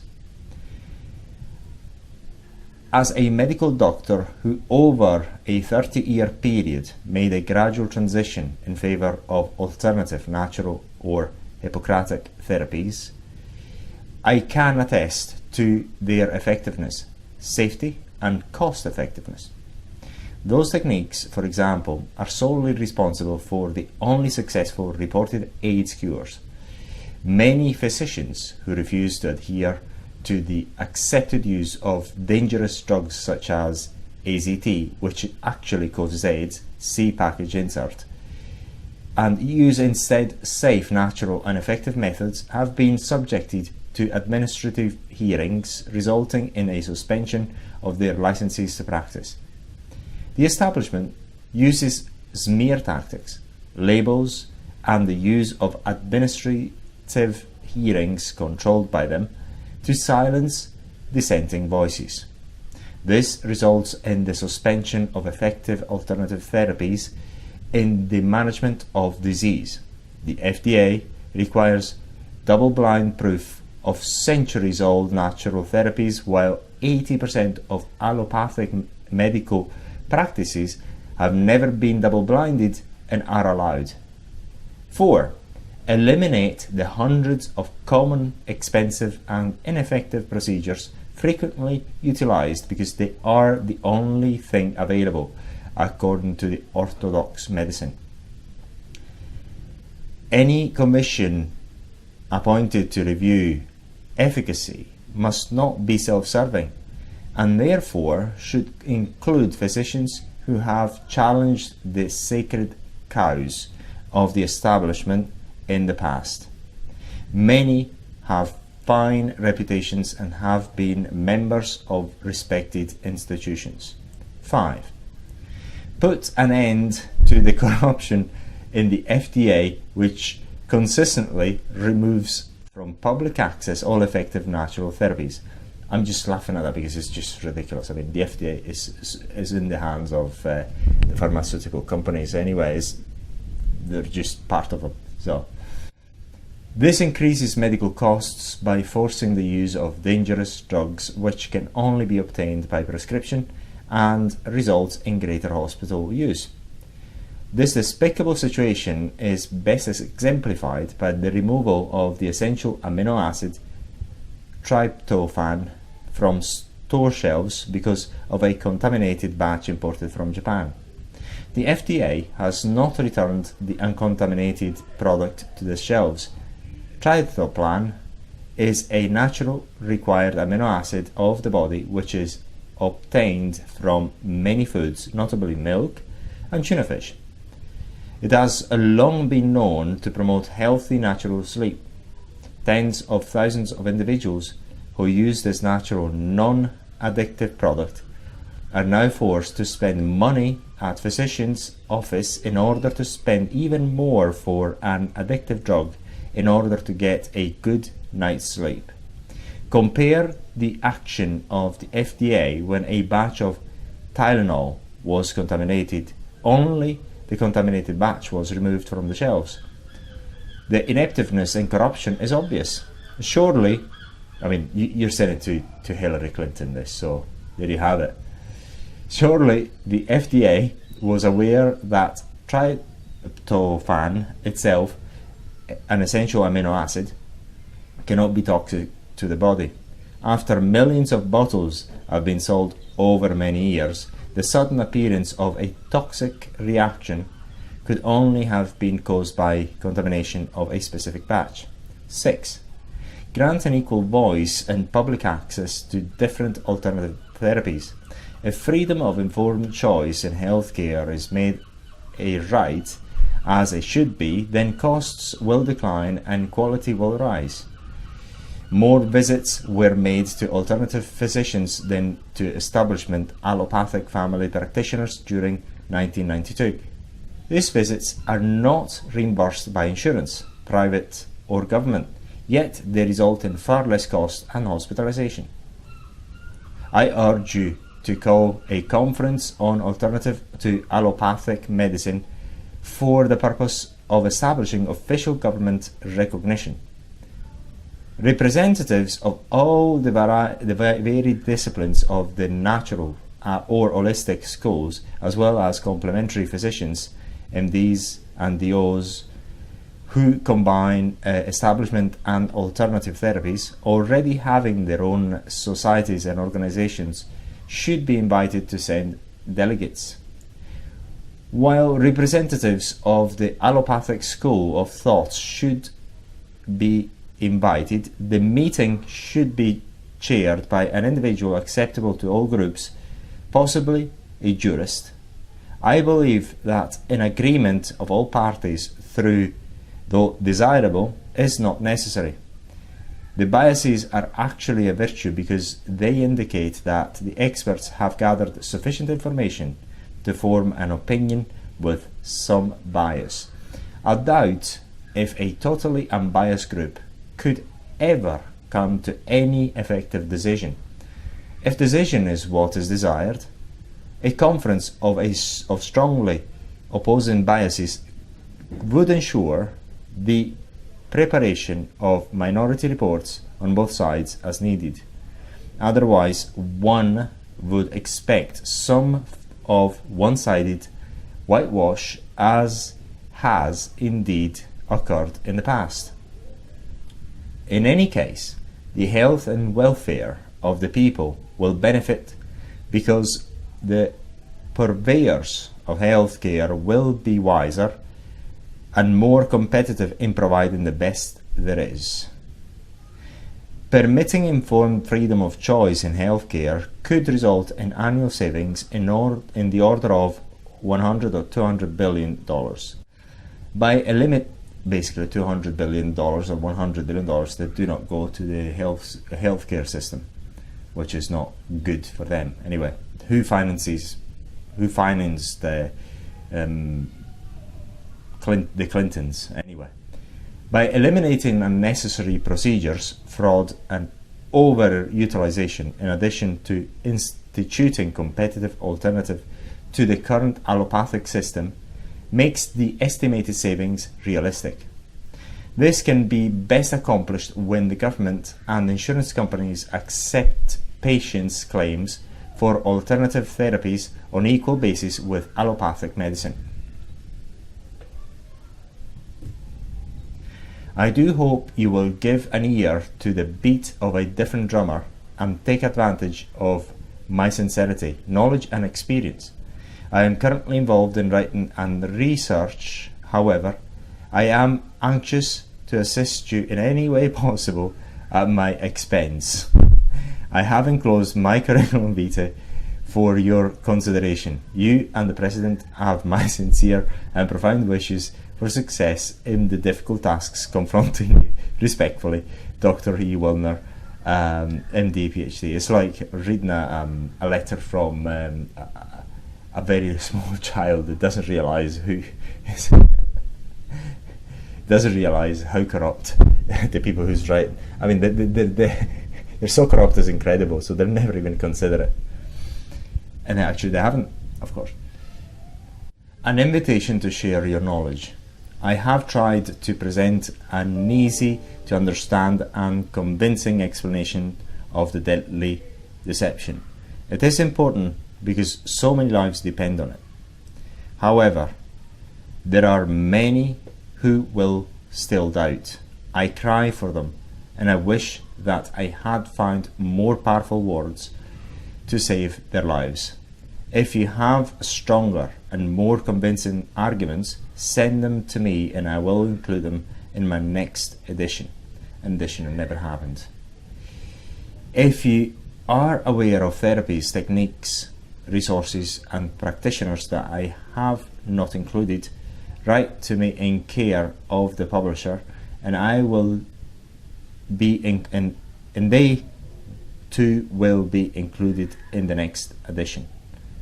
This book was finished in mid-December 1993. I had hoped it could be a holiday present for you or a loved one, but any time is a good time to give presents, even to yourself. Get well and stay well.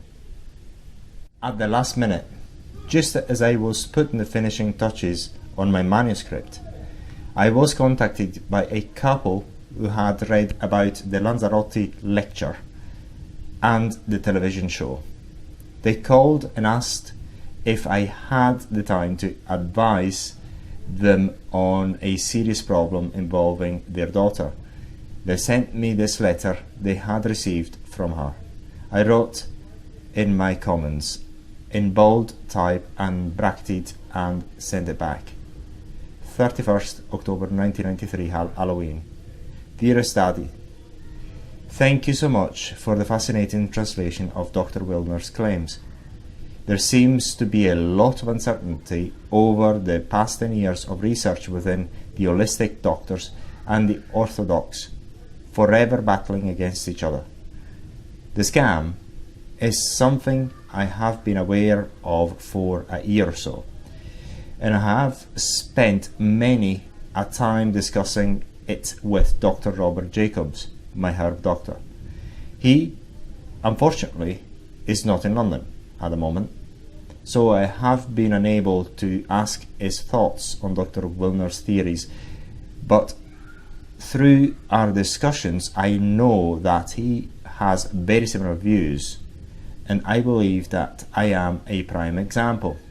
However, he does, contrary to my acupuncturist, believe that things like pentamodine, the anti-pneumonia inhalation I take each month, is beneficial, whereas my acupuncturist disagrees and claims that the side effects will be far more difficult to handle than the pneumonia itself. My acupuncturist, Dr. Ira Stabler, says he has heard of Dr. Wilner, that he has been injecting himself quite a lot, and that his theories are valid. He believes that Dr. Wilner is right in saying that HIV does not lead to AIDS, but that AIDS comes about to those with certain lifestyle, malnutrition, drug users, and the decadent lifestyle of countless anonymous lovers, 10 ejaculations per night, etc., etc. Basically, those that abuse our body's defenses, purposely or not, as in the case of the third world countries. There are a few questions that, if you have a chance to slip into the conversation, would help clarify my head. If HIV does not necessarily lead to AIDS, then what does it do? Nothing. AIDS, taken for what it means, acute acquired immune deficiency syndrome, surely if HIV infects the T cells, our fighter cells, then we will be bound to contract a disease soon enough. It doesn't attack and it causes nothing. How does one get HIV? Who cares? It's drugs and malnutrition that causes AIDS. If HIV does not lead to AIDS, then can the immune system be boosted even with the HIV virus? Absolutely. If so, how? What foods? What supplements? Actually, I probably know this. You probably do. Eat right, organic food, enjoy life, and stop drugs. What is chelation? Chelation detoxifies, enhances circulation, and improves the body's function, including the immune response down to the individual cell. Are the T4 counts a true reading of one's immune strength? I have known that the virus HIV attacked these cells. Therefore, the less you have, the less they have to attack. And when they have attacked them all, what then? Wrong again. Get unbrainwashed. T4 counts are general in meaning. Concentrate on getting healthier and stop taking tests. Is it possible that I may not have HIV? That because of a bout of mental disorder or malnutrition, giardia and intravenous salmonella, my immune system had dropped so low that HIV seemed be the only answer. I was originally also told that I had AIDS, yet I stand now fitter, stronger and healthier than ever, on a T4 count of 170. You may not have HIV, but who cares? The test is notoriously invalid and it does not make a difference in any case. Is it worth having a test for factor 8, as this seems to be the cause of AIDS? No. It is the impurities of factor 8 that are the problem. And if you are not a hemophiliac and not receiving transfusions, forget it. Should one be re-diagnosed? For what? If HIV need not lead to AIDS, then what does it do? Nothing. Well, maybe a mild flu if you do not notice. Does this recovery then bring about a decision between HIV and factor 8? No. Could this be connected to Ira's theory on lifestyle? Now you are getting it. I cannot think of any more questions, and I have heard many different answers to the ones above, but would be interested to hear what he thinks. This is very exciting and also very complicated for my very unscientific head. This is what fraud is all about. If doctors have been duped, don't feel too bad that you have been confused. Just get angry and shout it to the media. But I think what he is claiming is very similar to what is being mumbled in the underground of HIV and AIDS medicines. The decision between HIV and factor 8 is, I think, a very important one, which the powers have chosen to ignore for fear of egg on their faces. There is no such decision, and the powers that be deserve prison. The whole thing is a very expensive, scary mess. Do not forget, deadly as well. I believe the only way is find what you feel best with the way of medicines and cures. And in my case, it's a little bit here and a little bit there to try to find a balance. Whatever you do not take AZT.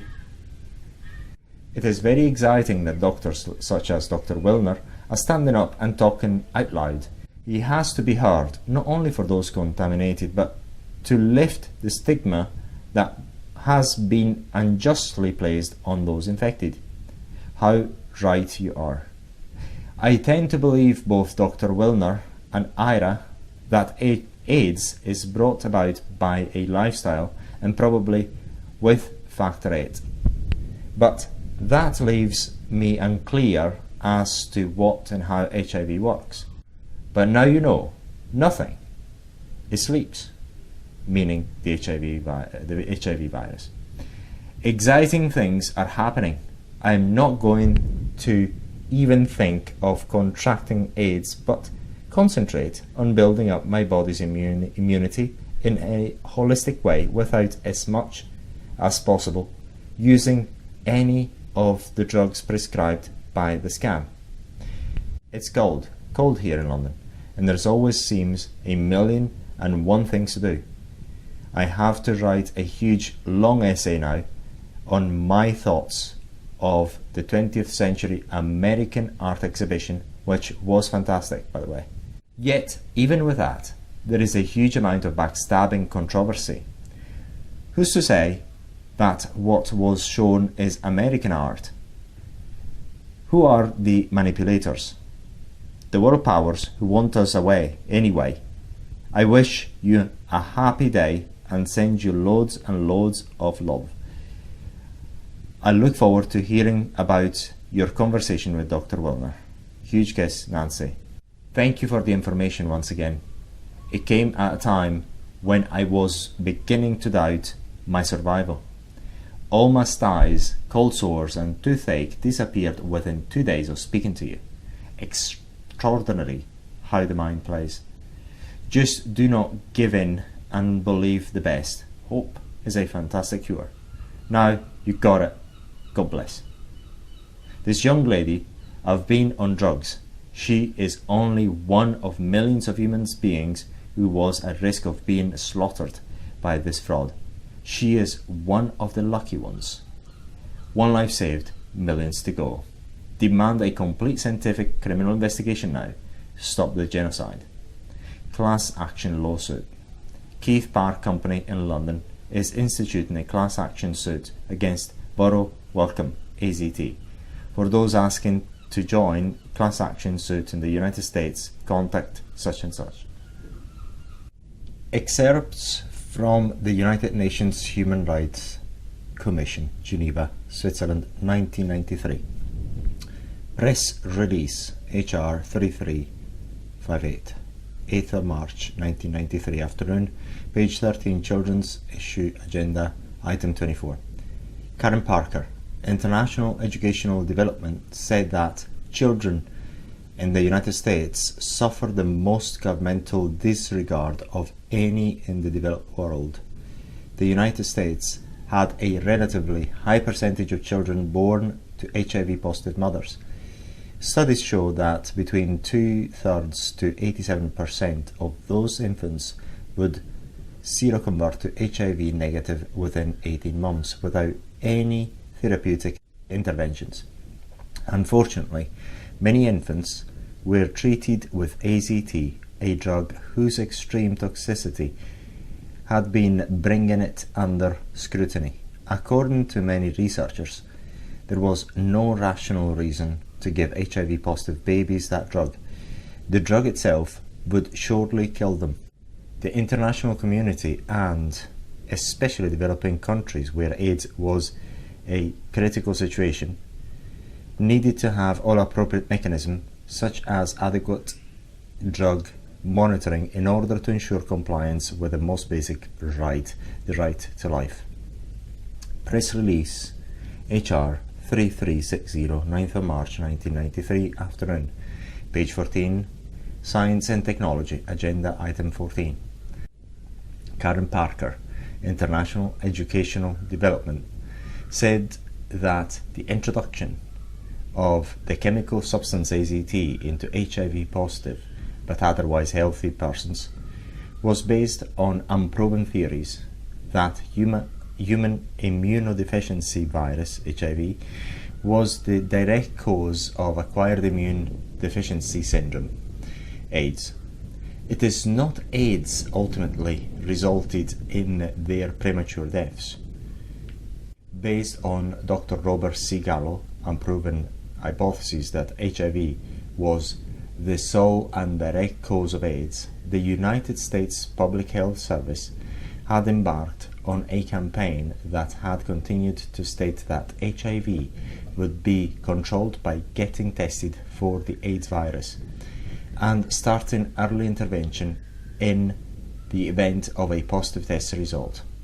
This dogmatic hypothesis, based on a person convicted of science fraud, and the perpetration of this information by the United States government was either directly or indirectly responsible for the premature deaths of hundreds of thousands of people worldwide.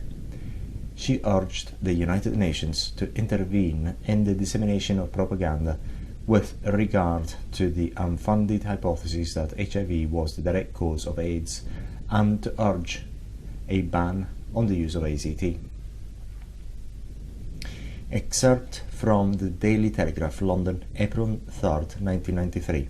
HIV carriers advised to stop their treatment, by Peter Pallett, Health Services staff. A leading specialist told 13,000 apparently healthy people infected with the AIDS virus yesterday that they would be better off without drug therapy. Pallett was referring to Professor Tony Pinching, Director of Immunology at Bathurst Hospital, London. A paper published by Barbara E. Griffin, Director and Professor of Virology, Royal Postgraduate Medical School, London, in Nature, May 1990, quoted two microbiologists as saying, "It would be irresponsible to produce guidelines on AIDS until the infectious microorganism is identified and the means by which it causes disease are understood. It is only now becoming obvious that infection with HIV does not usually give rise to AIDS." Project AIDS International, an urgent appeal for action, presented to the United Nations Commission on Human Rights, February 1993. For conventional physicians to discount or discredit alternative approaches that have shown scientific viability based on eco-ignorance or simple refusal without scientific basis is wholly irresponsible and clearly indicates a lack of concern for the patient.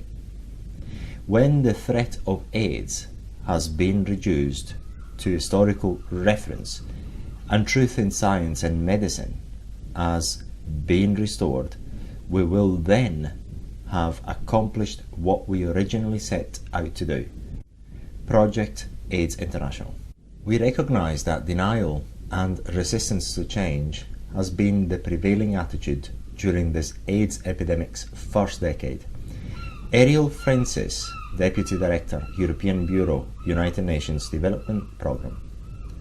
Promoters of this false hypothesis state that the proper monitoring of your T cells will assure that you will know at what stage to begin AZT treatment. The current primary measure for early intervention with AZT is when your T cells, specifically CD4+ helper cells, fall to 500 or below on 2 consecutive blood tests. The CDC states, without benefit of scientific reference, that the normal range for CD4+ helper cells in HIV-negative healthy persons is 600 to 1200. However, based on PAI's research, given the published information in accredited medical journals, the normal range of CD4+ helper cells for healthy HIV-negative adults is 237 to 1817. Further, in tests completed on US Olympic athletes in 1984, the average range of CD4+ helper cells was between 400 and 600. Certainly, the US athletes were not considered to be unhealthy. Yet, these are the markers used to instill fear and manipulate HIV-positive persons into taking a toxic chemotherapy when they are otherwise healthy. Based on Dr. Robert C. Gallo's unproven hypothesis that HIV is the sole and direct cause of AIDS, the US Public Health Service has embarked on a campaign of implied terror and misinformation that has continued to state that HIV, the virus that causes AIDS, can be controlled by early intervention with zivovudine AZT, which is cytotoxic in that it kills all cells indiscriminately, not just those cells infected by HIV. Project AIDS International charges that this dogmatic hypothesis, based on the findings of a person convicted of science fraud and the perpetration of this information by the United States government, who continues employing Dr. Gallo, is either directly or indirectly responsible for the premature deaths of hundreds of thousands of people worldwide. When Project AIDS International, PAI, asked the Centers for Disease Control, CDC, for scientific verification that HIV was in fact the cause of AIDS, they were told it was just known that HIV causes AIDS. No scientific references were cited. Weeks later, they received an information packet citing Dr. Gallo's paper from the Journal of Acquired Immunodeficiency Syndrome. Note that this article was published 4 years after Gallo's announced his scam. Gallo's paper is the poorest excuse for a scientific document, and certainly it is not proof that HIV causes any disease. PAI, in an urgent appeal for action, recognized that the scientific and medical practices of the United States are accepted without question as an authority in most developing countries, with the same faith that the US citizens placed in Gallo. If we have been deceived, it has surely cost hundreds of thousands of lives and will ultimately result in the needless loss of millions of lives worldwide. In what appears to be a conspiracy of profit over life, we wish to call attention to the propaganda of various AIDS educational publications, especially those documents published by the CDC in conjunction with the Pharmaceutical Manufacturers Association, which is also endorsed by the US FDA and includes the sharing of letterhead with the Pharmaceutical Advertising Council. This appears to indicate an implication of impropriety based on the fact that the US FDA is an enforcement agency charged with the regulation of all legal drugs and therefore could remain a professional distance from private pharmaceutical interests so as to remain an impartial, unbiased oversight agency. This has resulted in a monopoly of manipulation based on an unproven HIV hypothesis, which is being marketed by both private and governmental sectors for the sake of financial gain at the expense of human life. Our democracy is in serious danger if this is not stopped. In the section "Babies are dying and they are not even sick," PAI states, an 18-month study that of 372 infants born to HIV-positive mothers, only 13% of those infants ever acquired the HIV virus. In the United States, 2/3 of infants born to HIV-positive mothers also seroconverted to HIV negative within 18 months, again without therapeutic intervention. From this, one could conclude that the practice of treating HIV-positive infants with AZT based on 1. Tests with questionable accuracy, such as the ELISA and or Western blot, and or 2. Presumptive diagnosis when no clinical illness is present, is murder. Murder as used here means the introduction of a non-toxic substance that ultimately results in the infant's premature death. The fact that prescribing AZT is considered a majority practice is no defense for the violation for the basic human rights to life.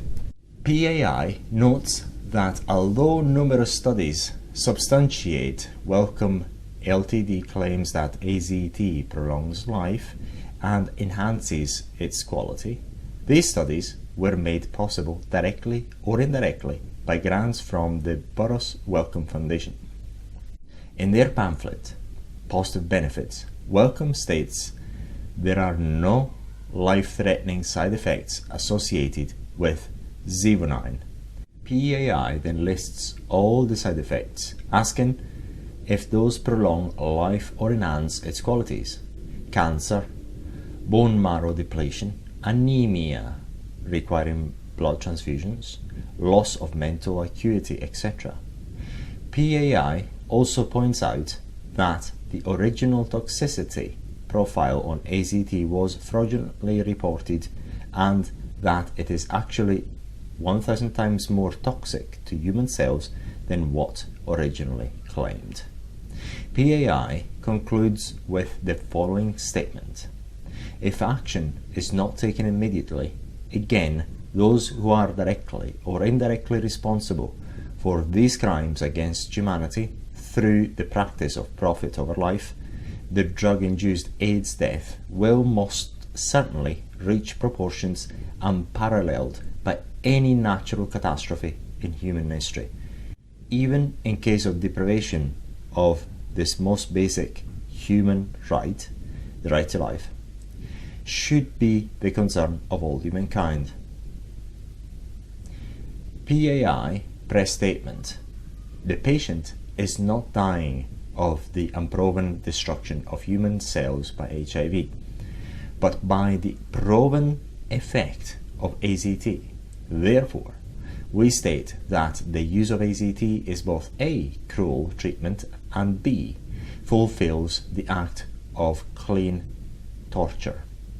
We state cruel treatment because the patient has been given a death sentence based on the unproven hypothesis of HIV equal AIDS equal death, and the patient cannot escape the physician's authority, also known as a fear trap, that the patient must take AZT. We state clean torture because the death caused by AZT will be said that it was the prognosed death caused by HIV infection.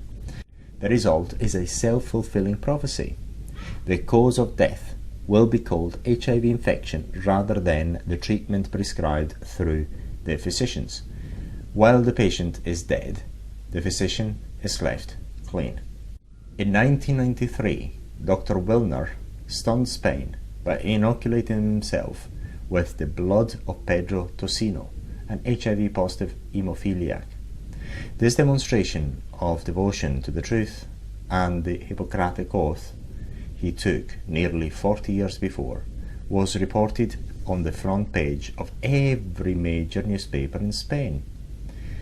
His appearance on the Spain's most popular television show evoked a 4-1 response by the viewing audience in favor of his position against the HIV hypothesis. Yet this historic event was never mentioned in the US press. Why? On October 3rd, 1993, the London Times headline read, "African AIDS a Myth." Inside, across 2 pages, the headline screamed, "The plague that never was." Yet, the story has not even been mentioned in the mainstream US press. Why? A major research group in Australia has revealed that the test for HIV is completely invalid, unreliable, and riddled with false positives. Measles, the flu, more than 100 common infections, and even a flu shot can render a person HIV positive. This story also appeared on the front page in banner headlines in the Sunday edition of the London Times, yet it too was never carried here in the United States. Why? People who test positive for HIV are in most cases completely normal and healthy.